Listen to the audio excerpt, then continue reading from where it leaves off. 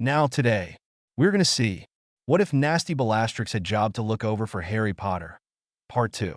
Join Patreon for early access of super op stories, also adult and steamy Harry Potter stories too. Please subscribe this channel, because definitely I will try my best to provide a valuable content for you all. Also check the description to support the original author for this beautiful creation. Well, I read your magic, of course. Luna said matter of factly.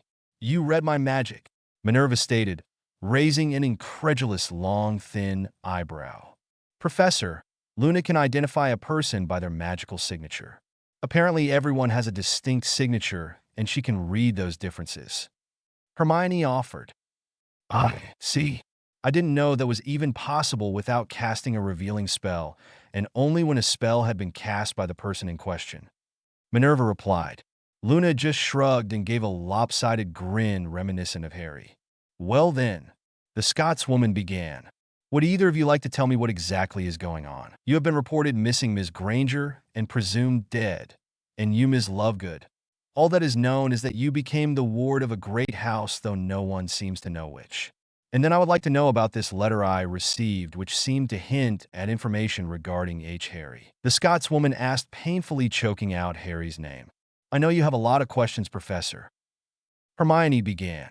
But before I can reveal anything to you, I need to ask you some questions first. Hermione told her professor authoritatively, hoping that the older woman wouldn't become irritated with the demand. Minerva pursed her lips ready to argue, but after seeing the set determination in Hermione's eyes, she thought better of it. She decided to play along and see where the questioning lead. Very well, Miss Granger, but I reserve the right to ask questions of my own afterward. The stern Transfiguration professor stated with a piercing stare, which to her surprise didn't seem to faze Hermione at all. Something had changed within her former pupil, she noticed. She had a confidence that she did not possess at the end of the last term. She had a knowing look in her eyes and a confident smile, as if she could read her every thought. First off, Professor, we are not in school, so please call me Hermione, and I'm sure Luna would appreciate the same courtesy. Hermione smiled warmly. Of course, Hermione. Luna. Minerva stated, looking at the two young women. Hermione beamed at her former head of house. Next, Professor, I've heard that you have left Hogwarts retired, as it were. May I ask why? Hermione asked. That is rather personal, Ms. Gran. Hermione. Minerva stated with a grimace. Let's just say I left because of irreconcilable differences. The older woman stated, crossing her arms and legs, showing reluctance in continuing this line of questioning. Hermione decided to be direct in her next question. If she could get her upset enough, she could determine her true feelings with greater ease. The resulting emotion that she would get from Minerva would settle her mind on whether she would fill her in on what had been happening in Harry's life since he fell under the influence of Albus Dumbledore and what had happened recently. Professor, what is your honest opinion of Professor Dumbledore? Immediately, Hermione felt a wave of disgust hit her, quickly followed by feelings of betrayal and loathing. But apart from the slight frown that appeared on Minerva's face, she showed no other outward emotion.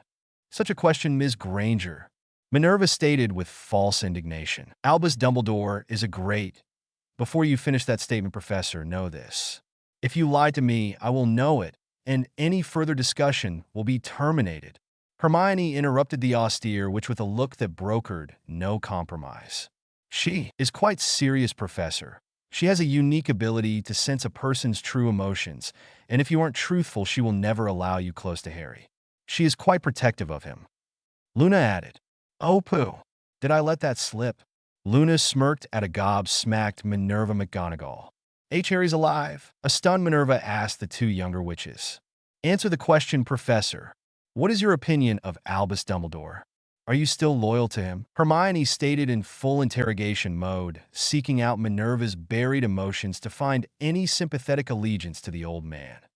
Minerva was stunned to see an almost feral Hermione Granger. The devoted young Hogwarts student that had never ever questioned an authority figure was spitting out the headmaster's name as if it were rancid pumpkin juice. Hermione, I don't know where all this hostility is coming from, but it is not healthy for a professor. Hermione growled, taking a long, deep breath to calm herself. Hermione closed her eyes and tried to gain control over her emotions. Deciding to change tactics, Hermione decided on another approach. Let me tell you about a conversation I had with a Hogwarts professor right after he sliced open my father's throat with a severing charm. Hermione spat.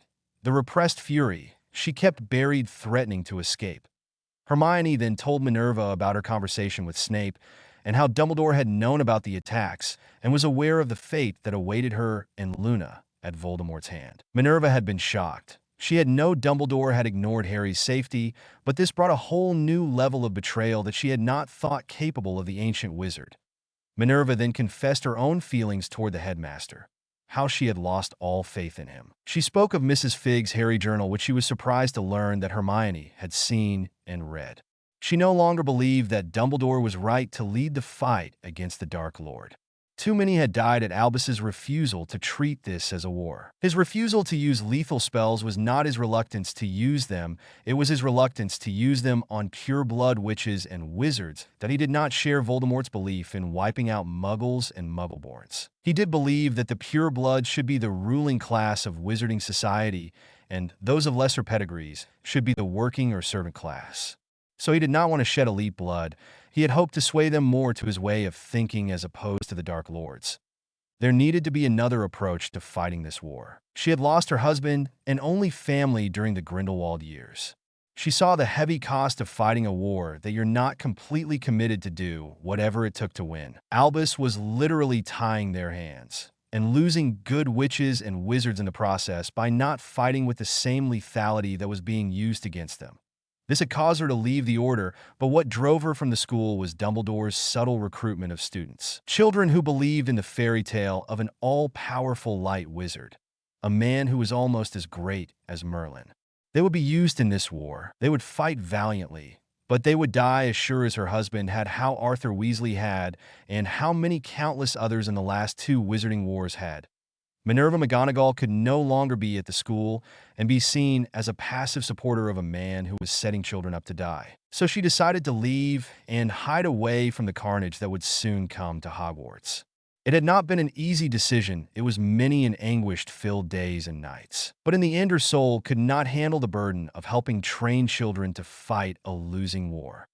Hermione saw the raw emotion rolling through Minerva and knew that any ties holding her to the headmaster had been cut. She also felt the incredible affection that she had for Harry and for herself. Hermione believed that Minerva could be a powerful ally to Harry. She was a transfiguration mistress and a powerful witch in her own right. She could be a valuable asset in the current war. Professor, what if I was to tell you that Harry was very much alive and searching for allies to help him win the current war? Hermione asked the older witch with a piercing stare. Harry is alive then? Minerva asked hopefully. Yes, Professor, he is. Hermione stated. Why has he kept his silence? Everyone believes him to be dead. Minerva asked in confusion. I guess the short answer is he doesn't trust Dumbledore or the Ministry. Both have tried to use him for their own purposes. And with Dumbledore's willingness to sacrifice others in his little chess game with Voldemort, Harry has decided to go his own way. He is searching for those who would help him, Professor. Hermione stated as she paced the room. All Harry wants, Professor, is a life free of Dark Lords, manipulative headmasters, and a ministry in public that will just leave him alone to live his life. He realizes to accomplish the first, he must beat Voldemort. He also realizes he is not ready to face him yet, but he feels with the right allies and training, he will get there. Hermione finished as she stopped in front of the older witch. We already have a small group willing to help him, Professor, including some unlikely allies. That may surprise you, Professor. But let me assure you that we are all dedicated and completely loyal to Harry. Luna informed the former head of Gryffindor House. It's a lot to take in, Ms. Granger, but I'm willing to help, Minerva said resolutely. Hermione felt her sincerity and smiled, and her old mentor. I'm pleased, Professor, and it's no longer Ms. Granger. It's Miss Potter. Rowan Hill Bones' ancestral home, same time as Leaky Calder meeting. Lady Augustus Longbottom and her grandson Neville stepped out of the flue of Rowan Hill, the ancestral home of the Bones family. They were greeted by Amelia and Susan, who had been waiting anxiously to see her boyfriend. She had been keeping a secret from him for 3 weeks now, and today that secret would finally be revealed. Susan launched herself at her boyfriend, wrapping her arms tightly around his neck and kissing him soundly. The two older witches simultaneously cleared their throats, looking at the young couple, who were both blushing a spectacular shade of red.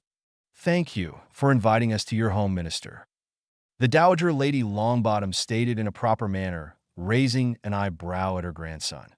"Please, Augusta, we are old friends. I think we can address each other a bit more familiarly," Amelia stated with a warm smile to her old friend. "Of course, Amelia. It is good to see you again. So what is the reason for this mysterious invite? Your letter was quite cryptic," Augusta asked with a hint of curiosity. "Why don't we go to the parlor where we can be comfortable and have a spot of tea while we talk?" Amelia offered, showing her guests the way. Susan and Neville, holding each other's hands, walked behind the two older witches. Susan was grinning from ear to ear and almost skipping alongside her boyfriend. "What's going on, Susie?" Neville whispered. Susan smiled enigmatically at Neville. "It's something I've wanted to tell you for some time," she said, squeezing his hand. "A lost friend hasn't been so lost," she whispered back. But her response only confused the boy further. The group entered the posh parlor of the Bones home. It was decorated in Louis XV decor with a couple of giltwood sofas and a pair of late 18th century burgers and other assorted furnishings of the era placed throughout the room. That a lone figure stood staring out the large bay window. His back was turned to the four people who had entered. He was tall and fit, with shoulder-length black hair that fell neatly down his neck and fanned out over his shoulders. Amelia cleared her throat, and the young man turned around. "Lady Augusta Longbottom, allow me to introduce to you Lord Hadrian James Potterblack," Amelia stated proudly. "It is an honor to finally meet you, Lady Longbottom. I have heard many wonderful things about you," Harry said in his most proper and dignified voice as he gave a slight bow to the Dowager Lady. Forgetting protocol, Neville shouted out, "Harry." Neville then looked at his girlfriend. "Is this the lost friend you were hinting at?" Neville asked. Susan beamed and nodded. Neville took 3 long strides and grabbed Harry in a manly hug. "It's so good to see you, mate. We all thought you were dead." Neville stated, his smile threatening to split his face. "Where have you been? What have you been doing? Why didn't you—" "Easy, Neville." Harry chuckled at his friend. "I'll explain everything. Just slow down and take a breath." Harry and Neville were interrupted by Augusta clearing her throat and raising a manicured eyebrow at the both of them. The two friends had the good sense to look apologetic at the austere woman. Augusta half smiled at the pair, approving of the friendship the two obviously shared. "Well, it seems that the prophet was wrong about your gruesome death, Lord Potter," the Lady Longbottom stated. "I'm sure the story behind your miraculous return to the living is a fascinating one." She gave a rare smile to the young lord. "It is, Lady Longbottom, but please call me Harry. I'm not used to the whole Lord Potterblack thing." Harry asked the older, who gave him a slight nod. "Potterblack?" Augusta asked in surprise. "Yes, ma'am." Harry started. "My godfather was Lord Sirius Orion Black, and he named me his heir in his will, making me Lord Black and head of the Black family." Harry finished. "Wasn't he a Death Eater, and hadn't he been trying to kill you, Harry? Why would he make you his heir?" The wizened witch stated. "He was not a Death Eater," Harry stated a little heatedly. "He was framed by Peter Pettigrew, who was the one who actually betrayed my parents to Voldemort. Sirius was sent to Azkaban without trial and was never allowed to prove his innocence. But that's a story best left for another time, perhaps." Harry finished, composing himself. "Very well, Harry," Augustus stated warmly. "Now, Amelia, I assume this meeting has to do with young Harry here. It is my friend. It's a long and disturbing story. Please sit, I'll have some tea brought in." "Harry, would you like to tell your story?" Amelia asked, turning to her godson. The next 2 hours were filled with the tale of Harry's mistreatment and beatings he suffered at the hands of his relatives, all under the knowing eye of Albus Dumbledore. His rescue by Bella after his relatives had literally beat him to death. The core bonding ritual that saved his life and bound him and Bella together. He told them of the special relationship he and Bella had developed over the years, and that it was their love for each other that caused the permanent bonding to occur during the ritual. But he then spoke of the murder of his friend Hermione's parents, and also the murder of Zeno Lovegood, and how Dumbledore knew of the attacks beforehand and did nothing to protect them, but offered them up as sacrificial lambs. He informed her about his adopting of Hermione and taking Luna as a ward of House Potter. It had been a shocking revelation for Neville that the headmaster and leader of the Light could be capable of such malfeasance, and wondered if that night that Dumbledore offered them protection, he also knew that an attack on Longbottom Manor had been planned. As well, it was almost too much to think on. All this seemed only to confirm to Augusta that Albus had finally crossed the proverbial line with his manipulations and political maneuverings. House Longbottom had been allies with House Potter for centuries, and she believed it was time for the two noble houses to be united once more. The future ahead seemed murky at best, and in this time of uncertainty, alliances needed to be made and strengthened. That had been touch and go for a while as Neville and his grandmother listened to Harry. Neville had been informed by his grandmother soon after Bella's trial that Bellatrix had actually saved his life that fateful night his parents were cursed until their minds broke. But Neville still harbored some resentment for Harry's bonded, who felt she didn't do enough to stop her then husband and brother-in-law from torturing his parents. Harry had explained the mind control that Lestrange had over Bella to Neville, but Neville told Harry that it would just take time for him to accept everything and completely forgive her. Harry accepted Neville's decision and hoped that the Longbottom heir would completely forgive his wife one day soon. There was too much strife and misery in the world to hang on to past actions and inactions. It was time to look toward the future, a future that would be shaped by the side that was the most committed to their cause. Harry knew he needed to gather all those who were seriously committed to ending the threat that was Voldemort and the pure-blood agenda of discrimination and segregation among all magical beings. As the great American President Abraham Lincoln had said, "A house divided cannot stand." And the magical world was divided. The purebloods classified anyone of mixed parentage as second-class citizens, if not lower. House elves, centaurs, and all other sentient magical beings were given no rights at all, and were thought of as little more than creatures that needed to be controlled and subjugated. It was a society ripe for implosion. It was a relieved Harry Potter that gladly accepted the offered support and alliance with House Longbottom. Whether Harry realized it at the time or not, he had just successfully tipped the balance of power in the Wisengamot to his side. With such old and powerful houses such as the Bones, Longbottoms, and Blacks, and all their connections and alliances with other light and gray houses, House Potter was now a force to be reckoned with, and would surely begin to bring other houses to its side. Ron Weasley was on top of the world. He had just received his first royalty check from his book that he co-authored with Rita Skeeter. He had been a little upset at first with the split of royalties he shared with Skeeter. She took 65% of the profits, and Ron would only get 35%. After all, Skeeter did most of the work, as she explained to the youngest Weasley male. But the young redhead, as clever as he was at chess, did not have the head for business the way his twin older brothers did. So he was content just to be receiving anything, and 100,000 galleons was nothing to sneeze at.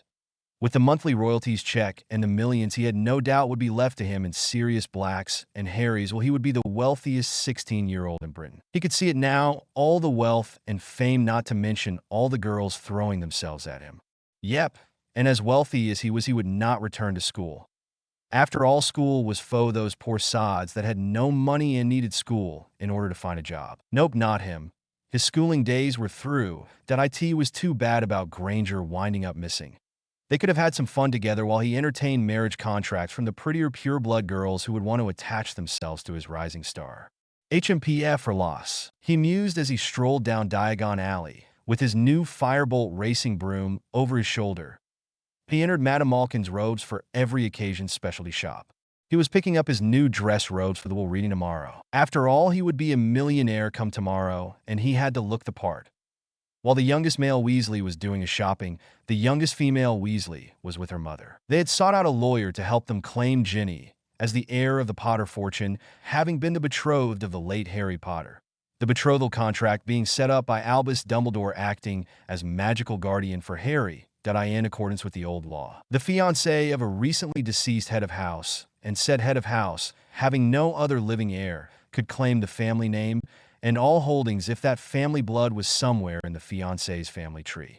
A heritage test had been performed on Ginny, and it was found that she in fact did have a trace of Potter blood. An ancestry check had been made and had revealed that an Elidora Potter had married a Burgess Weasley in 1680.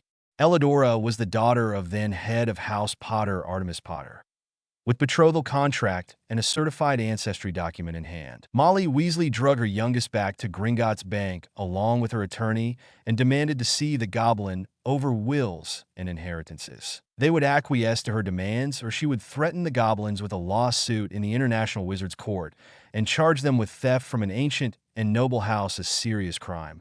Serious enough that the goblin clan that ran the London branch of Gringotts could lose their hold on the bank, and a new goblin clan would take over. In goblin culture, a hostile takeover was just that, hostile.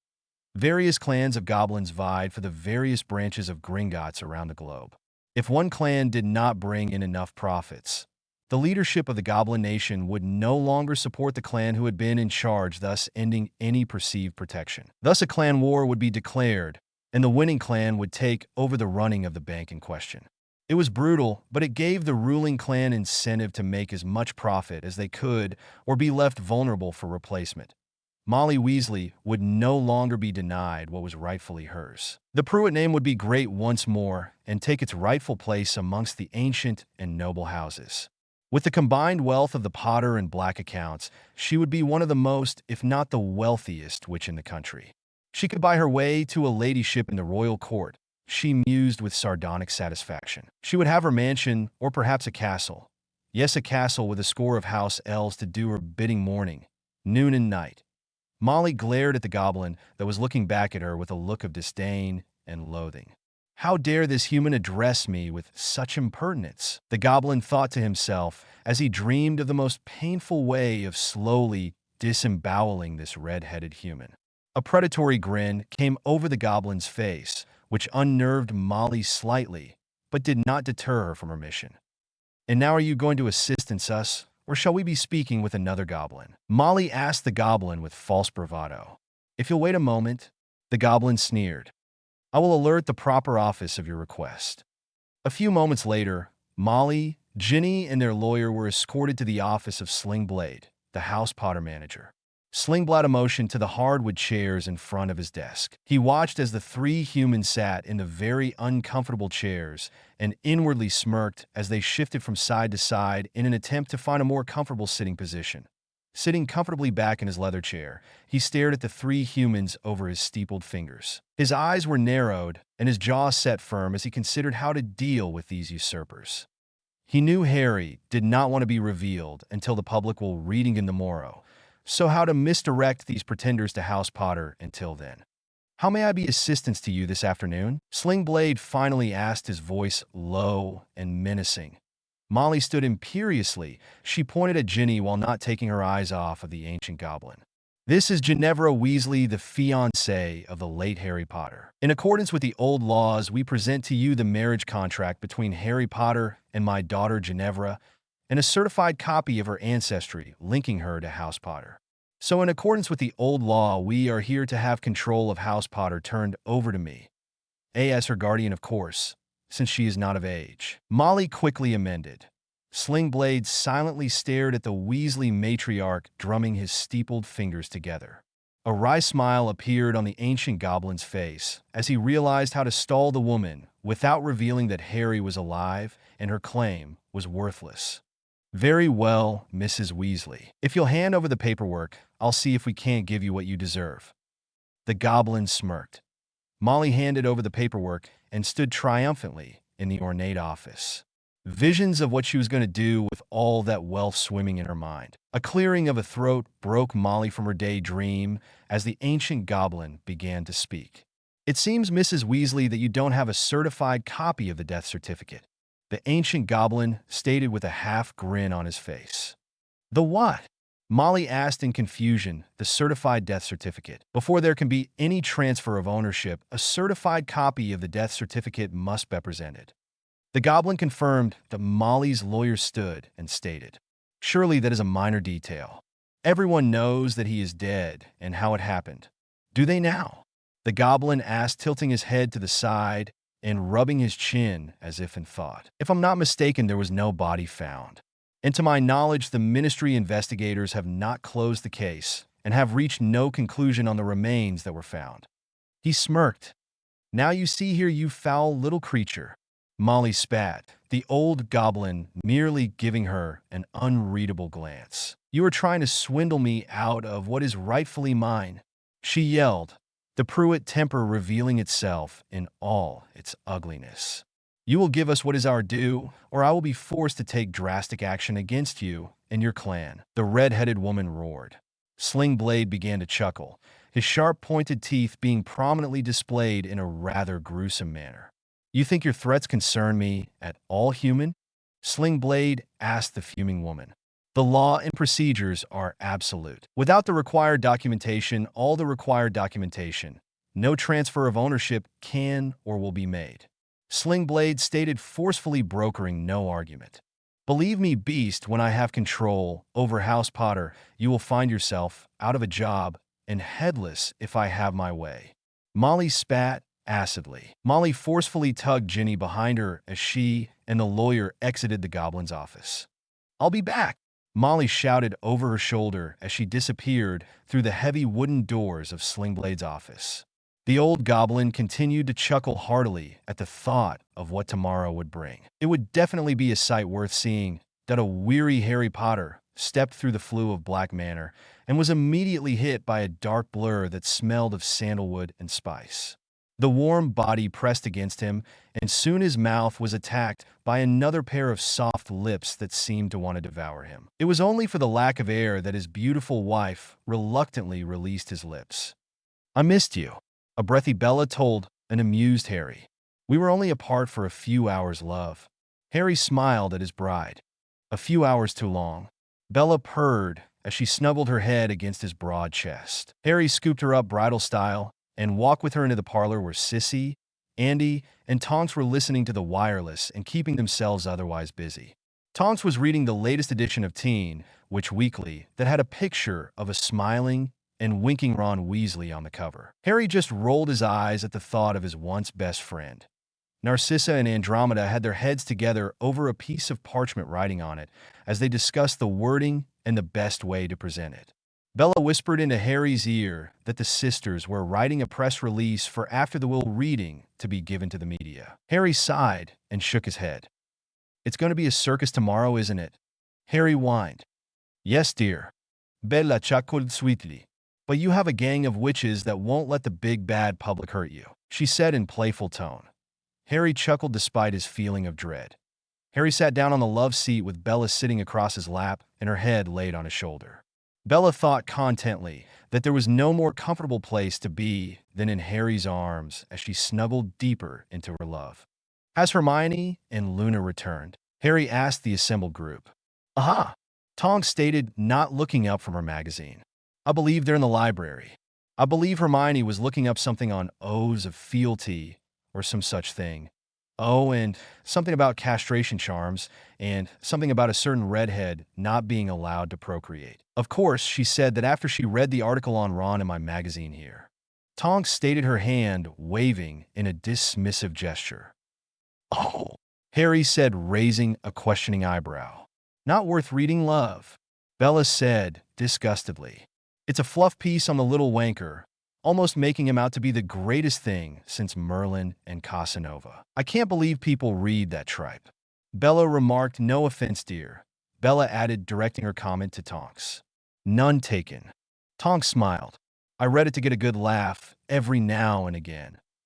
The bubbly Auror stated with a crooked smile. Harry dear, Narcissa began.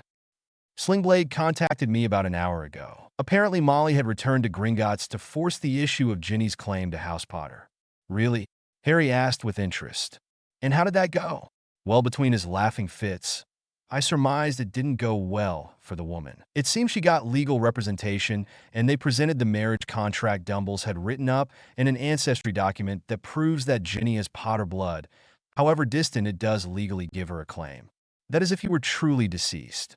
The blonde black sister stated with an exasperated chuckle at the red-headed woman's tenacity.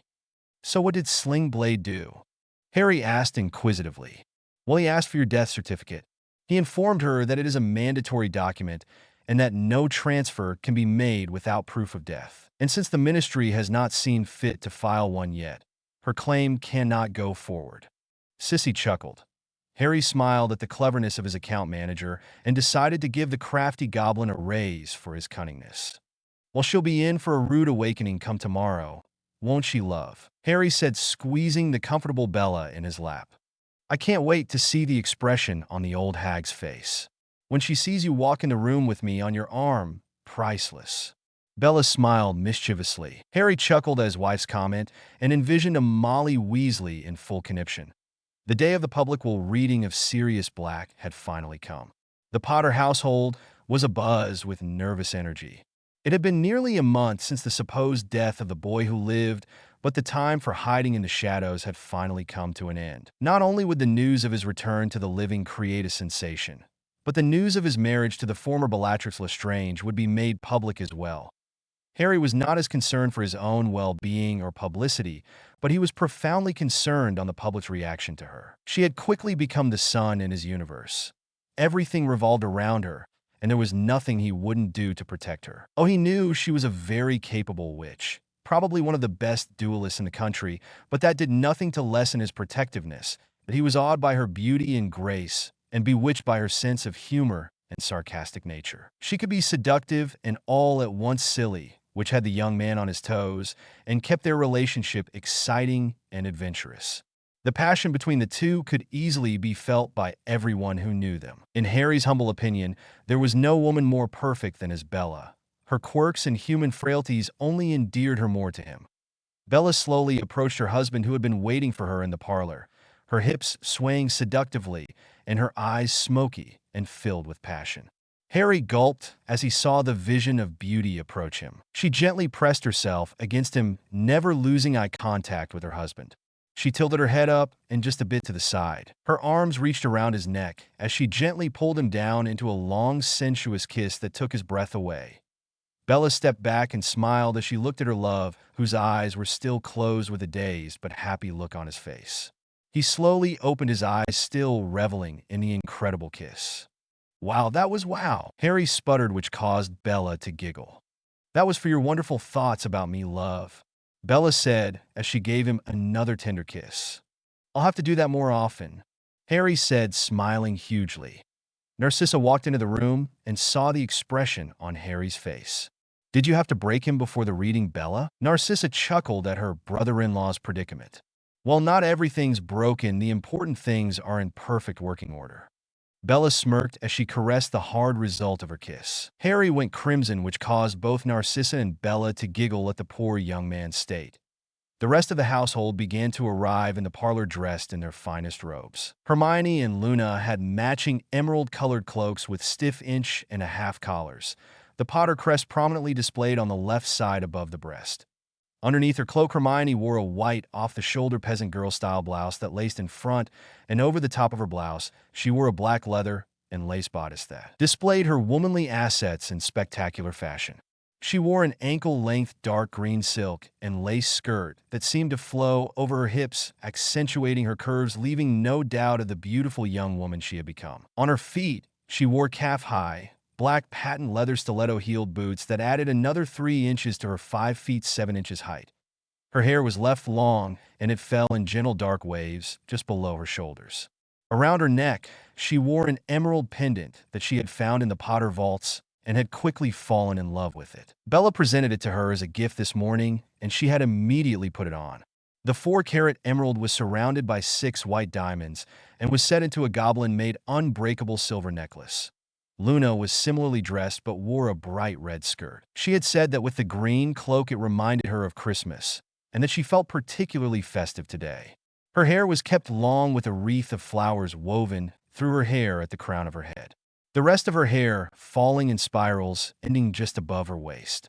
Luna also wore a necklace that had been gifted to her by Bella. It was a stunning large blue opal and diamond teardrop necklace.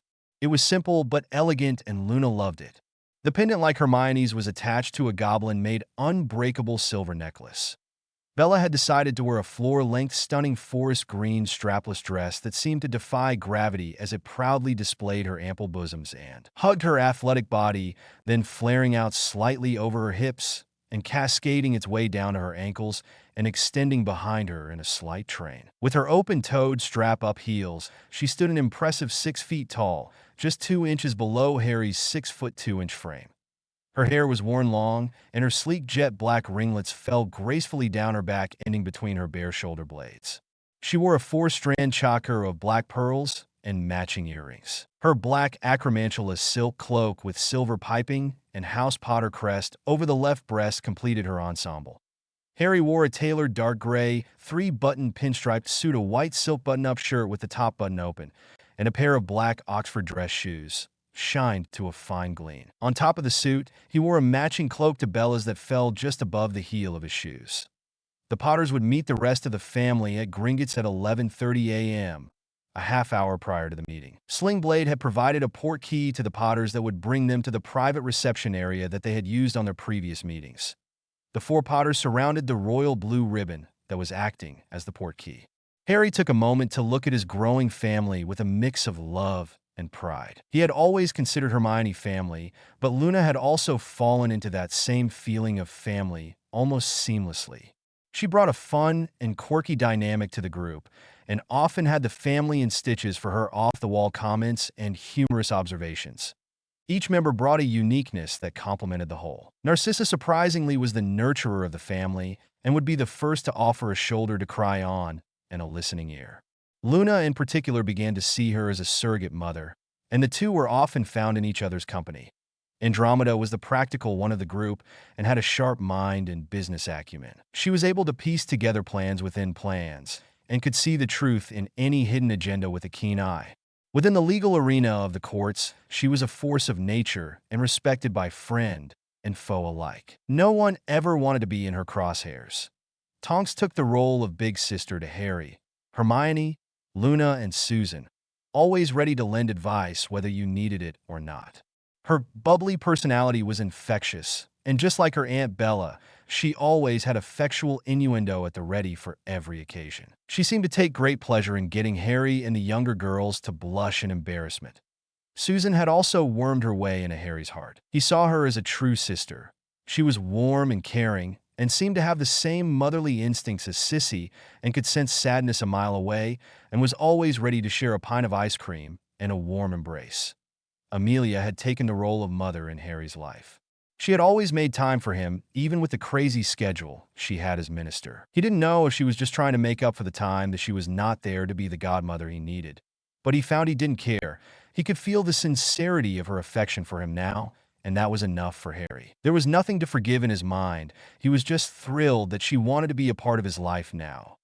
Harry felt a loving gaze upon him as he was roused from his thoughts.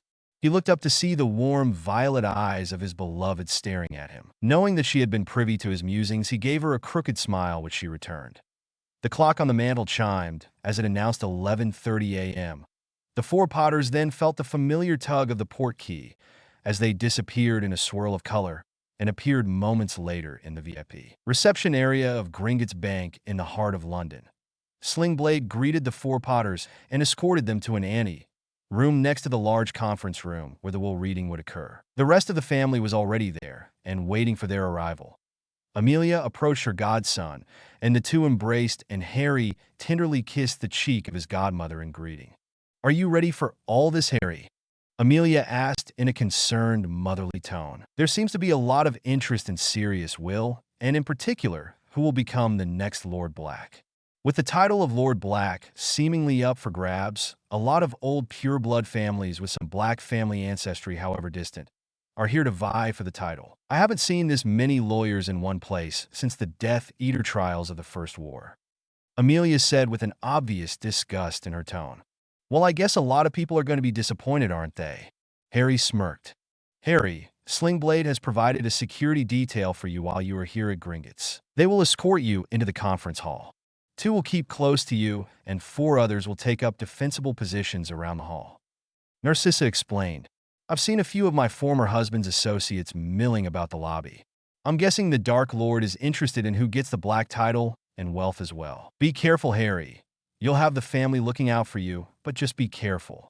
Narcissa stated with a hint of worry in her voice for her new head of house and brother-in-law. Thanks, Sissy, Harry said warmly, squeezing the blonde's hand affectionately. Harry, after the reading, we have scheduled a press conference that will take place on the steps in front of the bank.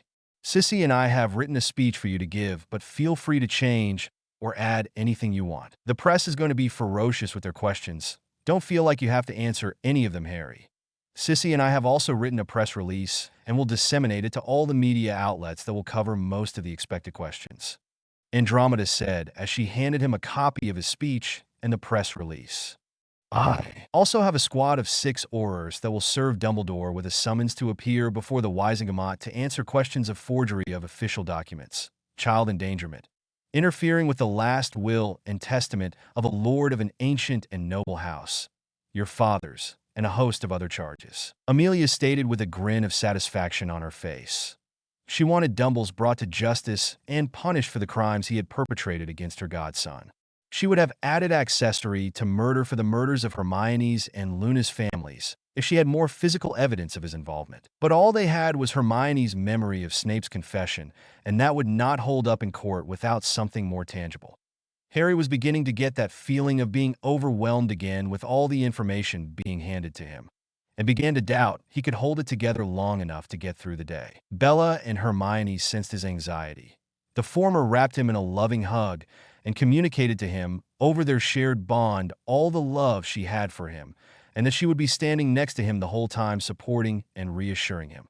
Harry began to relax in his lover's embrace. Her scent and presence, as always, was enough to calm his anxiety and refocus his resolve. Hermione had also approached him and gently rubbed his back in comforting circles. Harry reached for her hand and gave it a gentle squeeze, letting his best friend know that he appreciated her concern and love as well. Straightening himself up and squaring his shoulders, he prepared himself for the circus to come. With his family's love and support, he would be fine and represent his family as its head in a dignified and strong manner. Sling Blade returned and escorted the rest of the family to the conference hall. Harry and Bella would make a grand entrance after the rest of the parties had taken their seats. Sling Blade thought it would make a lasting impression on those assembled as a stately Lord and Lady Potter entered together. At the very least, it would make for an entertaining, pensive memory to review all the varying emotional responses that Sling Blade expected. Please read and review the reading of the last will and testament of Lord Sirius Orion Black, was to be held in the main conference on the main floor of the bank. It was the largest conference room the bank had to offer, and with the expected turnout for the reading, it was the only one that could accommodate more than 50 people. The room was long and dominated by a large ornate rectangular oak table that could comfortably accommodate 30 people, 12 on each side and 3 at each end. Around the table along the walls was a small gallery of chairs that stretched along the length of the room. Each side could seat about 20 people. The cathedral-style ceiling was high and vaulted with flying buttresses. Tapestries of graphic goblin battle scenes adorned much of the wall space. The head of the table was at the farthest end of the hall away from the visitor entrance. 3 ornately carved wooden chairs were placed there.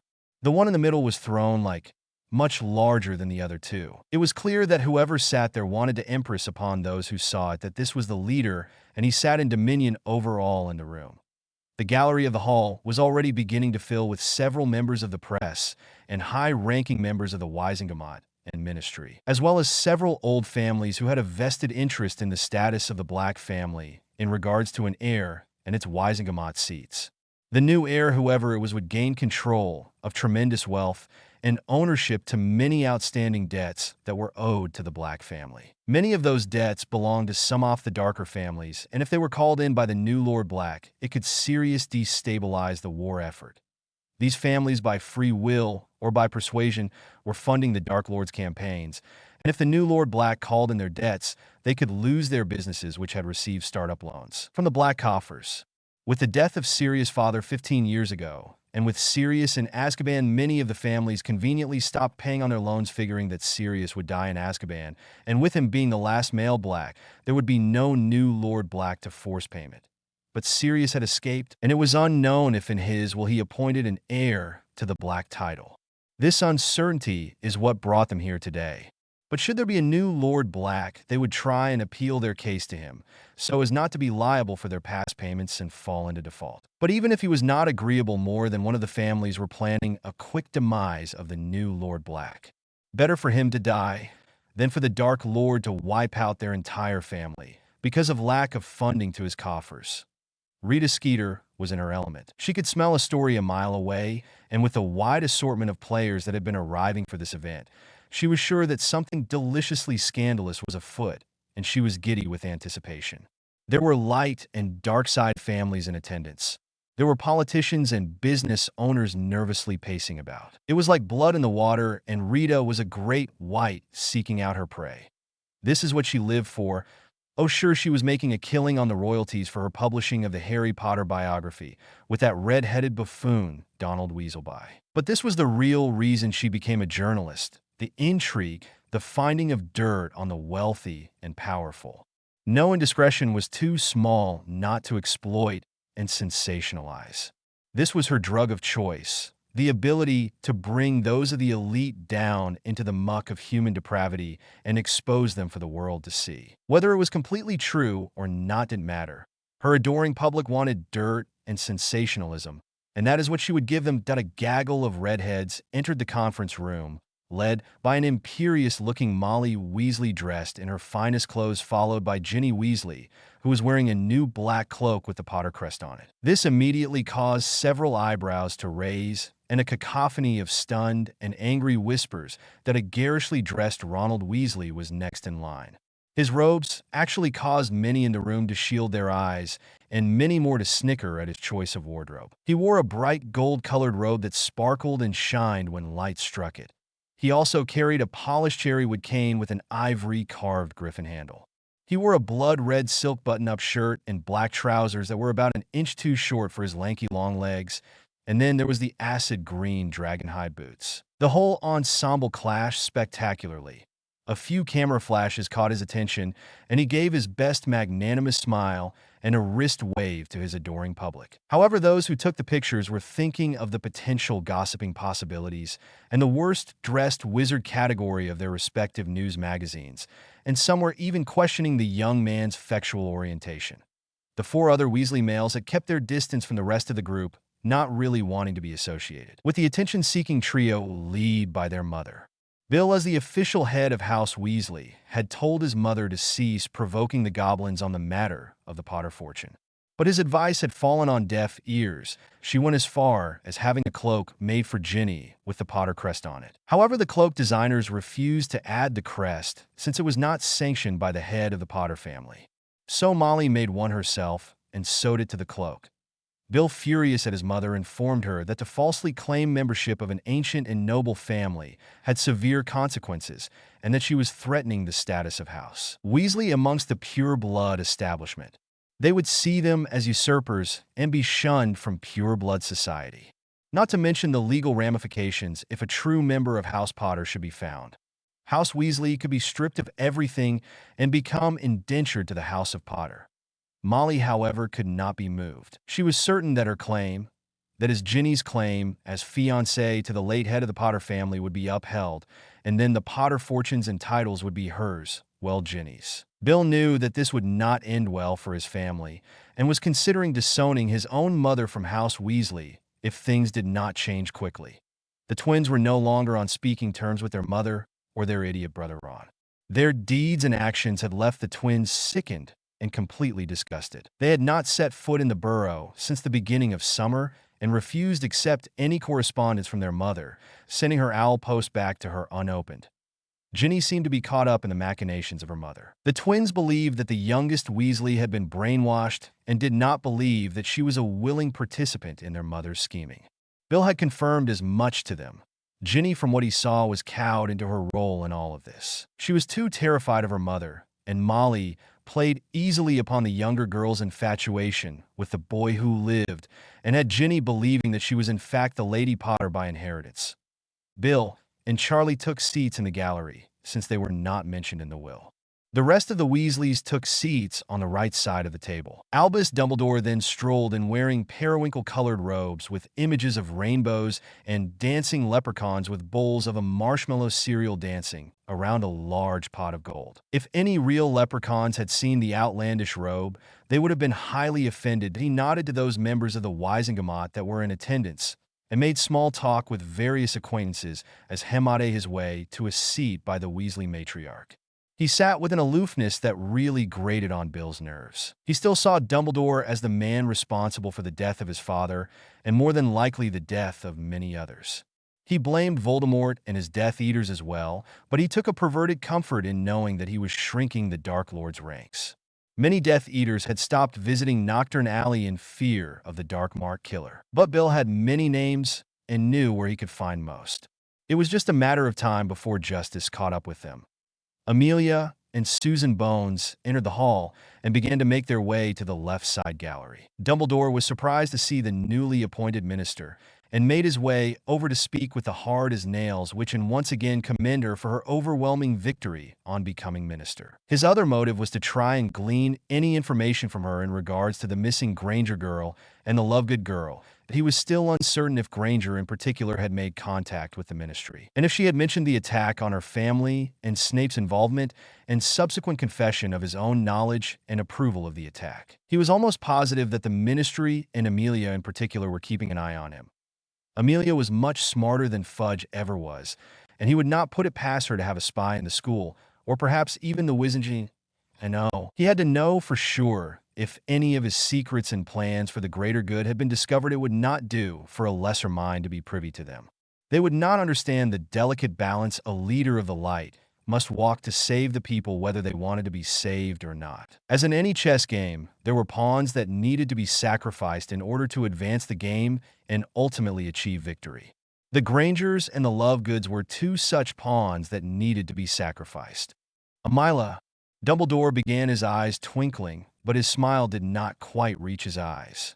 So good to see you again. And what, may I ask, brings you here to the solemn occasion? Dumbledore fawned. Amelia glared at the old man, willing herself to keep her disdain for the man from leaking through her pleasant facade. That's Minister Bones, if you please, Chief Warlock. We are, after all, in a public setting, and I do not wish others to think we are on such familiar terms as to forfeit using our proper titles. Amelia said a little too sweetly that a spark of annoyance passed over Dumbledore's face, so quickly that a less observant person might have missed it. But Amelia had spent years reading the body language of others. It was a skill necessary to being a successful orator. I do apologize for my slip of proprieties, Minister. I meant no offense or in any way to minimalize your office.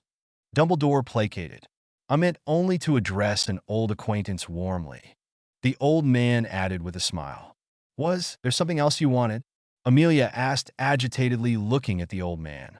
Albus knew that he could not use legilimency on Amelia as an orator. They were trained in the use of the mind-blocking art and would no doubt sense any probe he would send out. He had to do this the old-fashioned way. There was something I did want to ask you, Minister. As you are undoubtedly aware, the homes of a few of my pupils was attacked recently. Albus began. I am very much concerned about one Hermione Granger. She is a Muggle-born witch, and she has seemed to have disappeared. I was wondering if you had any information about her. Albus asked in his most grandfatherly tone. Bastard. Amelia thought he's trying to discover Hermione's whereabouts.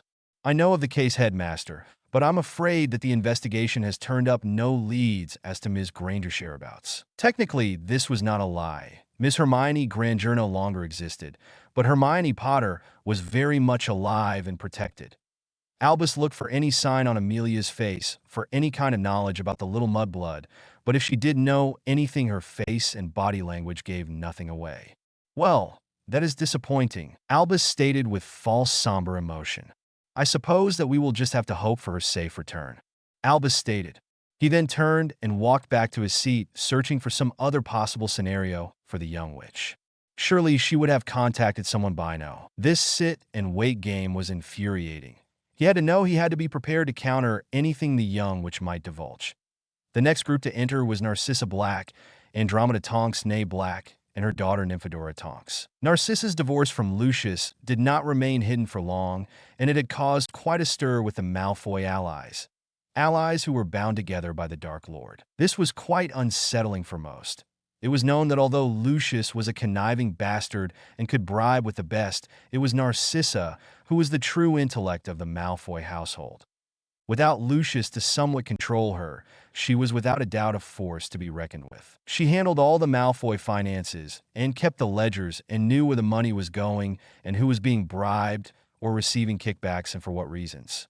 She was now considered by most a very dangerous person to be at odds with. She literally could bring down a number of old pure-blood houses if she had cause. Narcissa glided to the left side of the table, and to the surprise of some, and shock to others, greeted Amelia Bones warmly and sat down next to her and began a friendly chat. Andromeda Tonks, known in the political circles, also has a shark in the courtroom, also greeted the minister warmly before taking her seat, next to her sister with Nymphadora sitting next to her mother. Rita was almost ready to explode with excitement. This new development had to be looked into the former wife of a convicted Death Eater and the Minister of Magic acting like they were the best of friends. She smelled story, and if the tingling she felt was any indication, it would be a whopper that a scraggly-looking Remus Lupin arrived and took a seat next to Dumbledore. He spotted the pink-haired Auror across the table from him and wondered not for the first time why she had left the Order. She brought a bit of fun and mirth to the Order meetings, and he was saddened when she walked out. He had wanted to know her reasons, but he had never had the chance to ask. Maybe if he could single her out after the reading, he could ask her. Remus noticed that Dumbledore was also staring at the young Auror, but with a look of suspicion. His glance would then slip to Amelia Bones, and an almost imperceptible scowl would cross his face quickly before a mask of aloofness replaced it. It was curious, but he passed it off as being none of his business, that he noticed that there were a few Order members dispersed among the crowd of people coming to hear Sirius will.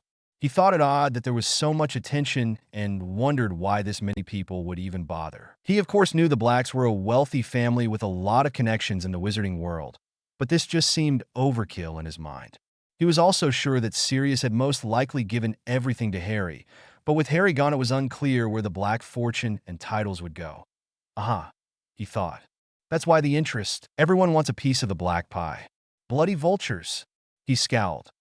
The next to arrive was none other than Hermione Granger and Luna Lovegood.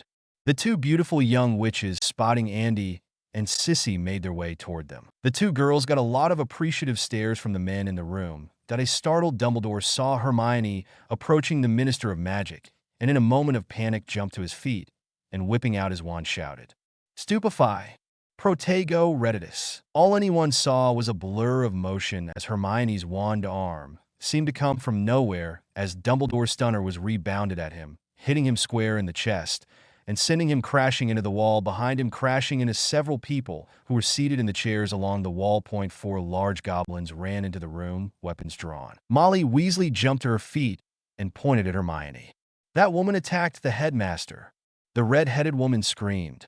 The goblins turned an appraising eye on Hermione. These goblins had been assigned to Harry's detail and knew that Hermione was his adopted daughter. They would make no move on her without serious evidence of wrongdoing. That is not true. Amelia Bones stood up, addressing the goblins and giving a scathing look at Molly Weasley. It was Albus who attacked Hermione. She merely defended herself with a rebounding shield. Minister Bones declared.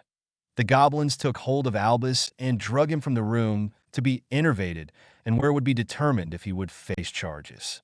Hermione, came the disbelieving voices of all the Weasleys as they stared at the dark-haired young witch. That can't be Hermione. Ron Weasley said, that girl is hot, and Hermione is just a plain Jane. The red-headed tactless wonder commented. I assure you, Ronald, that I am Hermione, you pathetic glory-seeking whore. Hermione spat at the flummoxed redhead. Ron, not catching the insult, was staring at Hermione's body and licking his lips. Wow, Meone, you sure cleaned up good. Fancy a get-together later, and you can apologize to me in person for your rude letters. I may even think about letting you be one of my girlfriends. You won't be the only one, you understand. I'm a prize commodity right now. I would rather date a blast-ended screw-it and French kiss a boober-tuber than ever be with you, you slimy smeghead. Hermione growled, her eyes seemingly glowing in anger. Ron smirked at her. You'll come crawling back to me soon enough that I've got money and fame, and that's the kind of man you like. I saw how you whored over Harry in school. Face reality, Hermione. Harry's gone, and I'm the new star in the wizarding world. Ron spat. The funny thing about stars, though, they tend to burn out quite spectacularly. Luna stated dreamily. What? Ever loony? Ron stated, returning to his chair. No one cares what you think. You're just a bloody orphan who no one cares about. Ron said acidly. Luna just smiled her patented enigmatic smile and returned to her seat. It was then that Molly noticed the coat of arms on Hermione's and Luna's cloaks. "What are you two trollops doing wearing the Potter crest on your robes? I should have you both arrested for impersonating members of the House of Potter. Who do you think you are, you bloody tramps? Take those cloaks off immediately." Molly screamed with viciousness that neither girl had ever seen. "Who gave you permission to wear the crest of an ancient and noble house?" She screamed at the two girls, her face as red as the hair on her head. "I did." Just then the doors flew open, and in walked a powerful-looking Harry Potter with Bellatrix Lestrange on his arm. The air around the two figures seemed to crackle with magic. A visible golden aura surrounded the couple, pulsating wildly, the ripples being felt throughout the room. There was a moment of complete stillness. The absence of sound was deafening, and everyone in the hall was trying to come to grips with what they were seeing. A mix of astonishment, confusion, and fear could be seen on almost every face except for those who were in the know. "Now that's showmanship," Tonks said cheekily. The comment was enough to break the trance that had engulfed the hall. The next second, pandemonium erupted. Members of the press and their photographers were asking questions as fast as the camera bulbs were flashing. A crowd began to surge toward Harry when from the doorway burst forth 8 heavily armored goblins that were Harry's escort and surround the young lord and his lady. The crowd thought better of approaching the heavily armed and snarling goblins and returned reluctantly to their seats. "That is quite enough," a voice commanded from the head of the table. All heads turned to see an ancient-looking goblin flanked by 2 other goblins dressed in business suit attire. "Welcome, Lord and Lady Potter. If you would kindly take the seats provided you." Slingblade motioned to the 2 ornately decorated chairs on the opposite end of the table from Slingblade. "Thank you, Master Slingblade." The young lord bowed and escorted his wife to her chair before taking his own next to her. That a temporarily smacked Molly Weasley found her voice once more. It was a pity, however, she did not find her good sense. "I demand an explanation," the red-headed woman said in a scathing tone. "This cannot be the real Harry Potter. The real Harry died weeks ago. This must be an imposter. I assure you, Mrs. Weasley, that I am who I say I am," Harry retorted in a calm, even tone.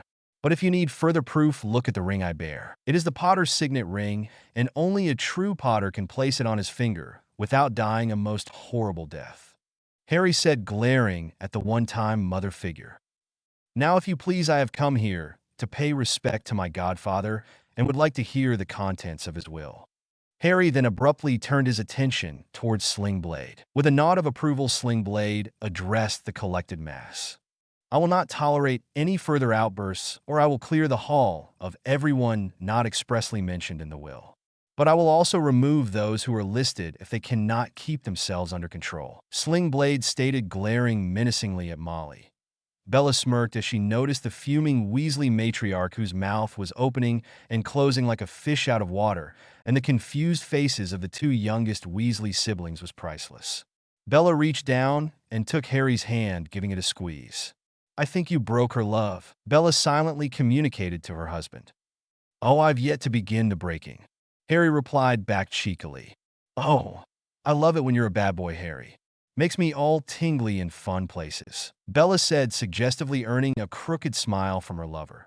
During their mental discussion, Slingblade had already placed the projection pensive on the table and began to tap the runes to activate the recording. Before he activated the last rune, a goblin dressed in what appeared to be healer's robes approached Slingblade and whispered something into his ear.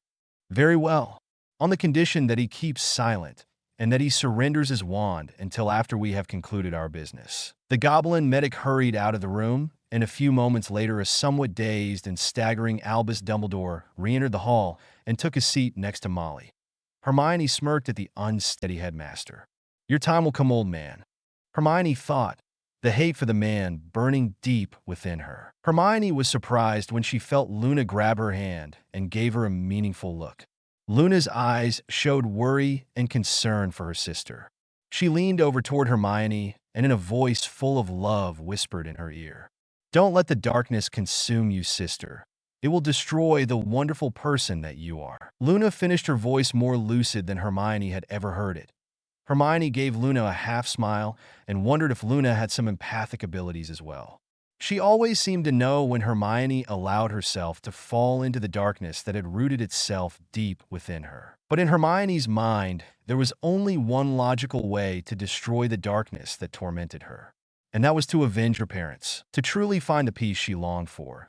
She felt that two people needed to be dealt with, and she would deal with them before they could harm anyone else.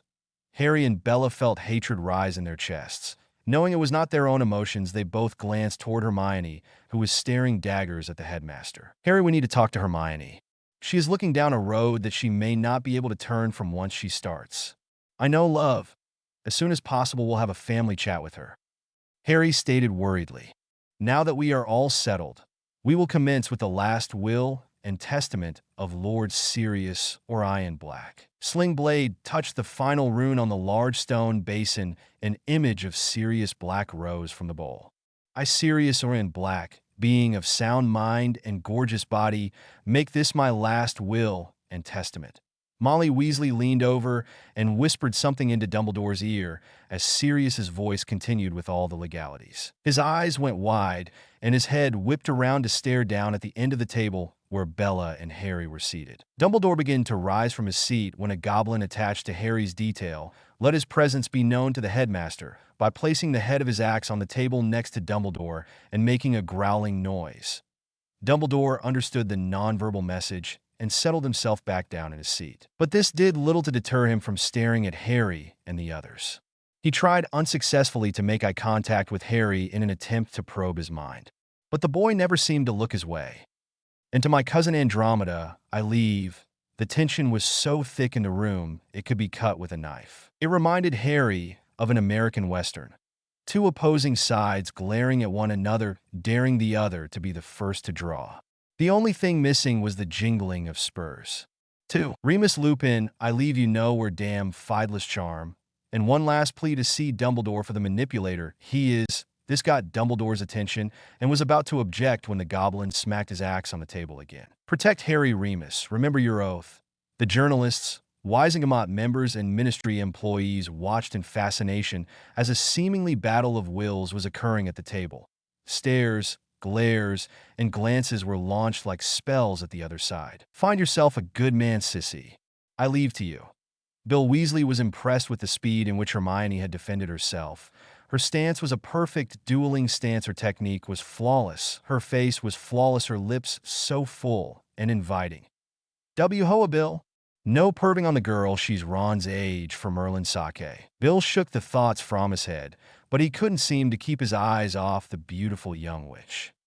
Hermione, you have been Harry's most loyal friend. To you I leave the Black Library. I'm sure you will. Bella was feeling all the stares that were directed at her.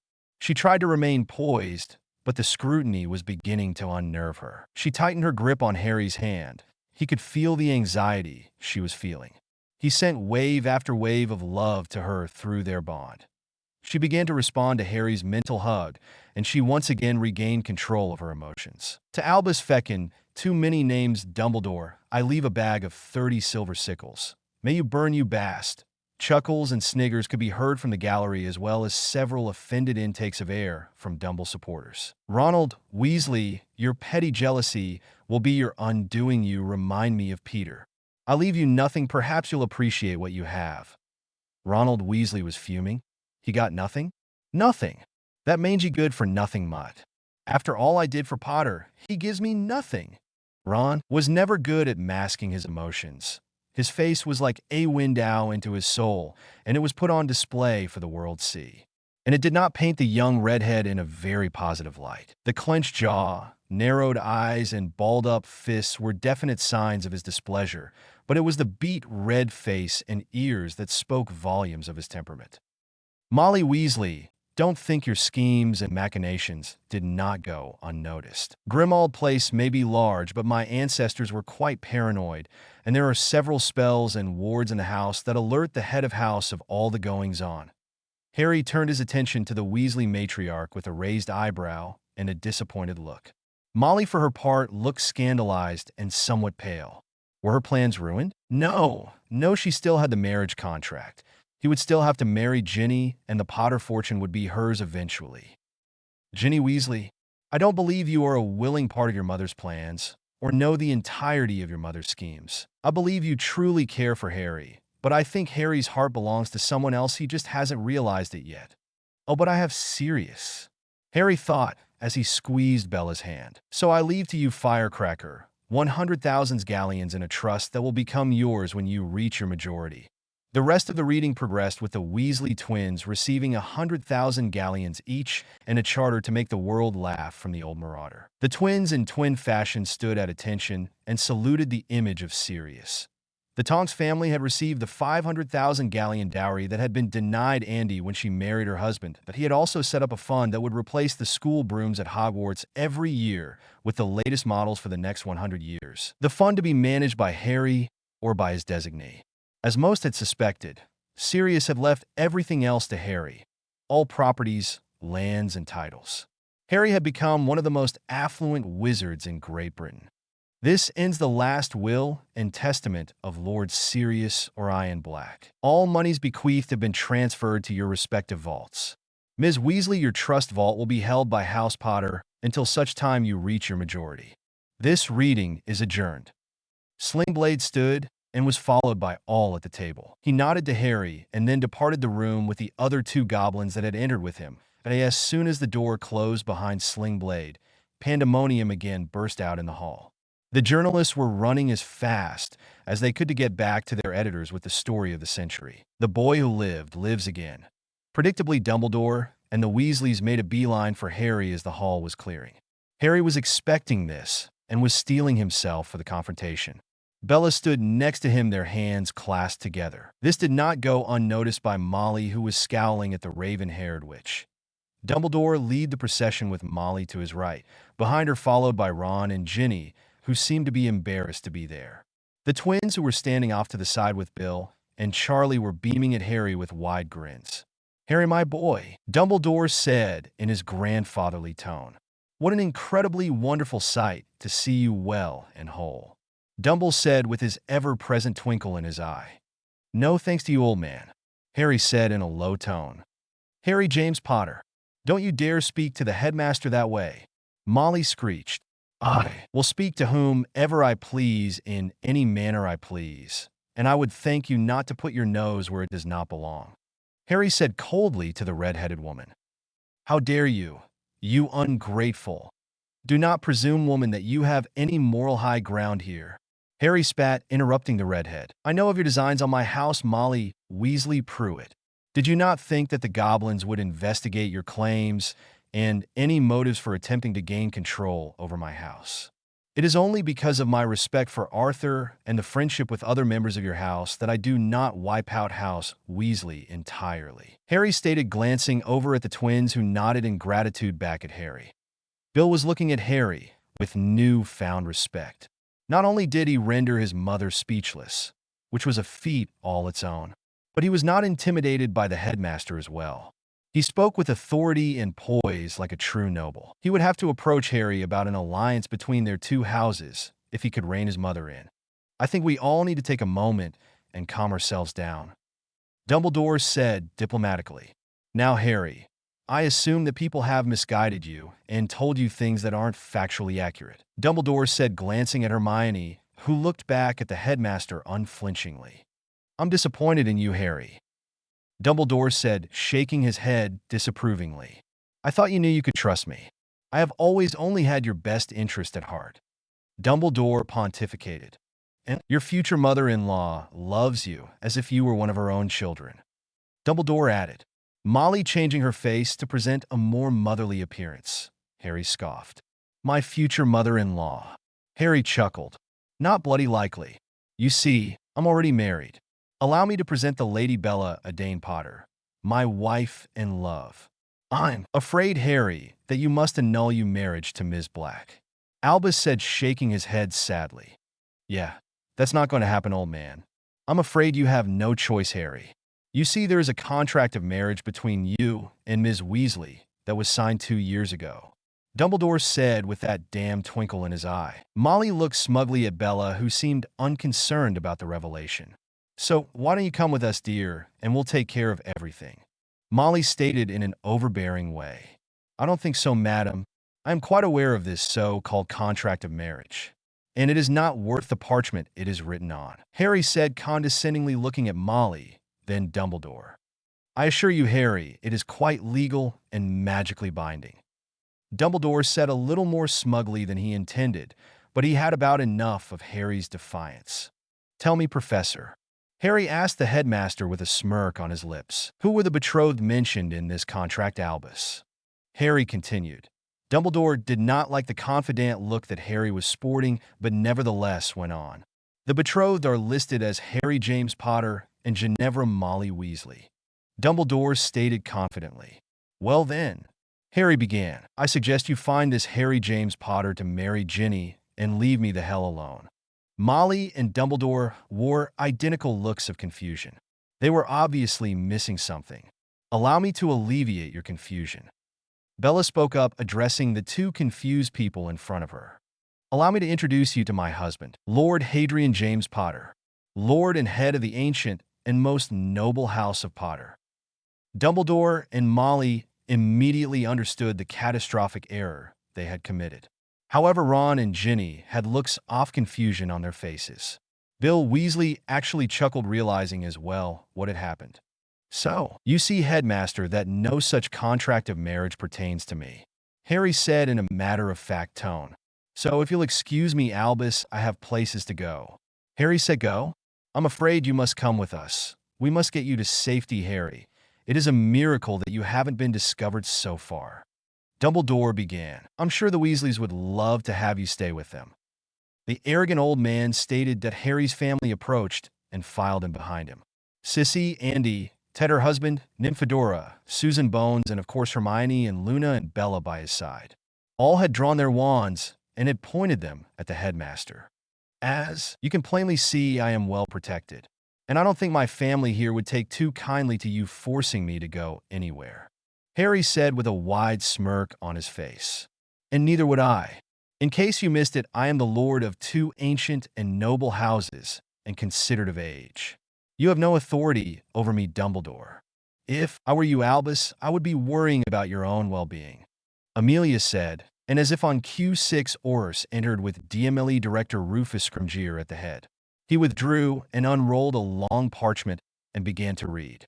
"By order of the Ministry of Magic, signed by Minister of Magic Amelia Bones and witnessed and countersigned by Director over the Department of Magical Law Enforcement Rufus Scrimgeour. You are hereby summoned to appear before the full Wisengamot on August 1st of this year to answer to the charges of forgery of official documents, conspiracy to commit fraud against an ancient and noble house, child endangerment of a scion of a noble house, willful and unlawful kidnapping, and sequestration of a minor. One Hadrian James Potter, heir to House Potter.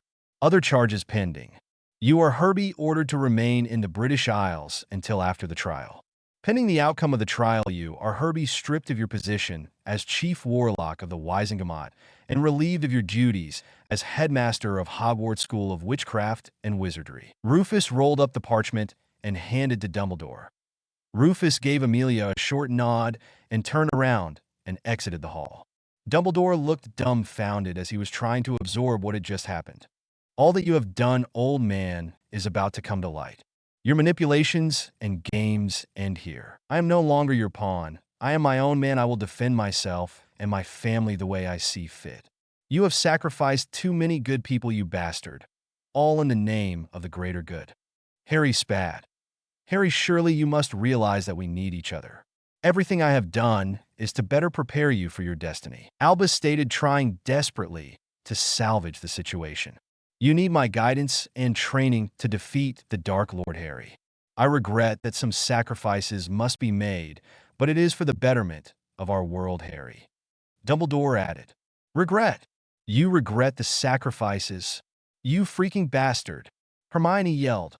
"You allowed my family to be killed by your own freaking lapdog, Snape. Is that the greater good, you miserable prick?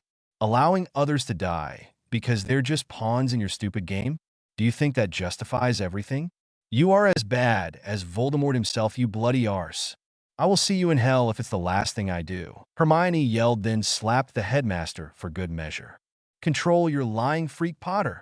Ron scowled, speaking for the first time.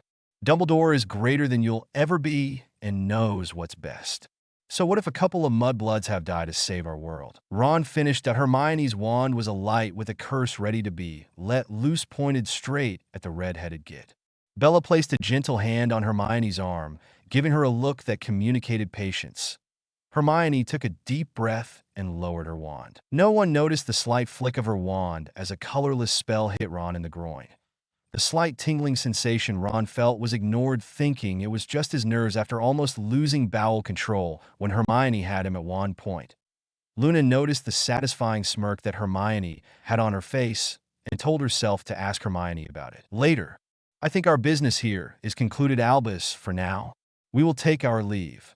Harry turned his back on the former headmaster and with his family exited the courtroom. Luna fell in step with Hermione, curious why she still had a smirk on her face. So, sister of mine, I can't help but notice the self-satisfying smile you have on your face. Care to give your little sis a hint about the reason it is there? Luna asked, linking her arm with Hermione's. Well, do you remember the spells we were researching the other night? Hermione smiled. You didn't, Hermione? Luna gasped. Oh, relax. I didn't castrate him, just hit him with a modified shrinking charm, a permanent shrinking charm. Hermione smirked. Luna giggled. You evil witch, you. Hermione joined her sister in laughter, giving a very impressive stereotypical witch's cackle. Harry and the family were far from done with Albus and the Weasleys, and it was time to put one more nail in the headmaster's coffin. The Potter family exited the massive front doors of Gringotts Bank and looked out at a massive crowd of people that had assembled. The word had gone out that there would be a press conference after the will reading of Sirius Black. That wasn't quite enough to bring this many people. However, the word that Harry Potter was alive and would be speaking sparked huge interests. Harry looked out over the crowd and was moved to see banners of support for Harry, such as "Long live Harry Potter," "The chosen one for minister," and "Harry, I'm single and available." Harry looked at his family and received a kiss for luck from Bella. He approached the podium and looked again at the sea of people. Today, he thought, today truth will be known. I would like to begin this press conference by telling you a little story. A story of a fateful Halloween evening, where a little boy survived the worst curse known to wizard kind, and of the aged wizard who felt that placing him away from his own kind and keeping him ignorant and oppressed would make him. Please read and review. Your comments help keep me inspired and motivated to write. The Boy Who Lived. Lives Again. By Rita Skeeter. Yes, dear readers, you have read correctly. Harry Potter the Boy Who Lived was presumed dead after dark witches or wizards unknown cast the dark spell of fiend fire on his place of residence and burn it to the ground. It was believed that Potter had died in the fire. It had been reported by Muggle and Ministry investigators that human remains were found in the house, but only small bone fragments, not enough to positively identify the remains. Oh dear readers, you can understand my shock and amazement to see the young Potter heir stroll into the will reading of the last Lord of the Black family, Sirius Black. And on his arm, and wearing the Lady Potter's signet ring on her left hand, was none other than the recently pardoned Bellatrix Black, formerly Lestrange. She was introduced to the assembled crowd as his wife and as the Lady Potter. How this happened, we have not learned. Needless to say, many female hearts will be broken upon reading this.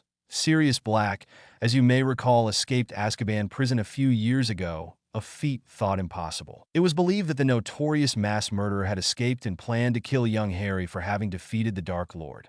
However, in a strange twist, it was discovered in the will reading that Sirius Black was in fact Harry Potter's godfather, and he had left him with the title of Lord Black and head of the Black family, as well as the bulk of the Black family fortune. To those who are aware of the oaths a godparent takes when assuming the role of godparent, know that the oath prevents said godparent from ever doing harm to their charge. Thus, Lord Black could have never harmed Harry Potter. After a little research, I have discovered that the late Lord Black had never received a trial for his alleged betrayal of the Potter family. We at the Daily Prophet call upon Minister Bones to launch an investigation into this matter post-haste. As I looked upon the young Potter heir, it was clearly evident that he had great affection for the deceased Lord Black, which would suggest that they were close. It also sheds more light onto why he Black was fighting against other Death Eaters in the Department of Mysteries battle and was seen defending his godson. For more on the life of Sirius Black, see page 7. For more information on the Department of Mysteries battle, see page 10. Another interesting occurrence happened right before the reading began. A Miss Hermione Granger, known to have romantic ties to Lord Potter, see past article Young Love in the Triwizard Cup Special Edition of the Daily Prophet, entered and was immediately attacked by Hogwarts headmaster Albus Dumbledore. The young Muggleborn, which showed incredible skill as she shielded and rebounded the spell that the Supreme Mugwump had cast at her, knocking him unconscious and causing him to be thrown into the gallery seats of the conference room. It is unknown at this time why the headmaster would attack Miss Granger, who had been missing and presumed dead after a Death Eater attack on her home earlier this summer. To add intrigue to the tale was that Miss Granger, as well as Miss Luna Lovegood, the daughter of the now deceased editor of that embarrassing rag called a newspaper, the Quibbler, were both wearing the Potter coat of arms on their cloaks. What does this mean, dear reader? Has Lord Potter taken more than one wife? Inquiring minds would like to know. The drama does not stop there, oh readers of mine. Oh no, there was drama aplenty at Gringotts Bank. Molly Weasley, the widow of former ministry employee Artemis Weasley, was nearly apoplectic when she discovered that the new Lord Potter was married. She, as well as Albus, too many names to mention Dumbledore, tried to negate the marriage between Lord Potter and Bellatrix Black by producing a marriage contract that had been signed by the headmaster and the Weasley matriarch to none other than her daughter. But the roguishly handsome young lord dashed those plans when it was pointed out that because of an error in listing the correct names of the betrothed, the contract was invalidated. The plot thickens, my rabid dust bunnies. Lord Potter all but accused the Weasley matriarch of plotting to steal the Potter fortune, and alluding to an investigation by the goblins into her repeated attempts to gain control over the Potter vaults and Potter titles. If these allegations are proved true, this could spell ruin for the House of Weasley. Of even juicier news is that the boy savior seems to be at odds with the Supreme Mugwump. His most lugubriousness, Albus Dumbledore, attempted to exercise authority over Lord Potter and demand that he should accompany him. This act was met by at least a half a dozen wands pointed directly at the headmaster, including the wands of the former Lady Malfoy, Narcissa Black, and that of our newly appointed Minister for Magic, Amelia Bones. The seemingly new allies to House Potter and other ancient houses closely associated with House Potter could have far-reaching implications in the political halls of the ministry. Are we seeing the emergence of a new political power block? How will the other ancient and noble houses view this new alliance? Not to fear, my fellow seekers of truth. Your humble servant will continue to thrust herself down on the rising powerhouse that is Lord Potter and discover what motivates and stirs him. It had been 1 week since the will reading of Sirius Black and the press conference of the boy who lived. Again, and the wizarding world was still reeling over the revelations surrounding the life of Harry Potter and the orchestrator of said life, Albus Dumbledore. The Daily Prophet, which weekly, the Wizard Wireless Network, WWN, as well as other magical forms of media throughout Europe, had caught the story and had instantly become the topic on everyone's lips. The community as a whole was sharply divided on what to feel about the defeater of the Dark Lord Grindelwald. In many minds, their suspicions about the mental state of the ancient wizard were confirmed. After all, no sane wizard would place the savior of the wizarding world in an environment where he was hated and abused for being magical. On the other side were those who had absolute, albeit blind, faith in the old headmaster. Their rhetoric was that it must have been for the greater good that the Potter heir was placed with his Muggle relatives. After all, he is a far wiser and more powerful wizard than anyone alive, so his actions must have been appropriate and should not be questioned. Many chose to believe that the abuse that Lord Potter received under the care of his Muggle relatives was exaggerated, though still others saw it as an opportunity to illustrate the barbarity of Muggles in general and why their influence should not be allowed into the magical community. But the one point that no one seemed to be able to defend was that of the attempts by Molly Weasley to lay claim on the Potter fortune and title. Although not all of the details were released to the press, enough was learned that the Weasley matriarch, who was rebuffed by Lord Potter after the will reading, was accused of attempting to take control of House Potter through clandestine, if not illegal, means. With the increased scrutiny and hostility that was now being heaped upon House Weasley from the other established houses, Bill Weasley, the new head of House Weasley, since the death of his father, had no other choice but to cast his mother from the house in an effort to save what was left of the Weasley name. The screeching voice of the now disowned Molly Pruitt was heard throughout the village of Ottery St. Catchpole the day she was cast from the family. Ronald Weasley, of course, decided to stay with his mother, while Ginny elected to stay with her brother Bill. Ginny had come to the conclusion that her mother was bad for her continued well-being. Unlike her brother, Ginny felt remorse and shame for her part in her mother's plans to claim the Potter fortune and re-establish House Pruitt as a wealthy and ancient house. Molly and Ron were forced out of the burrow. The home and the land surrounding it was owned by House Weasley, and she would no longer be welcomed there. The parting was far from amicable as the older red-headed woman unleashed a verbal diatribe that would put any sailor to shame. It had not been an easy decision for Bill. He had warned his mother time and again to let go of her fixation on the Potter fortune. Even after the will reading, she was still trying to come up with ways to take possession of it. It was this determination in Molly that finally woke Bill up to the greedy and manipulative nature of his mother. She would single-handedly destroy the Weasley name forever if she were allowed to continue on this path that I in council with Charlie and the twins. Percy, refusing to acknowledge the invite to the Weasley Council Dash, had all agreed that though they were loath to do it, they had no choice but to remove Molly from House Weasley. The future of the remaining family depended on an intact house reputation. To the old houses, the removal of Molly, who was seen by many as the author of an attempted takeover of an ancient and noble house, would satisfy honor and would no longer look upon House Weasley as a culpable party to her machinations. Molly, however, was not deterred from her end goal at all. Grabbing her youngest son, she operated away to a forgotten location to many, the old Pruitt Manor. Having been destroyed during the First War, Molly had been secretly rebuilding the manor with funds that she had been slowly removing from Harry's trust vault for years. Although far from its former splendor, it was habitable and had a few creature comforts that would afford her and Ron some measure of hominess. What Molly needed now, though, were allies. There were not many Pruitts left, only some distant cousins, but she was sure that she could sway them to her goal of the destruction of House Potter and to the reclaiming of the Pruitt wealth. There were also others who would not shed a tear if House Potter were to fall. With the promise of fortunes to gain, there would be several lesser houses that would come to her banner. And oh, Molly Pruitt was far from being defeated.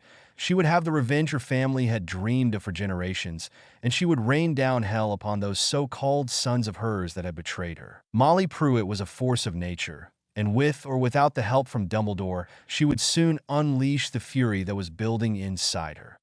Little would she realize that her efforts to recruit others to her cause would catch the attention of another that would use her vitriolic enthusiasm in ways that would haunt her for the rest of her life.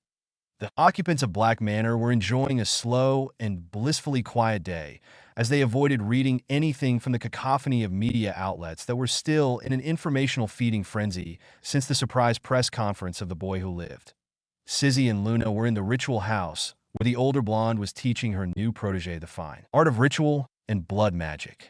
Luna proved to be an adept student, giving credence to her placement into Ravenclaw House. Luna had found an intriguing piece of battle magic that was ritual-based within the Potter family grimoire. Most battle magic was based on lengthy rituals and blood magics that usually took from minutes to hours to perform and were generally used only in large-scale battles or while laying siege to a castle or other fortifications and strongholds. The use of battle magic had fallen from recent practice since the decline of the feudal systems of old, where multiple clans formed alliances one with another against other clans who were doing the same. Large-scale battles were fought over territory and the wealth of rival houses. House Potter during those times was one of the most successful houses and had conquered all who came against it. Many of the great houses of the age were wiped out or absorbed into House Potter. From what Luna had read, the success of her adopted house was due in large part to Potter battle magic. Although not practiced in hundreds of years, Luna saw what an advantage this ancient magic could be against Voldemort and his ilk. If he could be maneuvered into a large-scale attack in a predetermined area, Harry could bring a swift end to the war, or at the very least cripple Voldemort so badly as to cast serious doubt in the minds of Voldemort's sympathizers in his ability to win the war. Sissy and Luna were immersing themselves in the ancient Potter text where the ritual was found. It was a borderline dark ritual that required a sacrifice of the caster's own blood and magical power.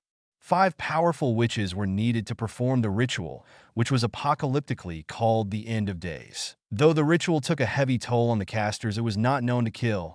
At least they hope it didn't. There was a warning that if a caster was not powerful enough, it would drain their life force, leaving them as an empty shell. Sissy knew that this time she had to be perfect in performing the ritual. Nothing could be overlooked or forgotten. Too many lives would be at stake should something go wrong. The other issues were to find the 5 powerful witches they needed and then begin the process, which included ward stones, runic placement, and of course blood and magical power. The entire process would take up to 6 months to prepare and finalize. While Sissy and Luna were preparing for the physical battle to come, Amelia Bones and Augusta Longbottom were planning the political battle. It is common knowledge that you need capital to wage a war. Without money for bribes, housing, food, medical supplies, etc., you cannot hope to fight a war of any sustained length. The 2 politically savvy women had begun to garner support from the light side families, and remarkably many of the gray, who sensed a change in the wind of fortune. It did not hurt that many of the gray-sided families had varying oaths and pledges of loyalty to the Black family and others to the Potter family, and still more from the Bones and Longbottom camps. With a little over a third of the Wisegamot representatives solidly in the Potter camp, they were confident that they would be able to introduce new legislation that would freeze the assets of any family who was found to be conspiring or aiding those who were found to be conspiring to overthrow the rightful government. A new hate crime bill would also be introduced with heavy fines and time in Azkaban for any violent crime perpetrated against Muggleborns, half-bloods, and/or Muggles. This would be a slap in the face to the blood purists who look upon those not of pure blood as little more than livestock. Although true purebloods only made up about 5% of the current wizarding population in Great Britain, however, they controlled much of the economy and therefore a stranglehold on the government. Money talked, and the pureblood elite had it. That is until the new Lord Potter had taken his title.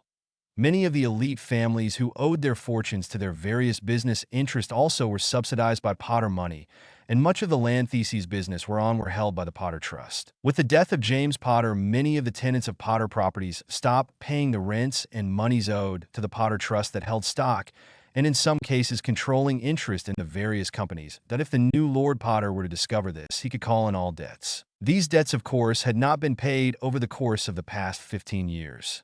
With interest and penalties, he could bankrupt the majority of the great houses in one quick stroke of a goblin quill. And the goblins were known to take great pleasure in ruining elite houses. Legally, of course, that I know, the only way to prevent financial and social ruin was to either join with the whelp or have him killed. The problem they saw was that the Dark Lord himself had failed to kill him at least twice before, which nobody had ever managed to do before. And now with added support from several ancient and noble houses, he was quickly becoming almost untouchable. Decisions needed to be made and made soon. The ministry had been flooded with requests from media sources around the globe for press passes to the August 1st Wisegamot session, where Albus Dumbledore would face an inquiry into his culpability of child endangerment. Not only of Lord Potter, but the entire student body of Hogwarts School of Witchcraft and Wizardry, also for forgery and possible collusion in an attempt to illegally gain control of the fortune of an ancient and noble house. The press smelled blood in the water, while the other wizarding ministries around the world were interested in the new political shifting within the Ministry of the UK. With Dumbledore suspended from his duties from the Wisegamot and his recall from the ICW, the once infallible Dumbledore saw his popularity taking a nosedive within the international community. Many were wondering who would step forward on the international stage to represent Great Britain and take up the mantle of the light against the growing darkness. Many began to place their hopes and their prayers on the new Lord Potter. He had stopped the Dark Lord more than once, if the stories were to be believed, and as such has had as much or more experience in fighting the Dark Lord than anyone save Dumbledore himself. The international community held its collective breath as they waited for any sign from Harry Potter.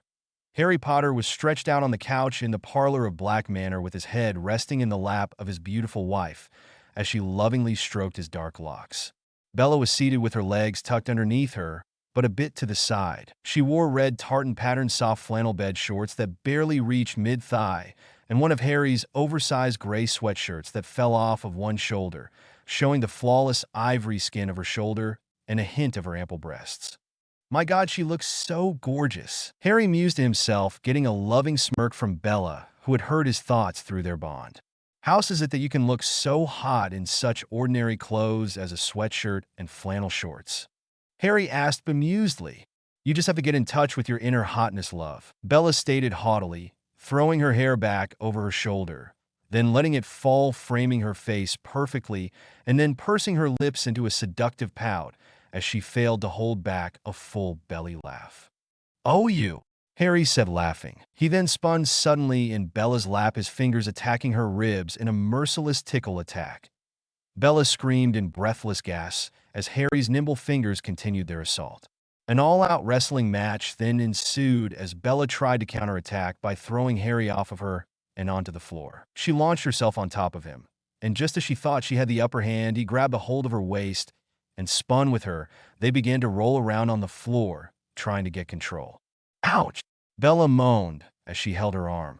Harry immediately stopped. His body hovered over Bella's, who was on her back and panting heavily. Are you okay? He asked worriedly, looking into her eyes and then glancing down at her arm.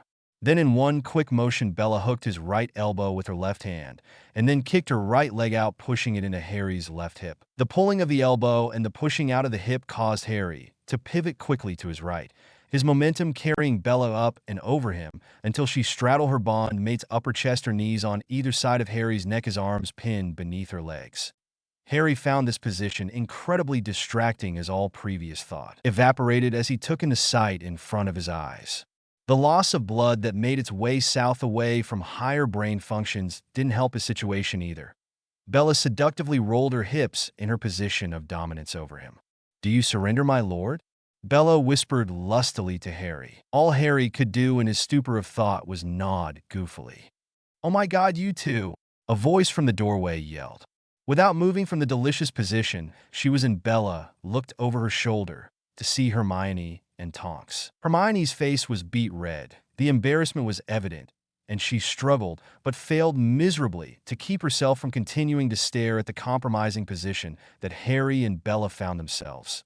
Tonks, on the other hand, seemed to enjoy the sight in front of her, biting down hungrily on her bottom lip. Any chance of needing any help there with Harry, Annie? Tonks grinned mischievously. Oh, I think I have him right where I want him, Nymphadora. Bella smirked, giving her niece a mischievous wink of her own. As much as I find this not embarrassing in the least, do you think I could get up now?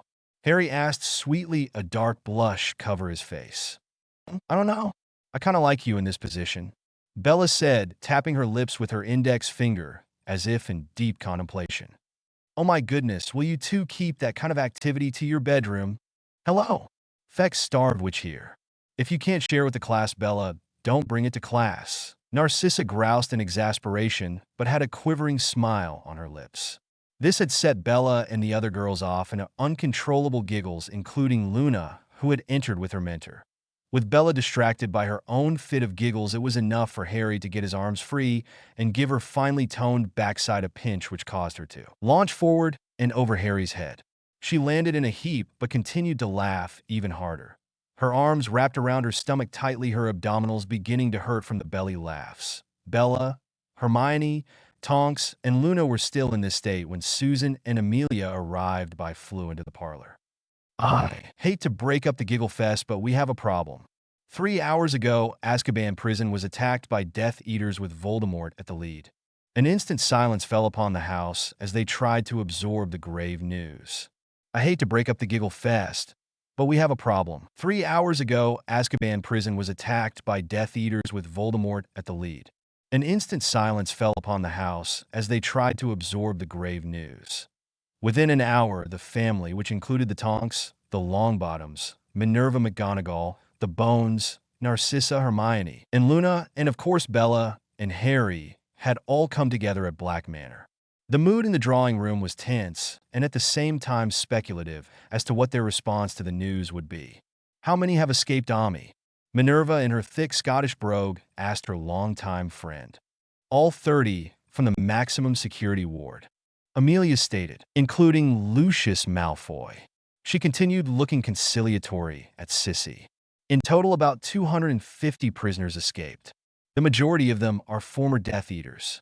Harry's godmother spoke in tired resignation, rubbing the bridge of her nose.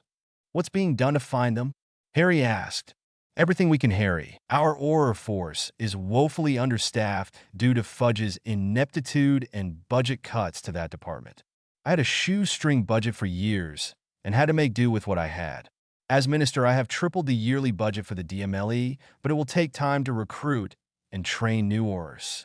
In other words, Augusta began, we are not prepared to face a growing Death Eater threat. The Dowager Lady stated. Amelia tiredly nodded in acquiescence. So what can be done right now, Minister? Hermione asked tightly, the memories of the attack on her home coming to fore of her thoughts. Amelia sighed. Right now, our response would be completely reactionary. I don't have the manpower to send Aurors all over the country in a vain attempt to find them, Hermione. Hermione gave a small huff, but inside her logical side agreed with the minister, while her emotional side wanted decisive action now. I am deploying small detachments of Aurors to patrol principal public areas such as Diagon Alley and Hogsmeade, and sending undercover hit wizards to glean any information in the more common haunts of our underworld. I know it's not much, but it's all I can do for now. Amelia finished. Has the public been advised of the breakout? Bella asked from her seat next to Harry.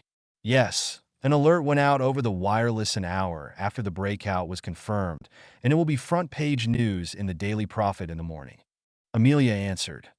Neville joined the discussion and asked, what about putting a bounty out for all the escapees? I'm sure with a sizable reward, there'd be a lot of people trying to hunt them down. Neville offered. It's a good thought, Neville. But the last thing we need is civilians trying to take down experienced Death Eaters. We would have a high mortality rate for our citizenship. Amelia smiled warmly at the Longbottom heir. Well, what about that one group? What are they being called? Oh yeah, the Darkmark Killers. They had some success. Neville stated. NYM shifted uncomfortably at the mention of the group, which went unnoticed by everyone except Harry. Would you like to share NYM? Harry asked the currently purple-haired Auror. Huh, share what, Harry? Nymphadora Tonks asked a little nervously. Harry looked piercingly at the young metamorph. You know something, Harry began, about these Darkmark Killers. It was not a question. The others in the room turned all their attention on her. With all eyes on her, Nymphadora went a little pale. Amelia addressed the young Auror. Auror, Tonks, you will tell me what you know about this group, or we will be discussing your further employment. The former head of the DMLE looked hard at the young woman. And Amelia, I'm sure that's not necessary. By her look, it is clear she's trying to protect someone, and I know she's not anything but loyal to this family and the current minister. Harry spoke confidently, trying to relax the current tension. I apologize, Tonks. Amelia offered. I give my word that anything you reveal here will have no bearing on you or your job. She spoke honestly. Well, she hesitated for a minute. I do know something of the group, but they're not bad people. She quickly added, her voice rising in volume from the anxiety she was feeling for perhaps betraying a dear friend. They've killed people, Nymphadora. Amelia blurted out before backing back down after a glaring Harry met her gaze. No. I know, but they have never hurt an innocent, only those bastards that are known Death Eaters and murdering, raping bastards. She screamed, almost beginning to hyperventilate.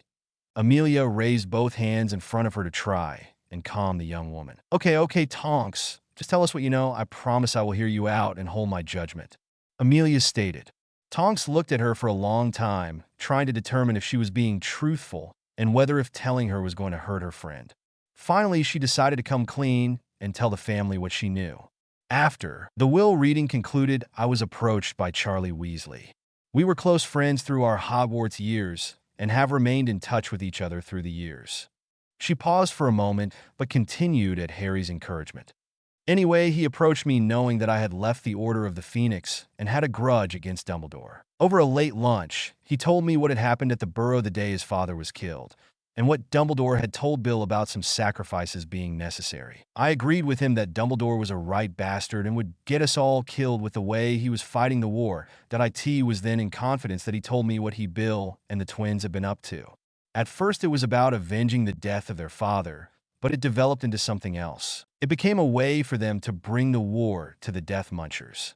They have actually built up a small network of spies within Nocturne Alley that provide them with Death Eater hideouts and contacts. They use that information to, well, bring the war to the Death Eaters. Tonks looked down, afraid to meet anybody's eyes. If she had looked up, she would have seen the rather large predatory smile on Harry's face and was shortly matched by Bella's. Even Amelia had a calculating look on her face, as the possibility of having an already in-place spy network could aid her aurors in their own efforts. Nymphadora Tonks. Amelia used her most intimidating voice. Tonks looked up in almost a panic as she looked at the stern-looking woman who was gesturing for her to stand. Tonks shakily stood in front of the new Minister for Magic, worrying that her career was over. Amelia grabbed Tonks by both shoulders, and in a move that completely stunned the young Auror, received a kiss on both cheeks from a Cheshire grinning Amelia Bones. "I want you to set up a meeting between the Weasley boys and me as soon as possible. I wish to discuss a trade with them. A get-out-of-jail-free card for supplying me with the information they're getting from their spies, and I will retroactively hire them as hit wizards and make what they're doing and have done a tad more legal." Amelia stated to a gobsmacked Tonks. "I would like to talk to them as well, cousin." Harry stated, "I know the twins well and think that their creativity and ingenuity would help in the family's goals as well." Tonks, for the first time since the meeting began, smiled and released a huge breath that she had been holding. "I'll send an owl to Charlie as soon as we're done here." A very much relieved Tonks stated, "Well, there is some more upsetting news to share." Augusta Longbottom stated, getting the attention from the room. "As you all know, I sit on the Hogwarts governing board." With several nods of acknowledgement, she continued, "You may also be aware that Hogwarts itself is an independent entity outside of the control of the Ministry." More nods as an uneasiness fell on the room occupants. This morning, the 8 governors met to discuss the removal of Dumbledore as headmaster of Hogwarts. After a vote of 5 to 3, Albus Dumbledore will continue as headmaster. Augusta spit this out with great distaste. Apparently, Albus was able to convince 5 of the governors to keep him on. He fed them some and bull story that he was the best qualified to protect Hogwarts from Death Eaters and Voldemort. The anger obvious in the countenance of the Dowager Lady. The temperature in the room dropped noticeably as power seemed to be swirling around an angry Harry Potter. Bella quickly grabbed Harry's hand and pulled herself down in his lap as she tried to calm her husband. Harry's green eyes seemed to glow with the color of the killing curse. Bella was sending all the love and comfort she could muster through their shared bond. Slowly, the room began to warm back up as the power swirling around Harry began to dissipate. How on earth could they vote to keep him in? Harry whispered in a deadly voice, but it carried to everyone. "You have to remember Harry. He has been a hero to several generations of witches and wizards who remember the last 2 wizarding wars. That kind of hero worship won't be easily tossed aside, no matter the evidence." Narciso explained. "Are you bloody kidding me?" Harry yelled. "I've been seen as a hero and then evil incarnate so many times, I don't know which the current accepted position is. And you mean to tell me that the image of Albus Bloody Dumbledore is immune to any culpability?" Harry screamed in frustration. No one offered an explanation. "Well, I will tell you this right now. Neither I or anyone from House Potter will return to that school while that man is in charge," Harry stated with finality. Neville looked at his grandmother and gave a slight nod. "House Longbottom will follow your lead, Lord Potter. Neville will not return as well." Augustus said, "I refuse to go as well." Susan spoke up and then paled as she realized her faux pas, turning to her aunt, who was smiling at the excitable redhead. "House Bones, in solidarity with House Potter and House Longbottom, will also remove its family members," Amelia said, bowing slightly to Harry. "Well, this is all well and good, but need I remind you all that you still need to complete your education?" the Scotswoman said, directing herself to all the young people in the room. "Well, we could get tutors," Luna stated, as it was the most obvious of answers.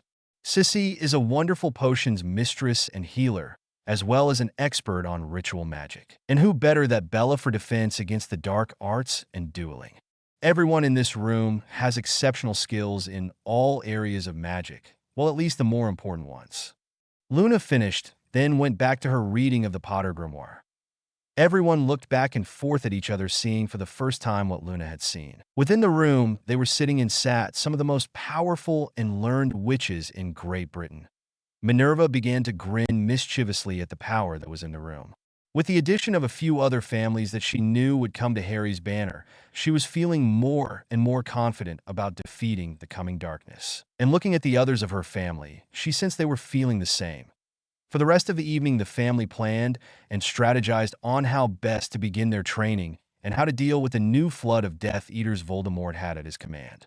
Everyone knew that the war would begin in earnest soon, and they would need to be prepared. Sissy and Luna continued to study the possibility of using the battle magic ritual Luna had found in the Potter family grimoire and would present it to Harry and the others as soon as they had worked out all the nuances of the ritual itself. The three matriarchs of the family, Minerva, Augusta, and Amelia, began to sort out some form of curriculum for the youngest members of the family. They wanted them prepared not only to fight in the coming war, but to be prepared for the aftermath as well. And they would need all the education and political training they could get to change a culture that was quickly finding itself on the brink of collapse. Sirius was making his way to his master's chamber. The clunking sound that was heard with every other step echoed on the wood floor, alerting all to his presence. He heard muffled snickers and outright laughter from his fellow Death Eaters, who showed no sympathy or compassion for the lame man. Sirius had made the hard decision to return to the Dark Lord. That decision was based on pure survival instinct and who could best ensure that survival. Dumbledore was facing an inquiry in the Wizengamot and possibly facing time in Azkaban if they discovered half the crimes the old man committed in the name of the greater good. Without Bumbles there to protect him, Sirius would be a marked man, especially if the old bastard revealed his own culpability, and his only recourse was to find favor once again with the Dark Lord. He knew if he did not kill him on sight, he might be taken back. In the end, the Dark Lord had accepted the greasy-haired potions master after a lengthy and painful welcome back. The Dark Lord, fortunately enough, needed a potions master to help strengthen those that were to be rescued from Azkaban, as a reminder that failure and disobedience would not be tolerated. Voldemort did not replace Sirius' leg, as he had replaced Wormtail's hand. The potions master would live with the physical reminder of his failure. Sirius entered the large and fallen into disrepair ballroom of Riddle Mansion, seeing no less than 200 souls, all in prison garb and in varying states of health. He kept his gaze forward and stopped about 10 feet in front of an ornate throne where he knelt with some difficulty before his lord and master. Voldemort smirked callously at the sallow-faced man who struggled to kneel before him. "Ah, Sirius, as you can see, we are in need of your talents. I do hope you have prepared enough healing potions for our brethren here. I would be most displeased if you failed to brew enough." The Dark Lord grinned menacingly. "I would hate to see you lose another limb due to your carelessness." The Dark Lord let his gaze linger on the trembling man. "My lord, I am quite prepared. Our stores are full, and I am adding to them daily." Sirius responded in supplicant tone. "Excellent. We will need our soldiers in good form soon. My spies in the ministry tell me that the Bones woman is trying to pass new legislation that penalizes those who fight for the pureblood cause. She must be put in her place. 6 feet underground, an assault team led by Sebastian Lestrange will attack Bones Manor within 3 days. You will supply them with the necessary strengthening potions to give them the edge over the bodyguards that will be patrolling Bones Manor. You have your assignment now. Leave me." Voldemort spat. "Lucius, come forward and kneel before your lord." Voldemort ordered the newly freed aristocrat. "I have some disturbing news for you, Lucius. News that has made me very unhappy." The serpent-like man sneered malevolently. "What news has so upset you, my lord?" Lucius asked with a gravelly voice, still raw from the screams induced by nightmarish visions when the Dementors were near his cell. "Your whore of a wife has been granted a divorce and is no longer loyal to our cause. Furthermore, my spies within Gringotts have informed me that the Malfoy vaults are now empty and you are penniless," Voldemort stated, his great displeasure evident in his rising voice. "Your son has also forsaken us and is on the run, last known to be in France with another traitor, the Parkinson slag." Voldemort continued. "Pansy?" Lucius asked in confusion. "No. She has remained loyal, and is the one who alerted me to your son's treachery and that of her blood traitor mother. The Dark Lord informed. Within 2 weeks' time, I want your wife and offspring before me, and the Malfoy fortune returned for my use. Take whomever you wish to aid you. Kill the Parkinson freak. If you fail, here Voldemort paused for dramatic effect. The Malfoy name will no longer be a living line. Do I make myself clear, Lucius? Voldemort barked at his former lieutenant. Quite clear, my lord. Lucius answered supplicantly. Now leave my sight. Your presence sickens me. The Dark Lord waved his hand in a dismissive fashion. Lucius arose and left the ballroom quickly.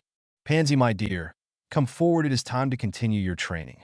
The short brunette approached the throne and bowed low. The Dark Lord saw in the young woman great potential and had taken her as his protege. She would take the spot that had once been Bellatrix's. He saw in her a great capacity to be ruthless and deadly. She had already put in their place several of the male Death Eaters who had made advances on her. Her growing repertoire of dark spells had garnered a don't mess with me reputation.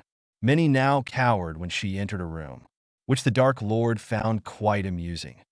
I am yours to command, my lord, Pansy stated almost seductively. The Dark Lord chuckled at her obvious overtones, but he no longer had any sexual impulses. The rituals he had performed on himself had removed any and all desire for companionship in any form that a large eagle owl landed on the kitchen table of the Malfoy safe house in Bordeaux, France. Draco Malfoy, scion of House Malfoy, removed the parchment attached to the large owl's leg and read the note that had been sent from his mother. It was short and to the point. Break out from Azkaban. You're no longer safe. Run. Draco Malfoy sprang from his chair in a flash. Ginny, we need to get out of here in a hurry, the young blonde-haired man called to his fellow fugitive Eugenia Parkinson. Over the past several weeks, the unlikely pair had become very close. Eugenia had been seriously injured when they had been surprised by a team of Death Eaters soon after Pansy had fled back to England. Draco had received a crash course in battlefield healing while trying to save the attractive older woman's life. Draco was forced to become intimately knowledgeable of the older woman's anatomy, as he had to heal several deep lacerations and spell burns over her body, which required the removal of her clothing. Over time, the two had become quite close and more recently physically intimate with each other. Was it love? Who knew? But the circumstances in which they found themselves was definitely a factor in the progression of their relationship. The threat of discovery and death seemed to act as an aphrodisiac to the couple. Eugenia knew that they were just using each other for comfort for now, but she did indeed begin to have feelings for the handsome young man. And if experience in matters of the heart told her anything, it was that the young man was beginning to feel the same.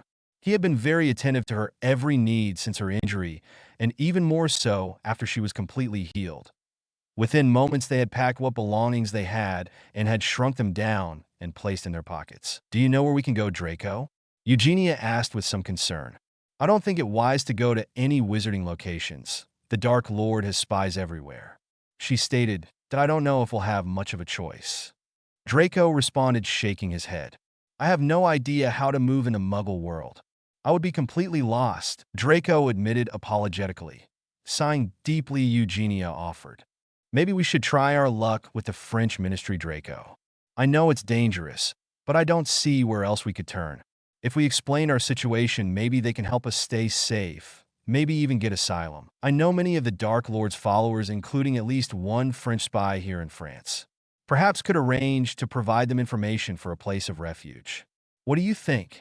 Eugenia asked, hoping for his agreement. She didn't like being on the run, and perhaps a deal with the French ministry could provide some semblance of sanity for the pair. Draco thought over Ginny's proposal, as he had come to call her much to her delight, and finally agreed that perhaps that was their best option. They would have to be extremely careful not to reveal themselves to the wrong people, or it could be disastrous for the couple. I overheard the Dark Lord ranting once about a certain French official that could not be persuaded or bribed to turn spy for him. I believe the name was Della something. Ginny thought out loud. Delacour? Draco asked. Yes, that's it. How did you know? Ginny asked, surprised that Draco knew the name. That was the name of the Bo Baxton's champion during the Wizard tournament at Hogwarts. She is also a friend, I believe, of Harry Potter's. Draco told her. That could be a way to gain his assistance. Your mother has joined sides with the Wonder Boy, hasn't she? She asked. Draco grimaced for a split second and nodded. Yeah, she has. Pothead, from what she has told me, is creating his own faction in the war and is getting the political clout to pull others to his side. Draco said in grudging respect for his former nemesis. Perhaps we should ally ourselves with him as well, Draco. I know the Dark Lord fears him. He tries to mask it, but many have noticed his obsessive behavior toward the boy. Potter apparently held his own against the Dark Lord at the Ministry battle. How many witches or wizards can you name that have done the same? She asked Draco, placing a gentle hand on his cheek, turning his gaze to hers. Draco nodded reluctantly and smiled warmly at Eugenia before tenderly kissing her lips. You're right, loath as I am to admit it. Potter may be our way out of this mess. My mother trusts him. My Aunt Bella is married to him, and he is the head of two ancient and noble families. Draco said, morosely, still feeling a little cheated that he had not inherited the black head of house title. It's settled then. We'll apparate to the French ministry in Paris and contact Monsieur Delacour. If all goes well, we should have a safe place to stay by this evening. If not, there's always America, she said, shrugging her shoulders. Are you sure we can trust her, Charlie? We're taking a very big risk revealing ourselves to an Auror. Bill hissed at his younger brother. I'm positive we can trust her, Bill. We have been close friends for ages. She would never betray us to the ministry or to Dumbledore. Charlie responded confidently. It's your arse if you're wrong, little brother. Actually, it will be all our arses. Bill replied, wondering why he had agreed to this meeting. Do I need to remind you, you big pansy, that she is with Potter now? If anyone would be sympathetic to what we are doing, it would be him. You saw what happened at the will reading. I tell you that Harry is going to be a major player in things to come, and we'll want to be on his good side. Besides, the twins have complete trust in him as well, and you know as well as I do that the twins don't give out their loyalty easily. Charlie finished. Bill sighed heavily, but agreed with his brother that Potter would be a force to reckon with, and it would be in their best interest to let him know that they were interested in being in his corner. Arriving at the Leaky Cauldron, they spotted Tonks in a far corner of the dingy pub. Standing up, she motioned for the pair of redheads to follow her. She led them upstairs to the bedroom located at the far end of the hallway. Bill immediately recognized a number of wards as they approached the door. Years of curse breaking had finally tuned his magical sensitivity to this kind of magic. He did not sense anything dangerous, but nevertheless he was put on guard. Tonks muttered a password at the door, and it swung open. The pink-haired metamorph then entered and beckoned to the two brothers to follow. Bill and Charlie Weasley entered the room, and standing before them was the new Minister of Magic, Amelia Bones, and the boy who lived, Harry Potter. Welcome, young men. I believe we have much to discuss, the stern-looking woman said to the brothers, with the door behind them shut with a loud click. This chapter is short, I know. It is a bit of a teaser chapter. I've been so busy lately that I haven't been able to put as much time as I would like, and I wanted to get something out to you. Longer chapters will be coming soon. Rowan Hill, ancestral home of the Bones family, and the location of Bones Manor was a beautiful location for a romantic walk for two teenagers deeply in love one with another. That declaration of love had just barely moments ago been uttered by the heir of House Longbottom to his girlfriend, the heiress of House Bones. The beautiful red-headed Hufflepuff had cried tears of utter happiness at that simple declaration, as she had known that she had been in love with him for some time now. To have those words spoken out loud had erased any fear that she had over him not feeling the same way. Tonight was indeed the happiest night of her life to this point. She knew that many more wonderful nights were yet to come with her love. Susan Bones was tucked in tightly against her boyfriend, enjoying the warmth from his body as they strolled the grounds in the cool evening air. Her left arm was wrapped around the boy's waist, and his arm wrapped tightly around her shoulders, her head resting on his shoulder, and his head inclined on top of hers. The grounds and surrounding area around Rowan Hill was beautiful. Manicured lawns and shrubs stretched out from the large Victorian manor. The house elves who tended the grounds were truly artists. Neville and Susan passed a pair of Aurors, 2 of 6, who were patrolling the grounds and who had been assigned as the protection detail to the new Minister for Magic. The Aurors gave the two teens a nod as they continued on their way. Susan guided Neville to a Romanesque pavilion. The marble structure consisted of 6 15-foot white marble columns that supported an intricately carved capstone that depicted a chariot race that went around the entire circumference of the round pavilion. The two young teens sat on a charmed marble bench in the center of the structure. The bench had a permanent warming and cushioning charm on it that kept the two lovers quite warm and comfortable. It also activated a charm placed on the dome of the structure similar to the ceiling of the Great Hall at Hogwarts. The round overhead dome became translucent, and the two teens were able to look upon the bright stars that littered the night sky. Cuddled against each other, they both began to daydream of what the future held for the two teens. Susan knew that Neville would be the perfect husband. He was gentle and attentive, and although came off as extremely shy, he had a very intelligent mind. What impressed her most was his heart. He loved without preconditions, and he was loyal to a fault. She would never have to worry about him ever doing anything to intentionally hurt her. His honor would not allow it. She felt safe when she was with him, and more importantly, loved. She could see it in his eyes so filled with the truth of his emotions that she had audibly gasped when he had told her that he had fallen in love with her. The raw emotion was so plain to see in his eyes that it made her gasp in surprise that he felt so deeply for her. It only caused her to fall even more in love with him than she had already been.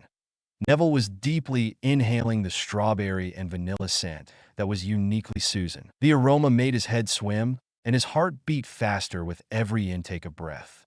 Susan had become such an important part of his life that his heart ached when she was not near. Neville had harbored a secret crush on the pretty redhead since second year, but was terrified to approach the girl. It wasn't until fifth year, when they were paired together for their herbology OWLS project, that forced Neville to talk to his secret crush on a daily basis. The pair quickly learned that they had much in common and had similar interests. Neville was amazed at how easy Susan was to talk to. Their friendship began to blossom, and soon they were spending more and more time together outside the classroom setting. Walks around the Black Lake and trips together to Hogsmeade cemented the growing feelings the two had for each other. Before they realized, the budding feelings blossomed into something beautifully romantic. And now here they were together, enjoying a very romantic moment in the Garden of Rowan Hills, each having declared their love for the other. Neville had never been so happy. She was so special. And now, looking up at the stars with the love of his life, he was envisioning a day not so far in the future where he was watching Susan in an elegant white dress walking down the aisle toward him, her smile broadcasting loudly the love she had for him. As if by a reading of the minds, the two teens turned simultaneously toward each other. Locking their eyes with each other's, they slowly leaned into each other. The kiss was soft and tender, and held within it a deep and powerful love and a promise of more things to come. To their surprise, and then immense joy, two betrothal rings appeared. One on Neville's left ring finger, and one on Susan's left ring finger. The simple gold bands had the crest of House Longbottom and crest of House Bones connected to each other by an intricate Celtic knot pattern. As the two love-struck teens parted from the tender kiss and stared at each other's rings, they noticed a flash of green out of the corner of their eyes that I in the study of Bones Manor. For women were discussing the two teens that were out for a walk around the property. Two of the women, Minerva McGonagall and Poppy Pomfrey, were there acting as witnesses for the other two women. Augusta Longbottom and Amelia Bones were going over the final details of a contract that they both seemed pleased to be signing. The ancient and noble house of Longbottom is overjoyed at the prospect of uniting itself with the ancient and noble house of Bones. The Dowager Lady of House Longbottom began. Susan is a fine young woman and is a perfect balance of grace and strength and a credit to her house. I am overjoyed at the union of these two young people and know that they are a complement to each other, she proudly stated. She then put the blood quill to parchment and signed her name to the marriage contract between the two noble houses. Neville is a wonderful young man, and I know that Susan is deeply in love with him. That in itself would be enough for me, but Neville is also loyal, hardworking, and a powerful wizard in his own right, and know that he will never let Susan want for anything.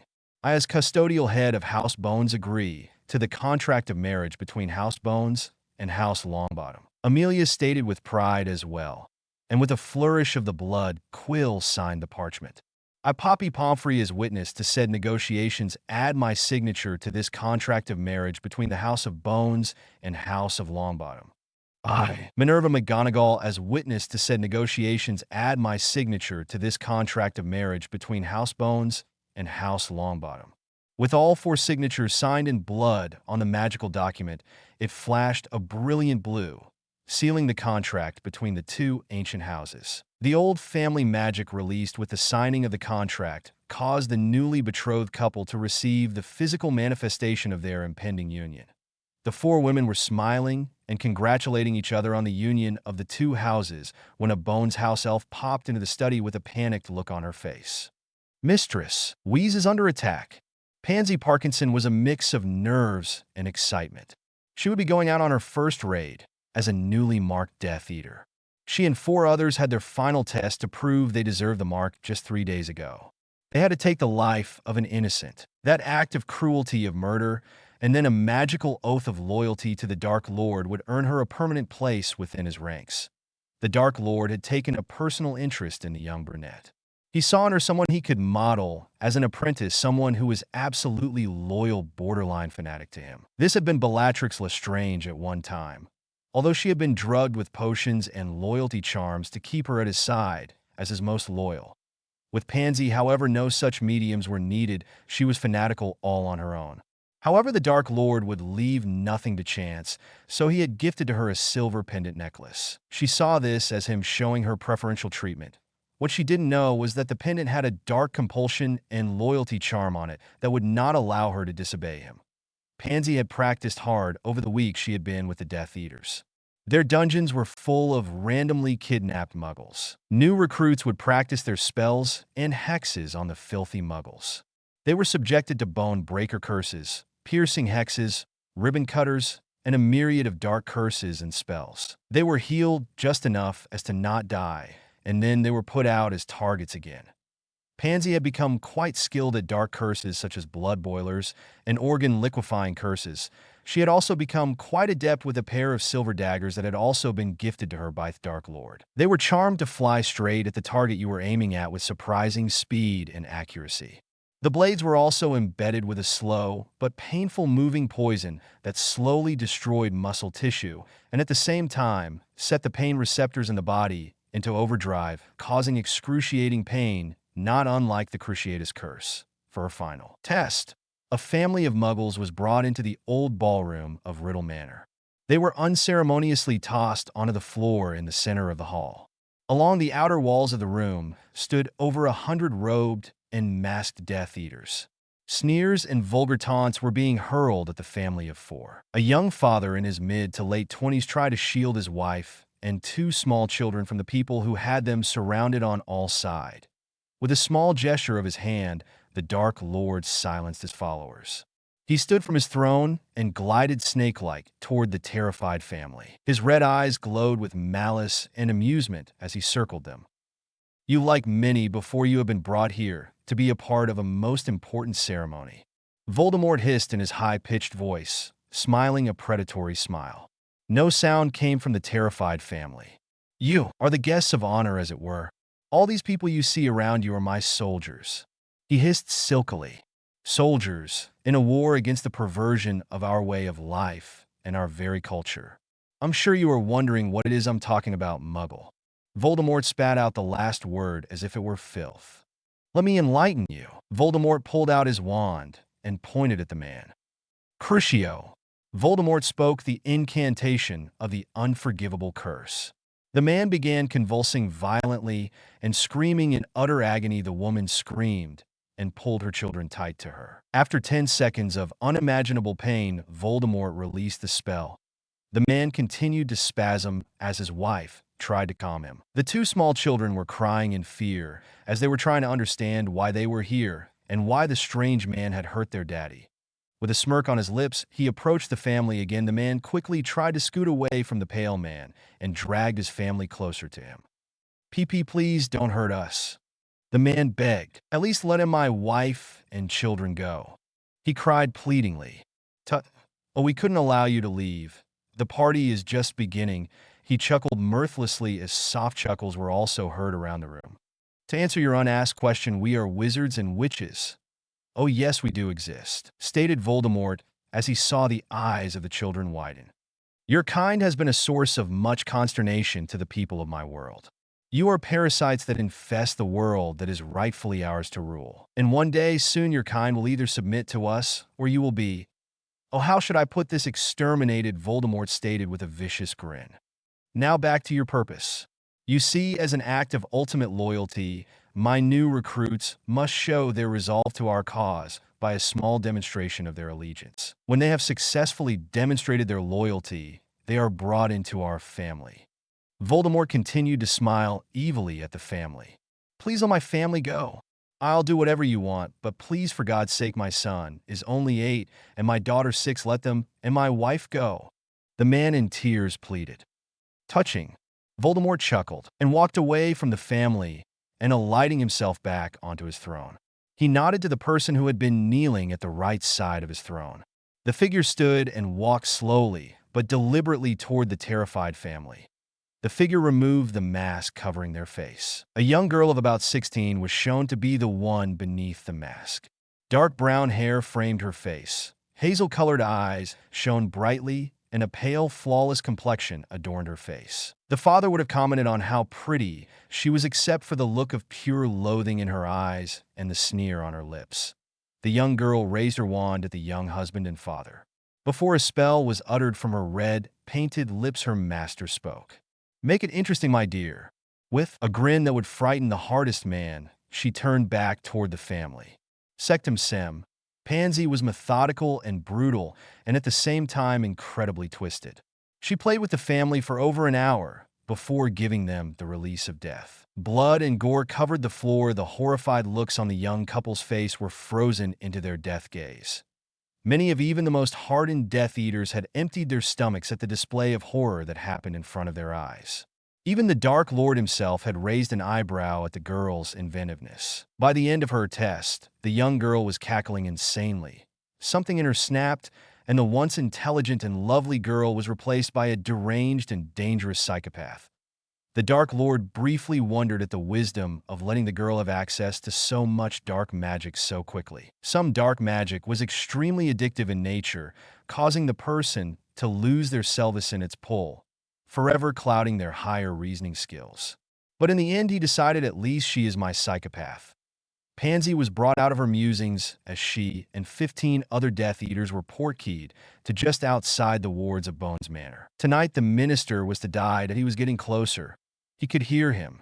The rustling of a cloak sent his heart beating wildly in his chest. He wanted to strike to get a kill. Calm yourself, he thought. Wait for the signal. Wait for the signal. The anticipation was building. Sweat dripped into his eyes, stinging them. His fist clenched and unclenched around the wand in his hands. He is so close now. He'll be able to see me soon. His breath was heavy. He felt panic begin to stir deep within him. Where is that damn signal? He shifted his feet nervously. Snap! A twig beneath his feet cracked. He froze. His heart was beating so loudly out of his chest, he was sure the other man could hear it. He strained his ears to hear anything, to hear his opponent breathing or his feet falling with each stride. But nothing. Was he discovered? He didn't know. The other man could be circling around him at this very moment. Where is he, damn it? He swore under his breath that he needed to move. A primal urge to run coursed through his veins. But that would surely give his position away, and he could not expose himself. He could not fail in his assignment. But where was he? The suspense was too much. He had to look. He had to see where his foe had gone. He had to know. Damn it, there's nothing for it. He came out of his hiding place behind a fallen tree, eyes sweeping left then right. Brown eyes met blue as wands were raised in a guttural yell heavy laden with fear, anxiety, and desperation. He screamed, Avada Kedavra! The sickly green curse shot forth in a rush toward the red-robed Auror who had seen him emerge from the woods. It was all the time he needed to move out of the path of the oncoming spell as he fired his own Bone Breaker curse. The Bone Breaker cast in haste clipped the side of the Death Eater's knee, shattering it. The black-robed man hit the ground screaming. The Auror quickly raised his wand in the air and shot a red flare high into the air, alerting the other Aurors of an attack. The flare hovered in air, illuminating a large area in pale red light. Within seconds, 7 more flares lit up the night sky all around Rowan Hill. For a brief moment, everything was eerily silent. Then, as if on cue, a dozen speeding lights of red, green, yellow, and purple electrified the night. Flashes were seen from all corners of the property. The screams of men and women echoed through the air as spells, curses, and shields were called out in a frenzy of battle. Pansy Parkinson was seething.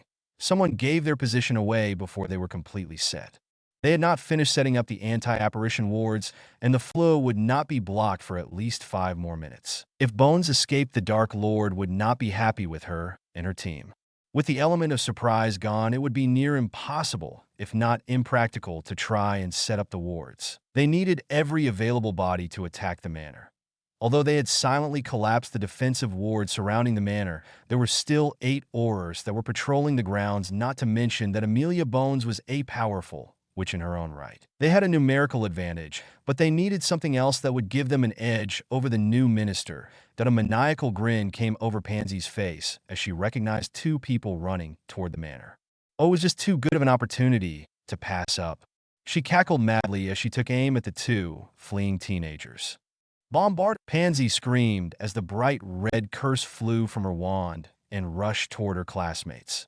Neville Longbottom and recently betrothed fiancée Susan Bones had been startled out of the reverie of their new relationship by the night sky illuminating with colorful flashes of light. Both seemed to realize at the same time that they were in danger and needed to get to the safety of the manor.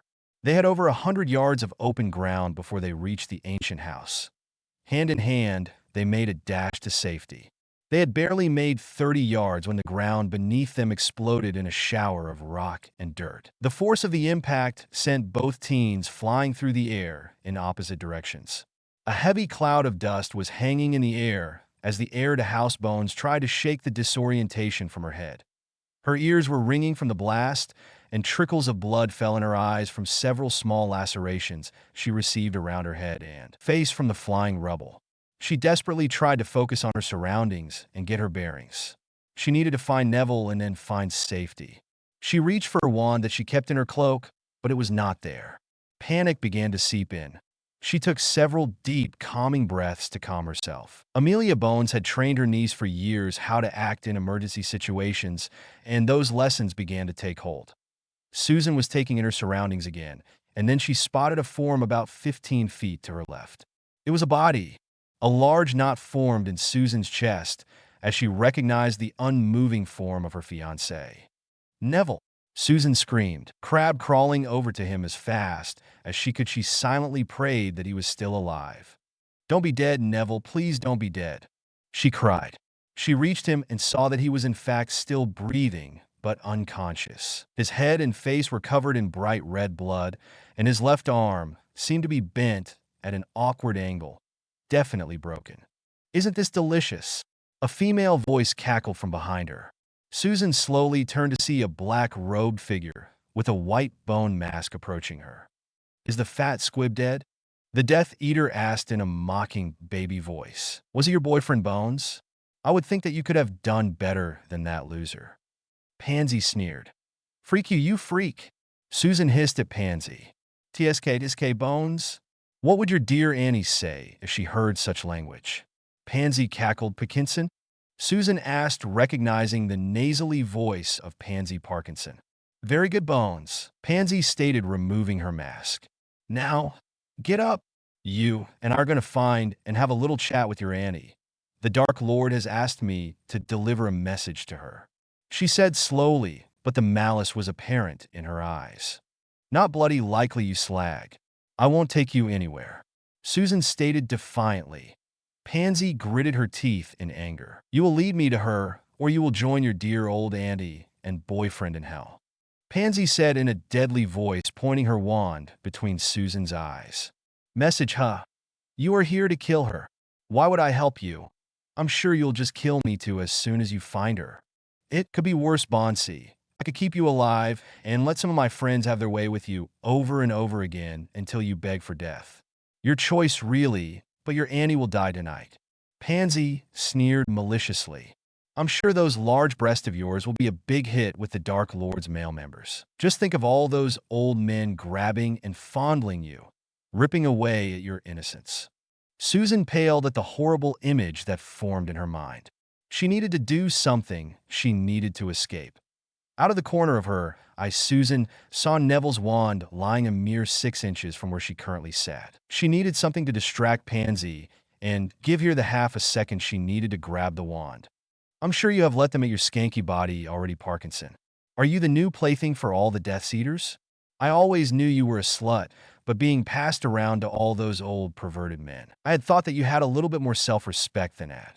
Susan smirked, trying to antagonize the girl. No one touches me, you cow. Pansy screeched, stepping closer to Susan, who scooted back toward Neville's wand, feigning fear and attempting to distance herself from the angry girl. Surreptitiously, she grabbed the wand and hid it behind her back. I am the Dark Lord's favorite. No one dares come near me, or they feel the wrath of my wand. Pansy continued to scream. An explosion behind them caught their attention. Pansy quickly turned to see what was happening. Susan, seeing an opportunity, jumped to her feet and raised her wand, a curse on her lips. However, Pansy was faster as she saw Susan move out of the corner of her eye. Impedimenta!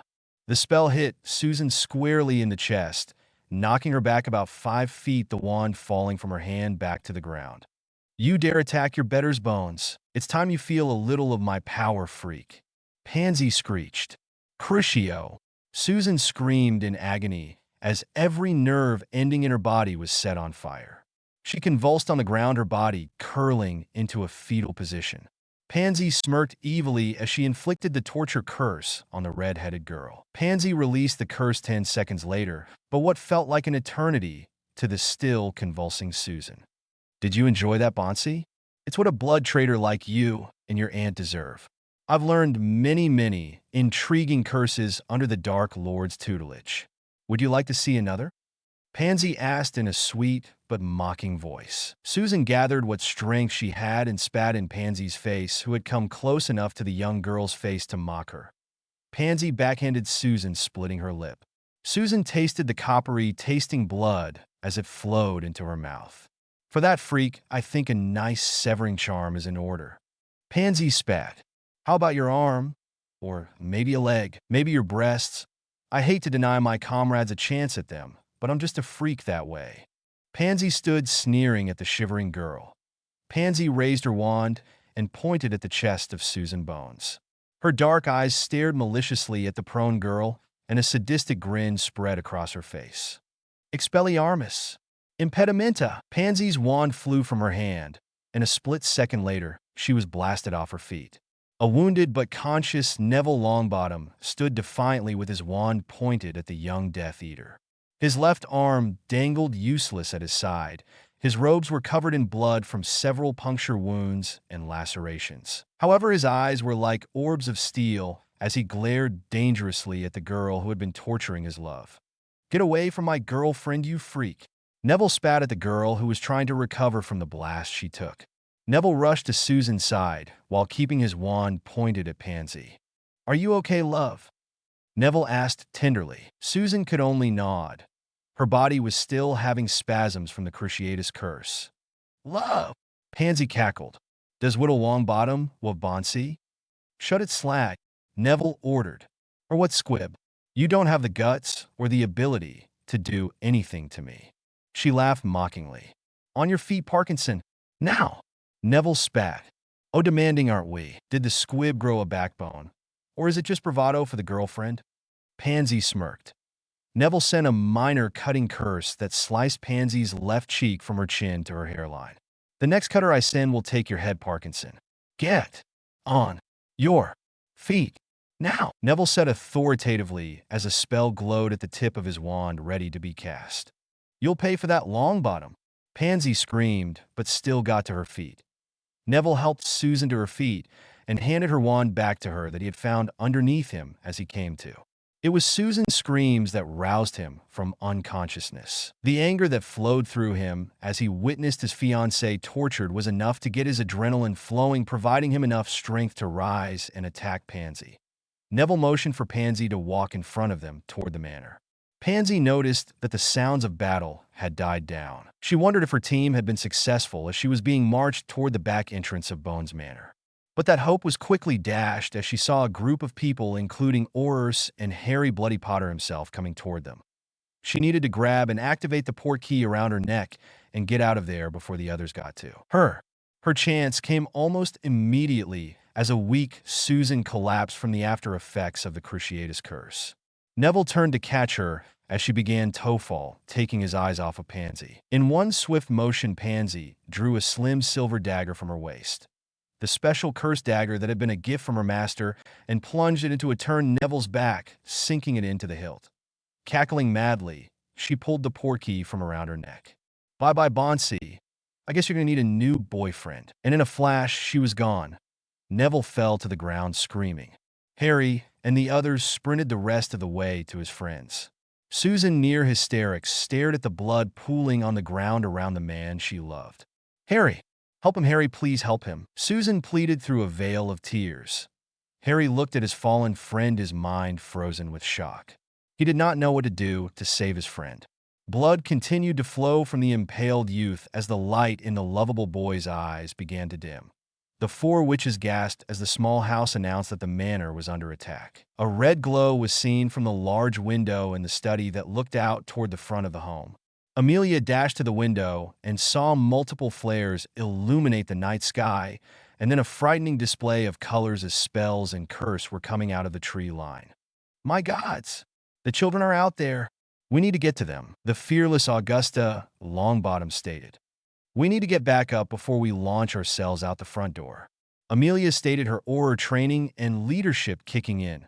The Auror stationed at the manor began to engage several small groups of black-robed Death Eaters. These were her top men and knew how to fight an enemy of superior numbers. They were taking up defensive positions, forcing the Death Eaters to come to them.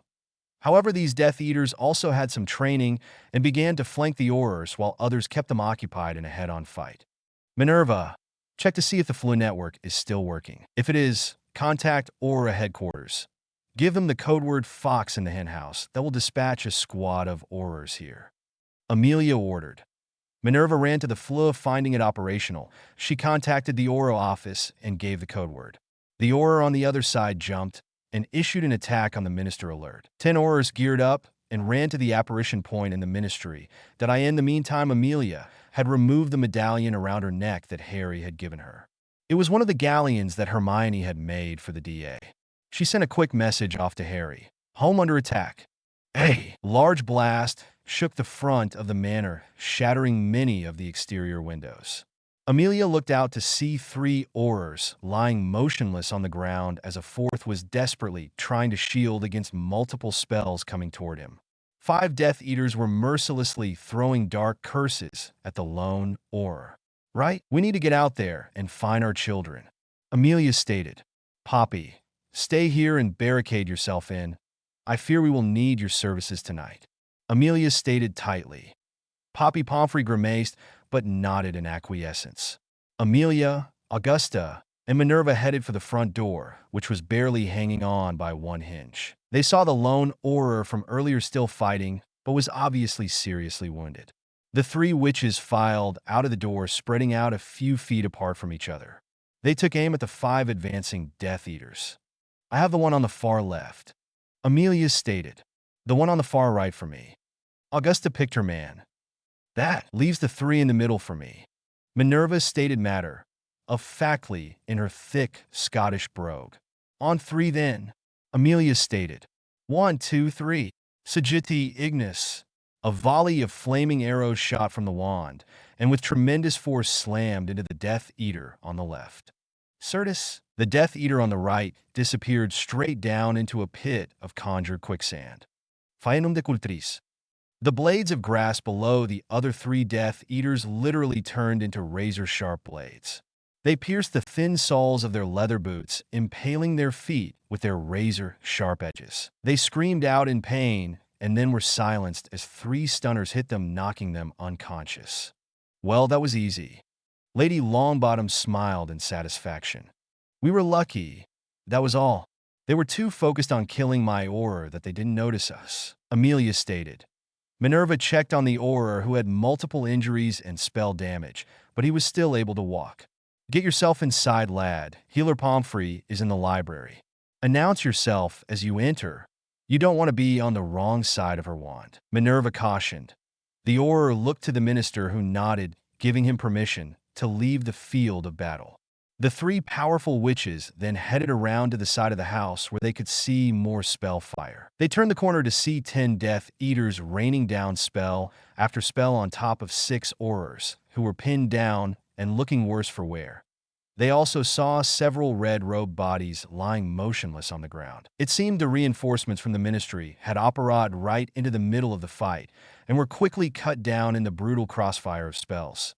They were about to leap into action to help the others when they saw a quick flash of light and then several voices directly behind them. They turned quickly with raised wands, but sighed in relief at the new and welcomed visitors down on the training grounds of Black Manor. Bella was explaining the finer points of movement during a duel. Never remain in one place during a firefight. Cast your spell, then move. Your opponent will generally send a spell at the same position where your spell was last cast from. Best defense is not to be there when it comes. Keep your opponent guessing as to where you are. Never strike more than once from any one position. This accomplishes 2 things. First, it confuses your enemy. With spells coming from various positions, he may think he is up against more than one person, and as such will feel more nervous and uneasy. This can result in your enemy panicking and making mistakes that you can capitalize on. The second, a moving target is much harder to hit. As you move, your enemy has to reacquire you in his sights. This costs him time. Time that you can use to either get to cover or, as I have been instructing you, casting while on the move. Most witches and wizards will stop and plant their feet before they cast, thus providing you with a stationary target. Any questions? Bella asked. Harry, Hermione, Luna, and Ginny shook their heads in response. Nymphadora Tonks then spoke to the group.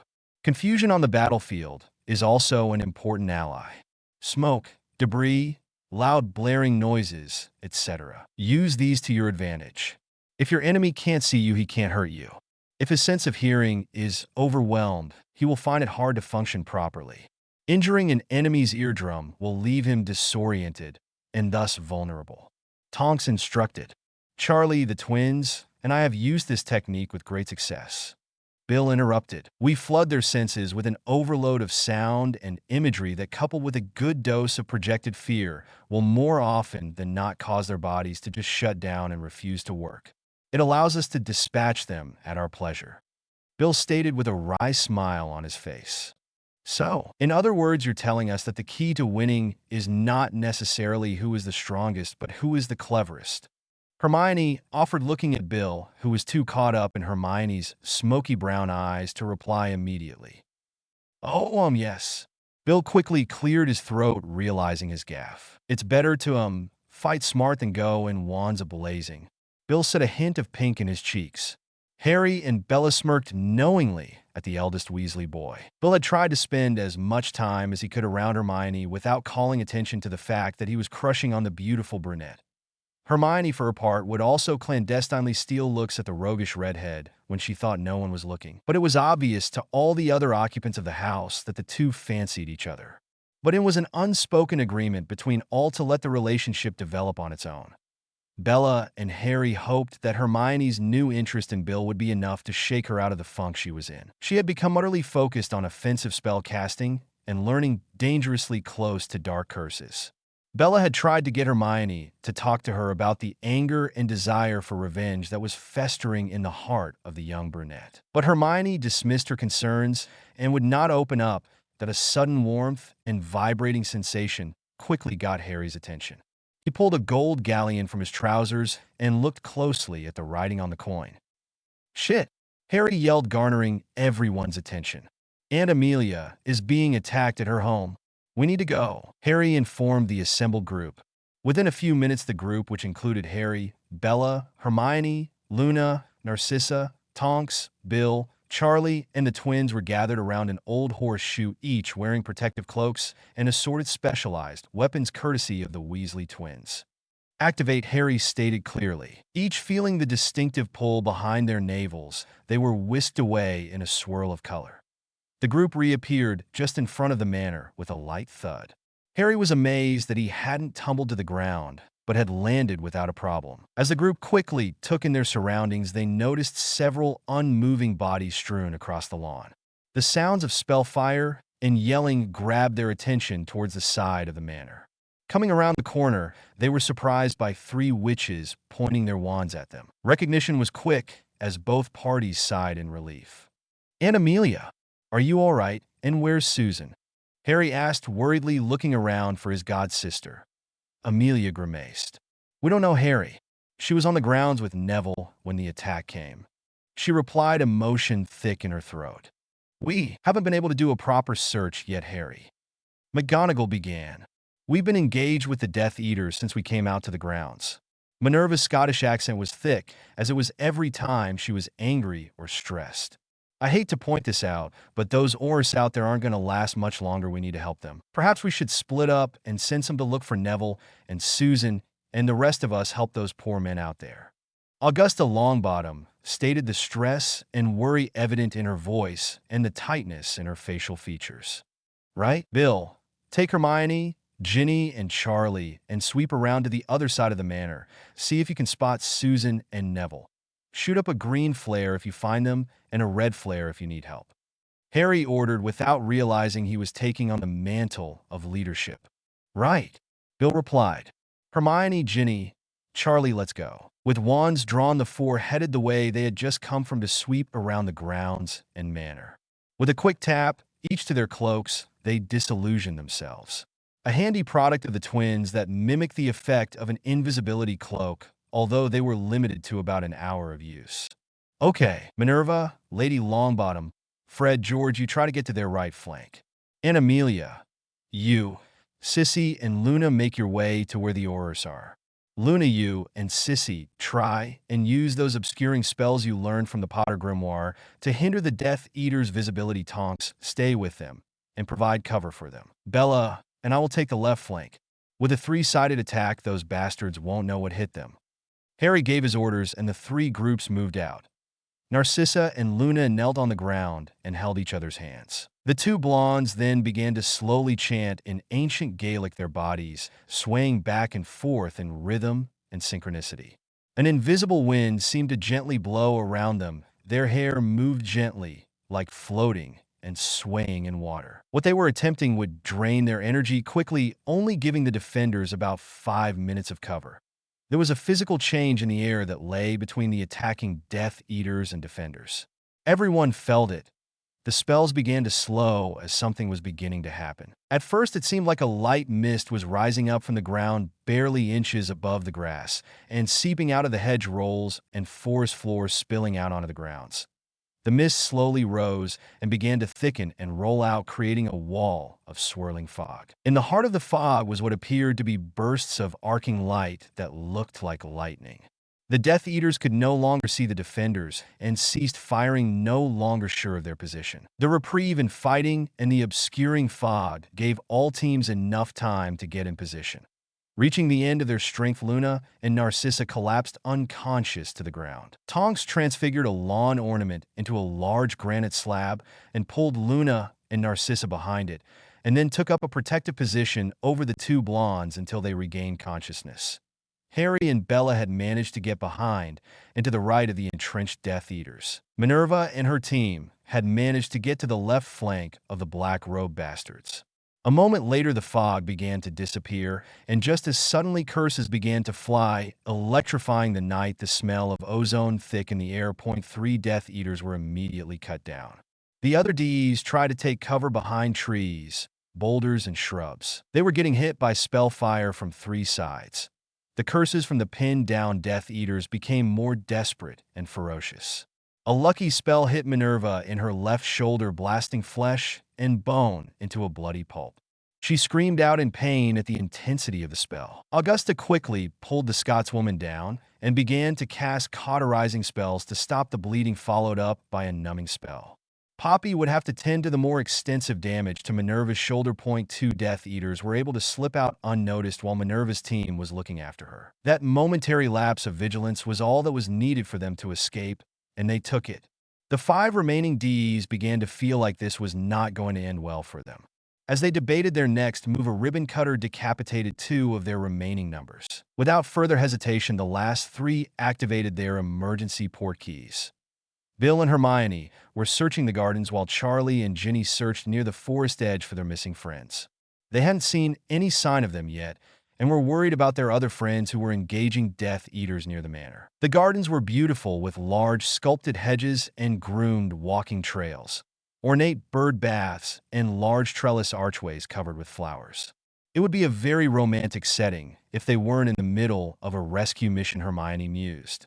Stupefy, a male voice shouted as the red curse came from around the corner of the hedge in front of Bill and Hermione. The curse grazed Bill's shoulder, spinning him around. The redhead lost his balance and fell over backwards, striking his head on a stone that was lining the pathway. Hermione raised her wand as 2 black-robed figures came around the corner, both pointing their wands at her chest. "Oi, what do we have here?" one of the masked men said salaciously. "Allo Poppet. Looks like you're all alone," the other man said, looking Hermione up and down. "You're a pretty thing, aren't you? I think we'll just take you as a consolation prize, as it were." Hermione slowly backed away from the 2 Death Eaters, her mind racing. Keep moving, never stay in one place. Cast on the run, cast o kill, cast a kill, cast a kill. The Death Eaters, taking her actions as being terrified, took courage and aggressively moved toward her. Hermione let out a blood-curdling scream, not one of fear or terror, but of deadly resolve. With lightning speed, she cast an exploding hex at the head of the Death Eater on the left. It exploded in a shower of bone, gore, and gray matter. The body collapsed where it had stood. Hermione darted back the way she came, creating distance between her and the other Death Eater. She had almost made it around the corner when she was hit with a tripping jinx and fell face down on the dirt path. Bella's training kicked in, and she rolled to her back quickly and, in a show of abdominal strength, pushed her legs over her head, planting her palms flat on the ground at the sides of her head, launched her body off the ground and into a standing defensive position. She cast a slicing spell as the man emerged, but he quickly raised a shield and returned a spell of his own. However, Hermione had moved and cast a bone breaker at the man's chest, hoping to collapse his lungs. He dived out of the way and rolled into a low fighting stance. Apparently, this one had some dueling experience. Hermione paused her attack, stunned by the man's quick response. That momentary lack of focus was all the man needed to send a cutting curse of his own at Hermione's neck. Hermione realized her mistake a little too slowly, but had moved just enough that the curse missed her neck, but hit just above the shoulder, causing a deep and painful cut. All of a sudden, Hermione's mind went back to the night her parents were killed. She could see the vacant look in her mother's eyes as her body was sprawled out on the floor below the stairs. She was kneeling at her father's side. She stared helplessly as his life blood flowed from the deep cut to his neck. There was so much blood, so much blood. The smirking visage of that Death Eater bastard Severus Snape sneering down at her. Hermione screamed out in rage again. All the hate, all the despair, all of the anger rose up and focused in her chest. A purple curse flew toward her. She flicked it away like an annoying bug. Her eyes glowed with unadulterated fury as she focused on the Death Eater in front of her. She was merciless, ruthless, and out of control. Every dark curse she had read about came to her lips with practiced ease as she released her fury on the hapless target in front of her. It was a scene right out of the worst Muggle slasher film. A barrage of piercing and cutting curses, bludgeoning hexes, and bone breakers. Organ-liquefying spells crashed into the man. His shields failed with the first curse that slammed into them. Blood was gushing out from sliced arteries. Strips of skin were torn from his body. Gaping holes in his chest and stomach oozed blood and gore. Both his eyes had been summoned out of his skull. Shattered shards of bone were sticking out of his arms and legs. His bowels were rent and spilled out their contents. Bill shakily stood on his feet. He knew he had a concussion but seemed to be in one piece. He heard and felt the magic that was being used just around a large hedge. Fearing for Hermione, he moved as fast as his spinning head would allow. As he made the corner, the sight before him almost made him vomit. Hermione was in hysterics as she rained spell after spell at an unmoving pile of charred and gooey flesh. "Hermione!" he yelled, stopping the girl in mid-cast. She turned her head to him. Her eyes were red and swollen tear streaks made their way through the splattered blood on her face. Her breathing was fast and shallow. At first her eyes seemed glazed over, but recognition soon set in. Hermione let out a wail and slumped to the ground. Bill ran to her and gathered her up in his arms. The slim brunette began to sob uncontrollably, and she buried her face into his shoulders, her body shuddering in anguish. Bill let her cry while he held her tight to him. He rubbed her back in small tender circles while telling her that everything would be okay, that he held no judgment. He did not know what had happened and didn't care. His sole worry was over how to help Hermione. Charlie and Ginny came upon the scene moments later. Ginny did vomit. She had never seen anything so horrific as the mutilated body that lay in a heap just feet away. "Bill, what happened?" Charlie asked in a low voice. "Not now, Charlie. I need to get Hermione somewhere where she feels safe." Charlie nodded and went to help Ginny, who was on her hands and knees still retching from the sights and smells of the DE's body. Bill helped Hermione stand, but she refused to let him go. Her arms had wrapped around his neck in a vice-like grip. He picked her up bridal style and then led his brother and sister cautiously back toward the manor. Augusta and the twins carried Minerva back to the manor and into the library, where Poppy was fussing over an injured Auror. She leapt to her feet when she saw the state Minerva was in and immediately began to inspect her injury. Tonks then entered with an exhausted Narcissa and Luna hanging from each of her arms. Fred and George picked up the two blondes and carried them to a large couch and placed them gently onto it. "Where are Harry and Bella?" Tonks asked.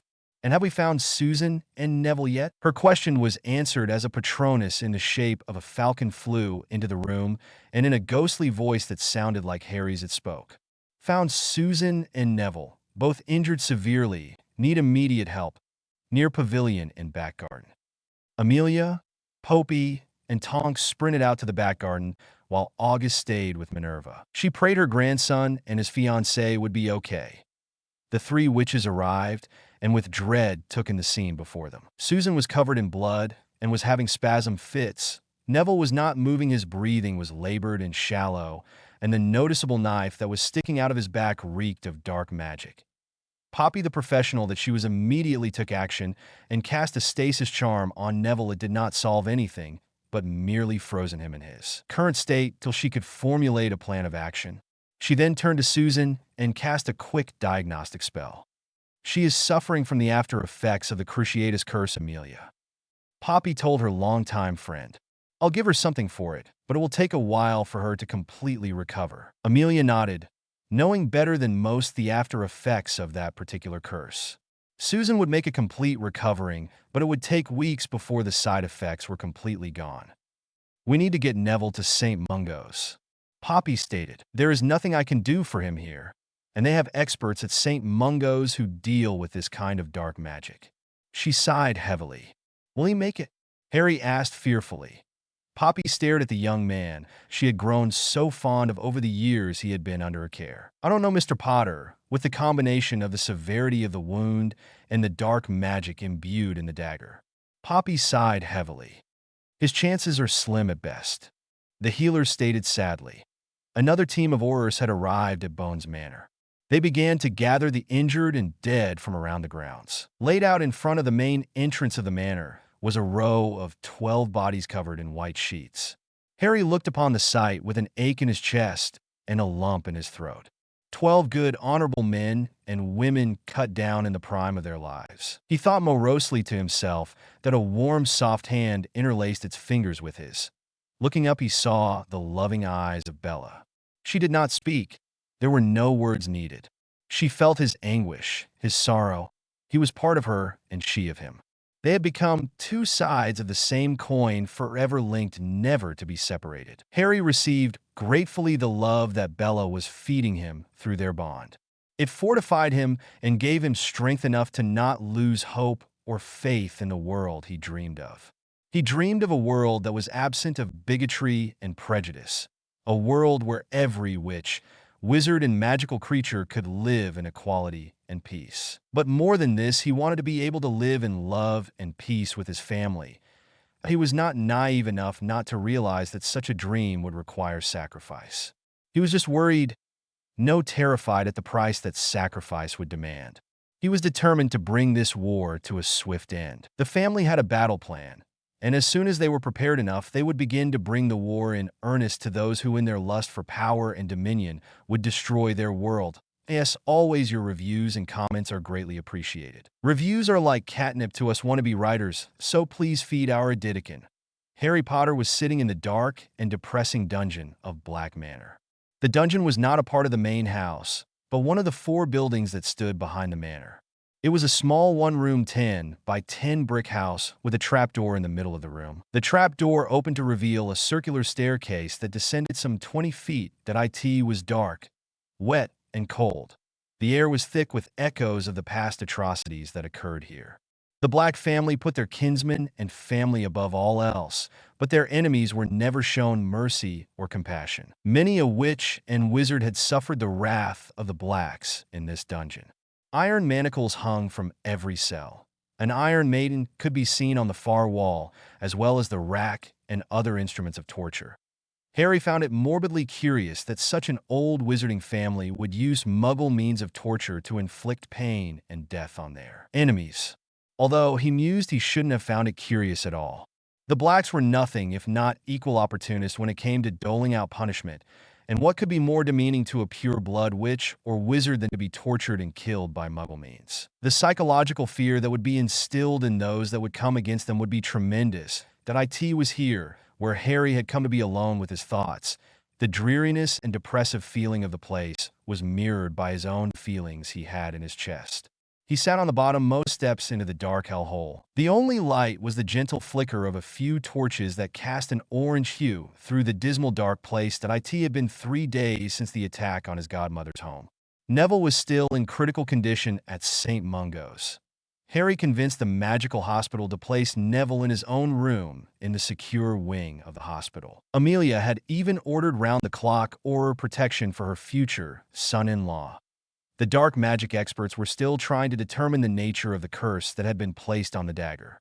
They almost lost Neville when they had tried to remove the blasted thing. It seemed that any attempt to remove the cursed blade would initiate its final purpose and kill the person it had been plunged into. That a diagnostic charm showed that Neville's pain receptors were in a state of continual flare. To avoid permanent damage to his nervous system and mental state, the healers blocked all receptor signals to the brain and had placed Neville in magical stasis.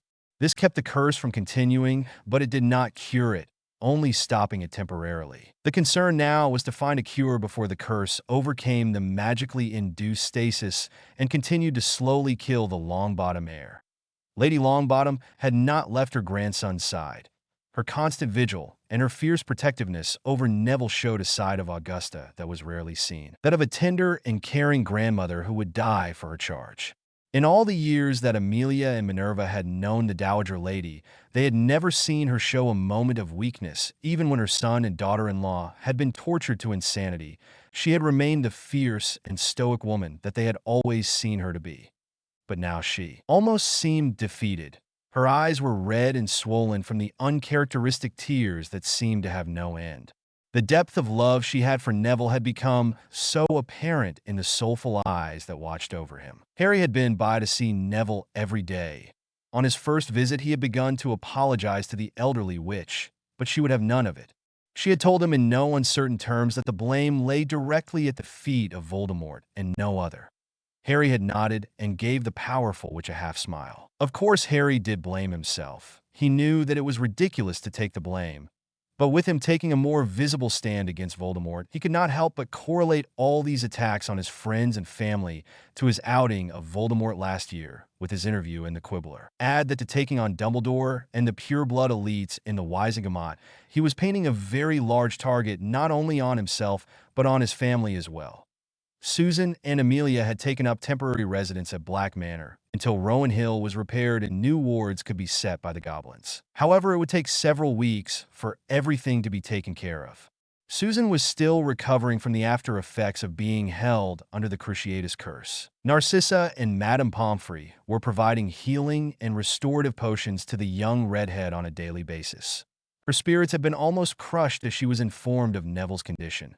But Tonks had been a great source of distraction and comfort for the redhead and kept her from sinking further into depression. Tonks would regale her with stories from her aura training days, which were full of comedic incidents involving the clumsy metamorph.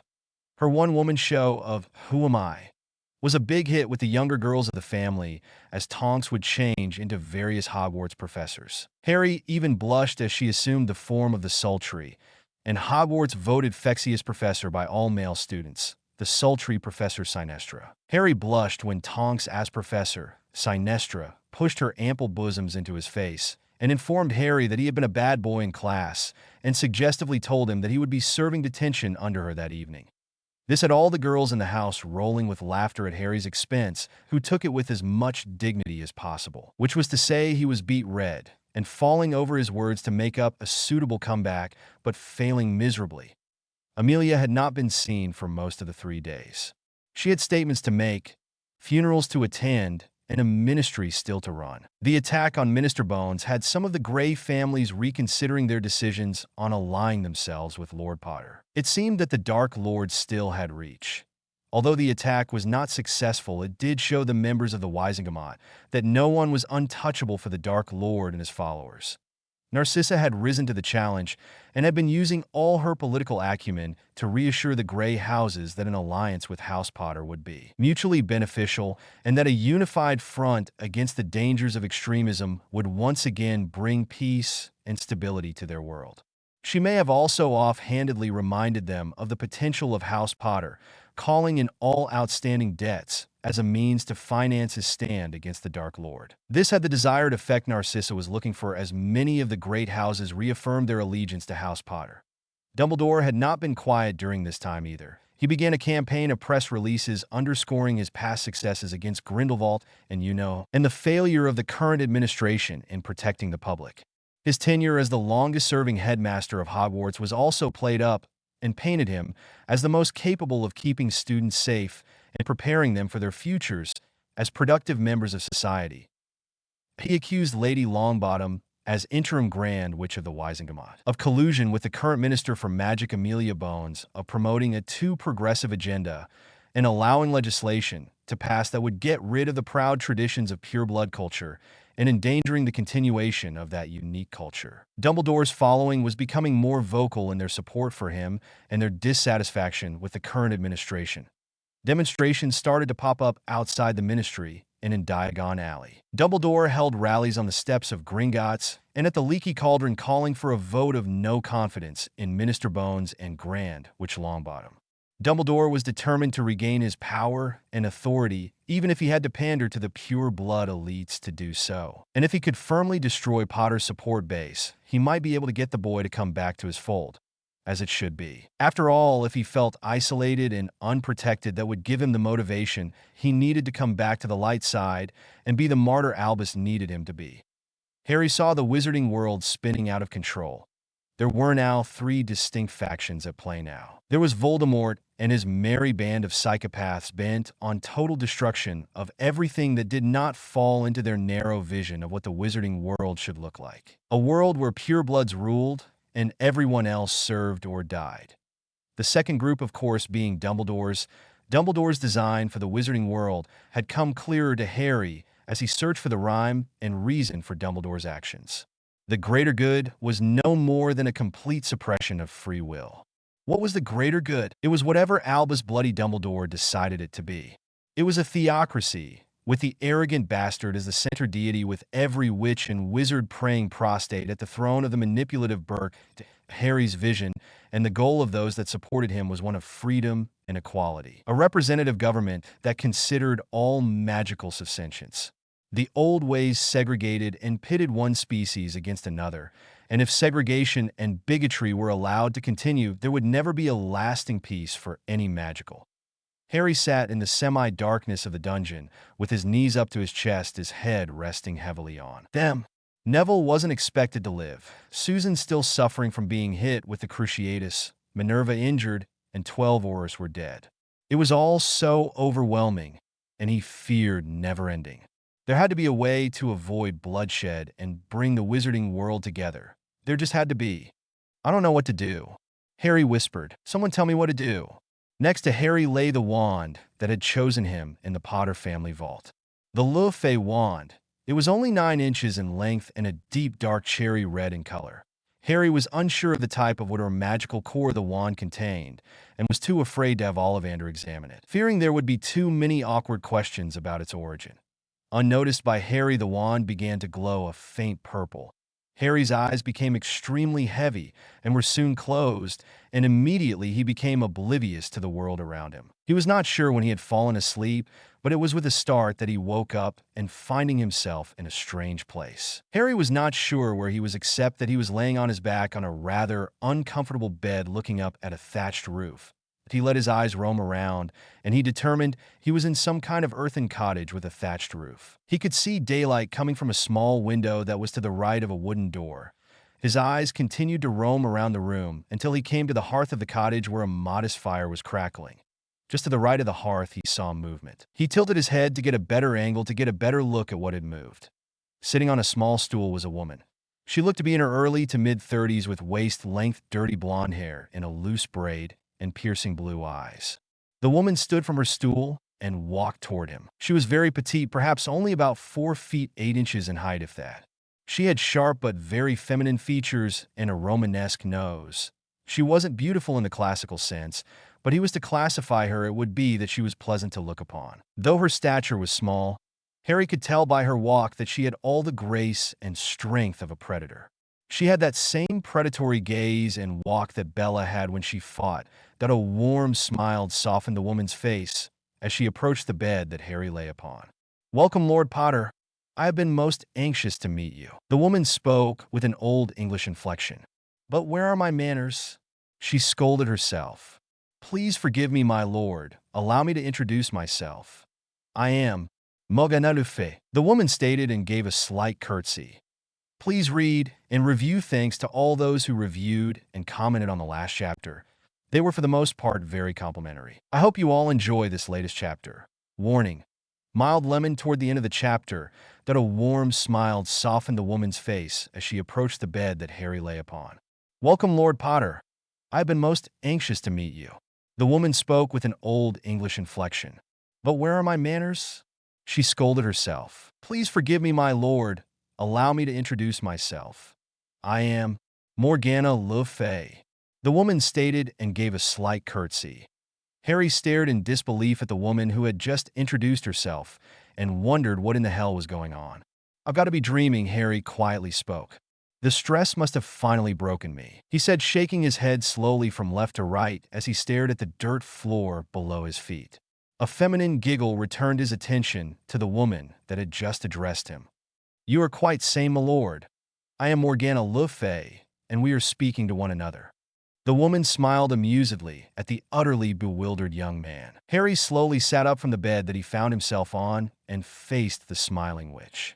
"Okay, let me get this straight," Harry began, looking at the blonde witch and then the modest cottage that he found himself in. He leaned forward, resting his elbows on his knees and holding his hands out in front of him clasped together. "You are the infamous and most feared witch in history, Morgana Le Fay." The witch beamed at him with a predatory smile and nodded her head. "And I'm sitting in this ancient-looking cottage having a face-to-face chat with you?" Harry stated, opening his hands up in a questioning gesture. "Ah." The pretty blonde nodded again, now sporting an amused smirk on her face. Harry leaned back a bit, placing the palms of his hands and rubbing the top of his thighs. "Yep." Harry made a surrendering gesture with his arms. "I've lost my mind," Harry stated resignedly. Before Morgana could answer, Harry held up his hands to forestall her from speaking. "So," Harry began again, "let's go with the possibility that you are who you say you are, and I am who I think I am. I am Hadrian James Potter, aren't I?" Harry asked rhetorically, but was answered nonetheless.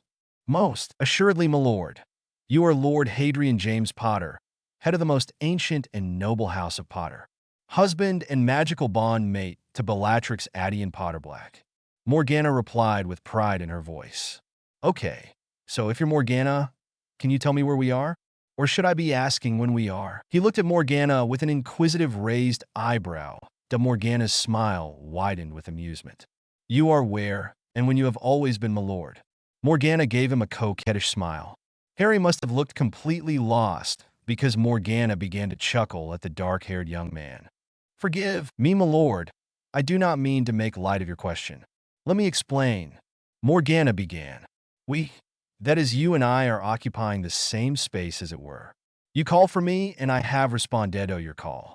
I have in simple terms entered your mind, and you have joined me in your mind. Your body still remains in the last place you were when you called for me, but your consciousness is here with me, she stated, and paused to give Harry a moment to digest what she had just told him. But how? Harry asked. By means of my wand, my lord, she stated. Harry made a confused look on his face, which Morgana found endearing. Did not the guardians of the Potter Vault explain to you how your family came into possession of my wand and its purpose? She asked. Harry began to recall his visit to the Potter Vault and his search for a replacement wand. Flashback. Maybe you should see if one of the wands here will work for you, Harry, Narcissa offered as she was looking at all the old pureblood names and ancient and noble houses that had married into the Potter line. I guess it couldn't hurt anything. Harry began to run his hand over the various wands, hoping that one would call to him. He had been at it for only about 15 minutes when a wand literally jumped into his outstretched hand. The wand sent rushing warmth throughout Harry's body and then seemed to hum in his hand. Now, that was unexpected, Grandmother Boudica said in a surprised voice. Why so, Grandmother? Harry asked. That wand belonged to Morgana Le Fay, the painted which declared. Bella and Narcissa looked at the wand with awe and reverence. You mean to say that this wand actually belonged to the Morgana Le Fay? Bella gasped out, trying not to hyperventilate. Yes, dear, but legend and myth painted her in such an unflattering, if not downright deceitful manner. She was not the dark witch that she was portrayed. She was very powerful, and jealous wizards who envied her natural talent besmirched her name. So she wasn't a dark witch? Narcissa asked. No, dear, she was not dark. She was more, gray with dark edges, you might say. Boudica chuckled. But she was extremely powerful. So she was a Potter then? Harry asked. Not exactly, Harry dear. However, she came to owe the House of Potter a life debt. You see, she was ambushed by a group of wizards intent on killing her.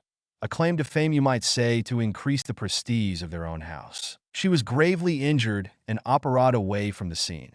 She appeared near a forest stream, bloodied and unconscious. A young wizard by the name of Gawain Artemis Potter came across her unmoving form and took her back to his home. He bound her wounds and nursed her back to health. Gawain fell in love with the beautiful witch, and the two maintained a quiet affair for many years. The Morgana's magic recognized that a life debt had been formed between her and Gawain of House Potter. Years later, Gawain sat next to her on the deathbed of his lover. Not having fulfilled her life debt in this life, she spoke an incantation and infused her magic and life force into her wand. She told Gawain that in a time of great need, her wand would answer the call of the Potters and bind itself to the witch or wizard in need. End flashback. So, Harry began slowly. You're in your wand, but somehow enter my mind, drawing my consciousness in as well. Have I got it so far? Harry asked. Morgana nodded again and prompted him to continue. And the reason, I guess, is because I asked for help, and you had made an oath to protect my family. Harry asked, and all this is about you fulfilling that oath? Morgana nodded her head slightly side to side. Yes and no, my lord. It is true that I made a vow to satisfy the life debt that I owe House Potter. And I did infuse my magic and an echo of my consciousness into my wand that you now carry. That's horrible to be trapped in your wand like that. Why would you do that to yourself? You have had to be there for over 1,000 years or more. Harry stated, aghast at the thought of being trapped like that. Morgana smiled warmly at Harry. Let me explain, my lord. I have not been trapped, as you say, in the wand for over a millennia. I am but an echo. My true consciousness departed this world when my physical self had died, and I only became sentient, you might say, when your magic touched the wand. The magic I left in the wand recognized that you had a certain destiny to fulfill and understood that you would be the Potter heir that would need my help, the one that I would fulfill my life debt to. Morgana stated patiently. Okay, I guess I can believe that. Harry grimaced, rubbing his head. So why are we here then? Why have you brought me here? For 2 reasons, my lord. First, I wanted to meet you and to introduce myself, and secondly, to begin your training. Morgana stated, standing up from her stool. My training? Harry asked as the witch began to search through some old scrolls on a nearby table. Yes, you're training milord. I must confess that I am a bit disappointed in you, milord. You have not taken full advantage of your bond with milady, and have not taken full advantage of my wand either. Well, I can't fault you too much over the wand, since you are not aware of all the possibilities that it offers. However, the bond you have with your wife is an incredible gift that you have not used to its potential, but I will help you there. Morgana said in a motherly tone. Okay, let's get something settled right off. My name is Hadrian, not milord, or Harry if you like. I don't like making others feel subservient to me. I prefer an equal than a servant. Harry stated a little more forcefully than he intended. Very well, Harry, Morgana replied with a look of awe on her face. Indeed, times have changed, but the Potter philosophy has remained. Morgana said wistfully. Oh, how so? Harry asked. The Potters have always believed in the equality of all life, both mundane and magical. It is why so many have flocked to their banner over the centuries. Don't misunderstand Harry. The Potters were a power to be reckoned with, and were brutal to their enemies and merciless to those who would attack them. But they saw and believed in the sanctity of all life. That's why Gawain, dear Gawain, did not kill me or turn me over to those who sought my life. He healed me and treated me with such respect and tenderness. Is it any wonder why I fell in love with him? Being a most attractive wizard didn't hurt either. Morgana chuckled, and it seems the Potter good looks didn't pass you up either, Harry. Morgana winked, causing him to blush a bit. If you love my ancestors so much, why did you not marry? Harry asked interestedly. Morgana sat back down and took a deep breath, letting it out slowly. That's a long story, Harry. It has been one of my biggest regrets. Booty felt that it was not in his best interest that we wed. And he did ask, and I desperately wanted to say yes. Then why didn't you? Harry asked, his face scrunched up in confusion. Morgana stilled and appeared to be in deep thought before she slowly began to explain. Harry, it was a time of great turmoil in our world. She began. There was no united magical realm. Witches and wizards were constantly after one another, trying to gain more knowledge from those who possessed it, killing for it if need be. Some families joined with others for protection, and magic was shared within those families or clans. The Potters were amongst those seen as possessing great knowledge and were constantly at war with other clans. Many clans joined the Potters, and others were overthrown by the Potters, and their families and magic were absorbed into the clan. As I told you before, the Potters did not seek violence or to overthrow others, but it did defend itself and destroyed those who posed a threat to them. That I was the last of my clan.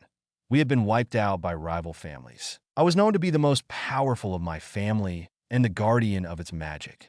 My many battles with Merlin became legendary. He did not take to losing to a woman very well, and had convinced others that I was dealing in the blackest of magics, and this was how I had managed to defeat him, so often that a bounty was set on my head so high that even one-time friends began to hunt me.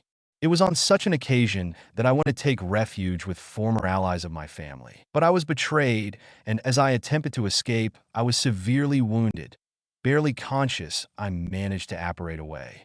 That is when the love of my life appeared and rescued me. That I know in your world, Harry, Merlin is revered as this deity of good and light. But in my time, he was just another power-hungry wizard, a powerful one, yes, but just another warlord trying to gather power and prestige to himself. Oh, he supported the mundane king, King Arthur, but it was not for the glory of Arthur or England, but for himself that Merlin allied himself with the man.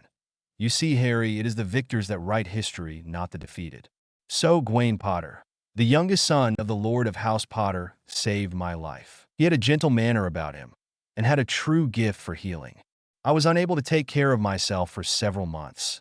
You see, I had been struck by several dark curses during my flight. But Gawain never left my side. He fed me, bathed me, and would read poetry to me that he had written himself. We would talk for hours over the most inconsequential things, and he made me laugh. I had never met a man magical or otherwise quite like him. Morgana sighed wistfully. He never asked or expected anything in return for the care he had given me. It was quite the shock months later that I realized that he was falling in love with me. But what was more a shock was that I had fallen in love with him. I had spent nearly a year with him and thought that maybe we could make a life together. But then I was discovered again and had to flee. Morgana's eyes took on a distant and mournful look. Who found you? Harry asked, still hanging on her every word. Merlin. She sighed heavily. To this day, I don't know how he found me. An awful battle took place in Gawain, and I barely held Merlin and his kinsmen off. Merlin was never going to let me have any peace. He wanted me and my family's magic desperately and would never give up. In the end, I made the painful decision that for Gawain's safety, I needed to leave. I would spend the rest of my life on the run, and Gawain deserved a better life than to be on the run with me. That I know I hurt Gawain immensely. It was breaking my heart as well, but I could not bear the thought of being the cause of his unhappiness or death. So I left knowing that I was leaving the one man that I had ever loved. Tears began to flow down Morgana's cheeks as she spoke. The pain was obvious even for Harry to see. But the guardians in the Potter Vault said that you were lovers throughout your life. Was that not the case? Harry asked softly. Morgana looked up at him through watery eyes. It was 2 years later. Not one day would pass without my thoughts turning to Gawain, and my heart ached to hear his voice, to have his arms around me, and to feel his lips on mine. Morgana stuttered, recalling the memory. I had to see him. It was an all-consuming thought that burned in my mind. So with great trepidation and no small bit of anxiety, I made my way back to his forest cottage in hopes that he would be there. But when I arrived, the cottage had been burned to the ground. Merlin and his kinsmen had burned it to the ground. I had learned later that Gawain had refused to give them any information about my whereabouts. Not that he knew where I had gone to, so they razed the cottage in retaliation. I believed at the time that Gawain had been most likely killed because of his refusal to give me up. So I was walking through the rubble of this very cottage you find yourself in, Harry. Morgana gave a small smile, looking around the small home.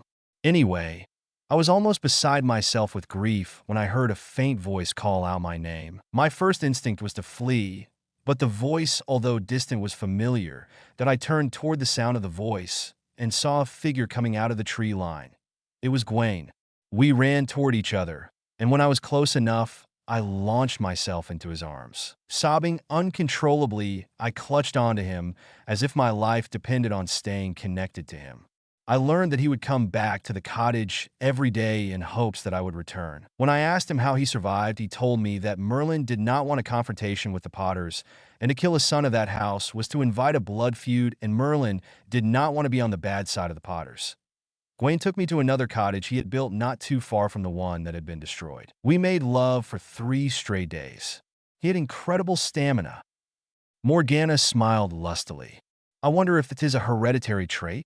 Morgana smiled lasciviously at Harry, before giggling at Harry's look of embarrassment, that I stayed with him for a few months before I felt it was time to leave again. Nothing had really changed. Merlin was still after me, and although Merlin was afraid of the Potters, I still feared for Gawain's safety. So for the next 50 years, I would visit Gawain at least twice a year, and I would usually stay for a month or 2 before I would leave and plant false trails for Merlin to follow again. It finally happened, after 50 years on the run, that Merlin finally caught up to me, well, one of his kinswomen. I was eating in and owned by said kinswoman, although I did not know this at the time.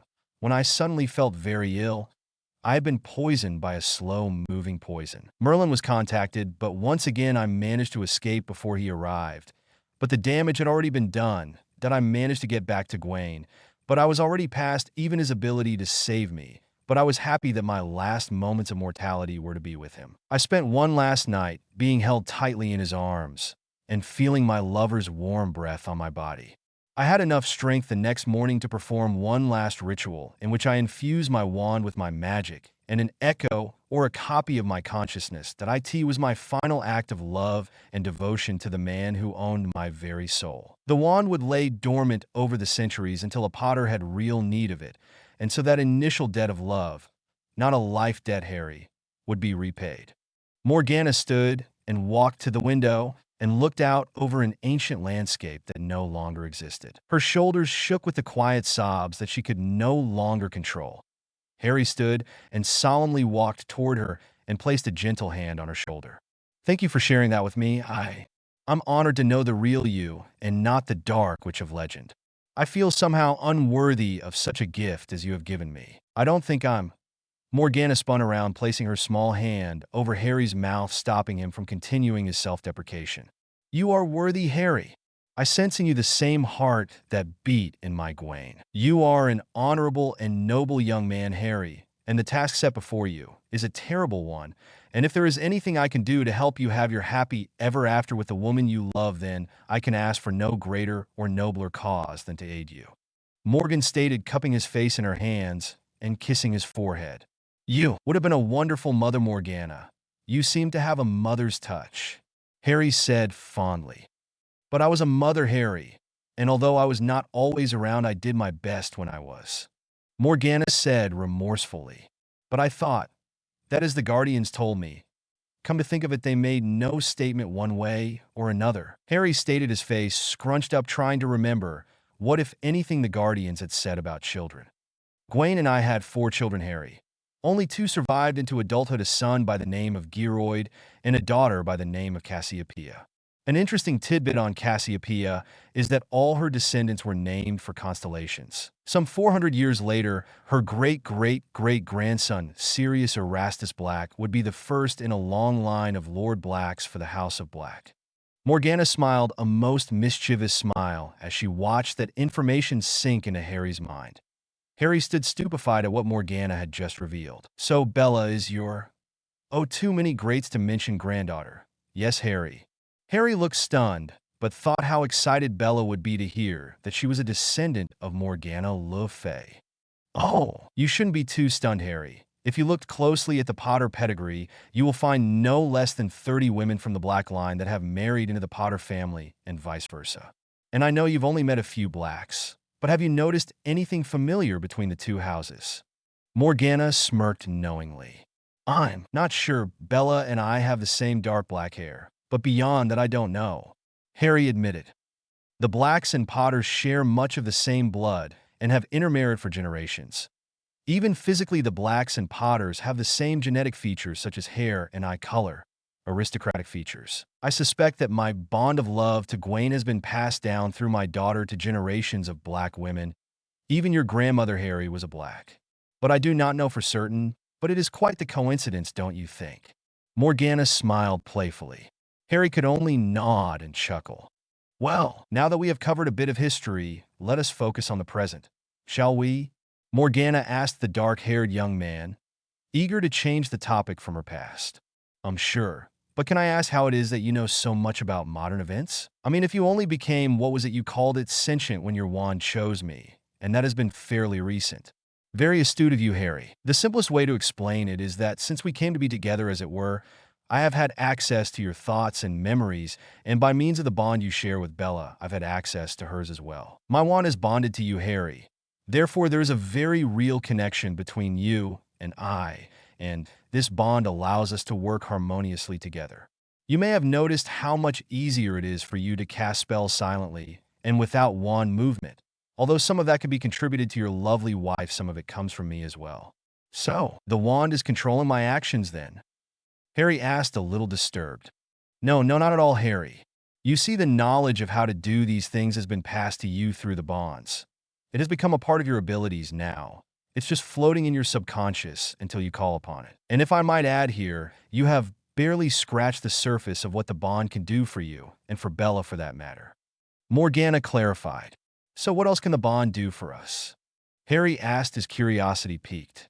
You have already discovered that you can sense each other's feelings and can converse mentally with each other. But you may not know that you can also share each other's unique magical gifts and abilities. Your ability to speak parcel tongue, for instance, Bella will be able to speak it as well, and her animagus ability will also be yours. The most important ability of all is your ability to combine your magical power. It will increase the power of your spells by 10-fold. There are other advantages as well, and you will become aware of those as you allow yourselves to be completely open to each other. But we are open to each other. I don't keep anything from her, Harry argued. Not keeping things from her and being completely open to her, Harry, are 2 different things. But when we bonded, we saw each other's past and relived each other's experiences. Nothing was hidden. Very true, Harry. Very true. But what I'm referring to is opening up your soul and magic completely to each other. At the moment, each of you share half of the other. What I'm saying is that you must completely merge together as one to reach your potential. Morgana stated matter-of-factly. I don't understand. Harry began. It was only through the ritual that Narcissa performed that we merged to the point we are now. Harry explained. No, Harry. The ritual that Narcissa performed merely opened the possibility for your souls and magic to merge. It did not cause it. Your love for one another is what caused the merge. But you and Bella still have the ability to complete the bonding and become something far greater than what any witch or wizard has ever become before. Morgana said with a hint of awe in her voice. So do we become one person then? Harry asked, completely confused. Morgana chuckled. Yes and no, Harry. You become one in the sense that your lives and destinies are one. Your magic and hers will become one, never to be undone. Your soul and hers will become one, never to be separated. Your love becomes one, eternal and never-ending. Whoa, that's heavy, Harry exclaimed. So, how do we accomplish this? Harry asked sincerely. Well, that is something you and Bella will have to discover for yourselves. Morgana smirked playfully. Harry snorted. Knew there would be a catch. He chuckled, shaking his head. Now, let's talk about these two dark lords who are after you and how we can deal with them. Are you ready to get medieval on some wizard butt? Morgana stated, rubbing her hands together, allowing an evil grin to spread across her face. Harry woke with a start as he found himself back in the dungeons. He was sure that Bella and the others would be frantic with worry. He had been with Morgana for hours, and it had to be near to midnight. Harry scrambled back up the ladder and opened up the trapdoor at the top. Harry snapped his eyes shut as a painful burst of sunlight assaulted his dilated pupils. It's light outside. I couldn't have been gone that long, Harry thought to himself. Harry looked down at his watch and saw that it was 6:15 in the evening. That's impossible. I went down to the dungeons at 6 p.m. If the date on my watch is correct, it's still the same day. Harry entered through the back door of the manor that lead into the kitchen and saw the house elves busy adding the finishing touches to dinner. He was quickly ushered out and told dinner would be ready soon. Harry made his way up to his bedroom, sensing that Bella was there. Harry opened the bedroom door and entered. Bella was in one of the oversized, comfy chairs, curled up, reading a book. The light from the window softly illuminated Bella's beautiful face. Her long dark hair hung in loose waves over her right shoulder, her petite bare feet halfway tucked underneath her. She was wearing one of his button-up dress shirts that he always found her to look utterly sexy in. The shirt was unbuttoned, just low enough for Harry to see a hint of her perfect, milky white breast that lay beneath it. In an instant, he knew what it was that he and Bella needed to do to complete their bond, truly making themselves one. He slowly approached her and then knelt down in front of her chair and rested his hands on her exposed knee. She looked over her book to see her husband looking at her with such love in his eyes that it momentarily took her breath away. She closed her book and set it on the nightstand next to the chair. Harry rose up on his knees and tenderly captured Bella's lips with his own. He fully opened up the bond to her and allowed the full force of his love to flow through. Bella froze as her body felt a level of bliss it had never felt before, a level she never imagined even existed before. Something in Harry had changed. She was feeling every little emotional nuance. She saw herself as Harry saw her, and it was beyond humbling. The word love didn't even begin to describe the depth of feeling Harry had for her. The intensity of it brought her to tears. Harry scooped her up from the chair and gently laid her on their bed. The look in his eyes was enough to know what he wanted to do.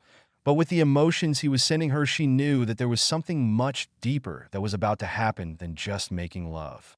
Opening her own bond up to him completely, understanding filled her being. She was all at once terrified and euphoric as she mentally and spiritually prepared herself for what they were about to do and what they were about to become.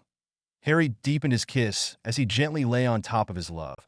Her arms snaked around his neck, pulling him closer to her. Unsure how it happened, she found them both divested of their clothing as warm flesh pressed against warm flesh. Her hard, erect nipples pressed deliciously into his strong chest, and her legs wrapped around his lower back, bringing their mutually excited sexes together in idyllic union. Passion flared as their tongues battled for dominance. Bella had always been the dominant one in the bedroom, never allowing herself to be in a submissive position. But now she found herself for the first time completely opening herself up to Harry, allowing all her insecurities and vulnerabilities to be laid bare before him. She gasped as incredible warmth lovingly entered her womanhood, touching every erotic nerve within her wet walls. Her fingernails dug deep into his shoulders as his rhythmic thrusts slowly drove her to maddening levels of pleasure, but they were slow enough to keep her from reaching absolute nirvana. Their bond, completely open, added to the intensity as new levels of empathy were open to them and a clarity of oneness was revealed. Bella was quickly being overcome with the intensity of their love-making. Her heels dug hard into Harry's toned arse as she tried to force him in deeper and faster. Both of their bodies glistened with sweat as their coupling reached a frenzied pace, with Harry thrusting deep into her waiting womb. Bella tightened around Harry's manhood as her body began its ascent into blissful orgasm. Harry, sensing her impending orgasm, thrust that much harder and faster, bringing himself to the edge of euphoria. Bella was first as a scream of ecstasy burst from her lips, followed a split second later by Harry collapsing on top of her, filling her womb with his seed. Harry turned onto his side, bringing Bella with him, Bella refusing to allow him to slip out of her. She snuggled deep into him, and he was more than willing to wrap her up in his arms. What happened next caught both lovers off guard as complete awareness was thrust upon them. Their minds became one. Every thought, every memory, every hope, and every desire of their mate was open to the other. Harry and Bella suddenly clutched each other in agony as their magical cores flared between them. Magical eddies of power flowed unhindered between them as their individual cores became the twin of the other. A combination of both cores becoming as one, as the pain receded, and the two were finally able to take a calming breath. A golden aura sprang to life around them.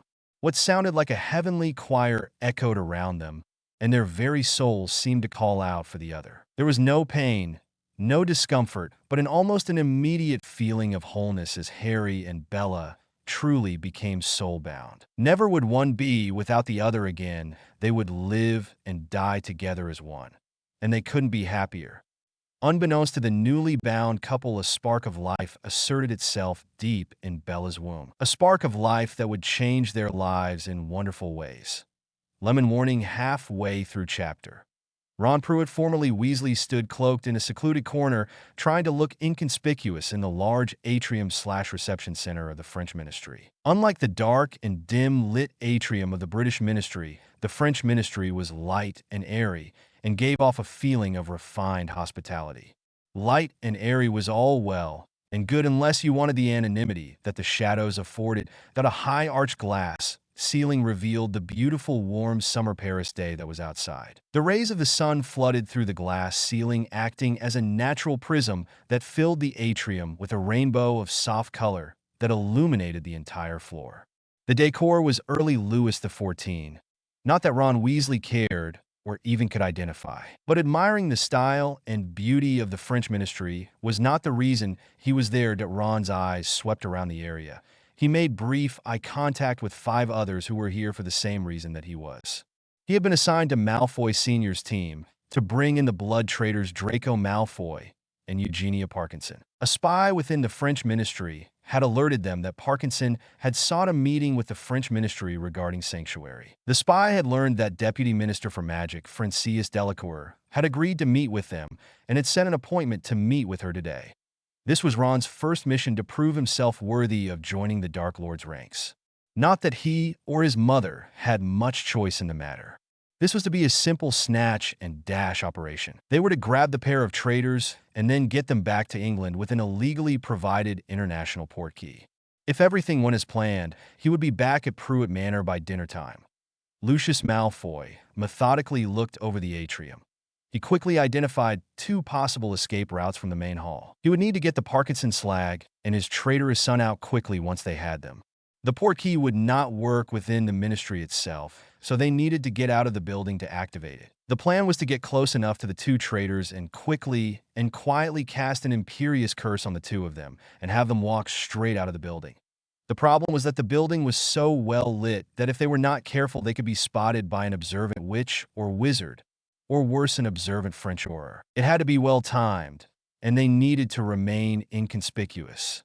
Lucius, always the observant wizard, recognized that the French aurors seemed a little more attentive than usual. Undoubtedly, the deputy minister had alerted them to the pending arrival of Parkinson and his son, silently cursing the thought of his traitorous offspring. They were ordered by the Dark Lord not to engage in a firefight with the French. The French were taking a neutral stand about what was happening in England, and he did not want to give them any cause for them to actively work against him. Recruitment in France had also gone pretty much unnoticed by the French ministry, and the Dark Lord wanted to keep it that way. Also, he did not want to fight a multi-bordered war if at all possible. He would first take over Britain, and then would focus on the other countries if they did not fall into line. What was concerning to Lucius was the addition of the Weasley boy, or Pruitt, to his team. He had, after all, been a close friend and supporter of Harry Potter, and the Weasleys and Pruitts had been allies of Dumbledore's for years. He did not know what the Dark Lord was thinking in bringing them into the fold, as it were. But the Dark Lord's mind was his own, and no one, not even he, would dare to challenge the Dark Lord's orders. Nevertheless, if the boy made one mistake while on this mission, Lucius would kill the redhead himself. Success was a must, or Lucius feared his own survival. The Dark Lord did not tolerate failure, and he had failed the Dark Lord one too many times as it was, and he would be damned to let this boy be the cause for failure of the mission. Ron and the others had now been standing around the atrium for almost 2 hours, and his anxiety levels were beginning to rise, and his mind began to wander. How in the hell did he find himself in this position? He thought bitterly. It's all Potter's fault, he rationalized. Had he just remained the puppet that Dumbledore needed him to be, none of this would have happened. The ungrateful prick. Ron continued to fume. All he needed to do was marry Ginny, making her Lady Potter, knock her up, and then die, leaving the Potter vaults to us. I deserve his money more than he ever did. The bastard had to go and ruin everything. Flashback. A week after the will reading, Hello, Molly. A short, lean man with an exaggerated hook nose and small, watery eyes said silkily. Pious. Molly Pruitt began. What can I do for you? Molly stated tightly, eyeing the slick politician. Molly had just exited Gringotts Bank and was ready to explode after the goblins had informed her that her accounts had been frozen and she was being investigated for embezzlement over evidence that she had pilfered several thousand galleons from Harry Potter's trust vault. I couldn't help but overhear your recent troubles with the goblins. It is such an outrage that they would question the honesty and integrity of a pure blood such as you, one that can trace her heritage back several generations. Pious Thickness stated consolingly, tootling while shaking his head back and forth. And your point is Pious, Molly snapped, quickly losing her patience. She had known Pious since their days at Hogwarts and knew the man to be as sneaky and cunning as they come. My point is, dear Molly, that someone of your station should not be treated in such a fashion. You are above such false accusations, and a woman of your obvious intelligence and beauty should be taken at her word, and not treated like some society climbing half-blood, or dare I say, like some uppity mudblood. Pious stated, stroking Molly's ego. Thank you, Pious, but what can I do? The goblins refuse to allow me access to what is justly mine. Molly sighed. Pious cleared his throat and leaned close to the red-headed woman, and then conspiratorially whispered in her ears. There are those among us, dear Molly, who understand your frustration. You come from a very prestigious pure-blood family, whose fortune was maliciously, and might I added, wrongly taken from you, because of the false allegations of a Potter slut centuries ago. The Potter fortune is rightfully yours. The Potter's onerous perjury should have been clearly evident, but the courts were in their pockets. Your family had no chance. I don't need a history lesson, Pious. I am well aware of the treachery of the Potters. Molly spat. Of course you don't, Molly. But I represent someone who could restore your family's standing and wealth. My employer believes that all the old families should take their rightful place in society, and he is willing to help you get what is duly yours. Pious stated placatingly to the proud woman. And who exactly is your employer, Pious? Molly asked suspiciously. Just someone who wants to see our proud, pure-blood traditions preserved and our elite families prosper the way it was meant to be. He can restore your family to its former glory, Molly. I assure you," Pius stated confidently, holding Molly's gaze. Molly considered the man in front of her for a long moment. Weighing her options, she realized that all she had left was maybe 1,000 galleons stashed at the rebuilt Pruitt Manor. The rest of her funds were now frozen by the goblins, and she no longer could access her personal vault. Pius could tell that the Pruitt matriarch was seriously considering his offer, which made him smile inwardly. The Dark Lord would be pleased if this once light-sided family joined his ranks. The information they possessed about Dumbledore and Harry Potter could be invaluable, and he would find himself richly rewarded by his master for such a betrayal of the light. If I decide to meet with this employer of yours, what guarantee do I have to redeem my family's wealth from the Potter vaults? Molly finally asked. My master has certain influences he can bring to bear on the so-called Lord Potter. Pius spat with loathing that seemed to create a smirk on Molly's lips. Before my lord is through with Potter, he will be begging you to take his fortune. Pius finished smugly. Potter has powerful allies, Pius. I doubt your master will find it easy to persuade him to give up his fortune. Molly stated with a hint of disbelief in her voice. Oh, there are already plans to deal with Potter's allies. Believe me, in a few weeks' time, you will be enjoying the wealth your family is entitled to. My master simply requests that as a small token of your appreciation for what he will do for you, is that you provide him with 1/3 of the contents of the Potter-controlled vaults. Molly began to sputter, but before she could argue, Pius continued. My master is taking all the risks, Molly dear. And the Potter wealth is extensive. Surely you will not be so selfish. Many generations of Pruitts would never have to work with the amount of gold the Potters have in their vaults. Gold, dear Molly, that they have stolen from many pure-blood families such as yours over the centuries, Pius argued. Molly sighed and reluctantly nodded her head. Very well, Pius. The Pruitts will meet with your employer and will agree to his terms, provided that the remainder of the Potter fortune minus his 1/3, of course, is given to us. Molly stated pompously, already putting on airs of a rich pureblood. Pius bowed supplicantly to the redhead and simpered. Of course, my Lady Pruitt, I will send word of when the meeting will take place. Pius stated, stroking the women's ego once more. Until then, Pius stated, and then left with a pop of apparition. 2 days later, Molly, Ron and 10 other family members of House Pruitt waited in the parlor of Pruitt Manor, waiting for the arrival of Pius Thickness and his employer to finalize the deal that Molly had agreed to. The flames in the fireplace suddenly turned green, grabbing the attention of everyone in the parlor. The head of Pius floated in the flames. Molly, will you allow us passage? My employer is most anxious to meet with you and your family. Of course, Pius. One moment. Molly adjusted the ward stones over the mantel of the fireplace to allow unfettered access. You are clear to come through, Pius, Molly stated, and then stepped back from the fireplace. Pius Thickness stepped through the emerald flames, as was quickly followed by 5 others, as well as a young girl that Ron knew well. Pansy Parkinson, what the hell are you doing here? Ron asked scathingly at the young witch who had tormented him for ages. Now, Weaselby. Is that any way to start off a new partnership? The dark-haired girl smirked predatorily. Before the young redhead could respond, another figure stepped out of the fireplace, his pale skin and glowing red eyes unmistakable. A gasp was heard throughout the room as wands from all sides came out and began pointing at one another. Lord Voldemort had arrived. Is this any way for a proper pure-blood family to greet its guest? The high-pitched voice of the most feared Dark Lord in generations asked askance.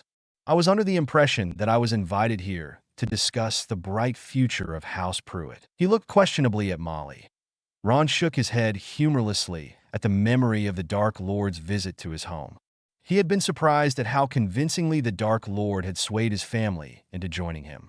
If he kept his promise, the Pruitts would be given most of the Potter fortune once he had dealt with Harry and those that supported him. If Ron was honest with himself, it took very little to convince him to join. The Dark Lord read him like an open book. He promised the mudblood Granger to him, to do as he wished. Ron had a particular bone to pick with Granger. He was pretty sure she had been the one to curse him that day at Gringotts. Shortly after the disaster that was the will reading, he noticed, or rather felt, something odd in his trousers. That a quick trip to the loo, and he had his suspicions confirmed. His penis had been shrunk to the size of a thimble. Molly had taken him to St. Mungo's, but not one of the healers were able to reverse the spell. They were informed that only the spellcaster would be able to reverse it. Once he had the mudblood freak, he would force her to reverse the curse, and then show her how a pure blood could be used on an inferior. You'll pay, Granger. You'll definitely pay. Maybe I'll be allowed to rape you while Potter is forced to watch. Ron smirked to himself. I want him to see as I take everything away from him, Ron thought arrogantly. Ron was quickly brought out of his musing when Lucius had looked his way and gave him a subtle warning. Ron looked to where Lucius had nodded, and lo and behold, he saw a tuft of light blonde hair that was floating to the side of a hooded individual. Ron would know that color of hair anywhere and the person it was attached to. Draco had finally arrived. Ron recalled the vitriolic comments Pansy had made about her former boyfriend when the Dark Lord had assigned him to go with Lucius' team. She had wanted to come on the mission as well and personally curse the blonde Ponce for his betrayal of the Dark Lord. But the Dark Lord was allowing her to lead another strike against someone in the ministry. He did not know whom, but Pansy had a maniacal gleam in her eyes when she found out. Eugenia Parkinson reached out and grabbed Draco's hand as they made their way to the lifts that would take them to Deputy Minister for Magic Francois Delacour. Subtly, she leaned in to whisper in Draco's ear. Draco, I have a bad feeling. I think we are being watched. I swear I feel we're in danger. Eugenia whispered hurriedly to the younger man. Draco slowed his walk and surreptitiously began to glance around the ornate room. Several weeks on the run had sharpened his survival instincts, and he quickly spotted at least 3 people who kept glancing at them. Draco squeezed Eugenia's hand and motioned with his eyes toward the 3 people in question. One was just left of the lift they were heading to, and the other 2 were just a couple of meters to the right of the lift. Draco was sure there were probably more, most likely behind them near the entrance to the French ministry, but to turn around and look for them would definitely tip the Death Eaters off that they had been spotted, and that would not only be dangerous for them, but for anyone who would be caught in the middle of spellfire. The 2 renegades knew that they were in trouble, but how to get out of the situation. Draco spotted a couple of French aurors that had just exited another lift and suddenly had an idea. Jenny, follow my lead, Draco whispered, and then looked to his right. Eugenia followed his gaze and saw the aurors and gave a slight nod. You freak! How could you do such a thing to me? Draco screamed at his companion and then slapped her across the face with a loud, echoing pop. The 2 aurors immediately focused their attention on Draco and Eugenia. One auror spoke into something in his hand, and soon 3 more aurors arrived in the atrium. No, I didn't do it. It wasn't my fault, I swear, Eugenia cried loudly. The fight began to draw a lot of attention to the 2 lovers. The 5 aurors immediately made their way to the fighting couple. Lucius was furious. Somehow they had been spotted and knew that his good-for-nothing son had purposely caused a scene to bring the aurors. He couldn't go back empty-handed. He needed to get the boy, but his window of opportunity was closing quickly. The aurors would get to Draco in moments if he did not act now. A course of action sprang into mind that would draw the aurors' attention onto something else that might provide him with just enough time to get to Draco. Reducto! Lucius incanted. A bright red spell shot from his wand and crashed into the glass ceiling above the atrium. The blasting spell shattered the glass that showered down on a now panicking crowd. People were screaming and trying to get to cover to avoid getting cut up by the falling glass. Draco and Eugenia ran for the lift. Eugenia sent a quick stunner to the Death Eater, who had been guarding it while he was covering his own head trying to avoid the falling glass. The other 2 Death Eaters who were off to the right tried to cast stunners at the fleeing couple, but there were too many people running around in panic to get a clear shot. More aurors swept into the area, trying to ascertain what was happening and to restore some order. Ron panicked and sent a cutting curse at an auror appeared to be running toward him. At least that was what he believed. The auror was hit in the stomach and fell to the floor screaming as blood flowed from the 6-inch wide and 2-inch deep slash that opened up his lower abdomen. Ron's one spell then set off a cascade effect as the other Death Eaters began firing spells as well. The chaos then went to new heights as the French aurors returned fire to stop the threat from spreading. During the confusion, Lucius had made it to the lift, but too late to stop Draco and the Parkinson slag. The lift had begun its ascent. Draco looked down at the furious eyes of his father as the lift continued up. This isn't over, Draco. There is nowhere you can hide. I will find you, and you will suffer for your treachery." Lucius screamed at his only child. Lucius turned back to the pandemonium that was occurring in the atrium. His men surprisingly showed enough intelligence that they had almost made their way to one of the emergency exits that was to be used to escape with the two traitors. Unfortunately, the red-headed brat was still on his feet and was exchanging spells with an Auror while making his way to the exit as well.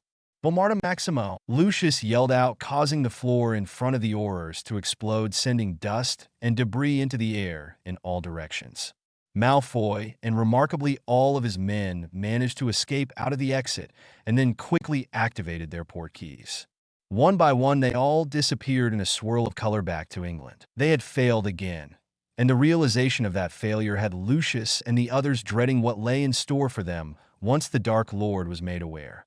Warning Lemon, ahead. Bella stretched luxuriously in the silk sheets of the large canopy bed. The cool sheets felt incredible against her naked body, but not as incredible as the warm flesh of her lover and husband who lay next to her. She tucked herself tightly into his side and laid her head on his strong chest. Harry's arm instinctively wrapped around her shoulders and pulled her in tighter to him. Bella stared lovingly at her sleeping husband and marveled at the night of love-making that had occurred. She briefly closed her eyes, a smile spreading across her face, as she felt her husband's love flowing to her even as he slept. Nothing she had ever heard of or studied had prepared her for what she and Harry now shared. Bella had always felt unworthy of the love that Harry had given her. Although she knew that her younger self had been controlled and was made to do horrible things, it was still her hand that did them. And she felt that because of that, she was unredeemable and destined for a life of sorrow, misery, and loneliness. All those nagging and remaining doubts, however, had been swept away last night as she was able to see herself for the first time through Harry's eyes, and he was able to see him through hers. There were no more hidden secrets between them, and with everything revealed, he still loved her unconditionally, and that love had steadily deepened as each new day was born. She was amazed further at the magical power boost that they had both received. It hummed within them, their cores in constant rhythmic sync. The flow of knowledge between them was incredible and a bit overwhelming, but she looked forward to exploring it. It also gave her no small feeling of security, knowing that their potential for defending themselves against any who would come against them. She was also very excited to meet with her ancestor, even if she was just an echo of her former self. To be taught at the feet of one of the most gifted witches of any generations was a gift she planned on taking full advantage of. Morning, love," a sleeping voice murmured above her. She looked up to see the half-open vibrant green and halo of purple eyes of her love. Smiling warmly at him, she leaned toward his face and gave him a tender kiss on his lips. "Morning, my Harry," Bella whispered in his ears, the warmth of her breath causing him to moan appreciatively. Bella slid on top of his body to give him a proper hello and covered his neck with warm, wet kisses, making her way to his earlobe. She gently sucked on her prize and nibbled at it, causing goose pimples to erupt on Harry's neck. Someone is happy to see me this morning," Bella stated with a giggle as she felt Harry respond to her ministrations. Grinding her hips in slow circles, Harry's manhood quickly came to full attention. Biting her lips saucily, she slowly slid her moist folds up and down over Harry's engorging erection. Harry moaned lustily as he pushed his hips forward and back, matching Bella's rhythm. The velvety sensation was driving Harry wild. He grabbed Bella's hips, pulling her down in an effort to create more contact, more friction. But Bella was having none of it. She wanted to tease him and get him as close to distraction as possible. So she only allowed gentle pressure between their fexes. As Harry's breathing became faster and his heart rate increased, he wanted more contact. He wanted to bury himself in those warm folds. "Please, Bella," Harry panted. "I need you. I need to be inside you." He groaned as he tried thrusting his hips upward, but Bella moved upward as well, denying him in trance. "Does Bella's man need some release?" Bella said seductively, playing with her breasts and with a smile continuing to slide up and down Harry's length, but not allowing him entrance. Yes, Bella, please," Harry whined sulkingly. "Is the all-power Harry Potter begging his wifey for a morning shag?" Bella said teasingly. "Oh God, yes. I'm begging you, love," Harry declared, growling low in his throat. Bella smiled victoriously. With one more pass up his length, Bella positioned herself above the swollen member and painstakingly slow sank down on his length. Harry's back arched off the bed as he felt the incredible warmth of Bella's womanhood envelop him. A few euphoric tears fell from Harry's eyes at the melding of their bodies. Bella squeezed Harry with her inner walls as she slowly slid up and down his shaft. But she knew that Harry wasn't in the frame of mind for slow love-making. He was keyed up and wanted to greet the morning with a heart-pounding joyride, and she was more than willing to let him have it. She smiled as he grabbed her hip in a firm grip and prepared herself for an orgasmic pounding. Narcissa Black, who was always an early riser, made her way down to the kitchens for her morning cup of wake-up. Passing by the bedroom door of her sister and Harry, she grimaced in exasperation at the sound of Bella's squeals, Harry's moans, and the slapping of flesh. Irritated, she cast a silencing charm at the door and walls and marched to the kitchen. 14 years since I had a decent shag. If I don't get laid soon, someone's gonna pay. Narcissa grumbled out loud, pushing the door open to the kitchen. She stopped suddenly at the sight of Nymphadora Tonks and Susan Bones sitting at the table, both grinning wildly at the blonde woman. Blushing furiously, she swept into the kitchen, head held high as she poured herself a cup of coffee from the serving tray. She sat down regally at the table and, without looking at the other two women, said, "Not a word. I do not want to hear one word." Narcissa said primly. Tonks and Susan, unable to control themselves, burst into fits of laughter. Narcissa raised a manicured eyebrow at the pair, glaring daggers at them. "Eshori onchi," Tonks sputtered out, gasping for air, as she clutched her stomach from laughing too hard. "I just never expected something like that to come out of your mouth," Tonks stated, failing to hold back a snort of laughter. "Well, Nymphadora," Narcissa emphasized her name, "I am a woman, and as a woman I have needs just like anybody else. And with those two up there shagging like bunnies all the time," Narcissa stated, glaring up at the ceiling, "I've been painfully reminded just what I've been missing for so long. So you'll excuse me for being a little frustrated." There, Annie." Tonks playful patted Narcissa's hand. "If it's a man you want, then I know a perfect place to find some man candy." "Oh," Narcissa stated, feigning uninterest. "And where would one go to find man candy?" Narcissa stated, taking a slow drink from coffee, trying to play it cool. "Well, have you ever heard of the Chippendales?" Tonks stated with a huge smile on her face. "Hello, is anyone there?" The three women at the table turned toward the fireplace that had ignited with green flames. "Oh, hello, dears, may I come through?" The disembodied head of Augusta Longbottom requested. "Of course, Augusta. Come on through," Narcissa stated, standing up from the table to welcome the dowager lady. Augusta stepped through the emerald flames, and with a slight flick of her wand was clean of any soot that had tagged along on her clothing. "Good morning, dears.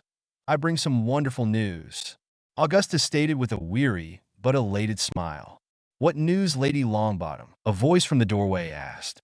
Harry and Bella had just entered the kitchen, clinging to each other. "Ah, Lord Potter. I mean Harry," Augusta corrected, eliciting a warm smile from Harry. "Wonderful news. They were finally able to remove the cursed knife from Neville," Augusta stated. An ecstatic shriek came from Susan. The redhead immediately jumped out of her seat. "Can I go to him? Can I see him? Is he awake?" the red-headed girl asked impatiently. "He is in an induced sleep right now, Susan," the dowager lady stated patiently. Susan seemed to deflate a little, but was still hopeful that she would be seeing him soon. "The healers believe he will make a complete recovery, but that it will take time. His core was severely drained, and it will take time for it to fully recharge." "That's wonderful," Bella and Harry said simultaneously, earning a raised eyebrow from the regal lady. Yes. The healers also said that he could come home this evening. They believe that if he is in a familiar or comfortable environment, that his recovery may be shortened." "That makes sense," Tonks said. Being around people you love and are loved by is bound to have added incentive to get better." "Too right, Nymphadora," Augusta said, Tonks biting back a remark on the use of her given name. "And that is why I am here. Harry, I know it might be an inconvenience, but do you think that—" Harry held up his hand, interrupting the older woman. "He is my brother, Augusta. It is no inconvenience, and you are always welcome here," Harry finished. Thank you, Harry. With the wards still not rebuilt at the manor, I would feel better knowing he was here. And I know that a certain someone, Augusta paused and smiled at Susan, would like to have her fiancé close at hand to nurse back to health. Susan blushed, but nodded her head in response. Good, then it's settled. I will have Hermes prepare a room for him. Let us know when he is ready to be released from Street Mungos, and we'll come along to help, Harry stated. Again, thank you, Harry. Well, I'm off to the hospital again. Turning towards Susan. If you'd like, I could bring you along. I'm sure that he would love to see you when he wakes up, Augusta stated warmly. Susan's face showed her response. She was up like a shot and grabbed her cloak and already grabbing the flu powder from a mantle. The room chuckled at the girl who was anxious to see her intended. Until tonight, then, Augusta stated, and then she and Susan stepped into the fireplace and were gone. The informant had told them that their target had been seen regularly at a small brothel over the last few weeks. It was located 3 blocks down from Borgin and Burke's and down an alley to the left called Arsenic Way. It was a very low-end brothel who catered to the undesirables of the wizarding world, those that could not get serviced at any other establishment. This time their mission was not to kill, but to capture and bring back with them for further interrogation, and to be eventually turned over to the DMLE for trial and punishment. The usual party of 4 was joined by a 5th for this excursion. The 5th member, being the only one of the group to have personally met their target before was needed to identify him. The 5 blood-red cloaked individuals silently kept to the shadows as they made their way to the brothel. The stench of the place was gut-wrenching. Urine and feces and a decaying body or 2 littered the alleyway. Hags and vampires silently minded their own business, which seems to be the modus operandi here. The leader pointed out where they would conceal themselves and wait for their target. If the information had been correct, they could expect to see their target within the next hour. They took position on both sides of the street. The plan was to get the person down another side street a couple meters from the brothel. Once there, they would stun him and then portkey him back to a waiting cell where he would be interrogated. At 4 p.m. exactly, a short, balding man with beady, watery eyes made his way down Arsenic Way, just as the informant had promised. The man passed by the first 2 hidden team members. The one closest to the target whispered Confundus. The man, disoriented, was led into the adjacent alley. The other 4 team members entered quickly behind the other and surrounded the small man. With a wave of his wand, the leader of the group summoned the man's wand. The 5th member of the group, and who was the smallest, approached the man with wand raised. "W, who are you?" The now panicking man stuttered. "You better let me go. Why, you don't know W who you're messing with." The man yelled. "Oh, but I do," the smallest member of the team said, pulling back their hood. "Granger." The man gasped. "Hello, Peter," Hermione dangerously whispered. "And it's Potter now to stupefy. Read and review your reviews. I know I have kind of been lacking in that area, but I will try and be better. I hope you enjoy this next installment of Watching Over Harry." A confused Peter Pettigrew tried to adjust his eyes to the darkness that surrounded him. Wherever he was, it had a cold and an unfriendly feel to it. It also had a distinct mustiness that assaulted his sense of smell. He sat in silence for a moment, trying to remember the last thing he had been doing prior to waking up here. Knockern Alley. I had gone in Knockern Alley. He recollected, shaking his head a little more in an effort to call up more of his memory. I had gone there for a bit of fun when Granger, a flash of dawning entered his mind as his eyes widened. Granger was there. That know-it-all mudblood. She hit me with a spell. Peter cursed himself for allowing himself to be caught by one of Potter's closest friends. So I must be in a holding cell of some kind of Dumbledore's order. He mused. I need to find a way out of here. He stood in the senses-depriving darkness and shuffled his feet to the left. Stretching his arms out, he tried to feel for a wall or something that would give him a sense of location. 8 steps to the left, and his hands pressed against a wall of solid rock that was rough and porous. From where he stood, he again slowly shuffled forward and came to another connecting stone wall. A few moments more of shuffling his feet and feeling the rock wall, his hands felt the unmistakable feeling of cold iron bars. So, I'm in a cell with bars. The Animagus smirked. Fools, this won't hold me. Peter attempted to transform into his rat form when nothing happened. He tried again and again with the same negative results. Bloody hell! They must have some sort of magical suppression wards. The Potter's traitor spat. Before he could formulate another plan, torches began to spring to life. One at a time, 8 torches illuminated the House of Black's dungeon, for on either side of the dungeon walls. Peter scurried back to the corner farthest from the iron bars of his cell and tried to make himself as small as possible. The fat animagus began to tremble as he heard the distinct echo of boots walking somewhere above him. At the opposite end of the dungeon, light poured through an opening door at the top of a spiraling staircase. 3 individuals came down the stairs. 2 obvious females, if their curves were any indication of their gender, and 1 male, tall and broad-shouldered. The man walked with predatory grace. Peter shuddered as waves of power seemed to radiate from the man and filled the entire space. The woman directly behind him seemed to mirror him in power and had the aura of an apex predator herself. The other female, the shortest of the 3, was not on the same level as the other 2, but there was definitely power there that he did not know why, but this woman made him more nervous than the other 2.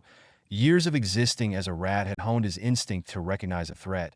He could sense that he was prey to this woman. The first 2, he could sense controlled and refined power. But the other woman had the feeling of a snake ready to strike at the slightest provocation. He would need to be wary of her. His attention was brought back to the man who had now stopped in front of his cell. He squinted his eyes to make out the man's face that was being somewhat obscured by shadows from the flickering torches. He gasped in recognition as a pair of burning emerald green eyes unblinkingly stared back at him. Down on hands and knees, Peter scrambled to the bars, his head bowed in fear and shame. Harry, I am. Silence, Harry yelled, raising his empty hand toward the groveling man who was bodily thrown into the back of the cell, the porous and jagged rock tearing the Death Eater's clothing and slicing into his flesh. Interesting piece of magic, isn't it, Peter? Harry asked, nonchalantly looking at the bars and the cell admiringly. The Blacks are amazing spell weavers, experts at runes and warding. Harry continued, ignoring the sobs of his parents' betrayer. An amazing bit of magic. Harry repeated himself. A person being held in this cell has his magic completely blocked, while those on the outside can still cast spells and curses to their heart's delight at the person within the cell. Harry continued in a voice of appreciation. You see, when you were brought here, my sweet sister-in-law cut a rune into the back of your neck. That rune activates a series of others within these cell walls, which negates the magic of the one with the rune carved into them. Bloody brilliant, don't you think? Harry now focused on the pathetic-looking man groveling in front of him. Peter felt the back of his neck where he could feel the raised skin of where the rune had been carved. Now, if it was up to me, I would have killed you on sight. But my lovely wife believes you could provide us with useful information on your master. Harry spoke in a deadly whisper. Your decision here and now will determine if you live or die.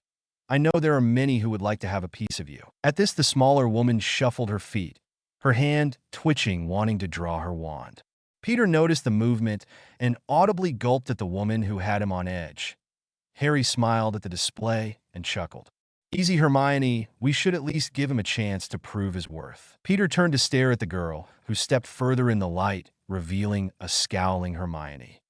Yes, she is most anxious to ask you about the location of our dear former potions professor, Harry stated. He was still concerned over his best friend, now adopted daughter's desire for revenge for the killing of her parents. Although she was now significantly in more control than she had been, thanks to Bill Weasley. Hermione had asked Bill Weasley to join their little group, the Dark Mark Killers, in hunting Death Eaters soon after they allied themselves with Harry. Bill had initially refused, seeing the lust for revenge in her eyes.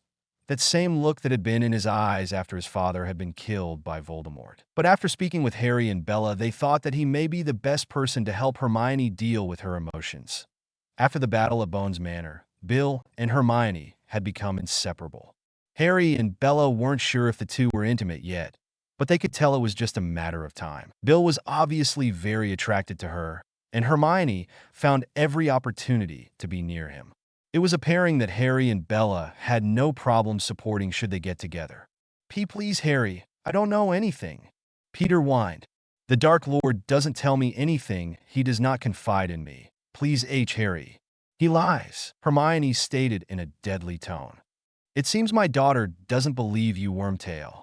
Bella, speaking for the first time, stepped into the light and glared at her former compatriot. Bellastrix, Peter whispered, fearfully remembering what the witch was capable of and not wanting to be at the wrong end of her wand. Tut, tut, Peter. You and I both know that you know more than you let on. And my daughter here, Bella stated, placing a gentle hand on Hermione's shoulder and giving her a warm smile, has this wonderful ability to know when someone is lying. And if she says you are not being truthful, Bella tooted again. I would hate to be in your shoes when your mind gets shredded. Well, I guess I should mention the other part of this wonderful ability of hers. Bella smirked at the trembling man. She seems to be a natural legilimens and able to rip through the strongest Achilmancy shields, but with some rather nasty side effects, I'm afraid. Bella smiled sadistically. Laying it on a little thick, aren't we? Harry thought to his wife in amusement. Bella just winked at him. Well, Hermione is playing along with it. She stated over their bond that a pale-looking Peter looked between Bella and Hermione with an escalating fear of being mentally ripped to insanity. Hermione just returned his stare and smirked as if daring him to resist. So what will it be, Peter? Cooperation or your mind being turned to porridge? A fate worse than death, if you ask me. Harry stated with an air of indifference. I'm still holding out for the chance to kill you slowly. So decide now. Harry's icy glare focused on the pathetic man. What assurances do I have that you won't kill me after I do help you? Peter whined from his place on the filthy stone floor. If the information you provide is significant, I give you my word as the lord of an ancient house that I will not kill you. Harry stated, however, should your information be faulty or deceptive, you will wish that you had never heard of the name Potter. Are we in agreement? Peter took a deep breath and exhaled it in a rush, quickly weighing his options of cooperation or having his mind shredded. He chose the former. I accept your conditions, and my lord. However, there are certain things I won't be able to divulge due to oaths and other protections the Dark Lord has in place. Harry glared at the man for a moment, and then glanced at Hermione, who was reading Pettigrew. He speaks the truth, Harry. Hermione whispered, her eyes not leaving the Death Eater. Very well, Harry stated with a sigh. Let's begin. What is the current strength of the Death Eaters? Bella began the questioning. About 365 loyal Death Eaters here in Britain, not including the werewolves, vampires, dementors, and other creatures who have been enlisted. Outside of Britain, I'm not sure, Pettigrew answered.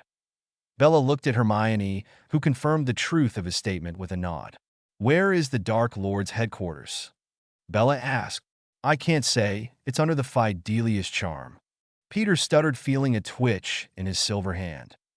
Do you know the identity of the secret keeper? Harry asked. Peter was beginning to panic. Something was going on with the silver hand his master had given him. And no, I don't know. Peter was sputtering his words. He's lying. Hermione stated simply.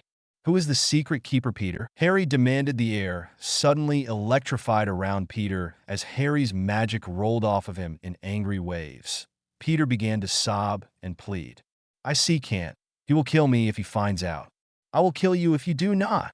Bella screamed at the sobbing man. I made no promise to spare you, you filthy piece of trash. I will end you here and now. Now tell us. Peter gulped hard and opened his mouth to speak, but before he could form a syllable, the silver hand shot to his neck and began to crush his windpipe. Defendo! Bella shouted quickly. The cutting curse in an instant severed the silver hand from Peter's arm. The hand disappeared in a wisp of silvery mist. Peter collapsed to the floor, coughing violently while trying to suck in a lung full of air. What the hell was that? Harry asked. I'm guessing Voldemort put some kind of loyalty spell on the hand, and it reacted when he attempted to betray his master's secret keeper. Bella hypotized. Lilith Zabini. Peter croaked his windpipe, suffering some minor damage. What was that? Harry asked. Lilith Zabini is the secret keeper. Peter repeated between gasps. Unlikely, Bella stated. Voldemort would not trust a woman to be his secret keeper. That is why she is the secret keeper. No one, not even the majority of his followers, would suspect a woman. Her identity is only known to a few. I only know because I just happened to overhear Lucius mention it. He was upset that the Dark Lord had not chosen him, and he was ranting about it. Peter volunteered. He's telling the truth, Harry. Hermione told her longtime friend. This will be tricky, Harry, Bella began. She is very well connected with the pure-blood elites. A direct move against her could complicate our efforts to gain support in the Wisengamot. Not to mention, if she is the secret keeper, Voldemort would have placed all sorts of protections around her residence, not to mention a loyalty spell or two to keep her from giving up the secret. Bella warned her husband. Then I guess we won't be overt about it. We'll have to get her to come to us. Perhaps we need to set up some kind of function and invite some of the elites that could provide it with an innocuous setting to get the information from her. Harry offered. We could ask Narcissa and Bill to see if they can come up with something to negate any loyalty charms or spells. Hermione added to the conversation. Both Harry and Bella nodded at the idea. What happens to a secret if the secret keeper dies? Harry asked. Not that I'm planning on killing her. Harry quickly added. Well, if the secret keeper dies, then the Fidelius charm fades, and what was secret will become visible or remembered. However, if that were to happen, he could simply recast it, and we would have lost any advantage we would have had as opposed to keeping the secret keeper alive and getting the information. Then Voldemort would never know that his secret was compromised, giving us a tactical advantage. Bella told her bondmate. Harry smiled and kissed Bella's lips tenderly. Not just a pretty face. Harry joked, winking at his lover, who smacked him playfully in the chest. Now, Peter, why don't you give us the names of your compatriots, and in particular those within the ministry? Harry asked, turning his attention back to the simpering Peter. Amelia Bones, Augusta Longbottom, and Andromeda Tonks were preparing for the August 31st trial of Albus Dumbledore, which was quickly approaching. With the testimonies of Mrs. Figg and her hairy journal detailing the living conditions and abuse that the savior of the wizarding world had endured for most of his life, and all under the watchful eye of Albus Dumbledore, would have many of the old families calling for his head. For the heir of an ancient and noble family to be relegated to a life of abuse and servitude to magic-hating muggles was beyond the pale, that if that was not enough, Minerva's testimony about the constant manipulations upon Lord Potter would certainly cause a stir. Beginning from Harry's first year, he had been placed in life and death situations by the headmaster and used Hogwarts as a testing and proving ground to test and humble the young lord. The most damning evidence would come from the goblins, who had records that proved that Albus Dumbledore, along with his conspirator Molly Weasley, now Pruitt, had intentionally and with full knowledge of the illegality of their actions conspired to take control of the vast Potter fortune. Pruitt had embezzled thousands of galleons, and Dumbledore had embezzled near 1 million galleons from the Potter vaults. Dumbledore would also be charged with illegally sealing the last will and testament of Lord James and Lady Lily Potter. There will be charges of forging a false last will and testament of Harry James Potter, and charges of attempted line theft of an ancient and noble house, among other charges. Despite of all these charges, they knew that Dumbledore had many allies within the Wisengamot who would overlook his crimes and believe that he had his reasons for doing what he did, and that he had the best interests of their world at heart. They would need to have a majority of votes to convict the wily old goat, and as it stood, it was too close to leave to chance that it was time to solidify the Potter Black political base, and if it meant calling in the markers of all those who were indebted to the house to publicly make their alliances known, then so be it. Albus Dumbledore had to be exposed for the puppeteer he was. He thought himself above the law, and they would prove it otherwise. But the women of the Potter family also had another reason to bring Dumbledore down. He had been aware of the attacks that had occurred against the Grangers, Longbottoms, Lovegoods, and Weasleys before they happened, and did nothing to inform the DMLE or the Grangers and Lovegoods. A tacit warning of trouble had been given to the Longbottoms, but nothing of substance. He had promised to help the Weasleys, but did not show up until after Arthur had been killed. The man was as guilty as Voldemort in their minds, and they had all vowed to bring to light the ancient wizard's true colors to the wizarding world. The women had already set up the first of several planned social gatherings to speak with all those who were connected one way or another to House Potter. The first was to be 2 days from now at the Greengrass estate. The Greengrass had economic dealings in both the magical and muggle worlds, through a substantial endowment from House Potter along with the introduction into the muggle markets. House Greengrass owed its prosperity to House Potter. House Greengrass would play host to 10 other great houses as the future of the wizarding world would be discussed, as well as alliances renewed or formed. The three women swore that House Potter would once more make use of its political power as it had been under Harry's grandfather, Charles Potter. The wizarding world would see the rebirth of the new House Potterblack political machine, and woe to those who would stand against it. A reformation was coming, and Amelia, Augusta, and Andromeda were giddy with anticipation. Harry, Bella, Hermione, and Luna, along with Sissy and Tonks, were visiting Diagon Alley for new dress robes for the first social gathering at the Greengrass estate the next day. Susan and a mostly recovered Neville already had appropriate attire for the function and decided to stay back at Black Manor, where Susan was playing a very attentive nursemaid to Neville. Their first stop was at Madame Malkin's, where Bella and Sissy made sure Harry had the right kind of robes befitting the lord of two ancient and noble houses. However, Narcissa's presence did not go unnoticed by one of Lucius' spies, nor did Harry go unnoticed by one of Dumbledore's spies. Lucius wanted to deal with his traitorous freak of an ex-wife and, more importantly, recover the Malfoy fortune, which was a misnomer seeing as most of his wealth came from the Black's dowry and financial assistance. His lord also wanted the former Lady Malfoy and use her as an example to those who would entertain the thought of leaving his service. Dumbledore, for his own selfish reasons, wanted to make the Potter brats see reason and once again come under his control and direction and forget about all the impending legalities. He had sent out an emergency notification to several members of the Order to come to Diagon Alley and detain the young lord for his own safety. Lucius was almost feral with his desire to inflict harm on his former wife and the half-blood upstart Potter. They would both pay for his current circumstances. Lucius had come away from his failure in France with a piece of him missing. The Dark Lord, in a magnanimous gesture, only took the left eye of his lieutenant as punishment for the debacle in France. The other members of Malfoy's strike team were let off easy with a short but powerful exposure to his Cruciatus curse. Ronald Pruitt had never felt so much pain in his life. He had felt the effects for hours afterward. Molly Pruitt had been furious at the treatment of her son at the hands of the Dark Lord, but knew it could have been worse. She was beginning to regret ever bumping into pious thickness which brought the Dark Lord to her home. But her bed was made and didn't know how to get out of it in one piece. She just hoped that the Dark Lord kept his promise of giving the Potter fortune to her, that a strike team of 12 was assembled, including the buffoon Pruitt and the Dark Lord's new favorite toy, the Parkinson wench Pansy. This time there would be no holding back. Lucius would succeed in capturing his ex, or he would kill her. Either way, Lucius would not be denied. Dumbledore had contacted 6 of his most loyal Order members, including Exeter Laster Moody, who, unbeknownst to the ancient wizard, was reconsidering his membership in the old man's little club. He was tired and frustrated with Albus's obsession with the Potter boy, to the exclusion of all else, that he felt the Dark Mark killers had the right of it.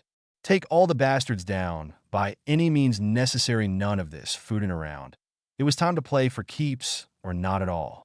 Remus Lupin had also been reconsidering his loyalty to Albus. Yes, the man had helped him when society turned its collective back on him. But he knew James and Sirius would be disappointed with his decision to remain with Dumbledore and not side with Harry.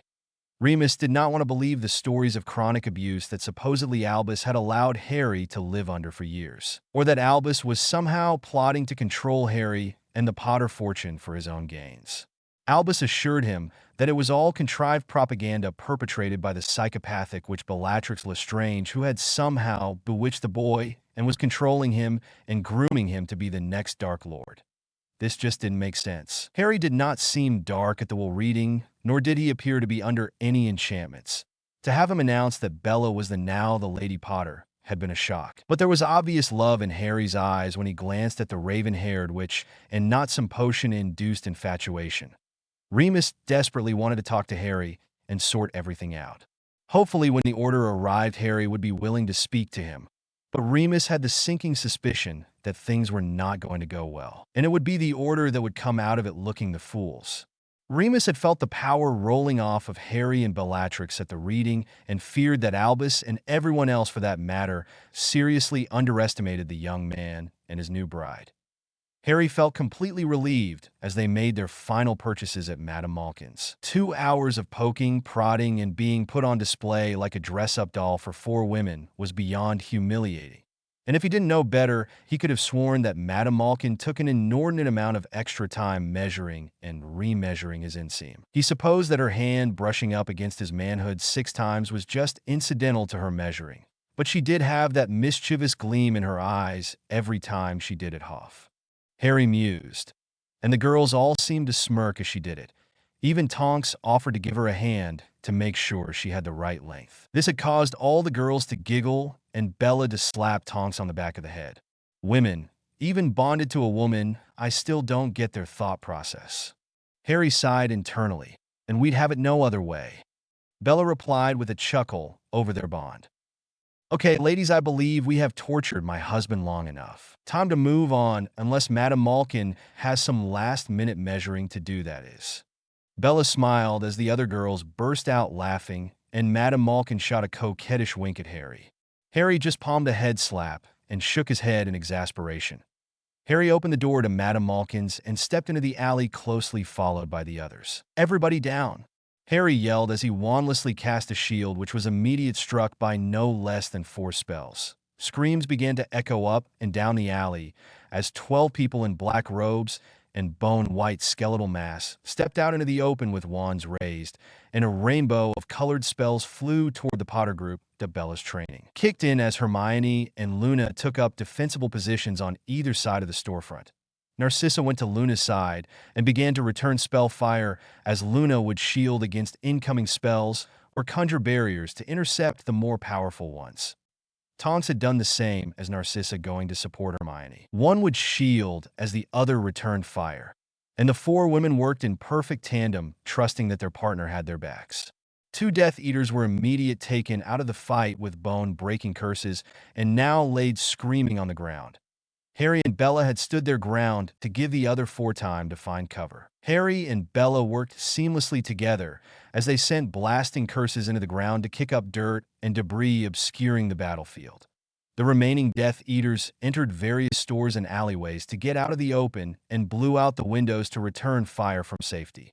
People were grabbing their children and making for the cover of whatever building was closest. Those who could apparate did so.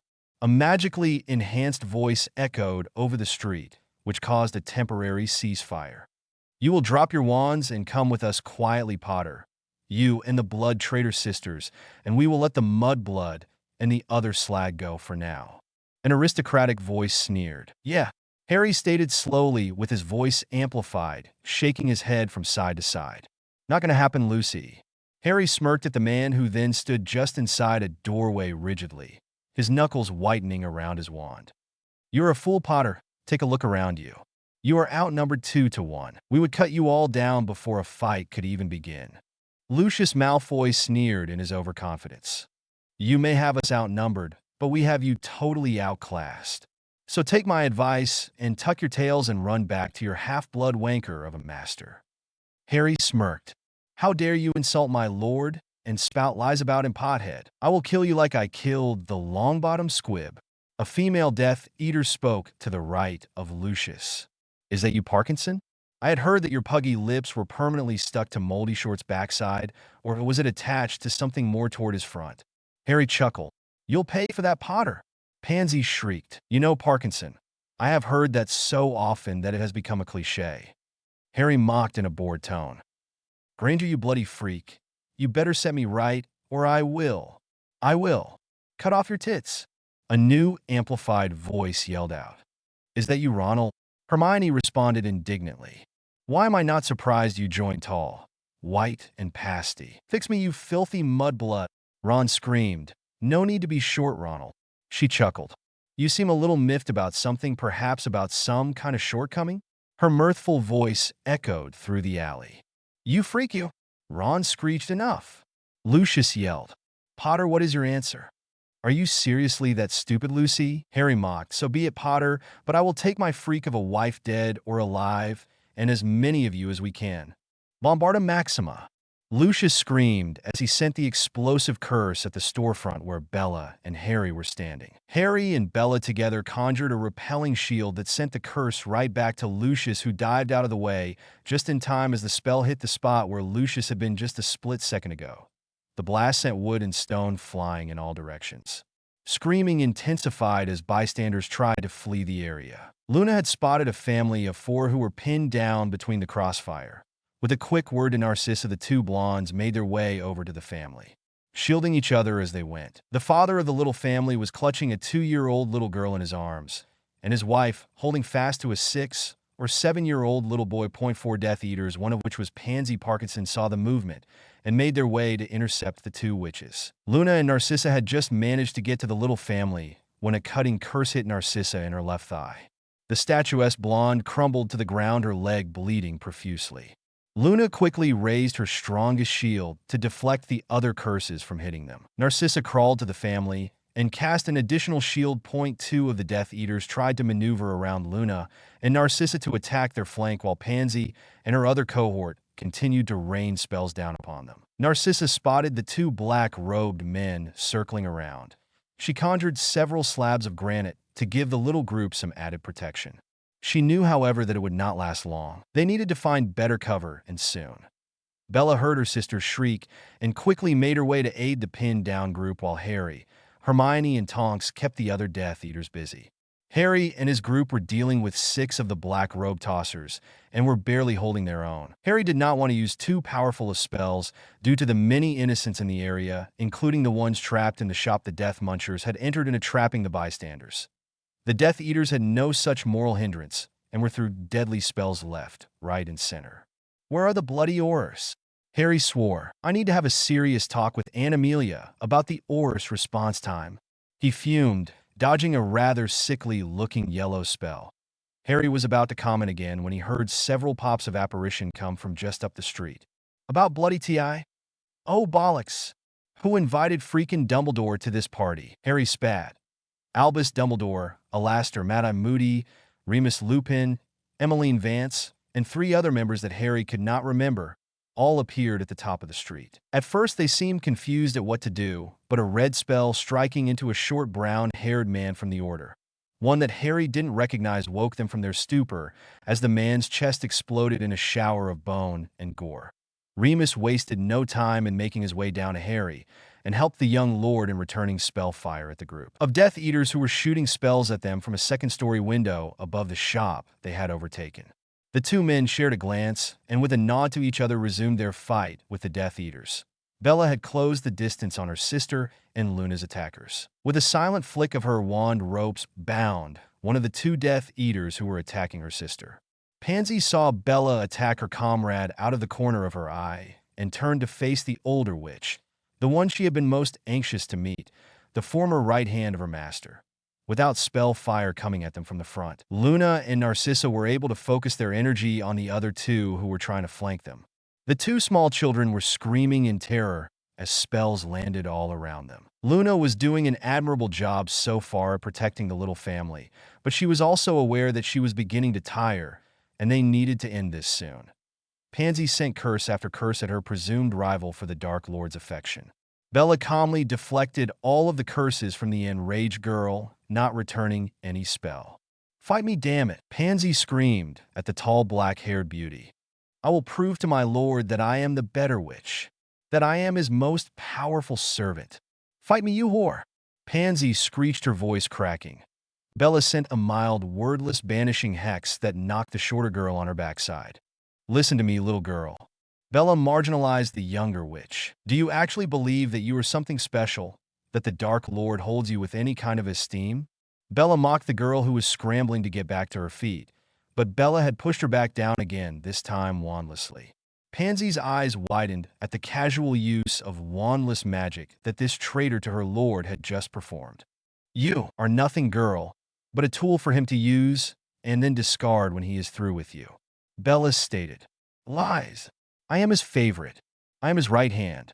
He cares for me. Pansy wailed. Poor misguided girl. Bella cooed as she walked closer to the downed girl, who appeared to be almost hyperventilating. He is not capable of caring or love or any kind of affection. His quest for power has erased any positive emotion from him. That is, if he had any to begin with. He is not even human anymore, foolish girl. Bella continued. No. Why, you're wrong. I am his favorite. The girl laughed maniacally. And I will be rewarded above all others, especially after I kill you. Pansy screamed, finding her wand. Avada Kedavra. The sickly green spell flew from the tip of her wand towards Bella's exposed chest. Bella, with cat-like reflexes, spun to her left, the spell missing her and impacting on the building behind her. Pansy grabbed the emergency port key around her neck and in a swirl of color was gone. Meantime, Luna and Narcissa had managed to down the two other Death Eaters and were binding them with ropes when Bella appeared. With the immediate danger over, Luna cast a basic healing spell on Narcissa's leg which stopped the bleeding but would still need to be looked at by a healer. Bella, Narcissa, and Luna made their way back to the main fight to give Harry and the others a hand, but pops of apparition got their attention as a squad of Aurors appeared. "Do not move, or we will open fire," one of the Aurors demanded. Bella rolled her eyes at the man. "The fighting is down the street, you imbecile," Bella growled out. "Why, you filthy?" The Auror began before being cut off. "Captain, I do hope for your sake that you were not to just about offend the lady of an ancient and noble house, especially the wife of my godson," Amelia Bones stated loudly as she came from the back of the Auror squad. "And Minister, I was just—" the Auror captain stuttered as he came to rigid attention. Ignoring the man, Amelia turned to Bella. "Bella, what's going on?" Amelia asked in haste. "We were ambushed by about a dozen Death Eaters as we came out of Madame Malkin's. Lucius is leading them. There are 3 that we took out down here," Bella stated, pointing out the 3 bound Death Eaters. "You 2 men," Amelia pointed to 2 members of the Auror squad. "Take these 3 to a holding cell at the ministry. No one is to see them. Do I make myself clear?" Amelia commanded the 2 Aurors. "Yes, Minister." They both replied with a quick bow. "Now let's go help Harry," Amelia stated to the others. Bella, Amelia, Luna, and Narcissa arrived to find that the remaining 6 Death Eaters were pinned down at the moment. They were all surprised to see Dumbledore and some of his people there fighting as well, though it appeared 2 of their members were down, one obviously dead. Bella was also surprised to see Remus Lupin fighting at her husband's side. With the additional reinforcements, the Death Eaters could see they no longer had the tactical advantage and began to activate their portkeys. Lucius screamed in fury. He would be denied once again. With one more killing curse sent out the window he was hiding behind, he disapparated. The spells coming from the building went silent. Harry and the others cautiously took a breath, but did not lower their wands yet. Ramusho was standing next to Harry, saw the approach of the other group, led by Bellatrix. His eyes met the eyes of an old acquaintance. Not since his days at Hogwarts had they spoken. They had each been prefects for their respected houses and on occasion were required to patrol the halls together. They had found that they had much in common and quickly developed an easy friendship during their 5th year. Soon they had arranged all their patrols so that they would be together. During their 6th year, the 2 had secretly become a couple. They knew neither set of their friends would approve, and so needed to keep the relationship quiet. By the end of 6th year, they had professed their love for one another and planned to run off together after graduation. She knew that her family would absolutely not accept him as a suitor. He came from a poor family for one, and if they were to ever learn of his condition, they might kill him on sight. But their romance was destroyed during the summer between their 6th and 7th years. Her family had bound her to another through a marriage contract. Her mother had gone as far as threatening her life if she did not capitulate to the contract. Her older sister had escaped the family and had married for love to a muggle born of all things. But she was destined to be married to a pure-blooded man she did not love and knew was as dark as her family had been. 7th year had crushed Remus' heart and hers as well, but she had little choice. Her older sister had been cast out of the family for not marrying the right kind of person. They tried to maintain a friendship, but her betrothed's friends kept a close eye on her all the time. She wished on many a tear-filled night that she had the courage to go against her family, but they left no room for error. If she disobeyed them, they would end he. Narcissa Black looked into the familiar amber eyes of her biggest regret. Her lost love, Remus Lupin. Narcissa's heart skipped a beat Ortwo as she stared at him. Remus became lost in her deep blue eyes as well, remembering happier times when they were young. "Hello, Sissy." Remus nervously addressed her. Narcissa smiled just as nervously. "Hello, Remy. Please read and review this chapter was difficult to write. In fact, this is the 3rd incarnation of this chapter, and though I'm not completely satisfied with it, I think it moves the story along in the direction I wanted to go. I know that my characterization of Dumbledore is not canon, nor was it intended to be fan fiction, But I've been asked about Albus stepping out from behind-the-scenes manipulations to a more confrontational character. My explanation for this is that Harry is the only other person besides Dumbledore with enough celebrity in the magical world to actually sway the perceptions of the masses. With Harry's public accusations of Dumbledore's manipulations and duplicity, Dumbledore had to come out of the shadows to defend himself, and his true nature was finally being revealed. Dumbledore is desperate to hold on to his legacy and clandestine control of wizarding law and policy, and would go to more aggressive means to make sure his legacy and control is not challenged or blemished. Well, there you go, I hope that will explain what Albus does in this chapter. The occupants of Diagon Alley cautiously began to stick their heads out of doorways and around building corners and took in the sight-off spell damaged storefronts and sidewalks. 2 more squads of Aurors had arrived and began the tedious process of getting statements from the witnesses of the bold daytime attack that a counseling and trauma team from Street Mungos had been dispatched to the alley to help with the injured that were caught in the crossfire of the intense, albeit short fight. 9 civilians had been seriously injured and 2 killed. 1 Order member had been killed and another seriously wounded. Harry and his group were relatively unhurt, but for a few minor lacerations, including the deep cut on Narcissa's left leg, which was quickly set right by a trauma witch on site. Harry was relieved to see that his family was all in one piece, but a rage burned deep within him at the audacity of the Death Eaters, and in particular Lucius Malfoy and his former best mate who had now raised a wand against his family.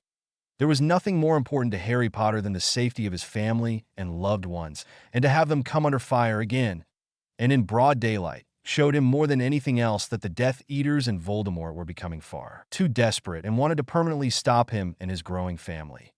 Voldemort had suffered several defeats in a row now, and Harry knew that his nemesis would soon take his frustrations out on the innocents, just to let the Ministry and the populaces in general know that he was still a threat and was to be feared. He had provided Bill, Charlie, the twins, and Ginny with the names that Pettigrew had given them, and they were already in the process of making plans to strike out at the unsuspecting Death Munchers.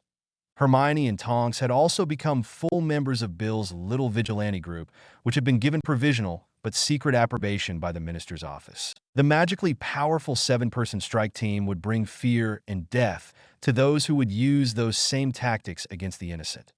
They were now the core of House Potterblack's military arm and would train others as they pledged their loyalty to Harry. Amelia, Augusta, and Andromeda made up the political arm of House Potter Black and would lead the house back to political dominance it had once enjoyed within the Wisingamot and bring those houses loyal to the Potters and Blacks back under one banner as it had done in centuries past. Minerva, Narcissa, and Luna were the research arm of the house. They were researching the more powerful ritual and blood-based magics, as well as the knowledge found in the grimoires of the Potters and Blacks, including the lost art of battle magic, which was found within its pages. Harry and Bella were also learning the more arcane magics from Morgana, who had been entering the couple's connected minds nightly as their bodies slept. Bella had been ecstatic to meet her ancestor, and had come to adore the ancient echo that a clearing of a throat jolted Harry from his inner thoughts. He sighed deeply in consternation as the twinkling eyes of Albus Dumbledore appeared directly in front of him.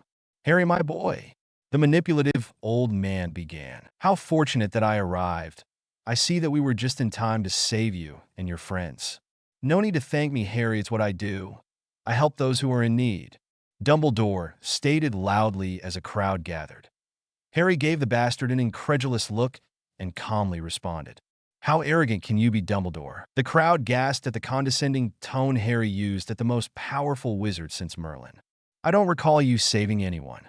In fact, after your arrival, I don't recall you casting a single spell to aid us in any way," Harry stated using air quotations with the word aid. "My mere presence was enough for them to flee, Harry. If you ever reach my level of magic, Harry, you will find that people would rather leave than confront you." Dumbledore spoke to Harry as if speaking with a child, some in the crowd nodding and whispering their agreement. "Oh, I see," Harry replied with exaggerated praise as he performed a sarcastic bow. The great Dumbledore does not feel the need to raise his wand. He is too powerful for anyone to confront him, or for him to help. Harry spat the last 2 words, looking around at all the people who had gathered, meeting every eye. Let's hear it for your savior, ladies and gentlemen. Harry raised his arms high in the air, assuring everyone's attention. He has saved us all. Oh, wait a minute. Harry took on an over-the-top pensive look. There were those here today that weren't saved, and how many other attacks has there been since Moldy Shorts came back? How many have perished, Dumbledore? Harry turned to the crowd with an embellished, questioning look. Perhaps they weren't worthy of saving. While he was stunning the Death Eaters with his awesome presence today, 3 people were killed and almost a dozen others wounded. How could this be? Harry mocked. Tell me, Dumbledore. Are you so full of yourself as not to raise your wand, even in defense of the defenseless? Harry posed the question, looking at the old man, who suddenly looked uncomfortable. All eyes turned toward the venerable headmaster. This is not the place for this discussion, Harry. Dumbledore quietly replied. Isn't the place for this discussion? Harry chuckled mirthlessly. This is the perfect place. Perhaps you can explain it to these families why you did not act to protect their fallen and injured family members. Harry motioned his arm to the growing crowd.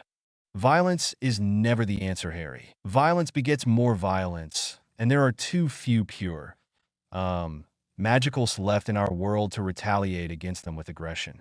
Dumbledore stated, realizing his gaffe, but hoping Harry didn't catch it. Harry grinned malevolently at the ancient wizard. Damn! Dumbledore cursed his slip, but he was already spinning an explanation. So, Harry began slowly. We should not harm those who are harming us? Should we not defend ourselves from those who would kill us? Should we just accept our fate and let them rape, torture, and kill us at their pleasure? Harry asked in mocking disbelief. Why should we not defend ourselves against the Death Eaters? Harry asked bluntly. There are ways to defend oneself without meeting violence with violence. Dumbledore stated. I see. Harry began. So, I assume you're talking about using stunners instead of more permanent or aggressive spells, or perhaps you would prefer if we just warded our homes and never left them. Are we to be prisoners in our own home, Dumbledore? Harry asked, the crowd beginning to see where Harry was leading the discussion. Tell us, Dumbledore, what should we do against these people who would kill us? Why would you not want us to defend ourselves, our homes, or our families? Is there a reason not to? Why are you so against it? Are you trying to protect them? And if you are, why? Harry challenged the so-called leader of the light. I am trying to prevent unnecessary bloodshed, Harry. Surely you don't want to be the cause of such suffering and harm. Your actions here are a prime example of going too far. Everyone deserves a chance to redeem themselves, Harry. Killing these misguided witches and wizards will do more harm to our culture in ways than anything else I can think of. Dumbledore stated, it was an obvious attempt to shift the crowd's growing unsettled mood back onto Harry. But Harry was not done yet. He had a chance to truly expose the manipulative old man for who he was, and was not about to let the opportunity pass. But his verbal comeback was stopped when another's indignant voice was heard. How dare you insinuate that my husband is the cause of this war? Bella hissed, her eyes glowing with fury. Let me tell you something about these misguided witches and wizards, Albus Bloody Dumbledore, and the monster they serve. The crowd turned their eyes and attention to up until recently the most feared witch in all of Great Britain. The former Bellastrix, Lestrange, a former top lieutenant of the Dark Lord himself. Although there were still many in the magical community who were dubious of her new persona and marriage to the boy who lived, there were fewer still who would dare verbally challenge her on her knowledge of the Dark Lord. The Dark Lord cares not for rules or fair play, and he instructs his followers in the same belief. He will kill, rape, and torture anyone who gets in his way. You purebloods out there? Bella called. Do not think for one moment that your blood status will save you from his bloodlust for power. He fights for the continuation of the old ways. He will spare those of pure lineage. Someone shouted out from the crowd, earning a few voices of tepid agreement. In the First War, how many old families were wiped out? Bella asked the nervous crowd. How many? She snapped. More than 30 old families were wiped from existence, and other noble houses were decimated because they refused to kneel before him. A half-blood born to a near squib and a muggle. Lies. The same voice as before contested, while at the same time many other were murmuring over the revelation. Truth. Bella replied matter-of-factly. Tom Marvolo Riddle was his name while he attended Hogwarts. His mother was Merope, gaunt last of the Slytherin line, and a squib who died soon after giving birth to the monster. His father was a muggle aristocrat who had been dosed with a love potion. Do not fool yourselves. The only thing Voldemort. Gasps of fear and squeaks of terror escaped many lips at her use of the name. Cherishes his power, and what he wants is absolute power. He cares nothing for the old ways, and those who follow him blindly. Their family fortunes drained, so that he can fund his war on all magicals. Bellastrix. My sister speaks the truth. Narcissa spoke, removing the hood covering her face. Many recognized the lady Narcissa Malfoy immediately. My former husband has used the wealth of the Malfoy family to bribe his way out of prosecution for being a Death Eater. Again, gasps were heard throughout the crowd. He has bribed many a politician, including former Minister of Magic Cornelius Fudge, all in an effort to place people loyal to the Dark Lord in positions of power, so that when he is ready, the Dark Lord will simply take over our government. He has been involved in the assassinations of many family heads and political adversaries to achieve his goals. He does not hesitate to kill anyone. Even his own followers, and his followers will kill anyone their master tells them to, without regard to blood or station. Narcissa finished, so Albus, where should we stand? Do we not defend ourselves and our families? Do we not fight for the very survival of our world as we know it? Harry asked the uncharacteristically quiet master manipulator. Harry turned his back on the old headmaster and looked at the crowd, locking eyes with as many as were looking back at him. What do you say? Harry asked the crowd. Will you hide away in your homes, praying that the dark mark doesn't appear over your house? No, a few voices shouted. Will you allow a power-hungry fiend to dictate how you should live your life? No. A few more voices joined the others. Will you let a few pure-blood terrorists take over your government and dictate who is or isn't worthy to live or use magic based on their blood? No. This time the response was almost deafening. The crowd was growing, and several reporters and their photographers had arrived and were taking furious notes on the impromptu political speech. A palpable feeling of anger was swelling through the chattering crowd toward the state of their world and the seemingly unchecked attacks by the Death Eaters. Headmaster, what is your opinion of Lord Potter's and the new minister's position on being more aggressive and putting down the Death Eaters? A reporter from an unknown paper asked. I am opposed to such action that will spill any magical blood, especially blood from old families. We must give them the opportunity to change their tactics and realize that violence does not strengthen their cause. There are more politically correct means to promote their positions. Dumbledore answered diplomatically. Start Bent from the Wizard Free Press headmaster. I have 2 questions. First, you stated that we should not spill any magical blood. But isn't that what the followers of you-know-who are doing? Secondly, as Lord Potter has suggested, should the public just put down their wands and hope for the best that they are not killed by these terrorists? Isn't that just being a bit naive? I believe if we offer our brothers and sisters a chance to voice their concerns and give them a medium to express their agenda, that we can come to an understanding. Some concessions could be made on both sides to assure at the very least that the violence stops. Dumbledore answered in his best grandfatherly tone. Minster, Bones, what is your response to what Lord Dumbledore has proposed? The same reporter asked. Let me make this perfectly clear. These brothers and sisters are nothing more than terrorists. Their sole purpose is the destruction of the ministry and anyone who does not measure up to their standards of blood purity. Voldemort does not and will not share power. He would set himself up as dictator and strip our citizens of any and all rights they now enjoy. Amelia stated matter-of-factly, we have witnessed what happens to those who do not subscribe to Voldemort's and the Death Eater philosophy. They are killed. How many pure-blood houses and noble families have been wiped out for disagreeing with this terrorist ideology?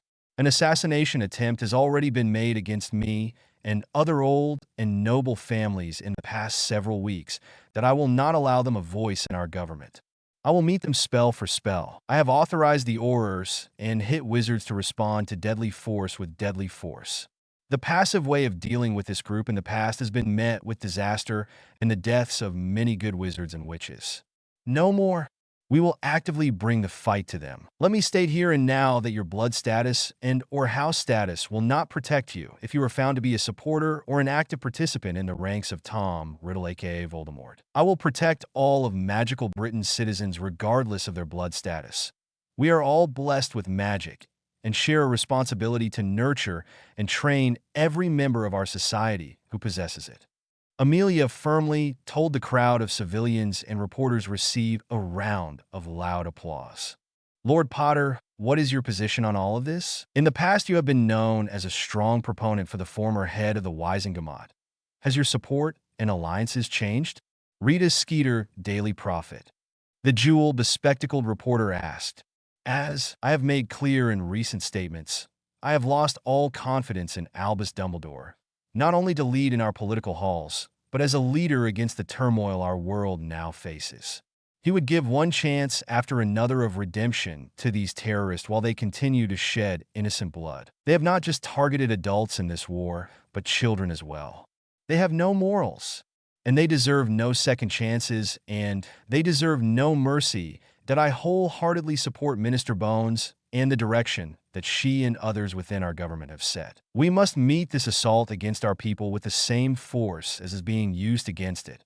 I would ask my colleagues of the Wisengamot to join me in supporting the new legislative bill sponsored by the Lady Longbottom, which would heavily sanction those who are found supporting this terrorist movement and provide our peacekeepers with the training and equipment they need to fight this heinous threat.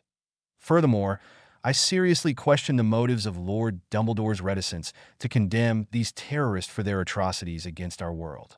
I wonder if he does not share in their ideals and goals, just perhaps not their methods to achieve it. Furthermore, I think we should seriously question his fitness to oversee the teaching at our beloved Hogwarts and the safety of its students. I have given you a history of my own years at the school and the dangers that I and my classmates had to face since my first year, as well as the other crimes perpetrated against me personally at the hands of this man.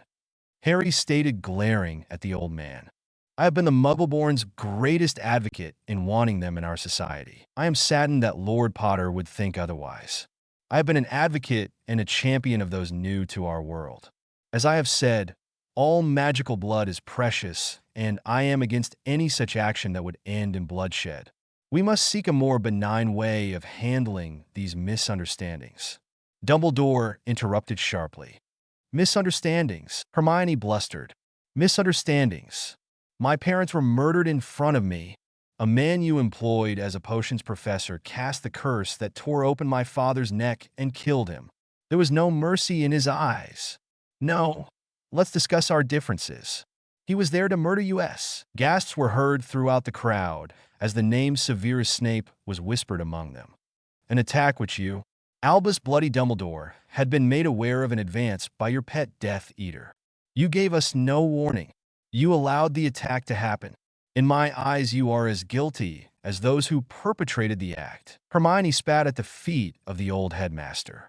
Reporters were writing furiously. Flashes from a dozen press cameras nearly blinded those nearest to them. Miss Granger is clearly emotionally distraught over the loss of her parents, and in her blinded state has linked me to the crime because a former associate of mine who allegedly had attacked her family. I am deeply sorry for her loss, but I had no knowledge of the events in which she speaks. Had I been aware, I would have done my best to protect her family, as I would any Muggleborn, half-blood, or pure-blood family. I am offended that I would be so maliciously accused of being complicit in such a heinous attack. Dumbledore retorted in false bravado. The courts will decide your involvement in the attack, Dumbledore, as well as your guilt in other crimes perpetrated against me, my family, and magical Britain. A new dawn is breaking, Dumbledore, and we will no longer allow the travesties of the past to stand. You say you are a proponent for the Muggleborn and the half-bloods, yet your record as Chief Warlock would suggest otherwise. Every piece of legislation that has come before you regarding this group has been shot down. Equality and fair hiring practices for this group has come before you many times, yet you refuse to introduce it to the Wisengamot for vote. Inequality in the courts is outrageous. Muggleborns are not fairly represented. The word of a pure blood is taken over a Muggleborns without hesitation or investigation. Muggleborns are barred from serving in the ministry or owning a business. Is this your idea of being a champion of the people? The elites in our world fear no prosecution and see themselves above the law, and often are guilty of crimes that should earn them a lengthy stay in Azkaban. Your own voting record shows that you are as biased against Muggleborns as those who would see them driven from our world or worse. You have no credibility, Dumbledore, and I look forward to your trial where all your manipulations and lies will come to light. Now, if you will excuse us, we have things to be getting on with. Harry received applause for his observations, and shouts of support for the boy who lived echoed throughout the alley. "I need to speak to you in private before you leave, Harry," Dumbledore said in low tones, for Harry's ears only. Harry raised an eyebrow at the impertinence of the man. "We have nothing further to discuss, Dumbledore. I am not that trusting little boy anymore," Harry replied curtly. "I'm afraid I must insist, Harry. You are taking things too far. We need to show a united front if we are going to turn the hearts of the people toward the greater good." Dumbledore stated, his smile slipping a bit and his eyes icy. "You insist nothing. You forget yourself, Dumbledore. I've let slide your presumptiveness of addressing me in the familiar. But let me make it perfectly clear that I do not consider us friends socially or politically, and I have no inclination or desire to align myself with you." Harry's voice hardened as he stepped closer to the ancient wizard, his eyes locked onto Dumbledore's, showing his contempt for the man. "You are nothing to me, Dumbledore, but a meddling old man with delusions of godhood who is out of touch with reality. Your refusal to engage this war in the way it needs to be is proof of that. Your time, as the supposed leader of the light of magical Britain, is about to crash down all around you. I pity you, old man. This is what you have brought your life down to. Historians, when they write about you, will write about your infamous fall from grace." Harry then stepped back and turned his back on the former head of the Wizengamot. Hate and anger swelled within Dumbledore's chest. This boy was destroying all he had created, challenged him at every turn. And now his action threatened his place in history, and he could not allow his legend to be sullied by this half-blooded upstart. "I am Albus Dumbledore, the greatest wizard since Merlin, and you will listen to me, Potter, or be silenced." Albus drew his wand with surprising speed and pointed it at Harry's back.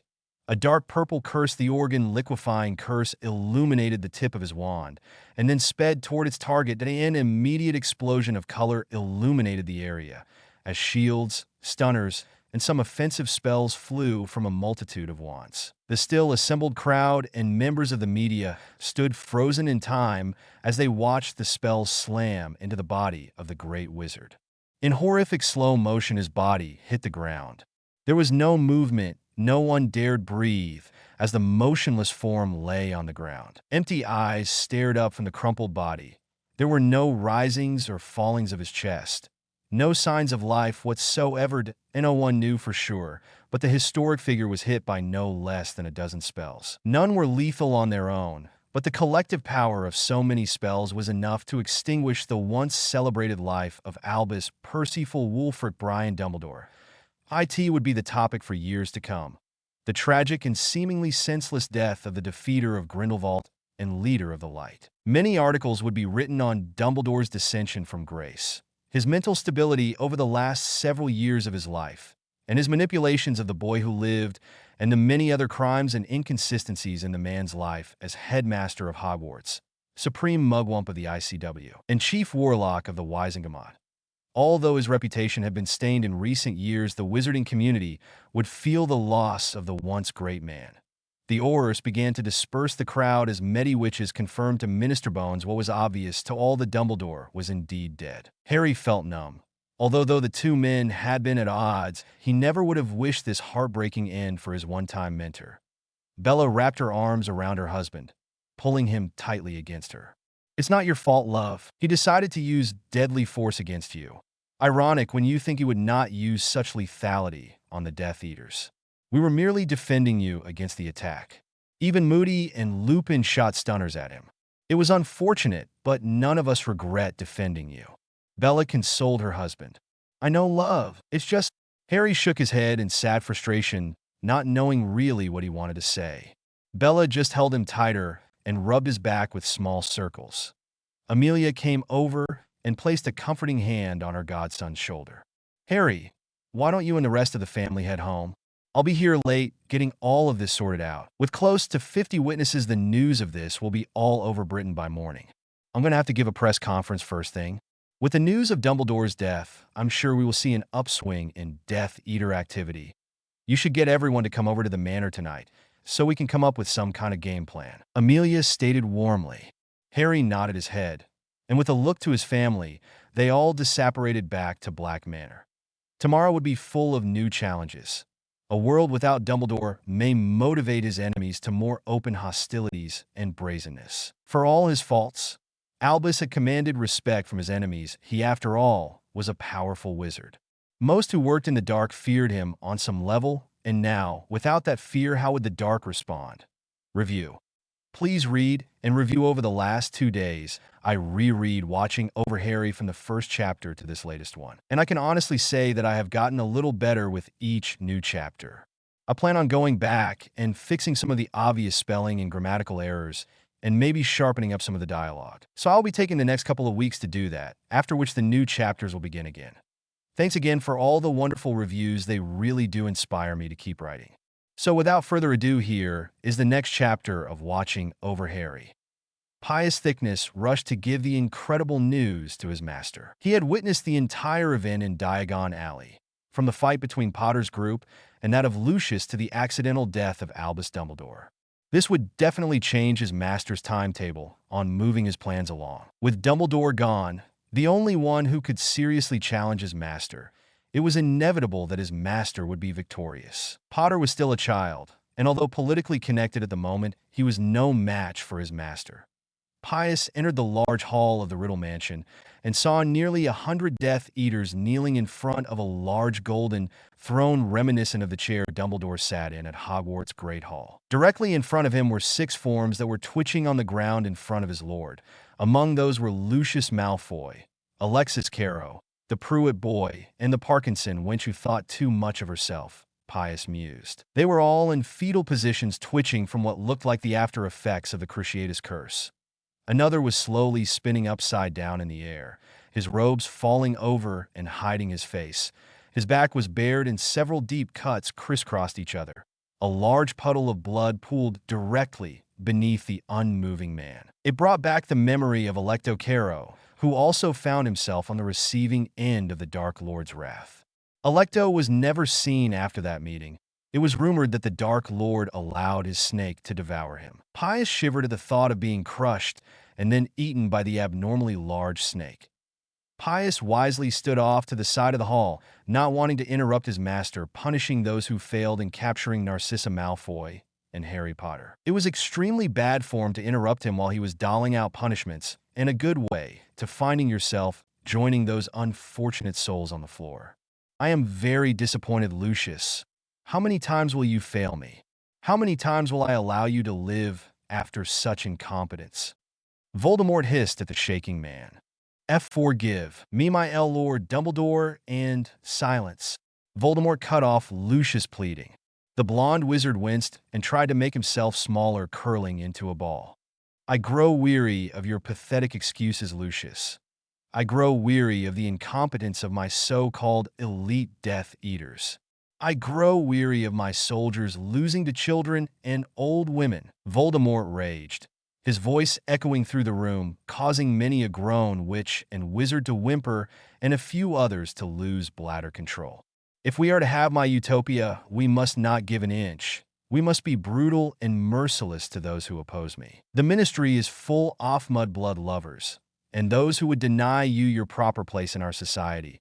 They must fall at our feet, and we must crush their bones beneath them. Soon the ministry will fall, and we will rebuild it in my image. And those faithful of you here today will reap rewards beyond imagination. You will be the princes and princesses of the magical world, and those of lesser blood will fall at your feet and worship you and serve you as their betters. Voldemort stated to a boisterous round of huzzas. But as always, I must make an example of what can happen should you fail me. I have obviously been too lenient. I have let go unpunished several recent failures, and apparently this has spawned slothfulness in my servants." Voldemort looked up at the suspended body of Tobias Umbridge, younger brother of the former Under-Secretary to the Minister of Magic Cornelius Fudge. "Nagini lunch," Voldemort called to his pet. With a snap of his fingers, the body crashed to the floor with a thud, and a low moan escaped from the lips of the still alive man. With lightning speed, the large snake coiled itself around the battered and bloody body and began to constrict its coil around the warm body. That a bloody, curdling scream echoed through the room as bones began to snap on the man. His collarbone snapped and half his ribs crushed as the last remaining bubbles of air were forcibly expelled from his lungs. A loud crack indicated that his hips were pulverized.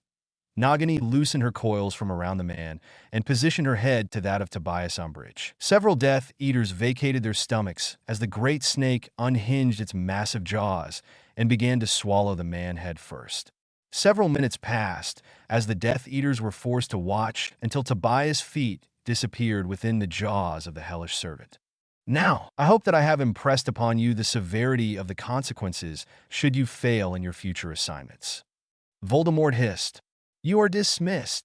All but 12 Death Eaters quickly left the great hall of the mansion. The remaining figures kneeled in a semicircle around their lord and waited for him to speak. "I do hope you have a good reason for not arriving when I summoned you, Pius," the Dark Lord stated dangerously.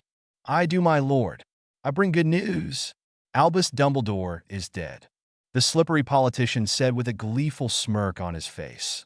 Voldemort stopped in his tracks as he replayed what he had just heard in his mind. "Are you certain of this, Pius?" "Aye, and my lord. Mediwitch has confirmed it to Minister Bones at Diagon Alley after Lord Malfoy's failure there." Pius glanced at Lucius, who was glaring daggers at him. Pius smirked at the still twitching man. "How was this accomplished? Who killed him?" Voldemort asked in interest. Dumbledore attempted to attack the Potter boy, but was cut down by spells coming from those in his party and several others from Aurors and others present. Pius related. Dumbledore attacked Potter in broad daylight? The man obviously had finally cracked. Voldemort mused as he sat down in his throne, absorbing all the details. "This is most welcome news, Pius. You have done well." Pius beamed at the praise. "With Dumbledore gone, we may be able to move up your plans on taking Hogwarts, my lord," Lucius offered. "True, although Hogwarts still has powerful wards and defensives, these will have passed on to the deputy headmaster of the school. Our numbers are not yet sufficient enough to risk an all-out assault. Also, with it being the summer months, there will be no students there, and we will need that leverage to hold the castle. The threat of dying children will keep the ministry and others from trying to retake the school. No, that plan will have to wait," Voldemort replied, weighing his options carefully. "No, we must continue our efforts in weakening the ministry, and to do that we must somehow get some of our people back inside and in positions of power and authority." Voldemort stated. "It will be impossible to do, my lord, with the Bones whore implementing her new security measures. Anyone with your mark, my lord, would be found out upon entering the ministry and promptly arrested and their assets seized." Bryce Edgecombe informed his master hesitantly. "He is correct, my lord," Pius offered. "All ministry employees now must take a magical oath of loyalty to the current minister until such time he or she is voted out and a new one is confirmed. All members of the Wisengamot are inspected for the dark mark as well. No one is permitted into the chambers without being checked, and no wands are allowed except for the sergeant-at-arms and his staff of Aurors.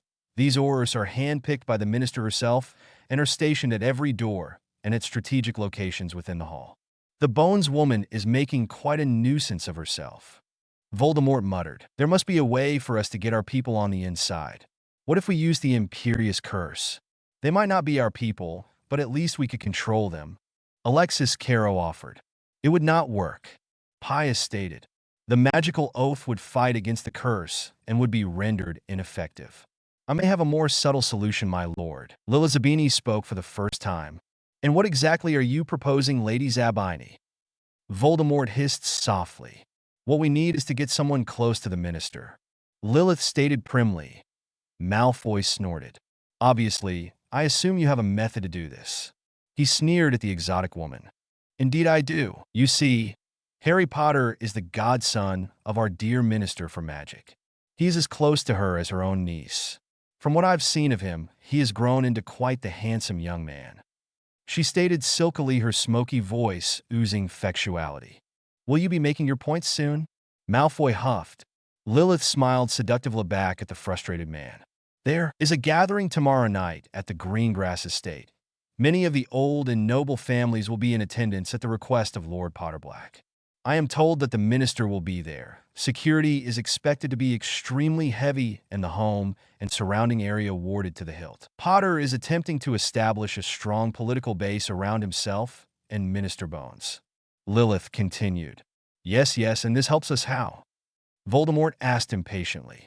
I have been invited to attend by the Davis family and will be introduced to the handsome young lord. My plan is quite simply to ingratiate myself upon the boy and then seduce him. I'm sure you are aware how persuasive I can be. Once I have him so infatuated with me, I can begin to manipulate the boy and have him do whatever I ask him to do. Lilith moaned huskily.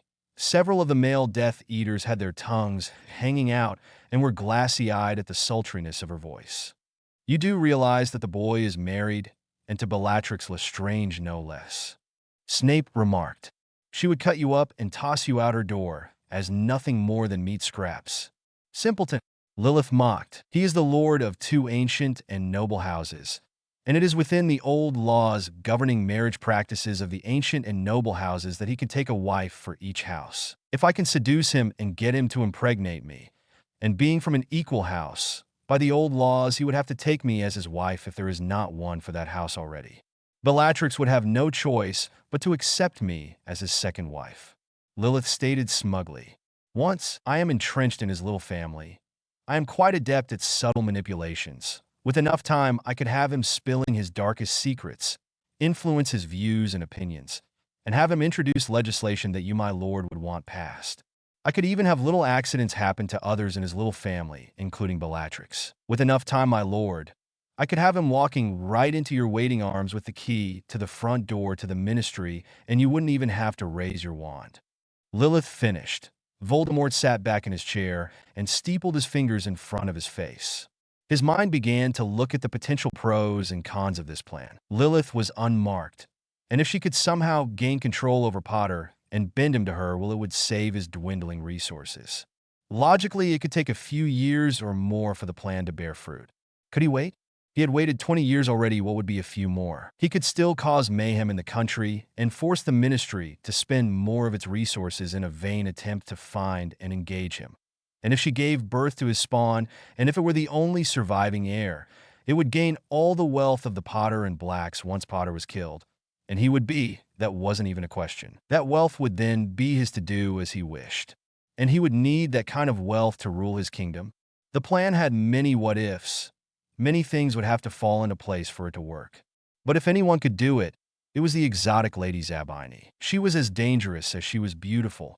The widow of 7 former husbands was evidence of her skill. Very well, my dear. You have my permission to go forward. I would also like the names of all the families in attendance to this little social gathering.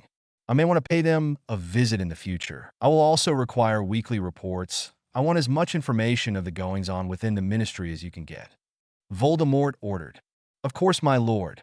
It will be done as you command. Lilith bowed to the pale-faced Voldemort, who was sporting a sadistic smirk on his face. Bella was sitting on the sofa in the small parlor of Black Manor.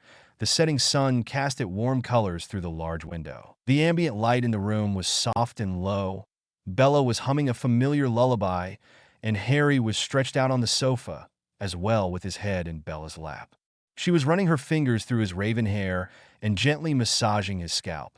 His eyes were closed and his head relaxing into the wonderful ministrations of his wife. His mind, though, was trying to sort through the events of the day and trying to find some sense in it, but there was none to be found that he could see. At least the family meeting had been productive. The family had gathered at the Black home and had discussed what the death of Dumbledore would mean to the wizarding world. Amelia arrived later that afternoon after issuing a statement to the press and arranging a guard to watch over and protect Dumbledore's body. Aberforth had come and had taken his brother's body back to their family's ancestral home to be buried quietly. Aberforth had informed Amelia that he held no ire against those who were involved in the incident. He had noticed that his brother had become more and more obsessed with Harry over the years and had fallen into some kind manic delusion that he needed to control the boy. He also sent his deepest apologies to Harry for the way his brother had manipulated and harmed him. Surprisingly, Moody and Lupin had approached Amelia and offered theater services to Harry and his family. Remus also wanted to apologize to Harry in person and hoped that he would forgive him for choosing Dumbledore over him. He realized too late that he had made the wrong choice, but did not know how to make amends. Harry, of course, forgave him immediately, and Remus was brought to Black Manor. Of his own accord, and quite unexpectedly, Remus gave a wizard's oath to never betray Harry and swore an oath of loyalty to him and the House of Potter Black. Harry was grateful for the pledge of loyalty, as it removed any doubt of insincerity from Harry's mind. Through Moody, Harry learned that most of the remaining members of the Order of the Phoenix were interested in joining Harry. They'd have felt that this war could not be won by passive means. There were some, however, that were longtime friends of Dumbledore's that decided to go back to their own lives and not get involved. A few even blamed Harry for causing the death of the great wizard. That be why the end of the meeting, Harry's military arm had gained 30 new members. One good thing that came from Dumbledore was an extensive spy network throughout the wizarding community. They too had pledged themselves to Harry's cause through Mad-Eye. Mad-Eye Moody and told Harry that when the news of today's events and Harry's speech came to light in the morning, many of the disenfranchised magical community would turn to him as a light for hope. Amelia and Augusta agreed that the political fallout of this would be to sharply redefine the lines of political power. Harry, your stand on equality for all magicals will bring you tremendous support from the people who have been ostracized by the pureblood agenda. No one of your house status has ever so publicly stood up for them before. In effect, you have issued a call to arms for all those who feel disenfranchised. I just hope we don't see a backlash of violence on establishments and people of pure blood ancestry. I may need you to call a press conference to reassure the populace that the new administration will deal appropriately with any acts of bigotry or hate crimes. I said as much in my press release, but to have you give your approbation will be more helpful, I believe. Amelia stated with a little concern in her voice. Of course, Auntie. Harry nodded. Perhaps we can plan it for the day after the news is released. Harry offered. That would be fine, Harry. Amelia sighed in relief. Are we ready for the function tomorrow at the Greengrass Mansion? Bella asked, changing the topic. Bill cleared his throat. Yes, my lady, my team finished setting our special ward stones earlier this morning. Anyone with a dark mark will be immediately stunned as they cross over the threshold of the mansion. Any dark artifacts crossing the ward line will cause a loud shrieking to occur around the object. We also have the standard anti-portkey and apparition wards. Once the party begins, defensive and offensive wards will become activated around the exterior of the house. We should be quite safe. Bill grinned as he sat back in his chair, next to Hermione, who gave his hand a squeeze underneath the large dining room table the family had gathered around. I also have a dozen hand-picked aurors who will be patrolling the grounds as well. I had met with Bill earlier and had those aurors keyed into the wards. Amelia added. Do we know if Lady Zabini will be in attendance? Harry asked. According to Lord Davis, the invitation was extended and she had accepted. Augusta replied. Do we know if she is still Voldemort's secret keeper? Tonks asked. When I scanned Pettigrew's mind, she had been. We can only hope that she still is. If not, at the very least, we can get a little more intelligence from her. Hermione spoke up, receiving quiet nods from the group. Right, well, tomorrow should make for an interesting day. Hopefully not as violent as today's was. You all have your assignments and know what to do, so let's be safe tomorrow. Harry smiled warmly at his growing family before reaching for Bella's hand and led her to the parlor. Bella continued her soft singing and gentle ministrations to Harry's scalp. She loved these moments with her husband, when he was unguarded and just allowed himself to be putty in her hands. All too often, he unfairly placed the burden of guilt upon himself. He felt guilt over Hermione's parents' death, for Luna's father, and for the countless other deaths that had occurred since Voldemort's rebirth. With her constant reassurance, Harry was getting better at not blaming himself. There were just those rare moments when the guilt crept back in, but those moments were becoming much fewer. What kind of wedding would you like to have, love? Harry's random question caught her off guard. His eyes were still closed and his breathing soft and even. Wedding? Bella asked with a bit of confusion. Yeah, doesn't every girl dream about their wedding? Harry asked, opening his eyes and looking up at the love of his life. WL, yes, but we kind of skipped that part, didn't we? Bella replied with a crooked smile. In the eyes of magic, we are husband and wife. I don't need some stuffy ceremony to know that I am totally yours and you are totally mine. I feel your love so deeply in my heart and soul that a ceremony would be just some unnecessary affectation that has no real meaning. Bella grabbed Harry's hand and placed it over her heart. This right here, this heart that beats in my chest, beats only for you. It is yours through this life and the next. There is nothing I need more than just knowing that the bond we share has joined us eternally together. So no, my husband, I don't need a wedding to know we belong to each other.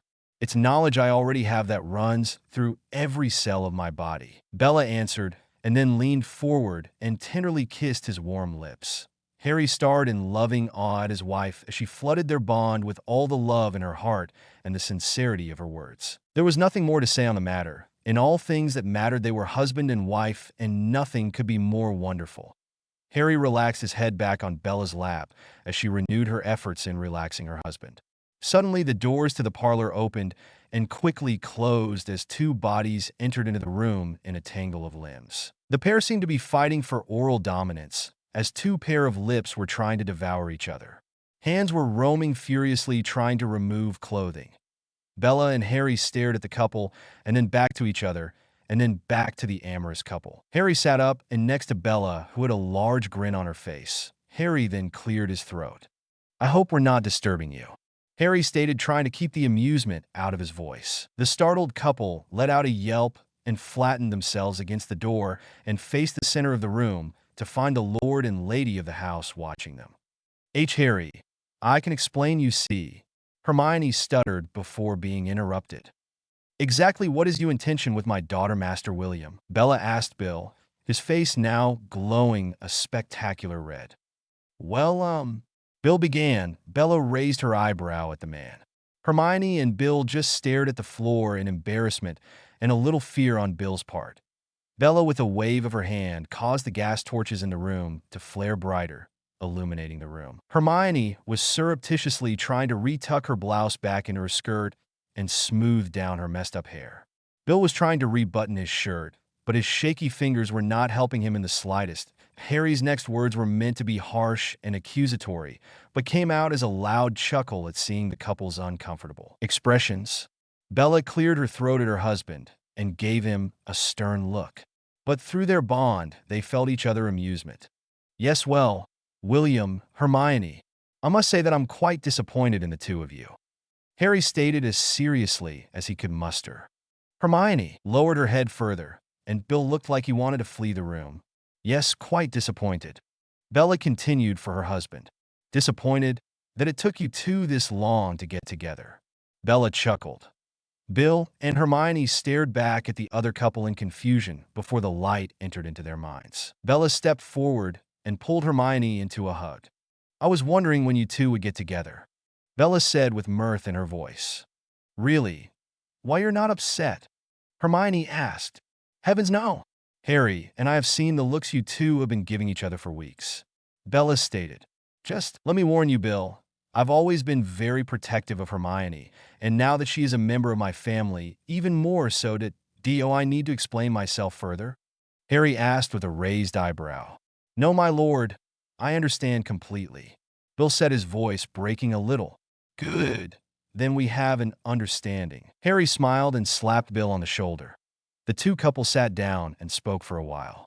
Bill and Hermione told them how they just felt so right with each other. Bill had been worried about the age difference and wanted to wait to get involved with her. He had told her that he fancied her, but that he would wait until she turned 17 before exploring any kind of relationship with her. Hermione had other ideas and told Bill that she fancied him and wanted to see if they could have a romantic relationship. She told him that she would reach her majority in a couple of months, and she had no desire to wait. Needless to say, there were fireworks the first time they kissed, and now couldn't get enough of each other. It was not all physical. Bill was quite intelligent and stimulated Hermione's mind as well as her libido. Harry and Bella listened cheerfully to the couple. Harry was happy for his best friend/daughter and hoped that her happiness continued to grow.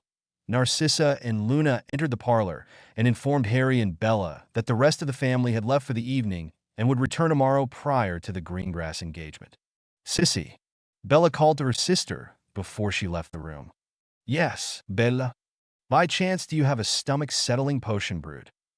Bella asked the blonde witch. "I believe so. Are you having stomach problems?" Narcissa asked in concern. "Well, just in the mornings. Over the last several days I get up, and I'm hit with a wave of nausea, and I have to run to the loo," Bella stated. "Oh," Narcissa asked, her eyes sparkling. "Do you mind if I perform a quick diagnostic spell on you while you're here?" "Not at all," Bella stated. "Harry, be a dear and let your wife up so she can lie on the sofa properly," Narcissa asked sweetly. Harry sat up from his comfortable position on Bella's lap and stood up from the sofa. Bella stretched herself out and tried to get comfortable.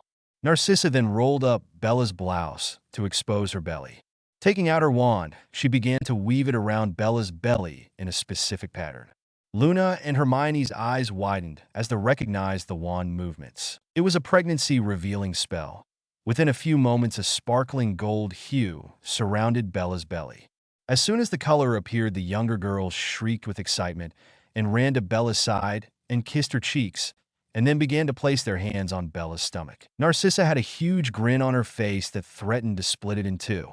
Bella's eyes began to water as a surge of happiness went through her, and she began to half giggle and half cry. Harry stood back looking completely confused, not knowing what the spell was that Narcissa had cast. Bill came over to Harry and patted him on the back. "Congratulations, Harry," Bill said jovially. "For what?" Harry asked, still oblivious. "Congratulations, Daddy," Bella cooed at her husband. Harry's eyes widened to humorously large proportions and Day's crooked grin appearing on his face. "I'm going to be a dad?" Harry whispered in awe.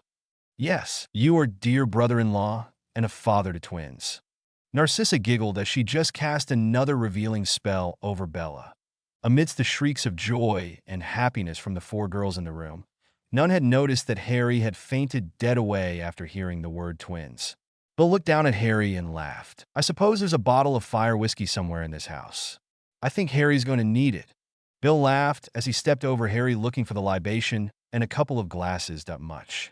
"I'm still in the process of re-editing the prior chapters, but I will let you know when I'm done." Now on with the story with another chapter of watching over Harry that a very happy Bella lay sleeping, snuggled against her husband. His right arm was draped around her waist with his hand, lying gently on her bare belly. A small smile graced her face at recalling his reaction last night when they learned that she was pregnant. After a quick intervade by Luna, Harry was all smiles the rest of the night. He was so excited that he called the rest of the family to give them the wonderful news. Although many had just left the manor, they all returned to congratulate the couple. Well, that is to say, they gave Harry a quick hug and then focused all their attention on the expectant mother. Susan immediately volunteered to take charge of the baby shower. Hermione was going on and on proudly about becoming a big sister. Luna was scouring the house for all the butterbeer corks she could find to make the anti-nargle necklaces to give the twins when they were born. Poppy pulled out a ledger and was scheduling monthly visits to check on mother and babies, and no one could quite understand Minerva, who was so excited that she started speaking in her native Gaelic, confusing everyone. It was well past midnight before the house emptied again, and Bella and Harry actually had time alone to bask in the glow of the wonderful news. Harry had been hyper-attentive, and Bella loved every minute of her husband fussing over her. She knew that his greatest desire was to have a family of his own, and although he considered the others to be family, the two lives growing within his wife were the first to be of his and Bella's combined blood, created by the enduring love they had for one another. Bella, as she was apt to do from time to time, began to doubt if she was worthy of the life she now enjoyed. A life where she was incandescently happy with a man she valued and loved more than her own life. Now there were two precious lives growing within her. It all seemed so impossibly far from where she was a few short years ago. While Bella was lost in her musing, the scenery changed before her. Suddenly, she found herself in an ornate ballroom, softly illuminated by a large chandelier that hung from a gilded dome roof. A rich mahogany wood floor stretched out beneath her feet. A large plate glass window dominated one side of the room, allowing the twinkling stars and the light of a crescent moon from the night sky to add a touch of romance to the setting. She looked down upon herself and gasped at the sight of the most beautiful ball gown she had ever seen. It was a deep red dress that complemented her goddess like feminine curves and her long dark hair. Her ears perked up as a hauntingly beautiful song began to echo around the room. "May I have this dance?" Bella turned around at the sound of the voice. It was a voice she was intimately connected to. It was a voice that always solicited a stirring deep within her heart. She turned to face the handsome, dark-haired young man. She gasped again at the warmth and deeply passionate love that he had for her reflected in his eyes. She took the proffered hand and was gently pulled into his warm embrace, his eyes unflinchingly looking into hers. There was so much love reflecting in those emerald pools that if Harry had not been holding her, she was sure her knees would have given out and she would now be on the floor. Harry opened his mouth to speak. His voice was soft but firm. It was also laced with unmovable conviction. "Bella." Even hearing her name on his lips caused her heart to flutter. "Never doubt that you deserve happiness and to be loved. We both have things in our past that have made us feel undeserving of love. But by whatever god or goddess has allowed us to find each other, I give my gratitude every day to them that you are in my life." Harry kissed her tenderly, and then they began to move in perfect harmony to the song. "Listen to the words of the song Love," Harry whispered to her, "and no more talk of darkness. Forget these wide-eyed fears. I'm here. Nothing can harm you. My words will warm and calm you. Let me be your freedom. Let daylight dry your tears. I'm here with you, beside you to guard you and to guide you. Say you love me every waking moment. Turn my head with talk of summertime. Say you need me with you now and always. Promise me that all you say is true. That's all I ask of you." Bella rested her head on Harry's shoulder as they slowly spun around the room, the words of the song echoing the feelings they wanted to express. "Let me be your shelter.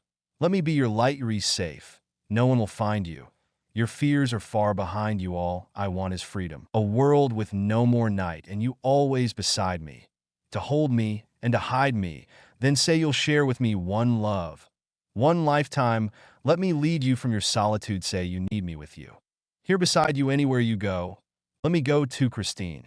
That's all I ask of you." The warmth of Harry's arms, the love in his eyes, the conviction of his words, and the tender words of the song flooded Bella's entire being. Happy tears fell freely down Bella's face as the song began its crescendo into its final stanzas. "Say you'll share with me one love, one lifetime. Say the word, and I will follow you. Share each day with me, each night, each morning. Say you love me. You know I do love me. That's all I ask of you anywhere you go. Let me go to love me. That's all I ask of you." By the end of the song, Bella could no longer stand on her own 2 feet. She was so overcome with emotion.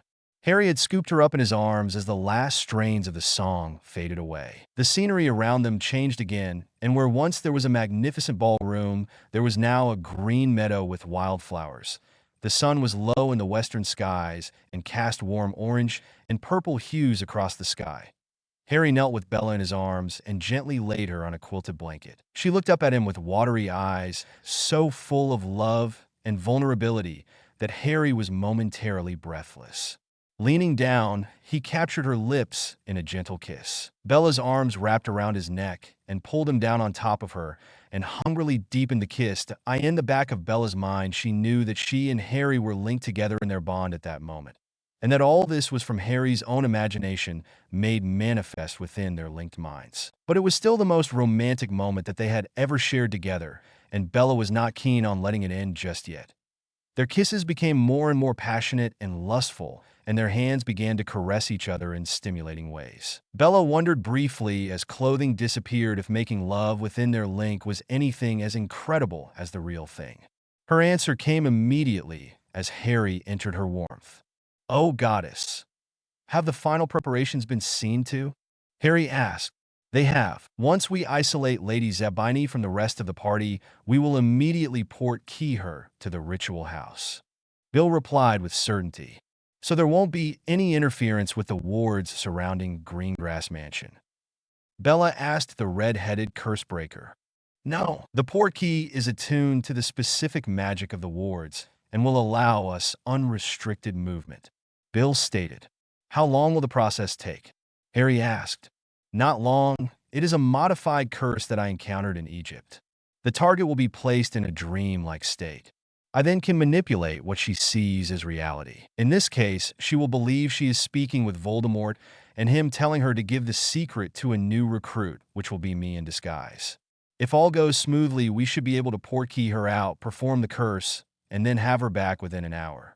Bill stated confidently. Will she remember any of this afterwards? Bella asked. She will, but it will be like a distant and fading dream.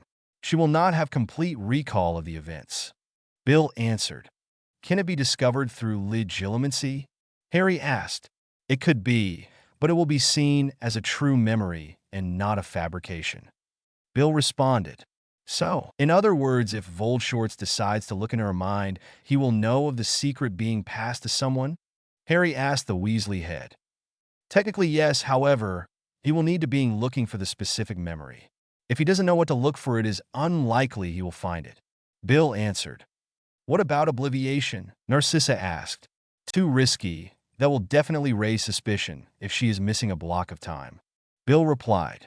Well, it's a risk we have to take if we want to end this war quickly. Harry stated. I can give her a false memory. She'll only remember enjoying herself at the green grass party. Bill offered. Harry sighed. I guess that will have to do. Harry said. Sissy, what is the plan once we discover Voldemort's headquarters? How long will it take you to set up the ritual? Harry asked his sister-in-law. It will depend on how long it takes to find all the ward stones surrounding the place. We will then use the existing ward stones and piggyback our own rune-based wards on top of them, using the existing magic to fuel them. Once we have done that, Luna, Minerva, and I will begin the chant that will activate the curse within the runes. It should take us about 10 minutes of chanting for the curse to become active. Narcissa responded. 10 minutes? That seems like a long time to go undetected by the Death Eaters. Bella stated with concern. With battle magic, it requires a lot of magical strength. That's why it takes 3 of us. Some of the other Potter battle magics take even more power and more witches to perform them. It will be quite draining on us. That's why Poppy will be close by to activate emergency portkeys on us if we fall unconscious from the magical drain. Narcissa explained. I don't like it. Bella stated matter-of-factly. It leaves you vulnerable for far too long. We will have notice-me-not charms on us, so that should buy us enough time to perform the ritual. We should be fine, Bella. Narcissa tried to ease her sister's worries. If all goes to plan, milady, none of us will be in the line of fire. The Death Eaters and Voldemort will turn on themselves and do the work for us. It's an ingenious piece of magic. It's no wonder why the Potters were so feared in the Middle Ages.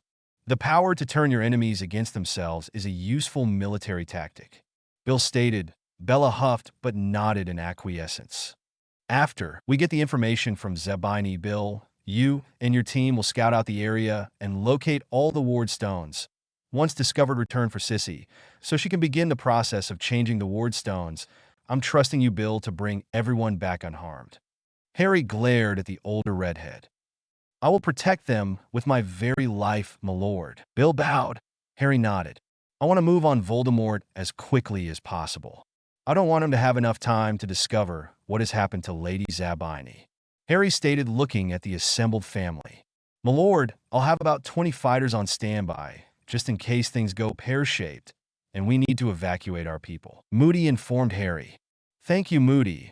Let's hope it will not come to that, but it's good to be prepared. Constant vigilance and all that. Harry grinned. I'm a lord, Moody replied with a smirk on his face.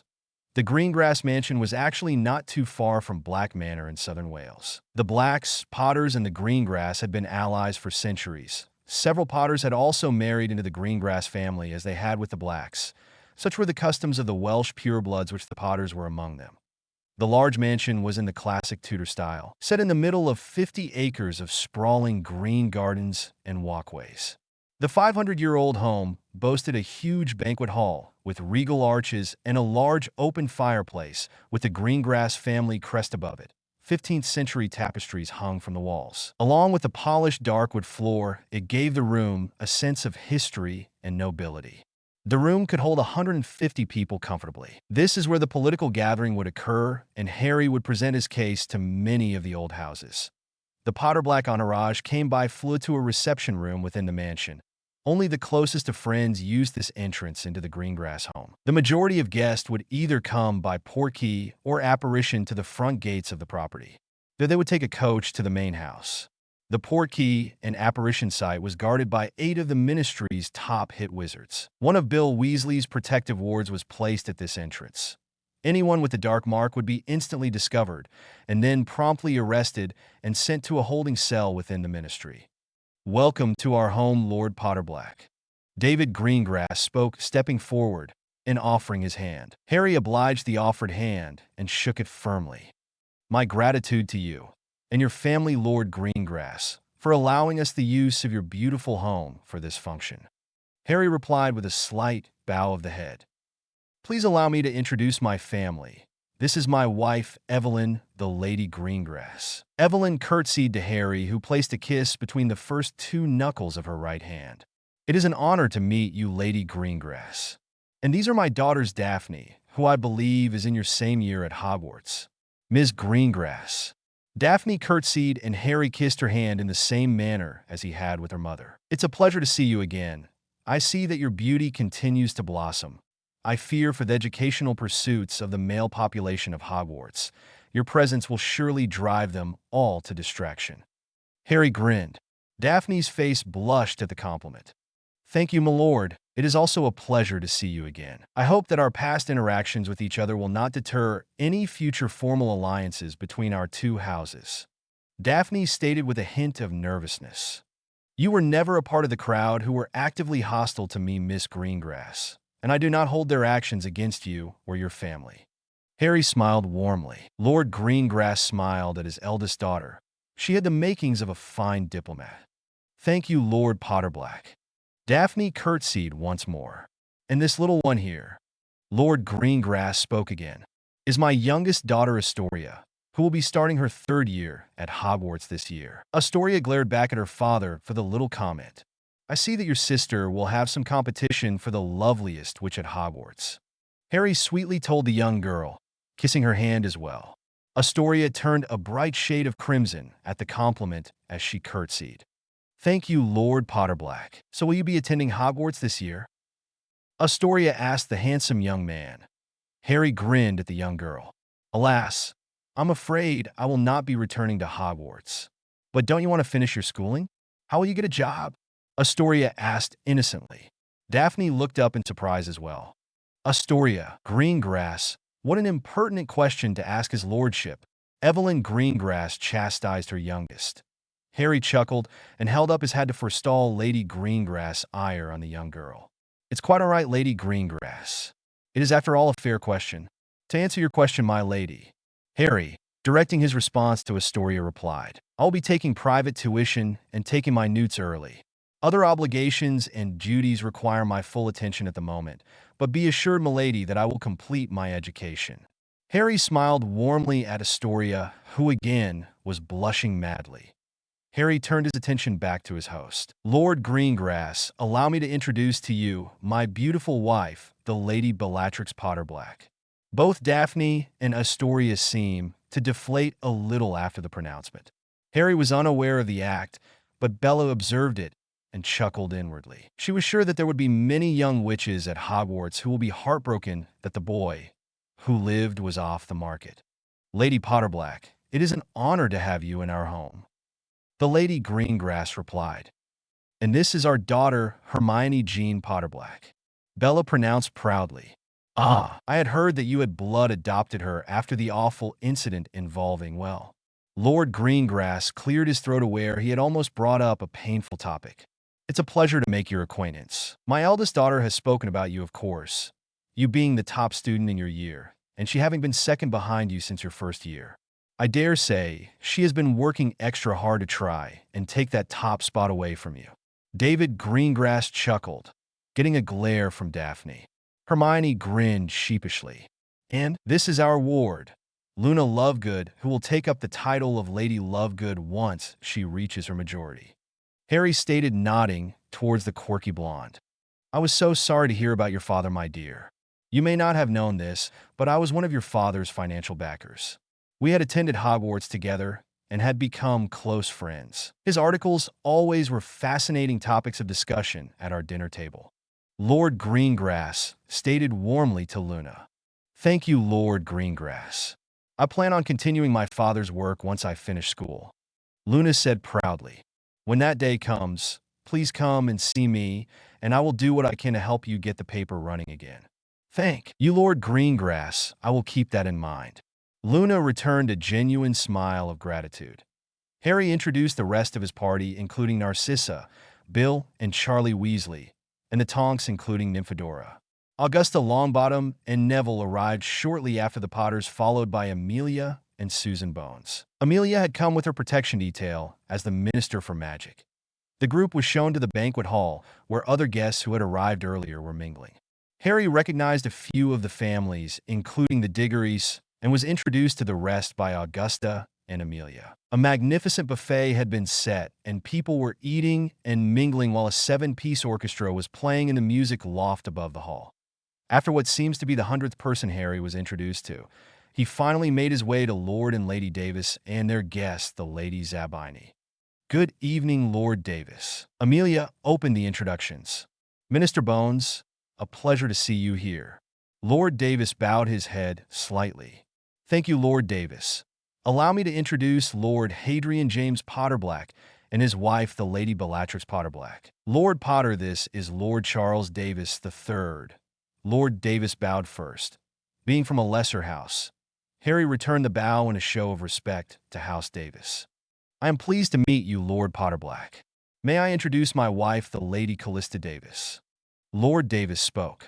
A pleasure to meet you, Lord Davis, and you as well, Lady Davis. Harry gently kissed her hand. And this is a close family friend, the Lady Lilith Zabini. Lilith Zabini was a goddess of a woman fallen to earth. She was statuesque with an olive complexion and deep brown eyes. Her hair was long, dark, and luxurious. Everything about her screamed sexual predator. She curtsied low to Harry, giving him an incredible view of her ample and firm cleavage. Bella scowled inwardly, wanting nothing more than to rip Zabini's eyes out, the eyes that were sending smoldering looks at her husband. Bella kept her face neutral, knowing that they needed her for now. It is a pleasure to meet you, Lady Zabini, Harry stated, kissing her hand, his gaze fixed with hers. The pleasure is all mine, my lord, I'm sure. I hope you will save me a dance this evening. I would feel remiss if I did not share a dance with the most handsome man in the room. Lilith stated in a sultry voice. Harry had to admit the woman was stunning and knew how to stir the male libido. A small growl escaped Bella's lips, which elicited a small and hardly noticeable smirk from Lilith. Lord Potter, Charles Davis cut in. There has been quite the firestorm of publicity around you lately, and I must say it has garnered the attention of many in the upper ranks of our society. I was of course stunned, as I'm sure most of the population was, at the unfortunate revelation surrounding you and the late headmaster. His death was surprising, and yet I fear his untimely passing may have created a vacuum in our society. Although I did not agree with him on many issues, he was instrumental in keeping the balance of our societies. More extreme factions. I'm curious to know if your intention is to fill that vacuum in order to maintain the balance. Lord Davis asked. That will be the main topic I will discuss tonight, my Lord Davis. But I will tell you this. I do not intend to support the status quo or let it continue. I mean, what is the phrase? Oh yes, I intend to shake things up dramatically. Harry replied with a seriousness that belied his age. Are you sure that's a wise course, Lord Potter? I agree that change is needed, but we must proceed slowly and with patience. In time, we will be able to slowly change to the society we aspire to become. Lord Davis offered. Many others who had overheard the conversation were now giving it their undivided attention. Seeing that the crowd was now interested in the conversation, Harry thought it best to begin his speech now. Harry tapped his wine glass, getting the attention of the room. He approached the small dais of the room and stood behind it. My lords and ladies and invited guests. Harry began. With your kind indulgence, I would like to address you now. Many, if not all of you, know that you were invited here because of your current or past alliances with the most noble and ancient houses of Potter and Black, and there are others still that were invited in hopes to create a new alliance with my houses. You may be asking yourself, to what end do I bring up this matter? What is the purpose of forging and reforging these old alliances? The question is both simple and yet complicated. My purpose for all of this is to bring together and form a political alliance so big and so powerful as to eradicate once and for all the scourge of our world, the self-proclaimed Lord Voldemort and his group of miscreants, also known as Death Eaters. Harry stated firmly and with power. Many in the crowd gasped at the mention of the Dark Lord's names. Crystal glasses shattered on the ground, and a few of the women fainted. Harry continued, "But we must not stop there. My fellow wizards and witches, we must also eradicate those laws and customs that divide us as a people." To quote from an American president, "A house divided cannot stand." When we segregate ourselves and label others within our community as second-class citizen or worse, we only damage ourselves. To those who believe that a person's blood purity equates to magical strength, let me give you a small history lesson. The student who scored the highest ever on their newts, and who is considered the most powerful wizard next to Albus Dumbledore in modern times, is a half-blood boy by the name of Tom Marvolo Riddle, also known as Lord Voldemort. Many who had read the papers had heard this claim before by Harry. Some still were reluctant to believe it, while others had finally been persuaded. Currently, there is another student at Hogwarts who is on track to beat even Riddle's scores, a Muggle-born girl, who I am proud to say is my best friend and adopted daughter, Hermione Potterblack, formerly Granger. Harry continued his impassioned speech for another hour. Afterwards, many families were eager to reaffirm their alliances with the House of Potterblack. 50 different families had been in attendance. 38 of those now were firmly with Harry. They were the families who were, like Harry, fed up with the corruption of the government. Amelia could only do so much and needed a strong supporting organization behind her to effect real change. The Potter block now controlled a little more than 2/3 of the votes in the Wisengamot. With this new power base, the entrenched pureblood elitist would be effectively neutered. With Amelia's house cleaning of old department heads, there was little now that Voldemort supporters could do within the ministry without the ministry being alerted to it. Although some of the families did not give their full support, deciding to remain neutral, it was a solid victory in Harry's opinion. The remainder of the evening was dedicated to mingling and planning and a bit of dancing and pressing the flesh. Harry had been dancing with many of the ladies from the various houses, including Daphne and Astoria. Harry noticed the lady Zabini moving in his direction and mentally informed Bella to get the others ready to enact their plan to kidnap the Italian beauty. Bella surreptitiously notified the others. "Lord Potter, I hope you did not forget that you promised me a dance." Lilith Zabini pouted, her full lips on display. "How could I ever forget a promise made to such a beautiful woman, my lady?" Harry stated with his crooked smile and a bow.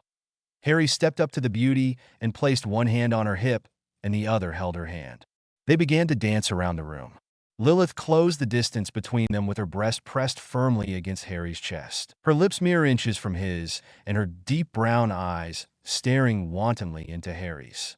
"It is becoming a bit warm in here, don't you think?" Lilith purred. "A bit, yes," Harry replied, clearing his throat. "Would you mind terribly escorting me to the balcony, my lord? I think I need to get a little bit of fresh air," Lilith whispered in her smoky voice. "Of course, Lady Zabini," Harry replied. "Please call me Lilith, my lord." She breathed. Harry grinned. "Then I insist you call me Hadrian," Harry told the older woman. Lilith smiled widely, her eyes sparkling. Harry offered his arm to her, and they began to make their way to the door that led outside to the darkened balcony. Harry felt a sharp pain on his hand and looked down to see a small scratch on top of his hand. "Oh, my Hadrian, I apologize for my clumsiness. My fingernails are a bit sharp. I should have been more careful," Lilith stated, searching Harry's eyes for something. "It's quite all right, no thee, ing to wre." Harry felt extremely disoriented for a moment and found it hard to concentrate. Lilith smiled as she saw the glassy eyes of her escort. A powerful and fast-working potion had just been introduced into Harry's bloodstream. It was a combination of a powerful lust potion and a concoction of her own, making that mimicked the Imperious Curse. "Can you hear me, Hadrian?" Lilith asked softly, placing her hand on his chest, her warm breath tickling his ear. Aha! Harry replied dazedly. You are so gorgeous. Harry swayed a bit. Do you want to kiss me, Harry? Do you want to feel my body pressed against you, Harry? She breathed slowly in a low, seductive voice. Harry just nodded absent-mindedly. Within Harry's mind, a battle was taking place. He wanted Lilith, but no, he loved Bella. He struggled to latch onto anything to ground himself. He was searching for Bella's face, but something was making him want Lilith. He needed to freak her, but he did not know why. Bella, Bella, Harry softly vocalized. Lilith was stunned by the strength that Harry had to fight the effects of the potion. Impossible, Lilith exclaimed. No one had ever been able to fight it before. She had to move faster than she would have liked, but she couldn't afford to wait and have him completely throw off the potion. Make love to me, Harry. Make love to me. Right here, right now. She breathed seductively. She grabbed his hands and placed them on her breasts, squeezing his hands above them, but he quickly removed them like he had been burned. No, Bella. I love Bella. Harry grasped his head. He began to reach out for the love of his life. He was almost there. How are you doing this, Potter? How are you fighting me? I didn't want to do this, but you leave me no choice. Lilith pulled her wand from her sleeve and pointed it at Harry. Impery. Bella had gathered the others and was heading toward the balcony when all of a sudden she became unsteady on her feet and swayed as if she were drunk. Bella, what's wrong? Narcissa asked her sister. Harry, Bella muttered, trying to shake the disorientation she was feeling. What's wrong with Harry? Bella? Sissy asked, but Bella seemed to be out of sorts, grabbing her head. Reluctantly, Sissy slapped Bella across the face. The reaction was immediate. That freak! Bella roared and took off for the balcony, with the others following closely behind. Bella threw the double doors open and saw the Zebani slut pointing her wand at her husband. Bella threw her hands forward and in a powerful show of wandless magic shouted, "Get away from my husband, you freak!" Lilith was thrown bodily into the wall adjacent to the balcony door. Lilith's limbs were painfully stretched out and away from her body. She was being forcefully crushed against the stone wall. Lilith tried to scream, but whatever Bella was doing had forced all the air from Lilith's lungs, and the Italian beauty was near unconsciousness that a gentle hand grabbed her shoulder. Love, I'm okay. Let her down, we need her alive. Bella heard the gentle voice of her husband and turned quickly and embraced him tightly. The magic Bella had used ended and Lilith Zebani fell to the floor with a thud, alive but unconscious. Harry looked over Bella's head toward Bill, Charlie, and Narcissa. Grab her and Portkey back to Ritual House. Bella and I will have to stay here and be visible. Once you have her there, find out what her plan for me was. Obviously, she drugged me for a reason. I felt almost compelled to have sex with her. I think without my link to Bella, she would have been successful. Harry told the group. Narcissa looked pensive and then spoke. Clever little freak. Narcissa groaned. Everyone turned to look at her. I'm not positive, but my guess is that she intended you to impregnate her. Narcissa explained. But why? Harry asked, confused. There is an old law that is still on the books that pertains to the noble houses. If a member of one house impregnates another from a house of equal standing, especially in regards to a head of house or heir, he is honor-bound to marry the woman and give her station as a lady of that house, meaning her child will become the heir once her lord has passed. I'm sure she had plans for Bella and you to have a short life expectancy so that she and her loved child would inherit everything. Narcissa finished. Bella quickly pulled away from Harry's arms and drew her wand and marched toward the women on the ground. Her face was furious and was about to cast a spell when Harry stopped her.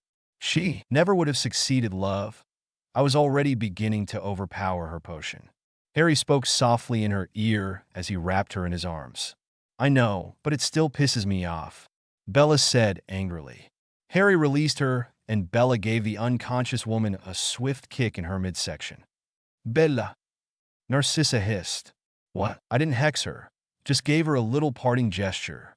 Bella stuck her tongue out at her older sister. Right, but let's get her out of here and back as fast as we can. Harry said. Will do. Charlie, Narcissa, let's get this over with. With that, Bill pulled a short piece of rope from his robes. He tied one end to Lilith's right hand, and Charlie and Narcissa grabbed hold of another section of the rope. Bill spoke the activation phrase, and then they were gone. Ritual House. Black Manor. The walls that made up the large circular room of the ritual house glowed eerily.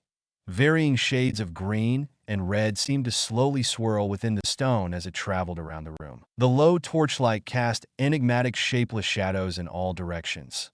Lilith Zabini was floating in air about 4 feet off the ground. Her hair was blowing around her head in slow motion, as if made to do so by some unseen wind. Her arms were angled down her palms, facing forward in a look of supplication. Her eyes were closed and her face was completely slack. Narcissa, Luna, and Tonks, under Bill's direction, set up the ward anchors and spells needed to induce the hallucinogenic state they would need to trick Lilith's mind into giving up the secret to Voldemort's base of operation. The curse would allow the caster to control what the victim would see and hear, creating a lifelike representation of what the caster wanted the victim to see. This was similar to what he, the twins, and Charlie had done to various Death Eaters, but not as terrifying. Bill prepared himself mentally for the ritual. Creating the illusion could be mentally and magically exhausting if it took too long. The ward anchors around the circular room were etched with specific runes that corresponded with similar runes drawn upon Bill's forehead. The anchors would draw upon Bill's magic and create the illusion within the room itself and not within the mind of the victim. In this way, all of the senses were involved, which added to the realism of the ruse. Once all of the victim's senses were engaged, he would gently enter Zabini's mind and bring to the fore any detail that could be used to aid in creating the correct look and personality of Voldemort, so as to not raise suspicions that what she was seeing was fake. Performing passive legitimacy and maintaining the illusion increased the amount of concentration required to maintain the ruse. It was also a gamble. If Zabini felt his presence in her mind, the ruse would fail. They would lose any opportunity to retrieve the information they needed from her in a benign way. He would also use the opportunity to discover her motivations for her attack on Harry. Much like a dream, the illusion would have neither beginning nor an end. However, magic would fill in the holes by pulling forth past interactions with the Dark Lord, creating a sense of continuity that the brain could not differentiate from real memory. That was the hope anyway. Bill Weasley, head of House Weasley, leader of the Dark Mark Killers, and captain of the militia of House Potterblack, stepped into the ritual room and immediately had to steady himself from falling to his knees. The power created in the room by the ward anchors and activated by the runes on his forehead forcefully leached onto his magic. The chamber remarkably seemed to amplify the power the runes gave to the curse. Out on the streets of Nocturne Alley, he had never felt such a pull at his magic when using this curse to disable the Death Eaters. It took him several seconds to focus his mind and get his bearings. Once he had acclimated to the new level of power being drained from him, he began to focus on the matter at hand. "The Dark Lord commands your presence," Bill whispered, planting the first seed in Lilith's mind. Lilith's own mind would provide the atmosphere and environment the illusion would create. But it was Bill's use of legitimacy and magic that would cause the runes to activate and then create the illusion. The ritual room slowly morphed into an ancient church courtyard with a large stone archway. Dying and dead trees lined the outer stone wall, which was only about 1 meter in height. The church seemed to have been long abandoned. Bill wondered if this was a predetermined place that Voldemort called her to when he wanted her, that a shadow began to form in the graveyard next to Bill. Darkness coalesced around it, slowly taking shape of humanoid form. The creature was pale and hairless, slits for a nose and pair of lifeless red eyes. He was a small man, which surprised Bill, who, like many other witches and wizards, believed that the darkest wizard in a century was larger than life. But he did sense the evil that was in the man, if Zabini's memories of the man were correct. Although the illusion looked and had the feel of Voldemort, it was through Bill's mind that was linked to the curse that would animate him. Bill covered his head with his cloak so that his face was not visible. "Let the game begin," he whispered. The body of Lilith Zabini was slowly lowered to the floor, and as soon as her feet touched the stone ground, opened her eyes. She quickly looked around. Confusion showed on her face for a fraction of a second, but then was gone as the curse did its work. She slowly walked through the old gate that was only hanging by one hinge, and made her way to her lord, who would be in the middle of the courtyard underneath the stone archway. Spotting her lord, she approached, noticing another was standing off to his side with his hood up and head down. Lilith Zabini knelt in front of her lord and kissed the hem of his cloak. "You called for me, my lord?" the exotic beauty asked, keeping her gaze downward. "I have need of you, Zabini." The illusion of Voldemort spake. "Of course, my lord," Zabini replied, and began to remove her clothing. A stunned Bill had to shake himself from his stupor at the sight of the woman undressing. "And not that," the Voldemort doppelganger spoke hurriedly. "My lord," Lilith asked in confusion. Her master never stuttered before. "You are here for another purpose." "And how may I serve you, my lord?" she asked. "This is my newest servant, William Rua. He will need access to my headquarters, and thus he will need to be told the secret." Voldemort told the busty witch. "Of course, my lord," Lilith said, but then did not say anything further. "I waiting Zabini. Reveal the secret to my servant." Voldemort snapped. "Forgive me, my lord. I simply await your passphrase to access the secret in my mind before I can reveal it." Lilith replied, eyeing her head in concern. The Dark Lord, to assure that no one could learn of the secret by means of legitimacy or torture, added a secondary security measure only known to him and Zabini. It was the passphrase that unlocked the secret, a post-hypnotic suggestion that when spoken would unlock the secret buried in her mind. Bill froze. He was unsure how to proceed. He had never encountered this kind of security measure before. There was no way of knowing what the passphrase could be. What was it? Was it in English, Latin, Gaelic? He had no clue. This was not good at all. He had no idea how to retrieve the secret. Even with legitimacy, there was no way for him to trick her in bringing it to the fore of her mind if the knowledge of it was buried in her mind, completely forgotten until the passphrase was spoken. Bill pulled out his wand and immediately stunned Zabini. Rubbing his face in frustration, he had no idea where to go from here. The environment of the room changed once again and returned it to the circular stone ritual room it had been before. Harry and Bella were getting concerned. The hour mark had already passed, and Bill and the others had not returned with Lilith. The soiree was beginning to break up, and Lady Davis had been inquiring about the whereabouts of the Lady Zabini. Amelia approached the couple and whispered in a hushed tone, "I received word from Nymphadora." Amelia shook her head slowly. "It didn't work. The secret is somehow protected by a passphrase. Without it, Zabini cannot access the secret within her mind." "What about legitimacy?" Harry asked. "Wouldn't it be able to unlock it?" "I'm afraid not. Not without ripping her mind to shreds. She would be little more than a vegetable afterward if we went that route." Amelia stated morosely. "Then I say we rip her mind to shreds." Bella harshly whispered back.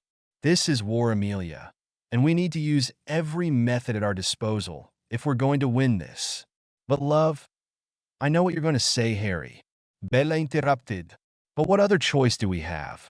We can't just let her go." Bill said that she would remember the conversation with the fake Voldemort, plus, if we tried to obliviate her and send her back to the Dark Wanker, he will know that something happened to her, and then we're back to square one with no way to learn where he is. Amelia and Harry looked at each other, and then back to Bella. "Harry," Amelia interrupted his thoughts. "For obvious reason, I can't condone what would be the torture of another human being. Manipulating them is one thing, but this is quite another. As minister, my responsibility is for the welfare of all magicals." "But she is a Death Eater, Aunt Amelia, and she is an unmarked Death Eater, Harry, and it would be hard to prove otherwise to the members of the Wisengamot. She is from an old family, and like it or not, that holds some sway with many in our governing body. Besides, we have no evidence that she is anything more than simply Voldemort's secret keeper, and we can't even prove that the Fidelius charm prevents Veritas serum from working." Amelia stated in a conciliatory manner. "So what do we do with her, the auntie?" Harry asked. "Unfortunately, Harry, we lose this round. The best move would be to obliviate her of the last 2 hours. Most likely Voldemort will discover this, and he will recast the Fidelius charm, and we are back to where we were." Amelia sighed heavily. "I'm sorry, Harry, but I can't think of any other solution." Bella wanted to scream out in frustration. "Amelia, what is one life compared to hundreds and possibly thousands that could be killed, or worse, because we let this opportunity pass us by? In this case, I believe the end justifies the means." And don't give me that look, Amelia. I know what you're going to say, that was exactly what Dumbledore had planned for Harry. This is different, Bella hissed. How, Bella? How is this any different from what that manipulative old bastard wanted to do with my godson and your husband? Amelia roared. Because Harry is not protecting the hiding place of a bloody mass murder. That's why. Sweet Morgana, Amelia, if we let her go, we could be extending this war by years. We have a chance here. A chance to bring the suffering to an end.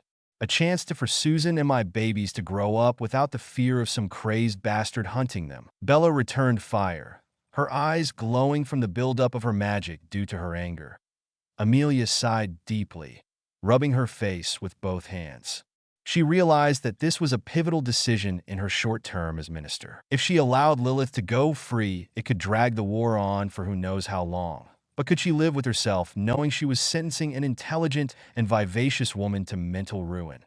Her thoughts turned to her beautiful niece and her new fiancé, to Luna and Hermione, and then to all the children that could lose their parents or parents that may lose their children. She then glanced at Bella's hands that were resting on her belly, as if shielding her unborn children from the evils of the world. That it was a terrible decision for anyone to have to make, but in the end she knew that it was the right course.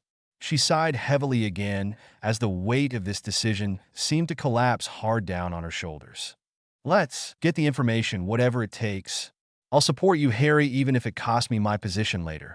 I will support you. It is the right thing to do. Amelia smiled warmly at Harry, even though her eyes were watery with the weight of her decision. Harry took his godmother in his arms and hugged her tightly. I know this is more than I should ever ask of you. I wish there was another way. I really do. But know this, you will always have my love and my support. I love you, Ani. Harry whispered into her ear. Amelia nodded into his shoulder and then pulled herself back together and stood up straight, putting on her professional face. Thank you, Harry, and I love you too. She smiled and cupped his face with her hands. Taking a reassuring breath to cleanse her mind, she turned toward Bella. Let me send a message back to Nymphadora with the go-ahead to proceed. Bella nodded and gave Amelia an apologetic look, which Amelia was grateful for. She knew that her honorary goddaughter was just saying what needed to be said, and she loved her for her candor. With that, Amelia went to the balcony to send a message via her patronus to Nymphadora. Nymphadora re-entered Ritual House and gave the nod to an awaiting Bill and Narcissa, who both solemnly returned the nod before entering the circular ritual room. Lilith was still unconscious and magically restrained to a chair. Another chair sat facing her where Bill made himself comfortable for the unpleasant task ahead. Narcissa poured a potion down Lilith's throat that would weaken her mental defenses enough that Bill could slip through her occlumency shields with relative ease, and another potion to put Lilith in a relaxed physical state. Bill knew that he had to pull up any memory where Voldemort was the focus. Depending on how many interactions she had had with the Dark Lord, this could take some time. The danger would come where he encountered protected memories. He would have to rip through those protections. These protections were usually anchored deep within a person's subconscious and were particularly hard to find. The only means to isolate them was to destroy all other memories surrounding them. In essence, you were erasing a person's life, their schooling, family, people they grew up with or loved. Everything was destroyed. They only caused confusion and noise while trying to focus on the protected one, so they had to be wiped out. Bill would try and leave as much as he could intact, but even with minimal damage, Lilith Zabini would never be the same. It was a long shot for her to even be able to return to some sort of normal life. Most likely, she would join the Longbottoms at St. Mungo's for long-term care. Bill focused on the task at hand by taking a deep breath and clearing his mind. He opened his eyes and stared at the unconscious form of Lilith Zabini. He raised his wand and whispered, "Renervate." Lilith Zabini's eyes snapped open, but before she could utter a word, Bill had cast his next spell. Legilimens. Harry, Bella, Hermione, and Luna all bid adieu to Lord and Lady Greengrass and thanked them for the wonderful and productive evening. The Greengrass were given an invitation to come to Black Manor for dinner before Daphne and Astoria returned to Hogwarts. Lord and Lady Davis, who were leaving at the same time, had given up on finding Lady Zabini, assuming that she had made her own way home. The Davises bid their host good night, but not before inviting Harry and Bella to their own home for a more private meeting. The Potters stepped out of the flowback at the manor and quickly made their way to the ritual house. Their ears were greeted by the piercing screams of Lilith Zabini as they entered the dwelling. The exotic beauty, with all her beauty and charm, looked like a wraith of her former self. She was deathly pale, her eyes filled with excruciating pain. A trickle of blood was seen falling from her left ear, and her body seemed to randomly spasm. Bill Weasley sat across from her, sweat dripping from his face, body rigid. He seemed to be struggling to maintain his control. It is not commonly known, but most curse breakers are master occlumens, and as a necessity, had to become masters in legilimency as well. The first was to protect their minds against the myriad of curses, jinxes, and spells that were commonplace in their line of work. The later was needed in case one of their coworkers fell victim to the many mind-attacking curses that the ancients used. This skill was used to bring their comrades back by skillfully repairing the minor and sometimes major damage to their psyche and subconscious. Hermione, seeing Bill's state, moved to hold him and give him encouragement. She was quickly grabbed by Narcissa and pulled away from the redhead. "You can't interfere, Hermione," Narcissa told her soothingly. "He needs to maintain complete focus or he will lose the connection. But he looks like he is in a lot of pain." Hermione whimpered. It's a difficult process against an unwilling target. Their minds are locked in a battle of wills. It is not an easy process. Zabini will be throwing what defenses she has at Bill, and he will be attempting to destroy them as he searches for the memories we need. Lilith Zabini let out another blood-curdling scream and then suddenly fell silent. Her eyes were still open but seemed to be completely glazed over, her body limp but upright. "What just happened?" Harry asked, to no one in particular. "He's managed to finally break all her defenses. Now it's just a matter of how long it will take to sort through her memories until we find the passcode, and then the secret. I suggest the rest of you go back to the house. Nymphadora and I will remain here to help Bill. We'll notify you as soon as we have anything." Narcissa told her family. "I want to stay as well," Hermione stated. Narcissa smiled at the young witch, remembering what it was to be young and in love. An image of her 16-year-old self hiding in a broom closet with a 16-year-old Remus Lupin flitted across her mind. "Very well, Hermione. I will have Hermes bring us all some tea," Narcissa told the young witch. Hermione smiled back and took a seat to wait. Harry, Bella, and Luna all retired back to the house and took seats in the main parlor. The old grandfather clock in the corner showed 12:45 a.m. Harry wondered how long it would take Bill to find the secret, or if he even would. It was all such a long shot, and he hoped that it was not all for nothing. To destroy the woman's mind and not find anything weighed heavily on him. Even if she was a Voldemort supporter, it was an awful state to put someone in. The Longbottoms came to mind, and how Neville struggled every day with the knowledge that he and his parents would never enjoy a normal parental and child relationship. Lilith Zabini had one son, Blaise. He had for all intents and purposes made the boy an orphan. Yes, he was a Slytherin and part of the group that persecuted him. Although Draco had seemed to have had a change of heart and was now in a sort of witness protection program in France with Lady Parkinson. Harry chuckled silently at the thought of Draco with Pansy's mother.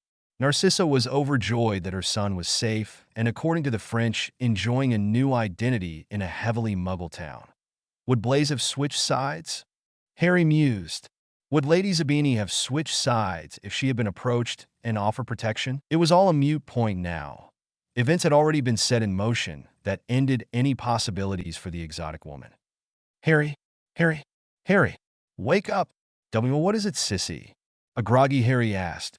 He had fallen asleep of the large sofa with Bella comfortably lying halfway on top of him. He glanced at the clock, which now showed 5:30 a.m. It's done. We have the information, Sissy told him softly. Harry sat up quickly, which earned an angry groan from Bella, who had been rudely pulled from a rather erotic dream starring her husband. How's Bill? Harry asked in concern. Exhausted. Hermione took him up to her bedroom and is tucking him in. I'm sure she is tucking herself in with him. Sissy smirked. She stayed awake the whole time, pacing back and forth like a caged animal until it was over. What about Zabini? Harry asked, hopeful that she wasn't completely lost. Narcissa slowly shook her head. There wasn't anything Bill could have done to repair all the damage. The past phrase was buried so deeply within her psyche, it was completely shredded. I doubt she will know her own name," Narcissa stated sadly. "I've sent messages to all the family and the others to be here at noon to discuss what we have found and put our plan into motion. In the meantime, I think a nap for all of us is just what the doctor ordered." Narcissa yawned. Oh, and Harry, Bill found quite a few disturbing details about the Lady Zabini. She was quite the, for lack of a better word, psychopath. I hope that helps put your mind at ease. I know you have probably been stressing yourself about what we have done. I want you to know that I believe it was not only necessary, but justified as well.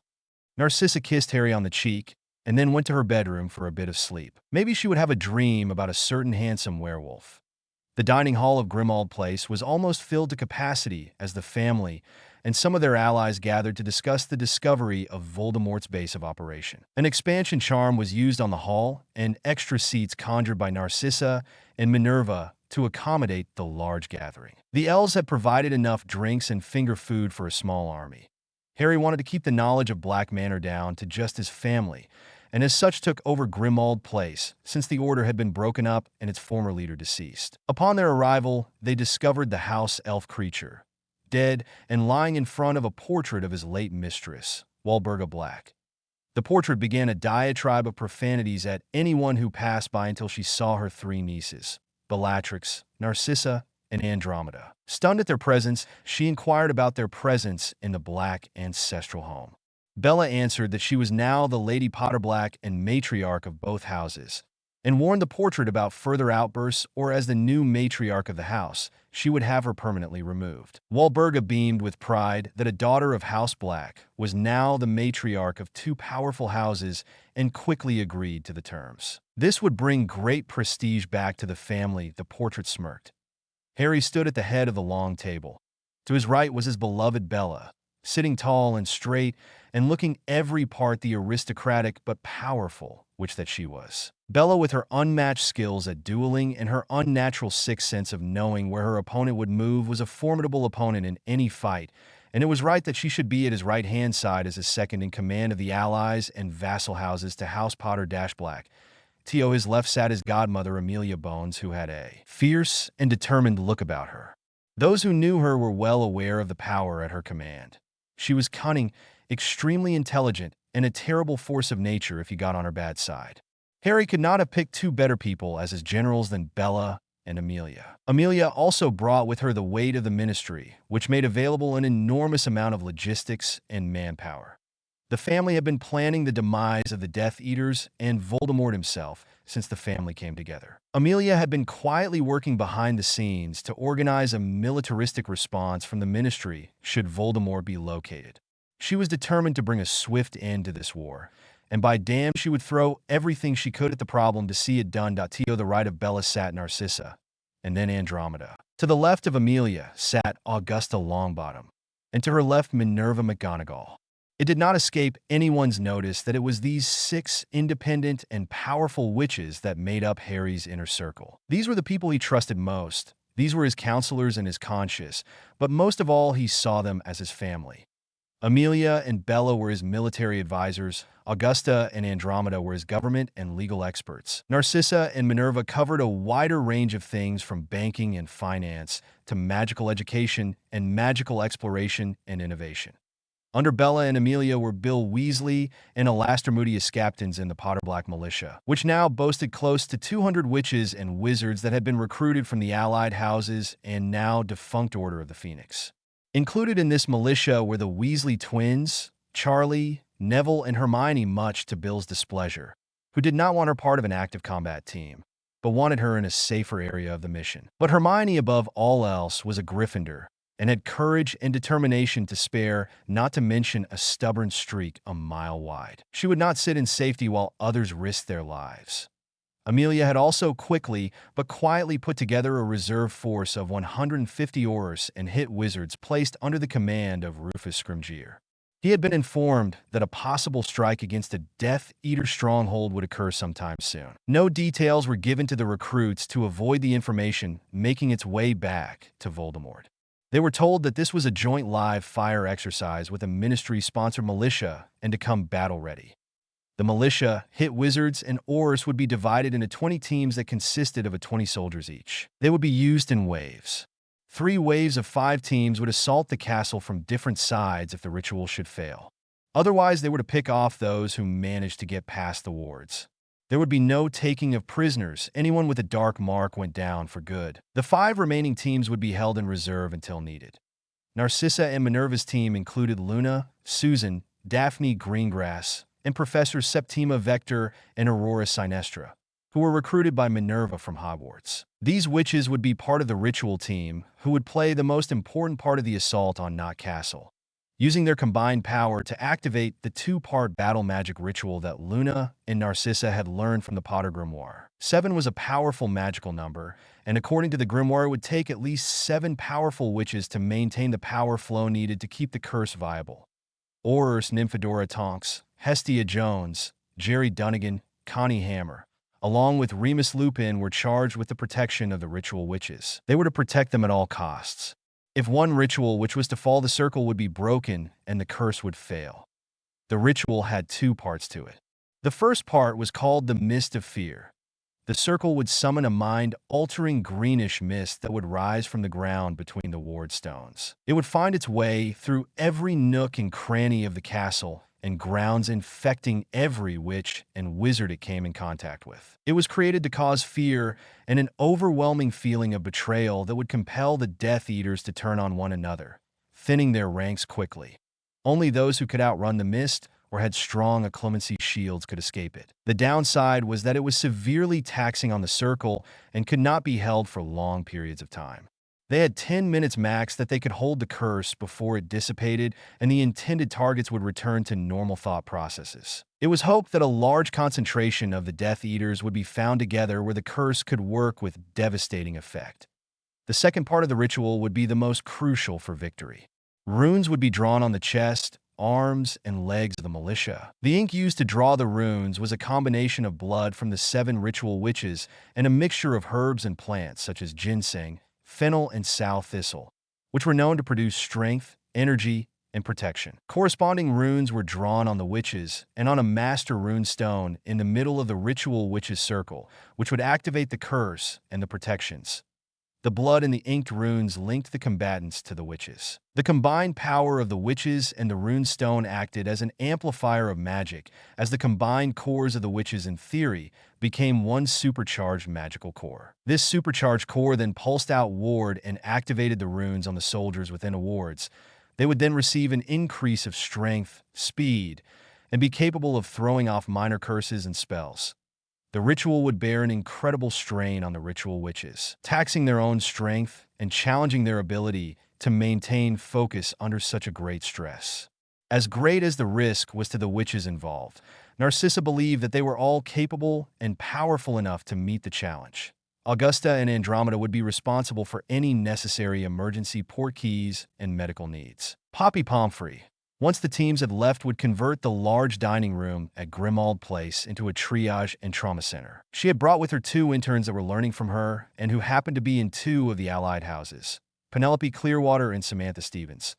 They would treat the injured and send any who had life-threatening injuries to St. Mungo's. Poppy had notified her old friend Marcus Welby, the head healer of St. Mungo's, that there could be a confrontation coming soon and to prepare for wounded witches and wizards. Welby of Vassal House to House Potter had been asked to keep the information quiet but to be prepared. Welby, as director over the Wizarding Hospital, had made discreet orders from all his potion providers to increase the number of healing potions, blood replenishers, and the like to his orders. Welby felt confident that the hospital was well enough stocked to care for a large number of patients requiring emergency care. Ginny Weasley, Tracy Davis, and Astoria Greengrass were also a part of the medical team. They made up the part known as the recovery team. They and 7 others would be on site near the battlefield and would be the ones to tag the fallen and injured with a ward synchronized portkey to be transported. 5 hit wizards, all loyal to Amelia, would serve as the recovery team's protection. The kitchen would become an emergency medical dispensary and was stocked from floor to ceiling with a myriad of potions, from blood replenishers to burn ointments and skeel grow to calming drafts. Bill, Charlie, Tonks, and Narcissa had arrived earlier from scouting the old Knot Mansion in Northumbria. The small group was able to locate all of the ward stones surrounding the castle like home. Narcissa had painstakingly piggybacked the Potter ritual runes onto the existing runes surrounding Knot Manor, while the others watched over her and noted locations of any sentries. They opined that Voldemort felt very secure with his defenses because the group found no sentries except for at the castle itself. The castle sat on 150 acres. There was very little open field to mount an all-out straight-on offensive against the castle. There was a large labyrinth of hedge rolls to the rear of the property.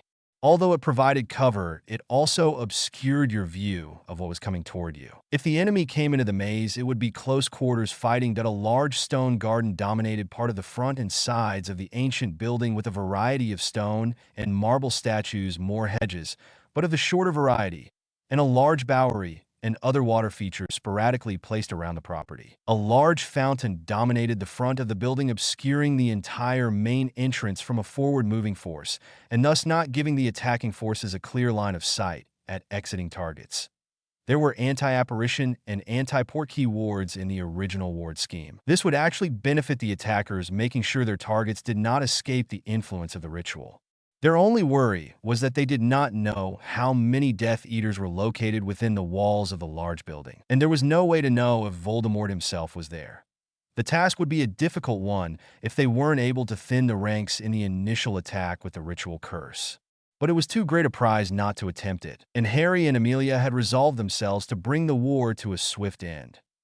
Voldemort sat on his throne in the large reception hall of Knot Castle, looking over the 500 assembled Death Eaters. His captains, who were at the front of the gathering, were kneeling in front of their lord, waiting patiently for him to address them. 3 hours earlier, the Dark Lord had called for all his subjects. There was only one reason that their lord would call for all their numbers. He had planned an attack, and it was to happen tonight. Voldemort would only assemble his troops the day of a planned attack. It was to eliminate the possibility that a spy within his ranks could tip off his enemy. Although this did help in keeping loose lips silent, it had a major drawback. The captains had but moments to organize their troops in some sort of manageable chaos once they learned of the objective that a Muggle village near Hogsmeade was the target. Voldemort chose it because of its close proximity to the all-magical village. It would be a shot across the bow to warn the magical that he was still a threat and to cause fear to ripple through the residents of the magical town, letting them know that they could be next. The objective was simple: complete annihilation of the residents. Every man, woman, and child, the bloodier the better. Voldemort had also sent for Fenrir and his pack of about 100 werewolves to slash, rip, and tear flesh from bone. He wanted the magicals, especially the Ministry, to witness the horror he could leash upon them. He knew that psychological warfare could be just as traumatic as physical, and he wanted to traumatize those who would defy him and his destiny to rule over them. Tonight, my loyal purebloods, tonight we strike back at those who have forgotten their place, those who have the hubris to think that they are our equals, half-bloods and mudblood filth, and those who champion their cause stink up and befoul our noble and ancient traditions and customs. They walk down our streets with their noses turned up at our society. They supplant themselves within our government and hack away at our venerable laws. They are within our very institutions of learning, corrupting the minds of our young, denying them their heritage and birthright as masters above those of lesser blood. Voldemort chided to a chorus of hisses and callous epithets. They are in our noble halls of learning and government right this minute, and they are smirking. They are laughing at all of you here that represent the pinnacle of our society. Yes, they mock you and spit on you. You who are gods among mortals. They mock you. The crowd was getting worked up more and more as Voldemort spat his venom, inciting the black hearts of those assembled, those whose very beings were now shaking with pure bloodlust, an irrepressible desire to kill those putrescent Muggle lovers who have corrupted their way of life. Tonight, my faithful, we will visit upon those who the Bones Horror would protect such mayhem, such carnage, that it will be remembered for generation upon generation and only whispered afterward in their secret places. The streets shall run red with blood. No structure will be left standing, and we will scorch the earth that it shall not bring forth life for millennia. Bill, you and your team will make your way through the hedge rolls at the back of the castle. Make sure you wait until all the green mist has evaporated. I don't want you guys turning on each other. I understand the twins have come up with some unique defensive weapons. Harry stated. Peruvian darkness powder, Harry. Fred replied. We've used it several times on confusing the death munchers we've eliminated in the past. George followed his brother. It causes a cloud of complete darkness that no Lumos spell can get through. No one will be able to see. That's great and all, but how do you intend to engage the Death Eaters? If they can't see you, then you can't see them. Harry stated. But that is where you would be wrong. Your most worshipfulness. Harry raised an eyebrow at the twins' speak and shook his head, reeling from the back and forth between the two redheads. How so? Bella asked from Harry's side. They got the idea from a Muggle movie they saw. Charlie replied to Bella. The Muggle soldiers in the movie used some sort of glasses to see in the dark. These glasses saw the heat from another's body. Charlie continued. Yes. Infrared, I believe they're called. Harry offered. I saw them used on a show on the telly when I lived at the Dursleys. Well, we made our own body seekers, as we call them. George answered. Indeed, dear brother, these body seekers. Fred picked up from his brother. Allow us to see through the Peruvian powder and see anyone with a body temperature. Completely useless against vampires and inferi, of course. George said. Brilliant. Harry replied. How many do you have? He asked. About 20. Bill stated. Is that right, Fred? Yeah, 20. What do they look like? Bella asked the twins. Happen to have a pair on me. George replied and withdrew a pair of glasses from his cloak that looked amazingly like the round glasses that Harry used to wear except for the metallic green color of the lenses. Seeing Harry's look of incredulity, Fred added. Gives them a look of class, don't you think? Bella and a few others of the family chuckled. Harry just rolled his eyes. Right. Harry deadpanned. Harry looked at the other team members for a status report from their respective assignments. Each gave a positive state of readiness. The tension was beginning to increase as Harry gave out his final assignments. Voldemort, if he is there, will most likely not immediately join the fight till he absolutely has to. We will control the wards once Narcissa and her team begin the ritual. That means they will not be able to use apparition or port keys. Amelia will make sure the Floo network is closed to the castle. If all goes to plan, the Death Eaters will be in such a state of confusion and fear that we should be able to overwhelm them with few losses. But as Moody has warned us, plans can go to hell in a hurry once battle is engaged. So stick to your assignments, Harry stated, his heart pounding in his chest. What of Voldemort? Tonks asked.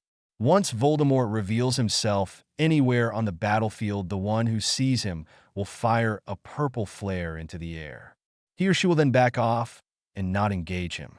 I and my handpicked team will then engage him and bring him down. I have a little surprise in store for the insane git. Harry shot a quick, meaningful gaze to Narcissa, who nodded back grimly, worry etched on her beautiful face. Right then, we leave in 15 minutes. All team captains report to your teams. The rest of you know your assignments. Harry stated, dismissing everyone. And so, I will lead us into a new era, where we are seen as gods living amongst worshipping mortals.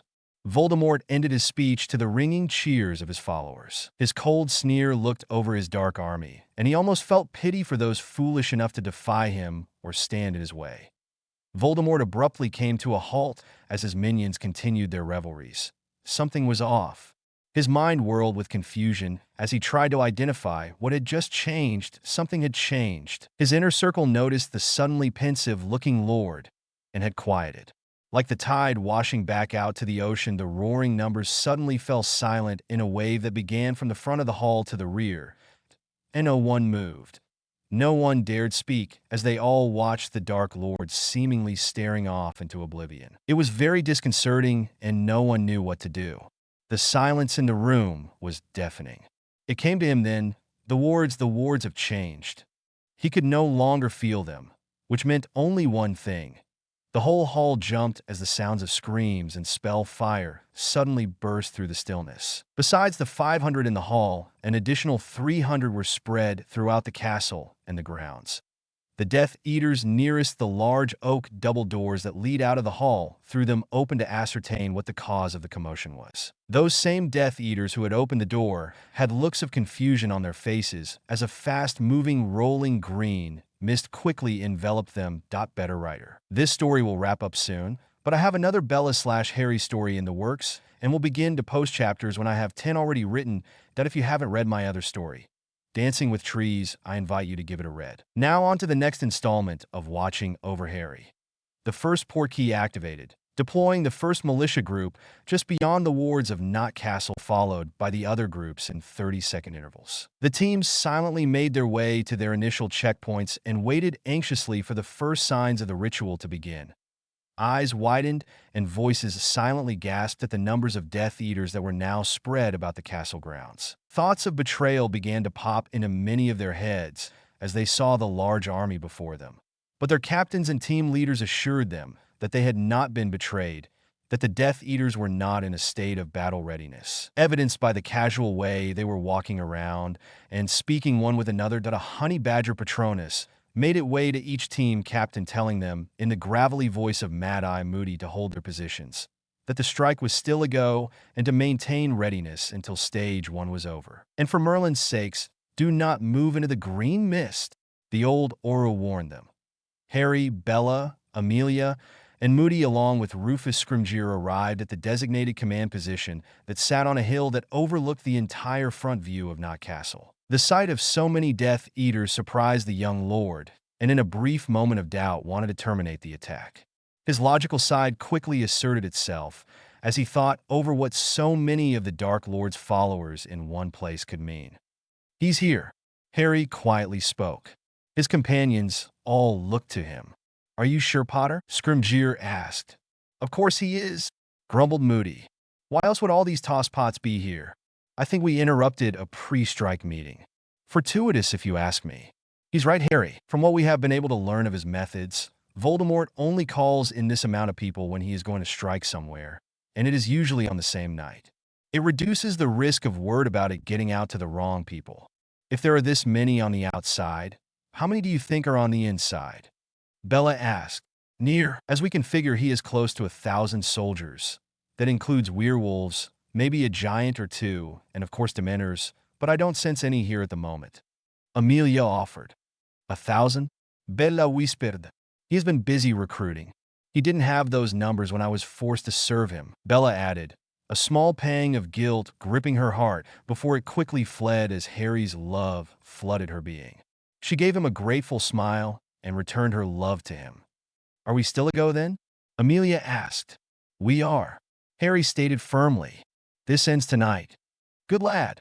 Let me notify our captains." Moody raised his wand as a small badger erupted from the tip, and then after a whispered instruction sent it out. Narcissa, Luna, and the rest of the ritual witches as well as their guard arrived at the Master Rune Stone.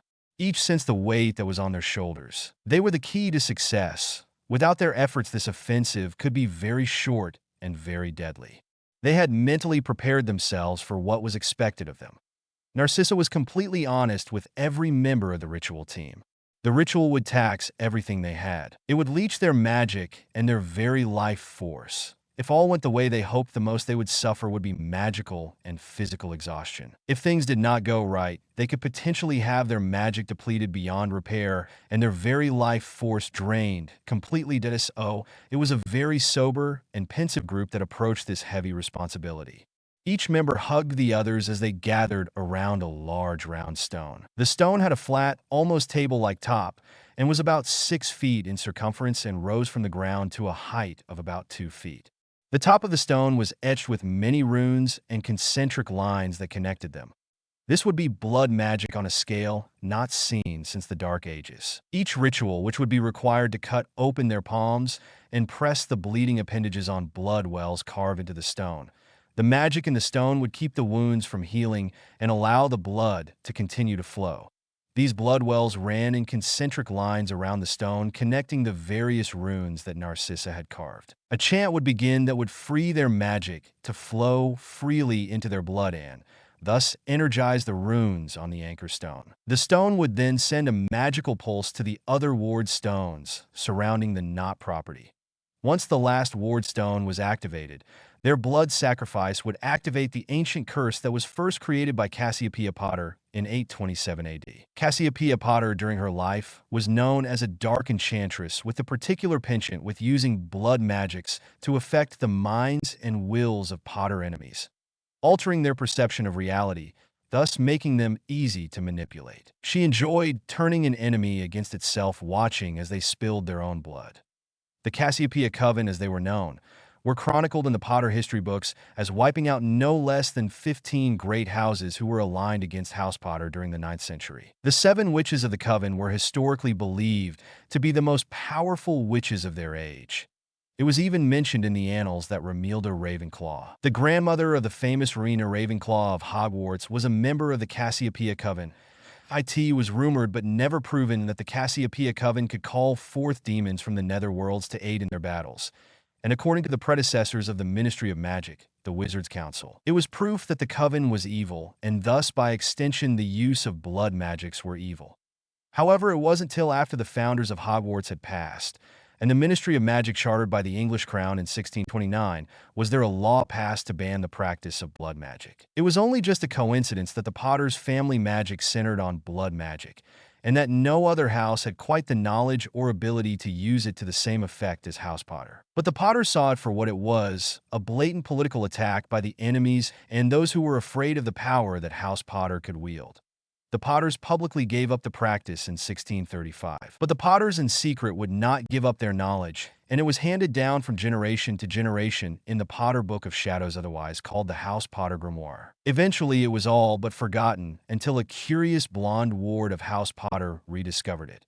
And so it was that Narcissa and Luna had learned of the Potter's secret and would use the ancient knowledge to bring an end to the enemies of their house once more. With the adoption of House Black into the Potter line, and Luna also having been accepted by Potter blood, it gave the ritual what it needed, the strength of the Potter magic to perform it.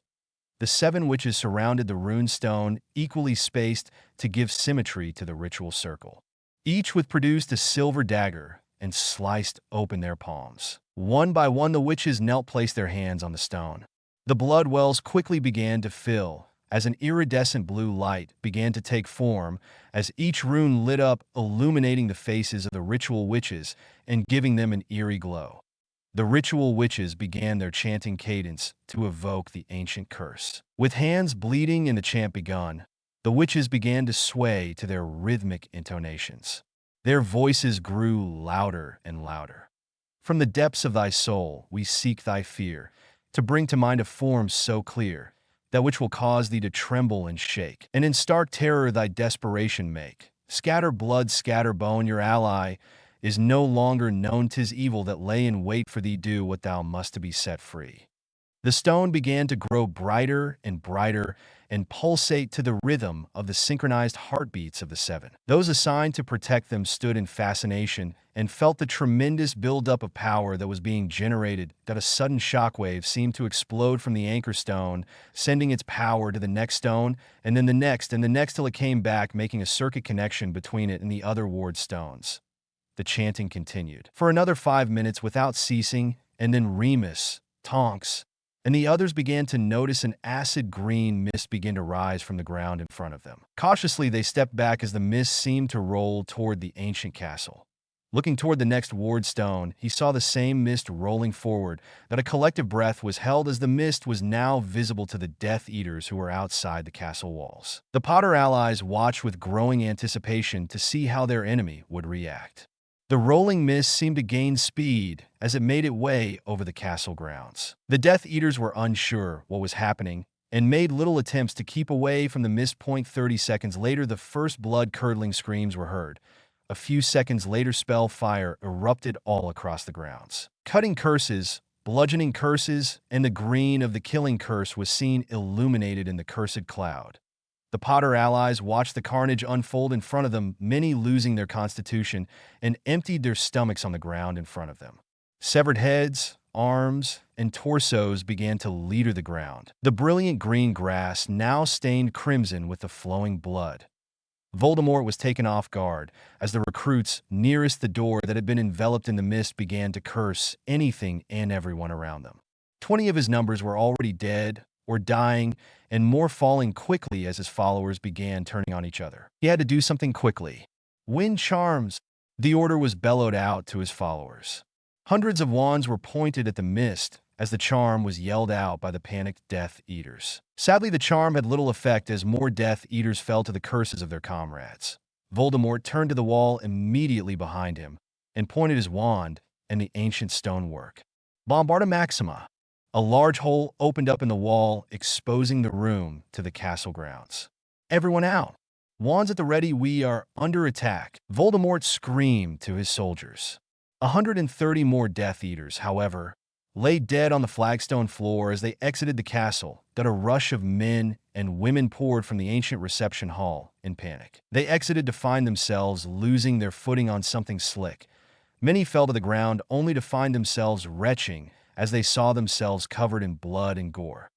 The 300 or so surviving Death Eaters from the hall stood frozen in morbid shock as they looked out over the grounds. Bodies and parts of bodies lay strewn across the castle grounds.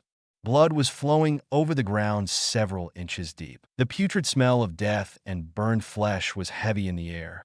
Fights were still in progress, with what only appeared to be about 100 or so remained of the 300 plus of their fellow Death Eaters that had been there just a short time before. The mist now seemed to be slowly receding, and those that had been fighting soon stilled their wands, confused at what had just happened. Voldemort sensed the fear in his remaining army and heard the whispers and the talk of fleeing.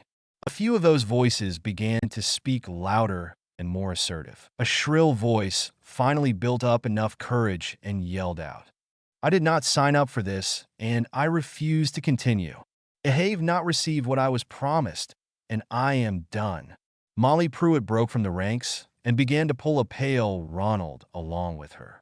Petrificus totalis, Voldemort bellowed, freezing both Weasleys in place and summarily stopping any other Death Eaters from moving.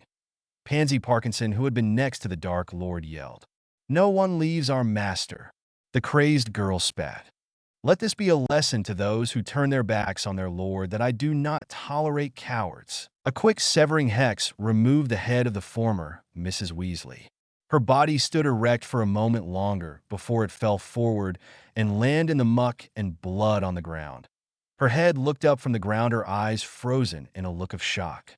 Now, to her male spawn. Diffin, pop, pop, pop. Voldemort was interrupted from his casting when the popping sound of several flares lit up the sky and the ground beneath. The last bit of courage that many of the Death Eaters had remaining fled as the sound-off spell fire echoed through the humid night air.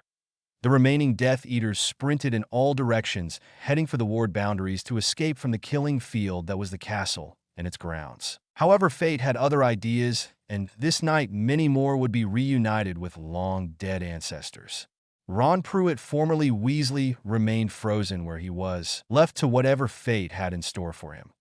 Harry looked on with a sigh of relief as the curse seemed to work and the Death Eaters were falling upon each other with unrestrained fury and lethality. Not since the ancient days of House Potter had witches and wizards alike been witness to such slaughter of their enemies. And although the work of death turned his stomach, he was grateful that in the end he was saving the lives of countless others. Bella was having the same thoughts as she stood next to Harry, holding tightly to his hand as her other hand caressed her stomach. She wanted a world free of fear for the twins growing within her belly, and for every mother's child born into this world. So if evil men and women had to die for that to be a reality, she would stand with her husband and bring hell itself to those who would threaten that peace. Tonks and Remus looked worried as they saw the strain the curse was putting on the 7 witches they were there to protect. They were all pale. The loss of blood was beginning to take its toll on the women. Minerva looked absolutely white. Her lips were beginning to turn a sickly blue, and she swayed dangerous between consciousness and the dark of oblivion that Remus' eyes were locked onto the porcelain goddess he had been in love with since his Hogwarts days. He desperately wanted to hold her and declare his love once more for her. But the past few weeks had been crazy and left them precious little time to rekindle the fire that had once burned fiercely within them, that a yell from Tonks broke his thoughts of love. He turned to see Minerva collapse and the glowing stone go dark. Luna staggered, and Narcissa groaned as well. All the witches were disoriented and weak. Remus's team quickly supplied the ritual witches with blood-replenishing potions, as well as small doses of pepper-up potion until they were alert. Amelia, Moody, and Rufus saw the green mist begin to fade and immediately sent out Patronus out to their captains and told them to prepare for attack. They waited now for word from Nymphadora that the second part of the ritual was complete before sending the militia along with the hit wizards and aurors into battle. Harry received word from a concerned Tonks that Minerva could not continue and that they could not start the second part of the ritual. Damn, do we have anyone along Minerva's level of power that could be used in her place? Harry asked his command team. I can go, Harry, Amelia stated. No, Amelia, Bella interrupted. You're needed to direct the militia. No one else has your tactical ability. I'll go, Bella offered. What? No way am I allowing you to do that, Bella. Harry yelled. Do you know the risk involved? I know perfectly well what the risks are, Harry. She yelled back. She took a deep breath, calming herself, and cupped Harry's face in her hands. Love, we don't have the time to argue this. I know what can happen, but I'm confident that I will be fine. After all, I'll have you inside me to encourage me and to strengthen me. She nervously smiled, though she tried to portray a sense of reassurance. Harry looked like a lost puppy as he stared into the eyes of the love of his life. His soul reached out to hers, and they shared a warmth that only two souls desperately in love could feel. 1,000 words and feelings were communicated within a heartbeat that a single tear fell down Harry's face as he slowly nodded. She reached up and gently pressed her warm lips to his and breathed in assent. You be careful. I want my husband in my bed when this is all over. Bella whispered lovingly in his ear. His arms pulled her against him, and he held her tightly to him. I expect my wife to be there as well. With another soulful kisses, she turned an apparat to the ritual circle. She is a very powerful witch, Harry. She'll be fine. Amelia consoled her godson. Harry could only give a tight nod. He then turned his focus back to the battlefield. He turned just in time to see a hole blasted in one of the exterior walls as at least 300 Death Eaters spilled out. A moment later, purple flares illuminated the sky, indicating that Voldemort was on the field. Let's end this, Harry whispered. Bella arrived at the ritual site and took Minerva's position in the circle.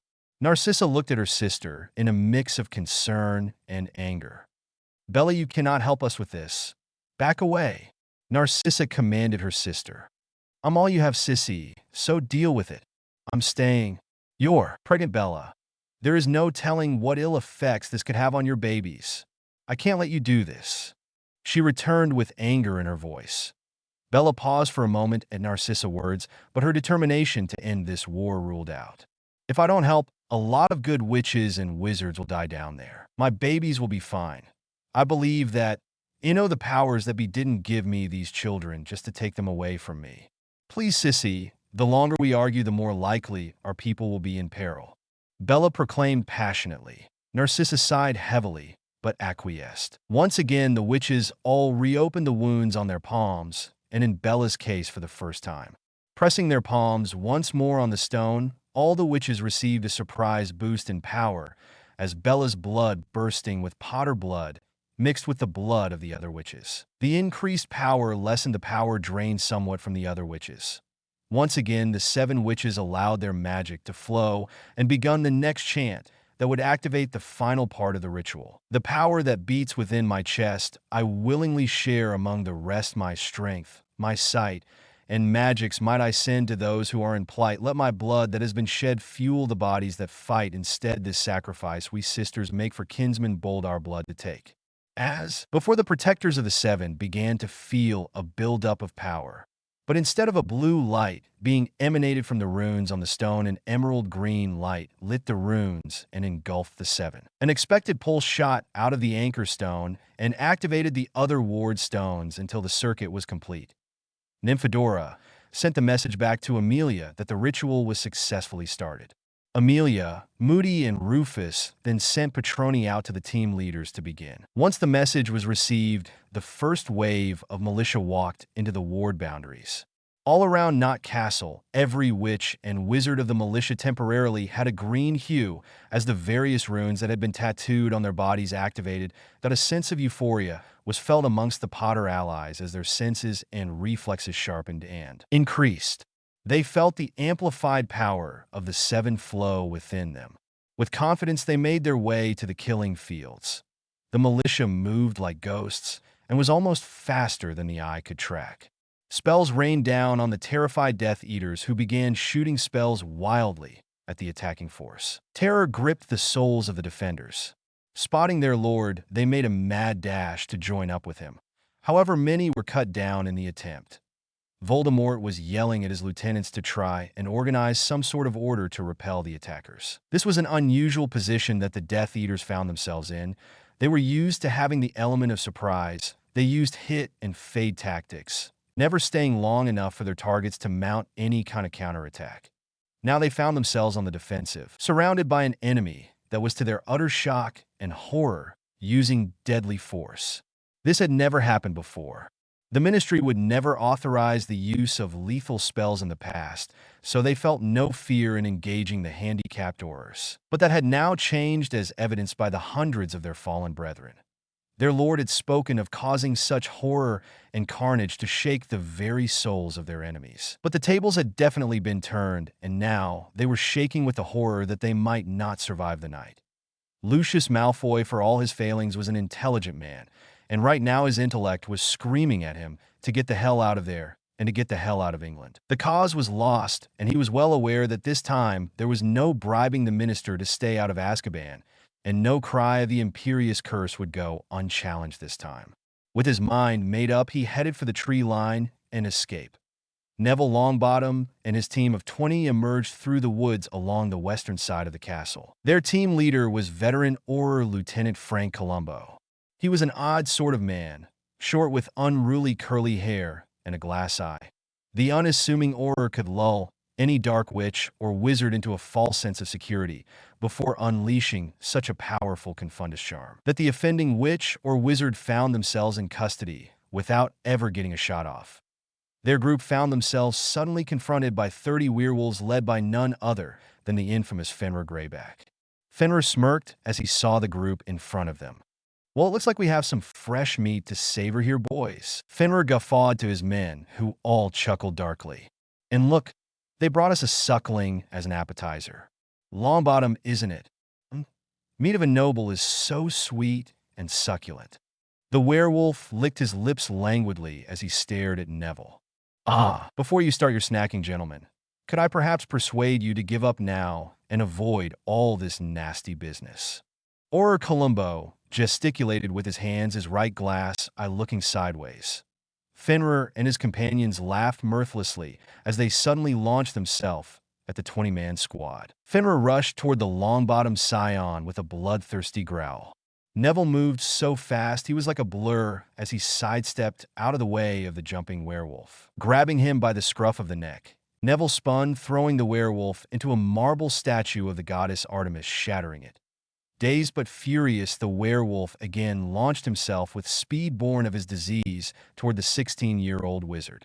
But to his dismay, the boy moved impossibly faster. The werewolf, in a mid-air assault, soon saw the business end of the young boy's wand as a powerful banishing charm hit him full in the face, throwing the scourge of children everywhere flying back and impaling himself through his chest on a spear of a bronze statue of Romulus.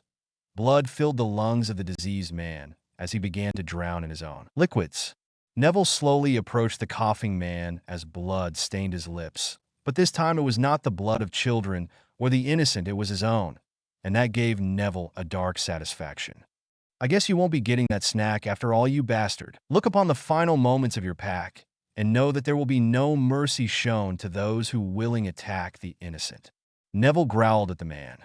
Fenrir looked to his right and saw that what was left of his pack were being slaughtered and their heads removed. The Aurors were moving so fast and their reflexes so sharp that his brethren did not stand a chance against the onslaught. His rage began to strengthen him as his lupin side began to assert itself.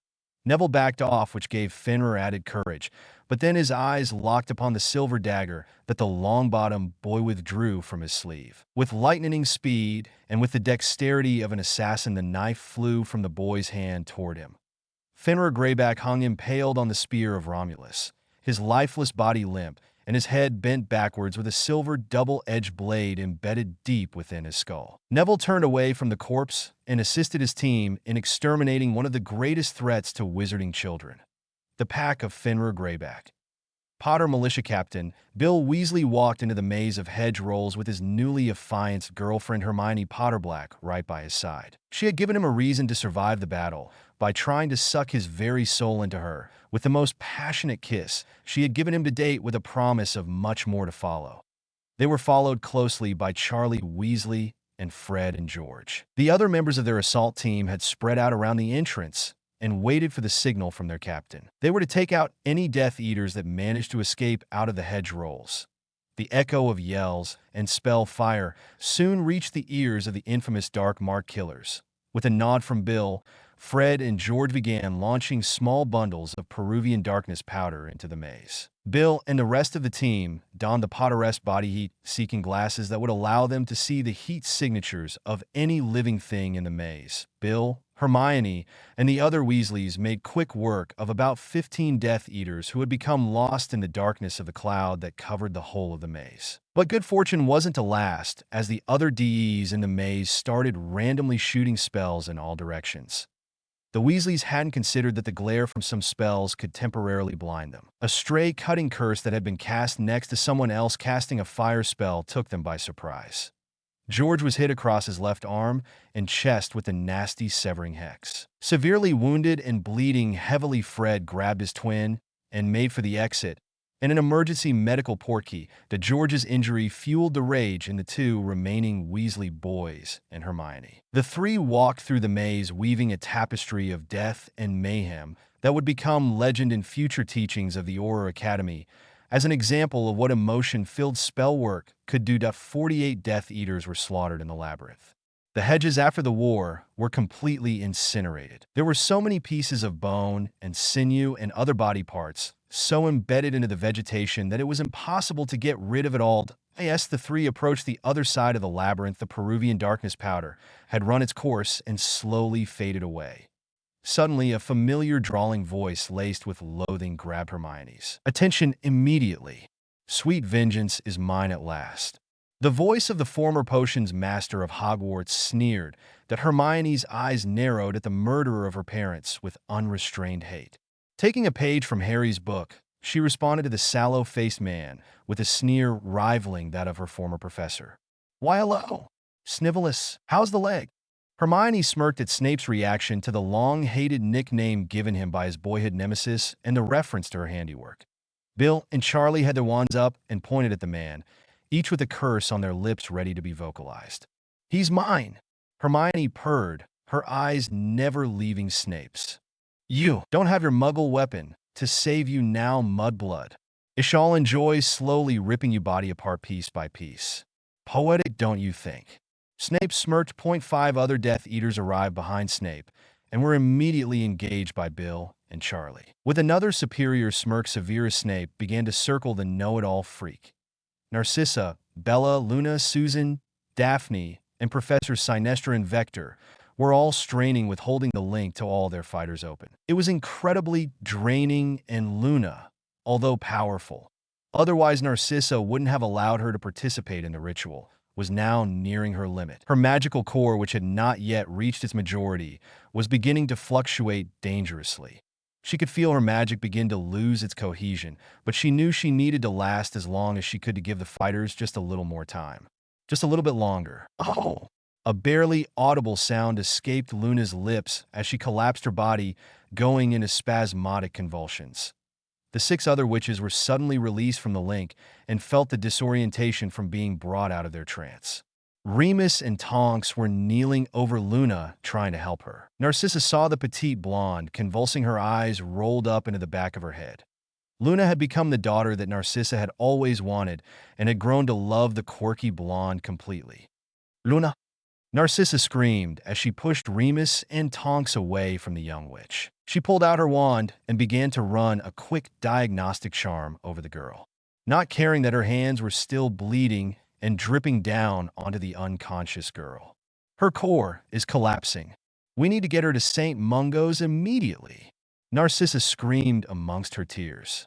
I'll take her. Or Jerry Dunnigan answered quickly, kneeling down and taking Luna into his arms. Please hurry, Sissy cried as she kissed Luna's forehead. Or Dunnigan reached for his emergency medical portkey, and in a flash of swirling color, he was gone. Sissy was crying hysterically, her daughter and all, but Blood was near death and knew that a positive outcome for the sweet girl was almost non-existent. At best, she would be a squib, and at worst, she dared not let her thoughts go there. Remus picked her up off the ground and held her to him. His emotions were a complete mess. On one hand, he was holding the woman that he loved, and he relished it. But on the other, he knew she was dying inside over the fate of the young witch whose life may be lost. He decided just to hold her and let her have her cry and work out all her own emotions. The loss of the ritual witches was immediately felt throughout the militia. However, the damage to the enemy had been significant. The fighting had been almost one-sided. The Allies had maybe lost about 20 of their numbers and another 30 wounded, but the DEs had lost nearly 95% of their numbers. The surviving DEs had returned to their lord and had erected barricades around themselves just in front of the main fountain that dominated the front of Knot Castle. They were using wide area spells to negate the speed and strength of the Potter militia. With the enchantments of the ritual witches gone, the Potter militia began to erect barricades of their own and had Voldemort and 60 remaining loyal followers boxed in. Harry and his senior staff made their way to the front of the Potter barricades. Tom Riddle, or if you insist, the much-debated Dark Wizard Voldemort, Harry stated, his voice amplified and echoing over the grounds. Step forward and be judged for your crimes against this people. I will not be judged by you, Potter, or by any other lesser being. Mine is the higher law, mine the greater cause, and you shall bow to me, Potter, before this night is over, or you will be ripped from this world. Voldemort hissed. Look around, Tom. You are beaten, and your army defeated. We will allow the survivors of your ranks to live and be tried for their crimes. But your fate is sealed, Tom. There will be no mercy for you, Harry stated firmly. What no second chances, Potter? What would dear Albus say? Have you truly come over to the dark side? Voldemort chuckled darkly. You have blood on your hands now, Potter, never to be pure or clean again. You have become me, Potter. You kill to achieve your means, just like me. You punish those who defy you, just like me. Look in the mirror, Potter, and you will find me looking right back at you. Your words have no sway over me, Tom. I fight because I had to. You have pursued me for years, and unlike you, I do not kill indiscriminately or for power. I fight to make a better world where all magicals can live without fear of being discriminated against because of their parentage. Naive sentiments, Potter. This has never been about blood purity to me. Oh, I used the pure bloods to achieve my ascendancy, but it's always been about power. Power and fear is what rules the world, Potter. And he who has the power controls the fear. And fear is a powerful weapon to control the masses and get what you want. Lucius Malfoy could taste freedom as he crested the hill almost to the ward boundaries. He saw a group of about 12 people around a large ward stone. His first instinct was to sneak around them until he saw something that brought his blood to a boil, that his wife was in the arms of another man. His pride demanded that he take some sort of action. She had been the cause of his fall from grace in the eyes of the Dark Lord. She had stolen his gold, hidden away his traitorous son. She was the cause of his fallen state, and he would have his revenge. Lucius withdrew his wand and took careful aim at his whore of a wife and cast the green killing curse. Minerva had recuperated some of her strength, but her magic was still too weak to even cast a Lumos spell. As she stood next to Narcissa and Remus offering what support she could to the distraught woman, she caught movement out of the corner of her eye. She recognized the person immediately and gasped as she saw the sickly green hue of the unforgivable streak toward Narcissa. She knew without hesitation what she needed to do. Without regret, knowing she had lived a full life and had become a part of a loving family once more. She made the ultimate sacrifice for her family and stepped in front of the curse meant for Sissy, as if in slow motion. The other members of the group saw the events unfold in awestruck horror. They watched helplessly as the body of Minerva McGonagall was briefly illuminated before falling heavily to the ground, never to rise again. An echoing scream came from Narcissa as her wand joined the wands of those around her, and unleashed their fury on the smirking man in front of them. A dawning realization hit Lucius of his predicament a little too late, as spell after spell slammed into his body. Nothing larger than a quill was left of the man as his body was ripped asunder. Harry felt Bella anguishes as the images of what had happened to Minerva and Luna was played out in his mind. His grief almost overwhelmed him, but he turned it quickly to fierce determination and anger as he faced Voldemort and his remaining army. Incredible amounts of power began to roll off Harry. His aura began to show brightly, and his eyes glowed with unbridled power. He heard many gasps and prayers of mercy come from the Death Eaters as they witnessed the transformation in the Potter boy. Not even Voldemort was powerful enough to produce a visible aura. Only Merlin had ever been known to produce one. I will say this once, and once only. Those who wish to live, throw down your wands and step forward. For those of you who are foolish enough to remain, you shall receive no quarter. Harry's voice, laced with power, shook the very ground around them. 2/3 of the remaining Death Eaters threw down their wands immediately and walked forward it to the waiting hands of Ministry Aurors and Hit Wizards. The rest remained defiantly by their lord and would not surrender. This changes nothing, Potter. I am still the most powerful wizard to ever exist, and I shall rebuild my army more terrible and more devastating than before. Voldemort hissed. You seem to be under the delusion that you will walk away alive from this, Tom. I assure you that is not the case. Harry said flatly. On my orders, open fire on the remaining filth, Harry exclaimed. Thinking fast, Voldemort played his last card.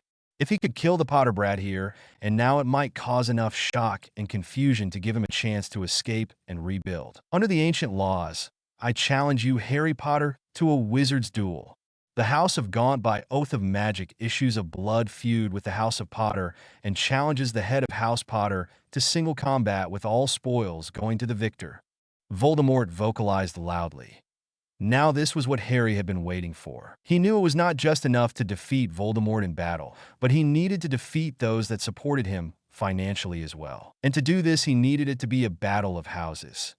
Every dark family that had pledged their lives and fortunes to Voldemort and the House of Gaunt as either vassals or allies would lose everything to House Potter if he was victorious. Harry wanted to permanently cripple those pure-blood elitists who could wage a blood war. As in ancient times, the losing house would be absorbed into the victors and their fates put into the hands of their new lord. Harry smiled internally as he was about to accept the challenge, but was stopped when Bella's voice echoed in his head. Hadrian James Potterblack, don't you dare accept that challenge. You cannot trust him to fight fair. This is too much to risk, Harry. Don't do this, Bella cried. Not to worry, love, I have taken precautions. He must kill me to take over House Potter, but he gains nothing if he dies, or we both die. Either way, he will die tonight, love. Remember that I'll always love you, and take care of our children. With those final words, Harry closed his link to his wife and turned toward the wizard who would rule. I accept your challenge, Tom. To the victor go all the spoils. So mote it be, Harry declared. So mote it be. Voldemort laughed maniacally. Let us begin. Harm if I do not. LOL. I hope you enjoyed the chapter and ask you to be kind in your reviews. Again, thanks for your reviews.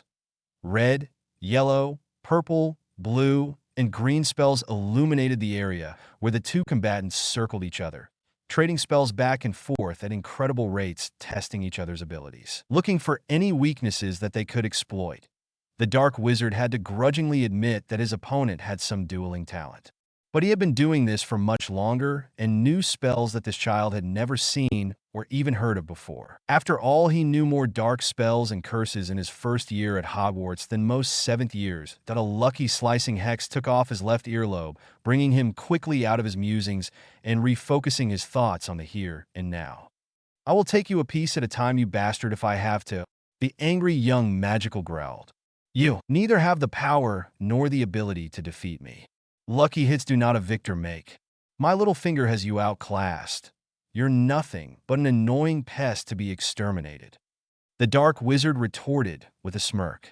Insults are the weapons of the scared and the incompetent, which are you.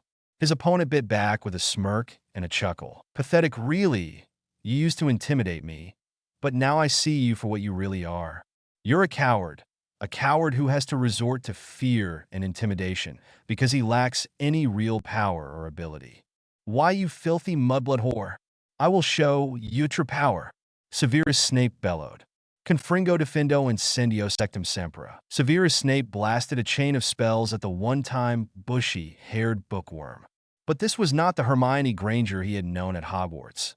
Nor was she the terrified girl at her family's home when he and two others murdered her mother and father. No. This Hermione had taken her voraciousness of learning and applied it to all the combat spells and fighting techniques that the best fighter in all of Britain could teach her, the former Bellatrix Lestrange. Now her blood-adopted mother. Through that process, Hermione had inherited her new mother's situational awareness and unorthodox fighting style that made her the most dangerous witch of modern times. Hermione dodged, ducked, and spun her way out of the path of the oncoming spells and curses. She was as graceful as a ballerina and her reflexes quick as a cat's. Severus was having difficulty tracking the young, which as she danced a predator's dance around the former Hogwarts professor. Is that all you've got, Snivellus? She mocked him, using the strategy her mother had taught her. Anger can be used to make your enemy reckless and reactionary, but it does have the effect to cause your enemy's power to increase because of the rush of emotion. With that lesson in mind, Hermione continued to ridicule the potion's master, but stayed light on her feet to avoid his overcharged spells, which were beginning to wear the man down. Bill and Charlie had their own hands full as they battled the 5 Death Eaters that had followed behind Snape. The Weasley brothers, who worked seamlessly as a team, had the 5 DEs constantly on the defensive. All they could do was shield and try to deflect the wide range of dark curses that one of the country's best curse breakers was raining down upon them. An instant mummification spell took one dark wizard down as his body instantly seized up and then was sucked dry of any moisture it contained before the now leathery-looking corpse fell to the ground and burst into a cloud of human dust as it impacted the hard stone walkway. Another ancient Egyptian curse struck another, as his brain was violently scrambled in his skull and then forcefully expelled out through his nasal cavity, leaving a gray slurry down the front of the man's black robes before his corpse fell to the ground. The battle between Hermione and Snape intensified as the sallow-faced man began to use darker and darker curses. Hermione, taking a book out of Minerva's page, had transfigured a large patch of grass blades into thick needles and banished them towards Snape. Severus threw up a hasty shield, but was a second as slow as 100 needles embedded themselves into his legs, arms, and torso. He managed to protect his face, but the rest of his body screamed out in pain. "That's for my mother!" Hermione yelled out, but a screamed-out bombarded curse hit the ground directly in front of Hermione, which blasted her off her feet and into the air. She hit the ground with an audible crunch, and she screamed out as her left arm shattered on impacting the ground. Bill, hearing her scream, diverted his attention just for a moment from the 3 remaining DEs he and Charlie were fighting. It was long enough for one of the dark wizards to fire a piercing hex that connected with the right side of Bill's face as he turned. Although the hex did not pierce his skull, it did impact his right eye socket and went through Bill's right eye, exploding it right out of the orbital socket. Bill howled in pain as he fell to his knees in shock and pain. Charlie, thinking the worst, shot an anger-fueled Dragon Tamer spell at the 3 remaining DEs. The spell was designed to calm down a raging dragon by covering it a thin layer of ice. Dragons, being cold-blooded, would immediately stop all movement in an effort to not expend the remaining heat that their bodies contained. Although the spell was harmless to the large reptilian creatures, if cast on a much smaller human with no spell-resistant skin, it would flash freeze their body and organs in an instant and crystallize the blood within their very veins. The Death Eaters would not recover from their Arctic temperature encounter. Hermione scrambled to her feet. Her left arm dangled uselessly at her side. Severus was smirking again as he bled from 100 small holes in his body, created by the transfigured needles which had returned to their natural form of blades of grass. "It's time I ended this little reunion, Granger. Say hello to your parents for me, won't you?" Severus smirked.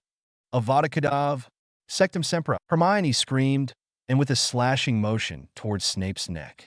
Snape's eyes widened in horror as he fell to his knees, his wand falling to the ground. He tried to speak, but the only sound he made was a sick gurgling. Blood oozed from his mouth and from a thin line that went from ear to ear on the greasy-haired man's throat.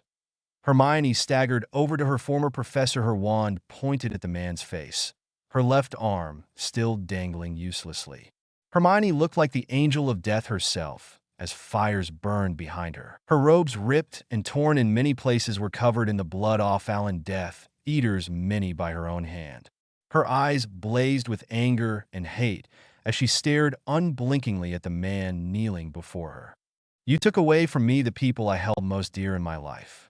You did it without remorse, without a hint of human compassion." Her voice was flat and without emotion. "How many Snivellus, how many lives have you taken? How many orphans have you created?" She sneered at the man in disgust.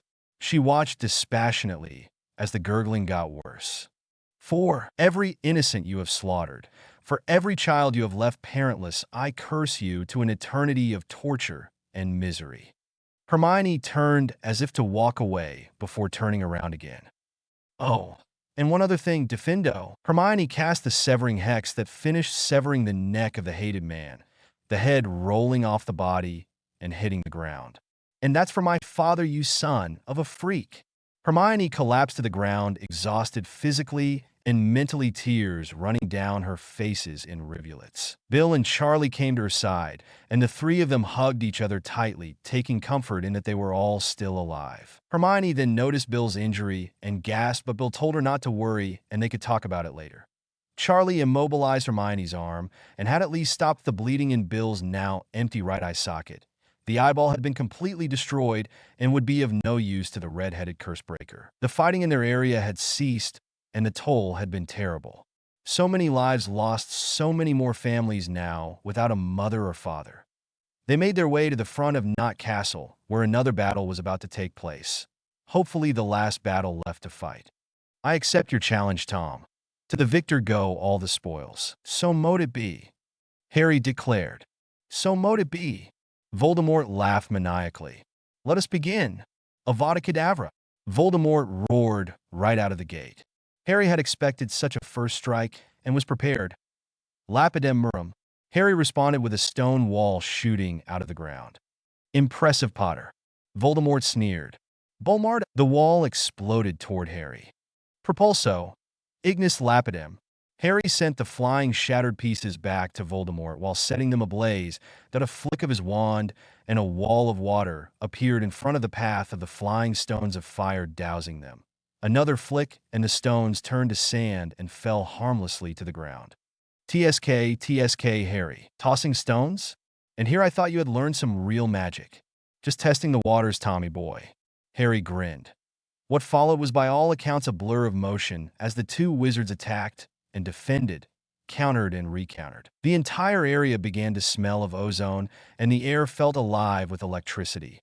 Bella was beside herself.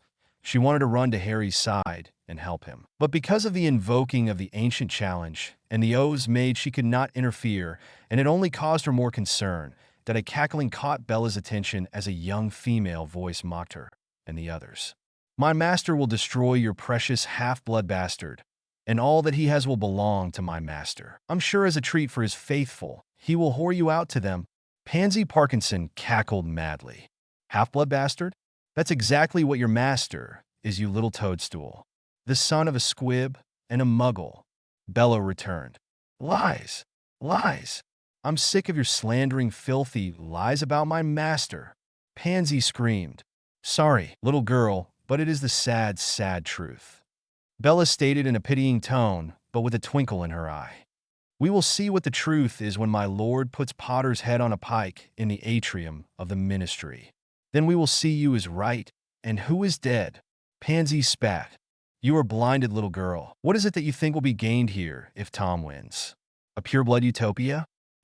He will purge our society of the mudblood filth, and we will live as we were destined to as the superior race." Pansy said wistfully, if not with a spark of derangement in her voice. "And when he purges our society of everyone that is not of pure blood, then what? We will rule, of course." "Rule what? How many pure blood do you think there are in Britain?" There are a lot of us." Pansy stammered a bit, not really knowing. Look around you, Pansy.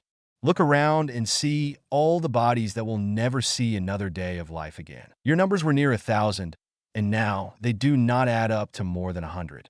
All from pureblood homes. How many pureblood families were wiped out tonight, Pansy? How many purebloods has Tom killed over the years? Complete houses wiped from existence. Bella pummeled the girl with difficult questions. I don't. Well, they deserved it for not obeying my master. Pansy huffed. And there is the point of the problem. If you disagree with him for any reason, you are no longer deemed worthy to live. You want to send your daughter to school. He says no, he doesn't want witches educated anymore because they could get ideas above their station. You disagree, and then wham, you're dead. Too bad, but you disagreed with your Dark Lord. Bella stated. He wouldn't do that, wouldn't he? Bella chuckled. Knowledge is power, Pansy, and Voldemort does not share power. He would not want anyone to have knowledge of things that could be used against him. Trust me, in the end he will see everyone as a threat to him, and he will eliminate that threat. Bella stated matter of factly. You're wrong, Pansy yelled, but with a lot less conviction. You're a smart girl, Pansy. Use that brain in your head and think about all the Dark Lords you've read about throughout history. Have any of them ever wanted to share their power? I'll answer for you, no, they have not. And once they gain power, they become so paranoid that their closet acquaintances become suspected as potential enemies. And what has happened to them, Pansy? They usually are executed as traitors for no crime other than being powerful enough that they could pose a threat. This is the path that you are on, Pansy. This is what would happen should Tom succeed. But with every dictator that has come into power, eventually they are overthrown, and all those within his regime are put to death as well. That is what awaits you, Pansy Parkinson. Is that the life you wanted or expected? Bella asked sincerely this time. Pansy just stared vacantly at Bella, but Bella could tell that the wheels in the young girl's mind were beginning to turn. Sadly, a hardened resolve replaced the wondering eyes. I am loyal to my lord, and he will be triumphant, and I will be rewarded, Pansy yelled before pushing her way behind some of her remaining loyal compatriots. Bella shook her head sadly. She had tried to get her to see reason, but the girl would not have it, and Bella suspected that the girl would not come to a good end. The spell seemed to have no effect on the Dark Lord, who had been caught off guard with a sudden blue spell hitting his chest as he stood over Harry. He chuckled at the feeble attempt at whatever it was the boy had done and quickly recast the spell that had downed boy. Fire seemed to erupt from every nerve ending as Harry fought not to scream from the excruciating pain being caused by the cruciatus curse that he was being held under. Still, he felt a sense of triumph as his plan was now in effect. He just needed to not get himself killed prematurely, and he would be successful. Voldemort smirked victoriously as he tortured the so-called boy who lived.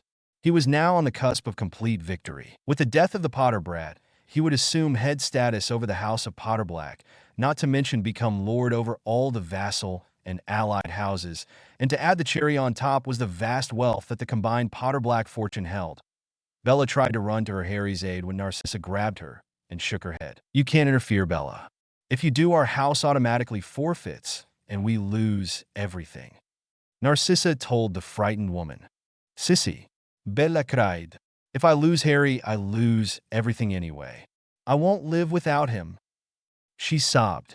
He has a plan to defeat Riddle. Bella, give him time. Narcissa told her, but Bella could tell from her eyes that she was not telling her something. What is this plan, Sissy, and why do I not know of it? Bella demanded. Narcissa took a deep breath and sighed heavily. He made me give an oath that I would not tell you or anyone else of his plans. Narcissa Black, you had better tell me everything you know, and I mean right now. Bella screamed at her sister. Voldemort suddenly felt winded after holding Potter underneath the curse for only about 30 seconds. He rationalized that the fighting must have worn him out more than he expected. He lifted the curse from the curled-up boy on the ground in front of him. His body was in spasms from the after effects of the unforgivable curse that he smiled to himself as he heard the boy whimper. At least he thought he was whimpering. But listening carefully, he realized that the boy was not whimpering, but laughing. Do you find your impending death amusing, Potter? Voldemort asked silkily. No, Harry gasped between his chuckles. But I do find yours humorous. Harry stated, a flashback. A week prior, "What brings you here, my handsome young lord?" the beautiful ancient witch named Morgana Le Fay asked. Harry walked toward the small window of the medieval cottage and looked out at the lush forest before speaking. "I feel the end coming, grandmother," Harry replied forlornly, his eyes staring unfocusedly out the window. Morgana moved next to him and threaded her hand into the crook of Harry's elbow. "A vision?" Morgana asked softly. Harry slowly shook his head.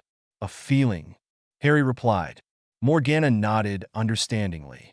"And you are worried," Morgana stated, resting her head on the shoulder of the much taller youth. Harry closed his eyes tightly and silently nodded. "Even though I am much stronger magically than I used to be, Riddle has so many more years of experience and knowledge than I do. I fear that what I have will not be enough to finish him." "You won't use Bella's connection to help you, will you?" Morgana stated, more than asked. Harry adamantly shook his head. "I won't risk her life or the life of our children," Harry stated firmly. "And powerful children they will be," Morgana stated cryptically. Harry either didn't catch what she had said or had ignored it because he made no reply. "Even if by some miracle I do beat him," Harry began, "there are many of his followers and supporters who would pick up his mantle and follow in his footsteps." Harry sighed, heavily rubbing his face in frustration with his free hand. "So what you need is not only a way to end Riddle, but a means to neuter his allies," Morgana thought out loud. Harry chuckled at the neuter reference, but nodded his head in concurrence with her train of thought. Morgana released Harry's arm and stepped over to the small hearth that had a roaring fire within its bowels. She stood silently deep in thought with an obvious frown on her face. Harry could see that she seemed to be warring with herself to come to some decision. Harry stepped to her side and put an arm around her shoulder. Morgana made no sign that she knew that he was holding her. "Grandmother, what is you so troubled?" Harry asked gently. Morgana slowly turned her head toward the young man who so much reminded her of her own true love who had died so many centuries ago. She saw in Harry that same kindness and nobility that his forefather had. When he had first rescued her from certain death and nursed her back to health, that it was this above all else that made her reluctant to share the information that could provide Harry a way to defeat his enemy. Because it came with a heavy cost, the ultimate cost. Morgana gave Harry a warm and loving smile as her hand cupped his cheek. Steeling herself, she turned fully toward him and looked deeply into his eyes.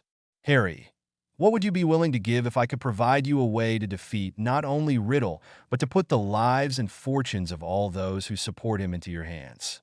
"I would." Before Harry could answer, Morgana raised a hand to forestall him. "My sweet child, would you be willing to make the ultimate sacrifice to assure the defeat of your enemies and the safety and security of your family?" Morgana didn't need Harry to respond, to already know the answer that lay within his heart, but she allowed him to answer anyway. "If it meant that my family would be safe and could live in peace, I would gladly give my life to see that happen," Harry stated sincerely. Tears welled up in Morgana's eyes as she nodded her head jerkily. "As I expected you to say," Morgana replied with a choked-up reply. "Said Harry." Morgana motioned to a pair of chairs near the fire. Harry sat and watched as Morgana removed a leather-bound scroll from an old trunk that had been under the feather bed that took up one corner of the small cottage. She sat down across from Harry, their knees slightly touching, and unrolled the scroll over their combined laps. "This is Le Fay magic, Harry, and it is one of the more dangerous spells that I have ever created. It is called the Potentia Exorient. It is a spell of last resort." Morgana paused for a moment as she composed herself. "What it does, Harry, is drain the magic and life force of your enemy. It does it by using your enemy's own magic against him. For every spell your enemy casts, he weakens himself both magically and physically until he is left with nothing, and he either kills himself or is weakened so much that he is able to be killed by his opponent." She finished. "But that is great," Harry stated excitedly. "Turning Riddle's magic against himself would be perfect."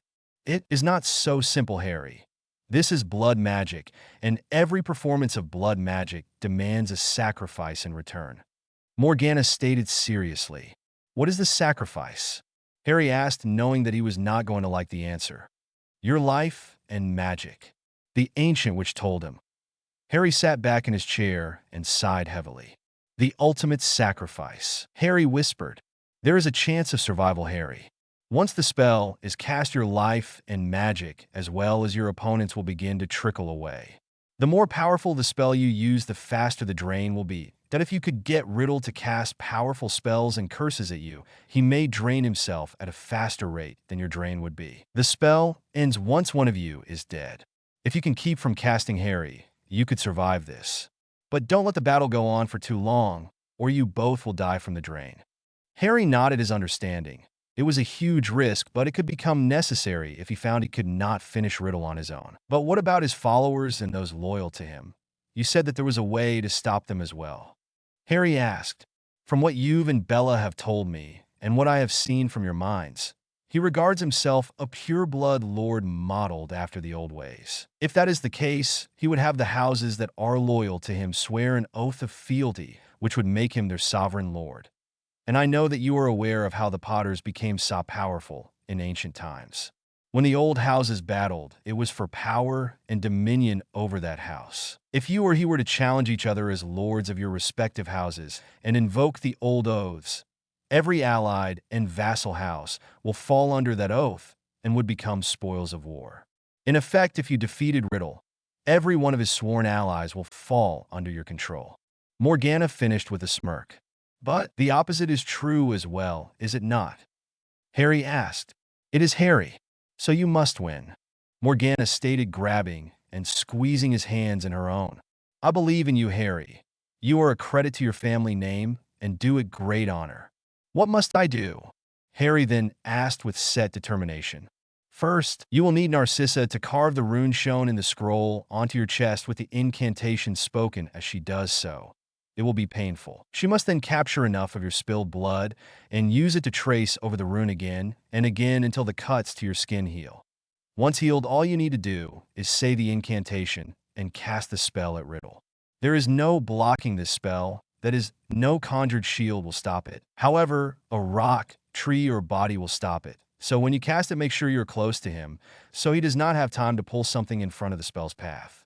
Do you understand? Morgana asked the young wizard, who was absorbing every word she spoke. Yes, grandmother, I understand. Present time, Harry's laughing was distraction enough for Harry to use a banishing charm that threw the Dark Lord a good 15 feet away from him. But he felt the pull on his magic and his energy, but it was minimal. He scrambled to his feet and created more distance between him and Voldemort. Voldemort screamed in fury at himself for being taken by surprise again by the whelp. He got to his feet and looked for his target that was now a good 30 feet away from him. The boy was bloodied and bruised and obviously feeling the after effects of his curse as he witnessed the boy's body spasm every few seconds. You only delay the inevitable, Harry. End this charade and surrender. I promise I will make your death swift and painless. Voldemort taunted. Harry chuckled again. No chance, Snakeface. However, I would graciously accept your surrender, and I will guarantee you a swift death. Harry mocked the abomination in front of him. How does it feel, Tommy boy, to have lost so many times to me? Must be hard, to keep justifying to your followers that it was just my dumb luck being the cause of beating you. Though I guess they shouldn't expect much from you, seeing as how you are the bastard son of a muggle and a squib. Harry mocked, enraging the dark wizard. Voldemort again yelled in fury as he unleashed another chain of lethal spells. Harry was trying to use his agility to the best of his ability and dodge the spells, but some were coming so fast that he had to shield or transfigure things around him to provide cover. Harry knew he had to get him using heavy-duty spells soon if he wanted to survive this, but so far Voldemort had been somewhat reserved in his use of dark spells. He needed to get him angry that he just started casting every dark spell he knew at him. The use of darker spells usually required more of a person's magic to cast. I must say I'm disappointed in you, Tom. Here I've been told you are the master of dark magic, but all I've seen so far are spells any 7th year could use. Is it all just made-up stories, Tommy boy? Lies and deception to keep your mindless followers in line? Harry guffawed. Would you like to see what I can do to you, Harry? You're nothing but a pest. A bug to be squashed underfoot, Voldemort yelled. Voldemort unleashed a blood-boiling curse that Harry just had time enough to duck under before he had to roll away quickly to avoid a dark curse that was black like obsidian and had an ominous feel to it as it passed him. When it struck the ground, it had dug a 3-foot crater. Harry looked up to see a winded but still erect Dark Lord posed to fire another spell. Damn, Harry thought to himself. The bastard must have a lot of power if he is barely breaking a sweat. Any other thoughts were banished as Voldemort conjured a long whip of fire and was swinging it over his head. The whip came speedily toward Harry, who tried to roll out of the way, but his left calf was hit in mid-roll. The spell caused terrible third-degree burns over the calf. Stinging open blisters leaked their fluid into charred flesh. Harry made it to a large lawn statue where he hastily applied a numbing charm to his leg. The Dark Lord had fallen to one knee from the expenditure of magic needed to perform the conjuration. He did not understand why he was feeling so much pull on his magic, and it concerned him. He needed to quickly end the Potter boy and figure this out, but Potter came first. Pushing himself back up to his feet, he looked for the object of his ire. I'm not going to survive this if I'm just on the defensive. Harry panted, the sweat from his forehead stinging his eyes. A blasting curse to the statue had sent Harry flying. A large piece of marble struck the back of his head, knocking him senseless. He lay on the ground, trying to get the world to stop spinning and right itself. Voldemort yelled in triumphant fury as he staggered toward his fallen prey. He lifted his wand and kept it pointed at the half-blood pretender. He wanted to look into his eyes and watch the life in them fade to nothing. The assembled crowd watched in either glee or horror as they witnessed the boy who lived tossed like a rag doll by a blasting curse and seemed to be unmoving. Pansy screamed a primal yell and unleashed a volley of spells at the Potter forces. Her Confederates also took courage in what they were watching and began firing spells as well. Pansy focused her fury on Bella and engaged the once feared witch in single combat. Pansy was casting furiously, but Bella calmly batted each spell away as if they were nothing more than an annoying bug. You can't beat me, Pansy. Stop this foolishness and live. Bella tried to encourage the girl, but she would have none of it. I am the Dark Lord's new right hand. I will destroy you and present your lifeless corpse to my master, and I will be reward beyond my dreams. Pansy screamed, continuing to cast one dark curse after another. Bella realized that Pansy would not see reason and regretted what she had to do to the promising young girl. Bella's response was like a blur. Pansy had never seen anyone move so fast. Not even her master, the severing curse, was razor sharp and cleanly severed Pansy's right hand from her wrist. The hand fell to the ground, still clutching her wand. Pansy screamed out in pain as she pulled the injured arm to her chest and fell to her knees. I will kill you, you blood traitor freak, Pansy bellowed. Bella shook her head sadly and turned away from the girl to take down another Death Eater, thinking that Pansy was out of the fight. A scream of rage from behind her made her spin around, just in time to see a knife that Pansy had just thrown heading toward her. Again, with speed honed from years and years of practice, she was already casting as she turned on pure reflex. The spell hit the twirling blade and banished it back toward its mistress. With a wet thud, the double-edged cursed dagger slammed into Pansy's chest, piercing her heart. Pansy silently fell to her knees, her eyes glancing down at the dagger buried to the hilt in her chest. With a confused look in her eyes, she met Bella's saddened gaze. Pansy attempted to speak, but no words were forthcoming. Pansy's body then seemed to fall sideways in slow motion and hit the ground. The life of the 16-year-old wannabe right hand of Voldemort would not see another sunrise. Bella's heart went out to the young girl, but she had chosen her path and refused to accept any other alternative. Remembering what started this second round of fighting, she looked for her husband and prayed to every deity that he was still alive. She saw him re-engaged with Voldemort and cried in relief. The two combatants were now showing signs of fatigue. When Narcissa had explained to Bella what Harry had done, she had been furious that her husband made this kind of decision without her. And be so selfish to throw his life away. Didn't he realize how much she loved and needed him? How dare he leave her and their children without a husband and father? It was no comfort at all, even though Sissy had told her that there was a good chance that Harry would survive the curse. In her opinion, there was no risk worth losing her husband over. If he did survive this, she would kill him herself for putting her through this. Voldemort was standing over the prone body of his mortal enemy and grinned. Well fought, Harry Potter, but the end was never in doubt. I was always destined to defeat you. I am the greatest wizard of all time, and you will be just a footnote in the history books that recount my rise to power. Pretty sure of yourself, aren't you, Tommy boy? Harry groaned. As far as I can see, I'm still breathing, so you haven't won yet. Harry half laughed, half coughed. That will soon be remedied. Your death will be slow and painful, and I will watch as the life fades from your eyes. I want my smirking face to be the last thing you see, Voldemort hissed, silkily raising his wand for the final blow. Harry smiled a bloody smile at his nemesis, and in one swift move sent the heel of his boot crushing into the Dark Lord's groin. Voldemort staggered back and fell to his knees from the sudden blinding pain in his nether regions. He gasped and rolled in pain. Harry tried to stand but kept falling over, the serious concussion affecting his equilibrium, not to mention the crispy right calf, hindering his efforts as well. Harry finally managed to steady himself, just as Voldemort had gotten to his feet. The fury in the Dark Lord's face was evident, and Harry knew that playtime was over. The end was now upon him. Boom! The green light of death slammed into a conjured marble wall, shattering, it sending shards out in all directions. Boom! Both combatants fell to the ground, their magic and life force flowing out of them like a river now.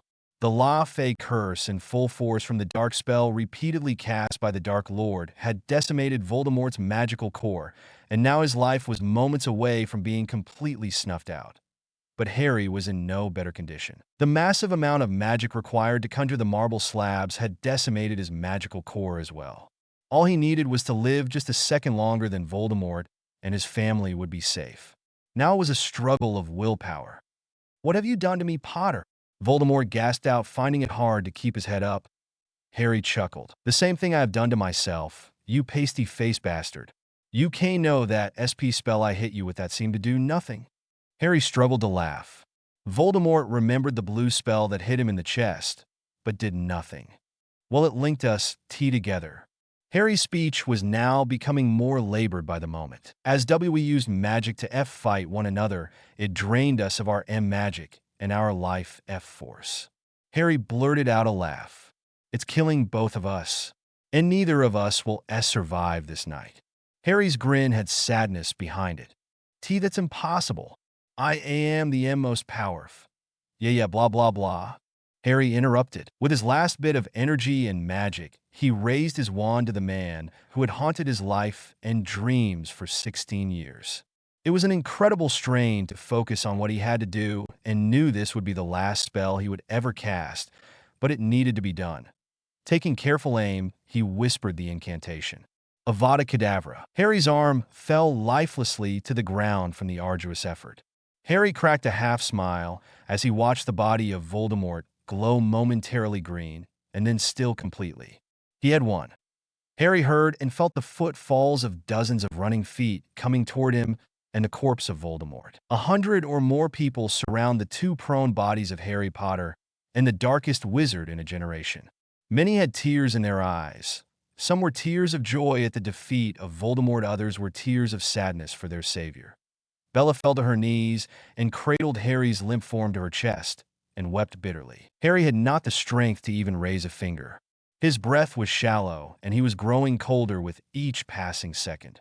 His eyes, however, were full of emotion, and what Bella saw was a wealth of unconditional love and yet inconsolable sadness. Bella lifted Harry's hand to her lips and kissed it tenderly as her emotions broke through what remained of her willpower. Her body was racked with utter grief as she felt the love of her life slowly fade away.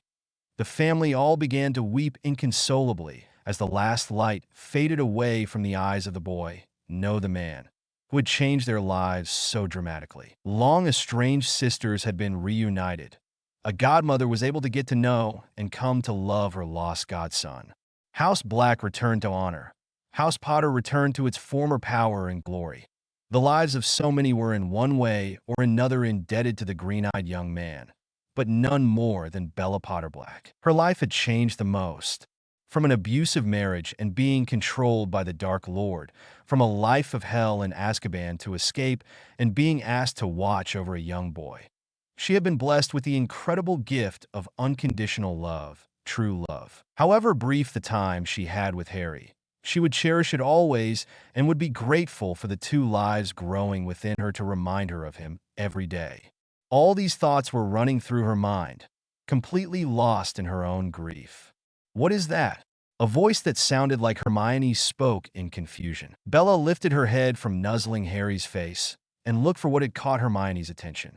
The dark red wand in Harry's right hand seemed to be glowing with a golden halo. It rose into the air, hovering above the motionless body of Harry Potter. The gold shimmering aura expanded from the wand and enveloped Harry's still form. Harry's body began to gently rise from Bella's lap and begin to hover just above the ground. Bella was on her feet looking at a loss for what was happening. Everyone watched the happenings with morbid fascination.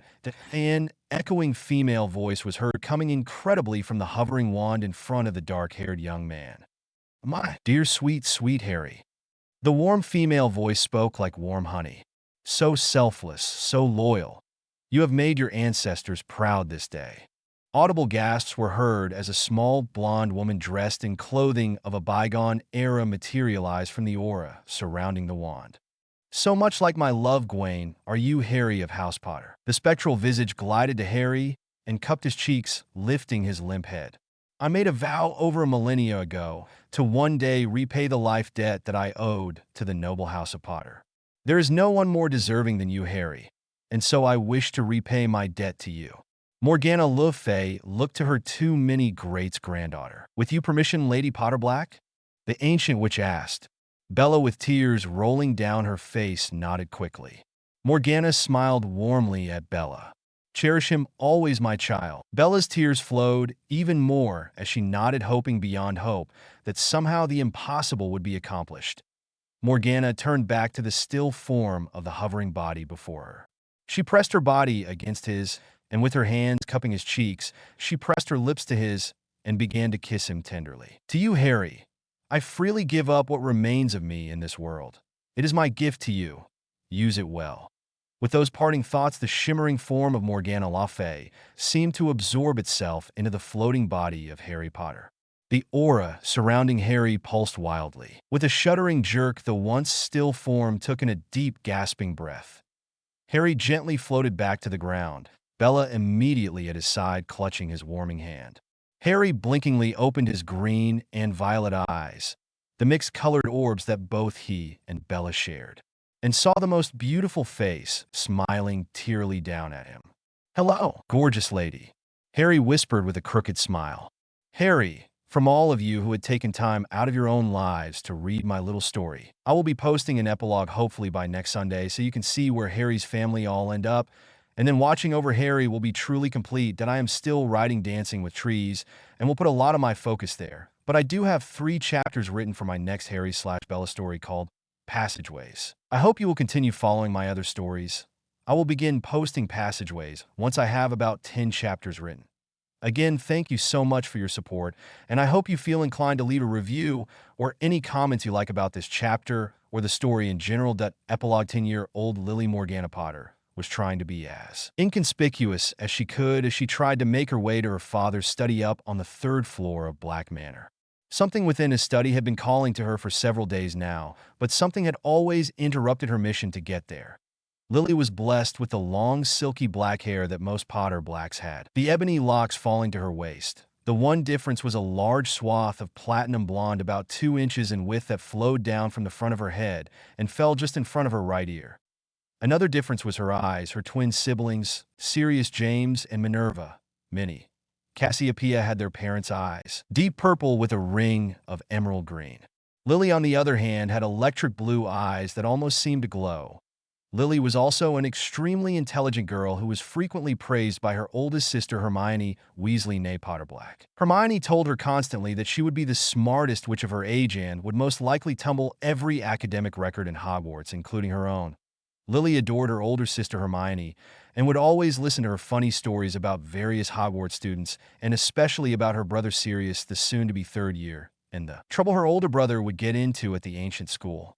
Sirius had inherited his father's talent for flying and finding himself in awkward situations. Hermione had been the defense against the dark arts professor for the last 6 years, and recently made head of Gryffindor House last year, much to Sirius' dismay, who had been sorted into the House of Alliance. After all, who wanted their sister watching over them like a hawk? How was anyone to play a descent prank when their sister knew their every move? Not to mention Mom and Dad being notified immediately after the fact. Many had been sorted into Ravenclaw also, to her dismay.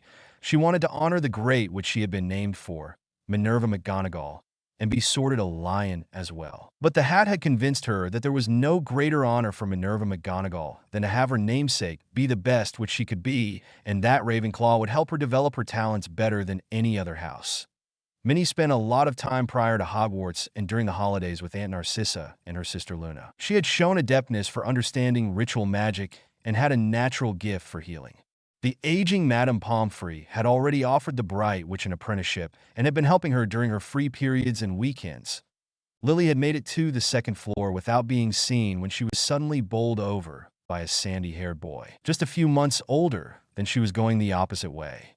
"Romulus Lupin," Lily whispered harshly. "Why don't you watch where you're going?" "Sorry, Lils. I was playing hide and seek with Artie and was trying to hide," the young boy stated. "That's fine, I guess, but don't call me Lils. Aunt Sissy has told you I don't like it when you shorten my name."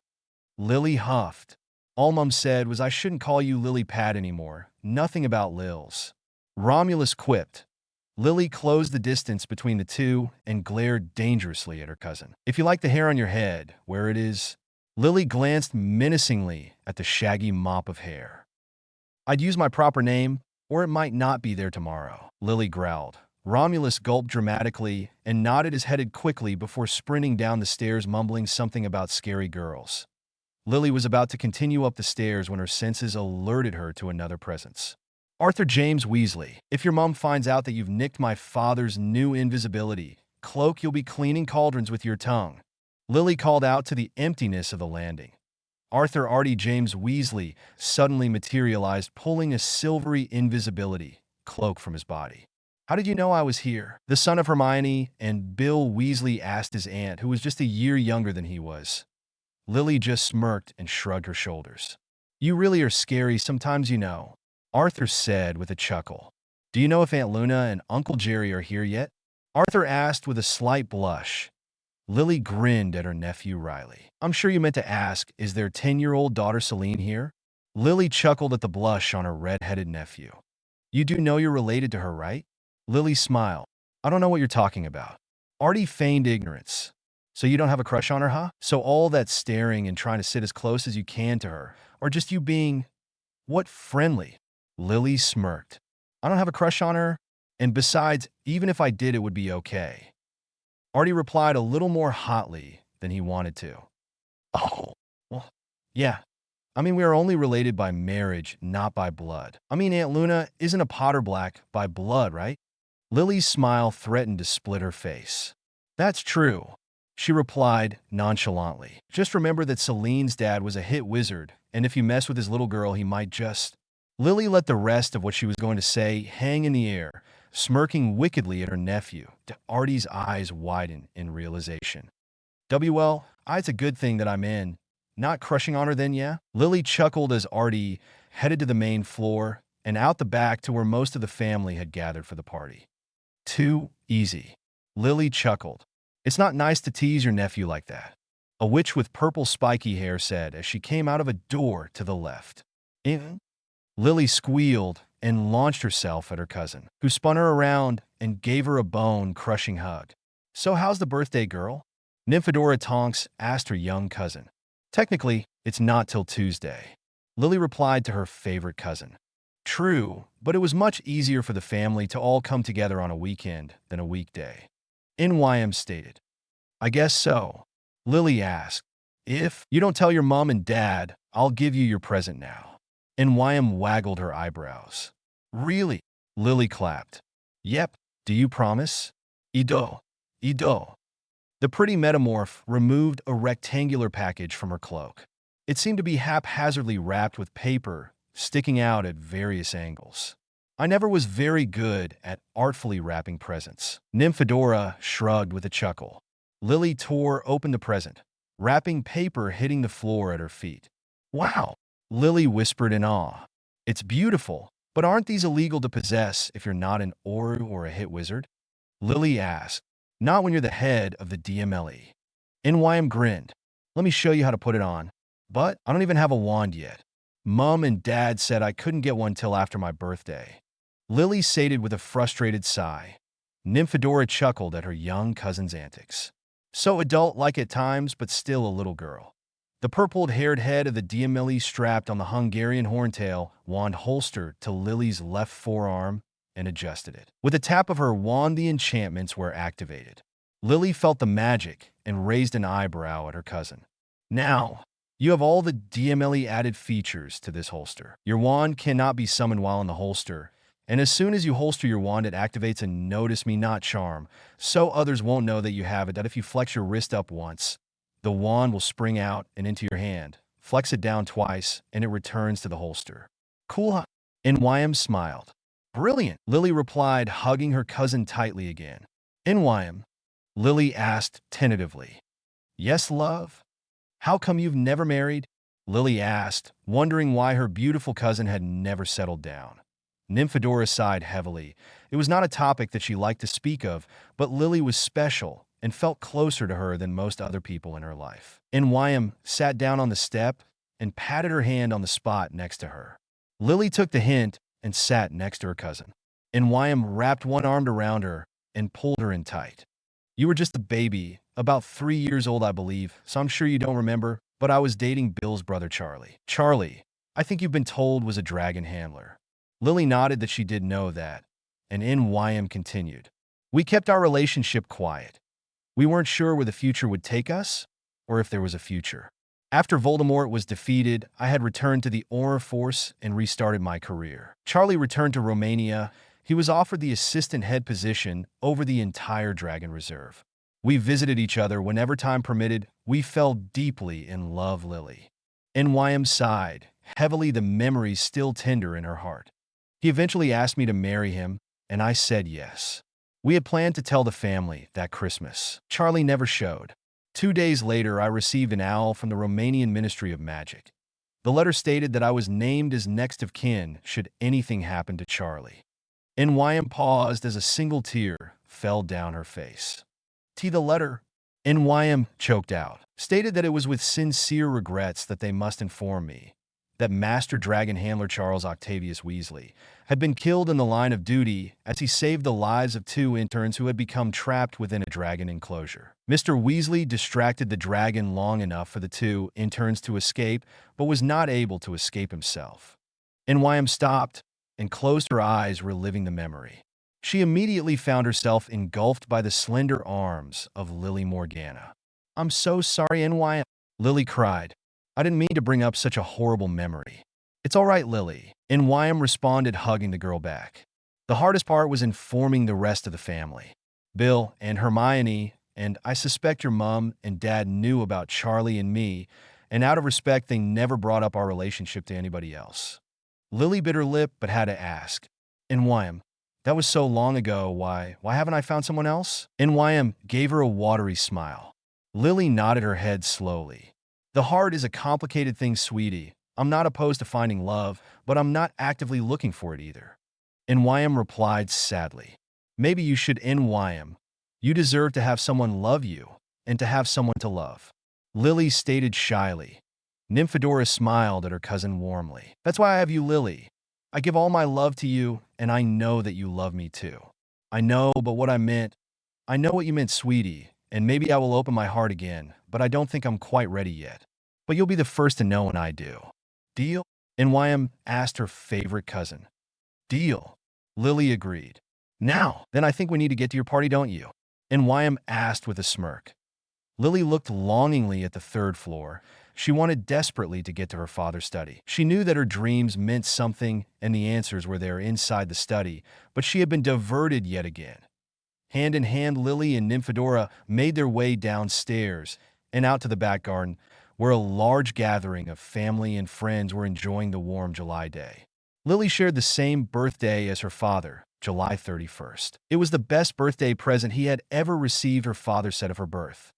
Lord Hadrian James Potter was a smitten man.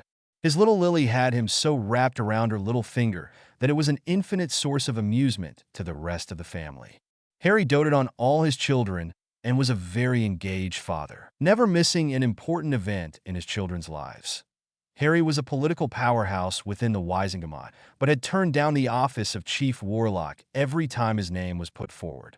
Sweeping changes in legislation and laws regarding wizarding Britain came from his quill. Muggleborns and half-bloods enjoyed an equality with the purebloods that had never been seen before. 1/3 of the Wisingamot seats were now by democratic election only, and each committee within the Wisingamot must have at least 2 elected members on their respective boards. Most of the elected seats were held by Muggleborns, who represented 65% of the magical population of Britain. Bella spent most of her time raising her children, but did tutor those who were interested and showed a talent for dueling. 2 of her students were now tearing up the dueling circuit, winning tournament after tournament. She was also a favorite guest lecturer at Hogwarts for Professor Hermione Weasley's Dada class. But to Bella, there was no greater calling than that of mother, and she took to it with a drive like she had with dueling.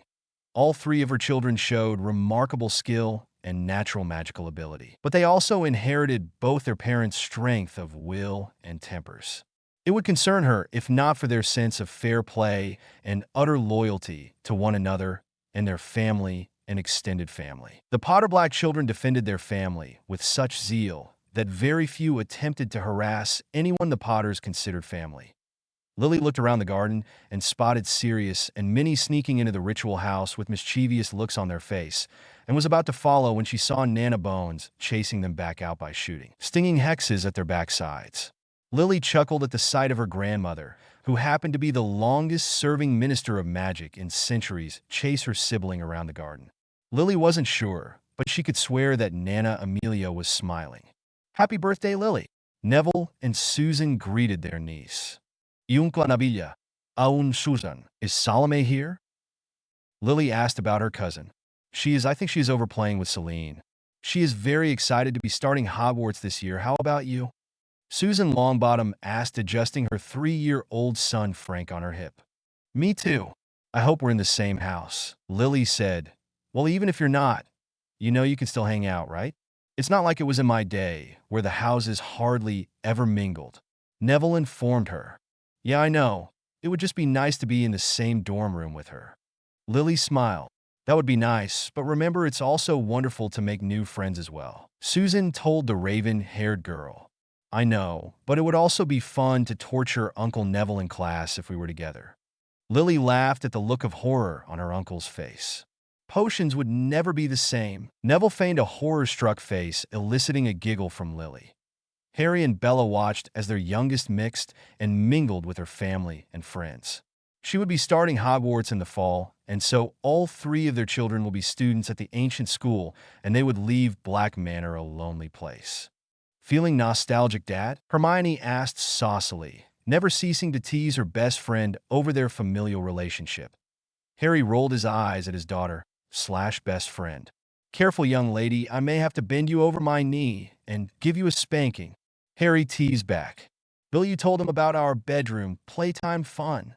Hermione asked her husband with a wink. Harry's eyes bulged and he blushed a crimson that would make any Weasley proud. "I think you broke him."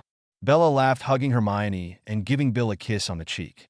"You know, Bill, I still say that patch of yours is damn fexy," Bella stated, winking at the redhead.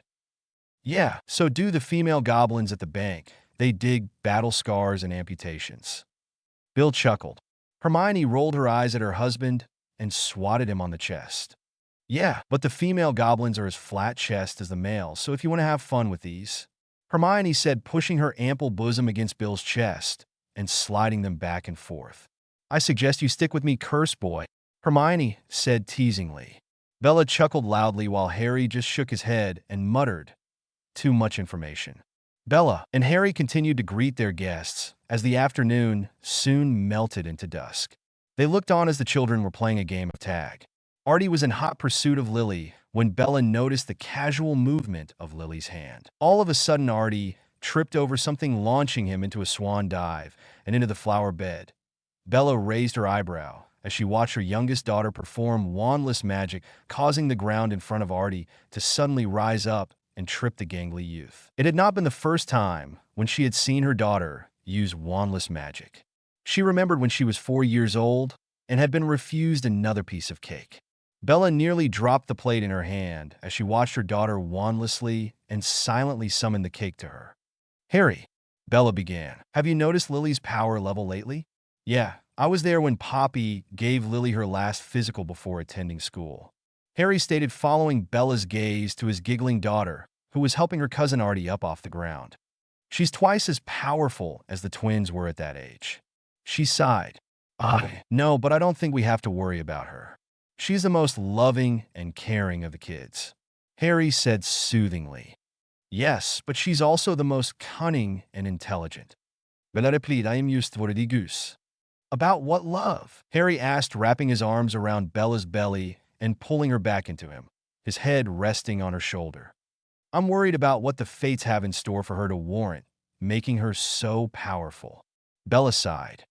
Harry looked over to his daughter, who was helping a very tired-looking Augusta Longbottom to her seat. Again, watching their daughter wandlessly and silently cast a cushioning charm on the chair.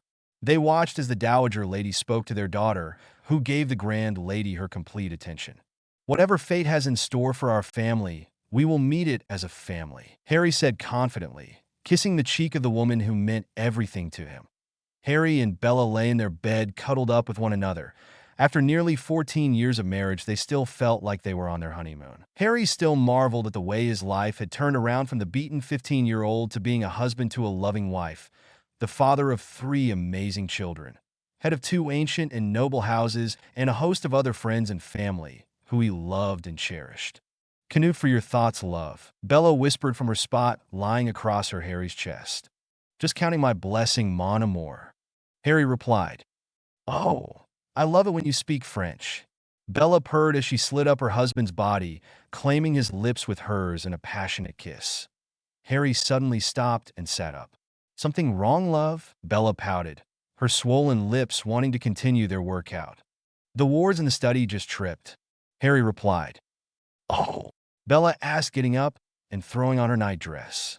Harry rose as well and threw on his robe and grabbed his wand.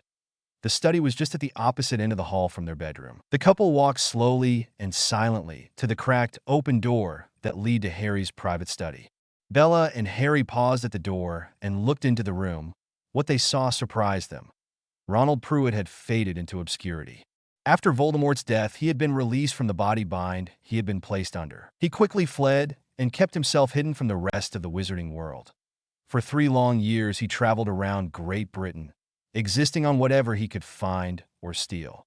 On one stormy night, he had found a small cave that he could tell had some kind of repelling spell around it. But the wards for some reason recognized him, and he was allowed to enter. Ronald saw what looked like a large pensieve in the middle of the cavern and approached it cautiously. Above the pensieve, suspended in mid-air, was a silvery, translucent substance. Not knowing why he felt compelled to touch the substance, Ron took his index finger and poked the floating substance. In pain, he quickly pulled back his hand and discovered that the tip of his finger had been poked and was now bleeding. As soon as Ron had touched the substance, the silvery substance fell into the stone bowl. Ron tripped over himself as an image of an old bearded man rose from the bowl. "Welcome, my heir. I am Murden Emrys. You will bring our house back to prominence, and with my training we will conquer our enemies, strip them of their magic, and rule Britain once more." Ron sneered malevolently. "The first house to fall will be Potter." Lily, Morgana, was tossing in her bed. She knew it was well past midnight, but the call to her dad's study was overwhelming her sense to just stay in bed. Finally, she couldn't take it anymore and slid out of her bed. She pulled on her robe and slippers and made her way from her bedroom on the 2nd floor to her father's study on the 3rd. She crept past her parents' room, hearing some kind of moaning and groaning. She shook her head in an attempt to stifle any stray thoughts about what her parents could be up to and continued to the study. Lily, as quietly as possible, opened the door to her father's study and then stepped in and looked around. The study itself was modestly decorated and was dominated by a large oak desk with many scrolls and parchment strewn about it. Lily surmised it must be his Wisengamot things. Opposite the desk was a large fireplace with an ornate mahogany mantel. Above the mantel was a large portrait of a beautiful blonde witch with electric blue eyes. She was dressed in medieval clothing and was sitting in a rocking chair. The look on the painted woman's face was in an attitude of warm expectation. Lily was caught off guard by the look on the woman's face, a look that said, "I've been expecting you." The small gold placard at the bottom of the painting gave the witch's name: Morgana Le Fay, grandmother, mentor, and guardian of House Potter. Lily realized that her eyes were an exact copy of the eyes of Morgana Le Fay. She had always been curious why her eyes were different from her siblings, and now here was the answer to her question. She had known she was a descendant of the famous witch. Her mother made sure that the family knew that she was not the dark, evil witch of legend. But she had never seen this portrait before. Lily's eyes were then pulled to a small display sitting on top of the mantel, just under the portrait. In a blue velvet rectangular case lay a blood-red colored wand. This was it. Lily gasped. She felt the wand calling to her, singing to her. It was like siren song to the young girl. Then on tiptoes, she reached up to grab the wand, but before she could, it jumped from its case and straight into her hand. A golden glow immediately surrounded and pulsed around the young, which as the wand caused waves of warmth to spread throughout her body. Lily knew immediately that the wand had chosen her. She looked transfixed at the beautiful wand in her hand, rolling her wrist around and around to see every inch of it. Unbeknownst to her, her parents had watched the entire scene from the doorway. They, like her, were amazed at what had just happened. But what happened next would stun all three Potters as a soft musical voice that both Harry and Bella knew very well began to speak. "Well-chosen granddaughter." The portrait above the mantel spoke. Lily looked up wide-eyed, not believing what she was seeing. The portrait had come to life, and a beaming Morgana Le Fay looked down upon her descendant. "I was beginning to believe that you were not my chosen." Morgana smiled. "But here you are, and my wand has chosen you." She beamed again. "A great and terrible destiny lies before you, child of my blood. You are my true heir, and I will be your guide. Like your father before you, the fates have chosen you. The House of Le Fay and the House of Emerys will soon be at war once more." Bella and Harry gasped as they heard the words spoken by the Great Witch. "What are we going to do?" Harry asked, terrified by what his daughter seemed destined to face. Bella, surprisingly calm, cupped her husband's face. "Whatever it is, Harry," she said soothingly, "we will face as a family. As I watched over you, Harry, and together we will be watching over Lily. And a special thanks to those of you who have been such a help in inspiring me to write this story. Your reviews, critiques, and advice has all helped to make me a better writer, and I hope made this a better story than a sequel. Maybe, but for now I will concentrate on my other story, Dancing with Trees, and the other two stories I'm currently writing as well. And yes, one of these is another Bella/Harry story. I hope you continue to follow me and give the other stories a chance. Thanks again for everything. You all have been awesome, Jerry.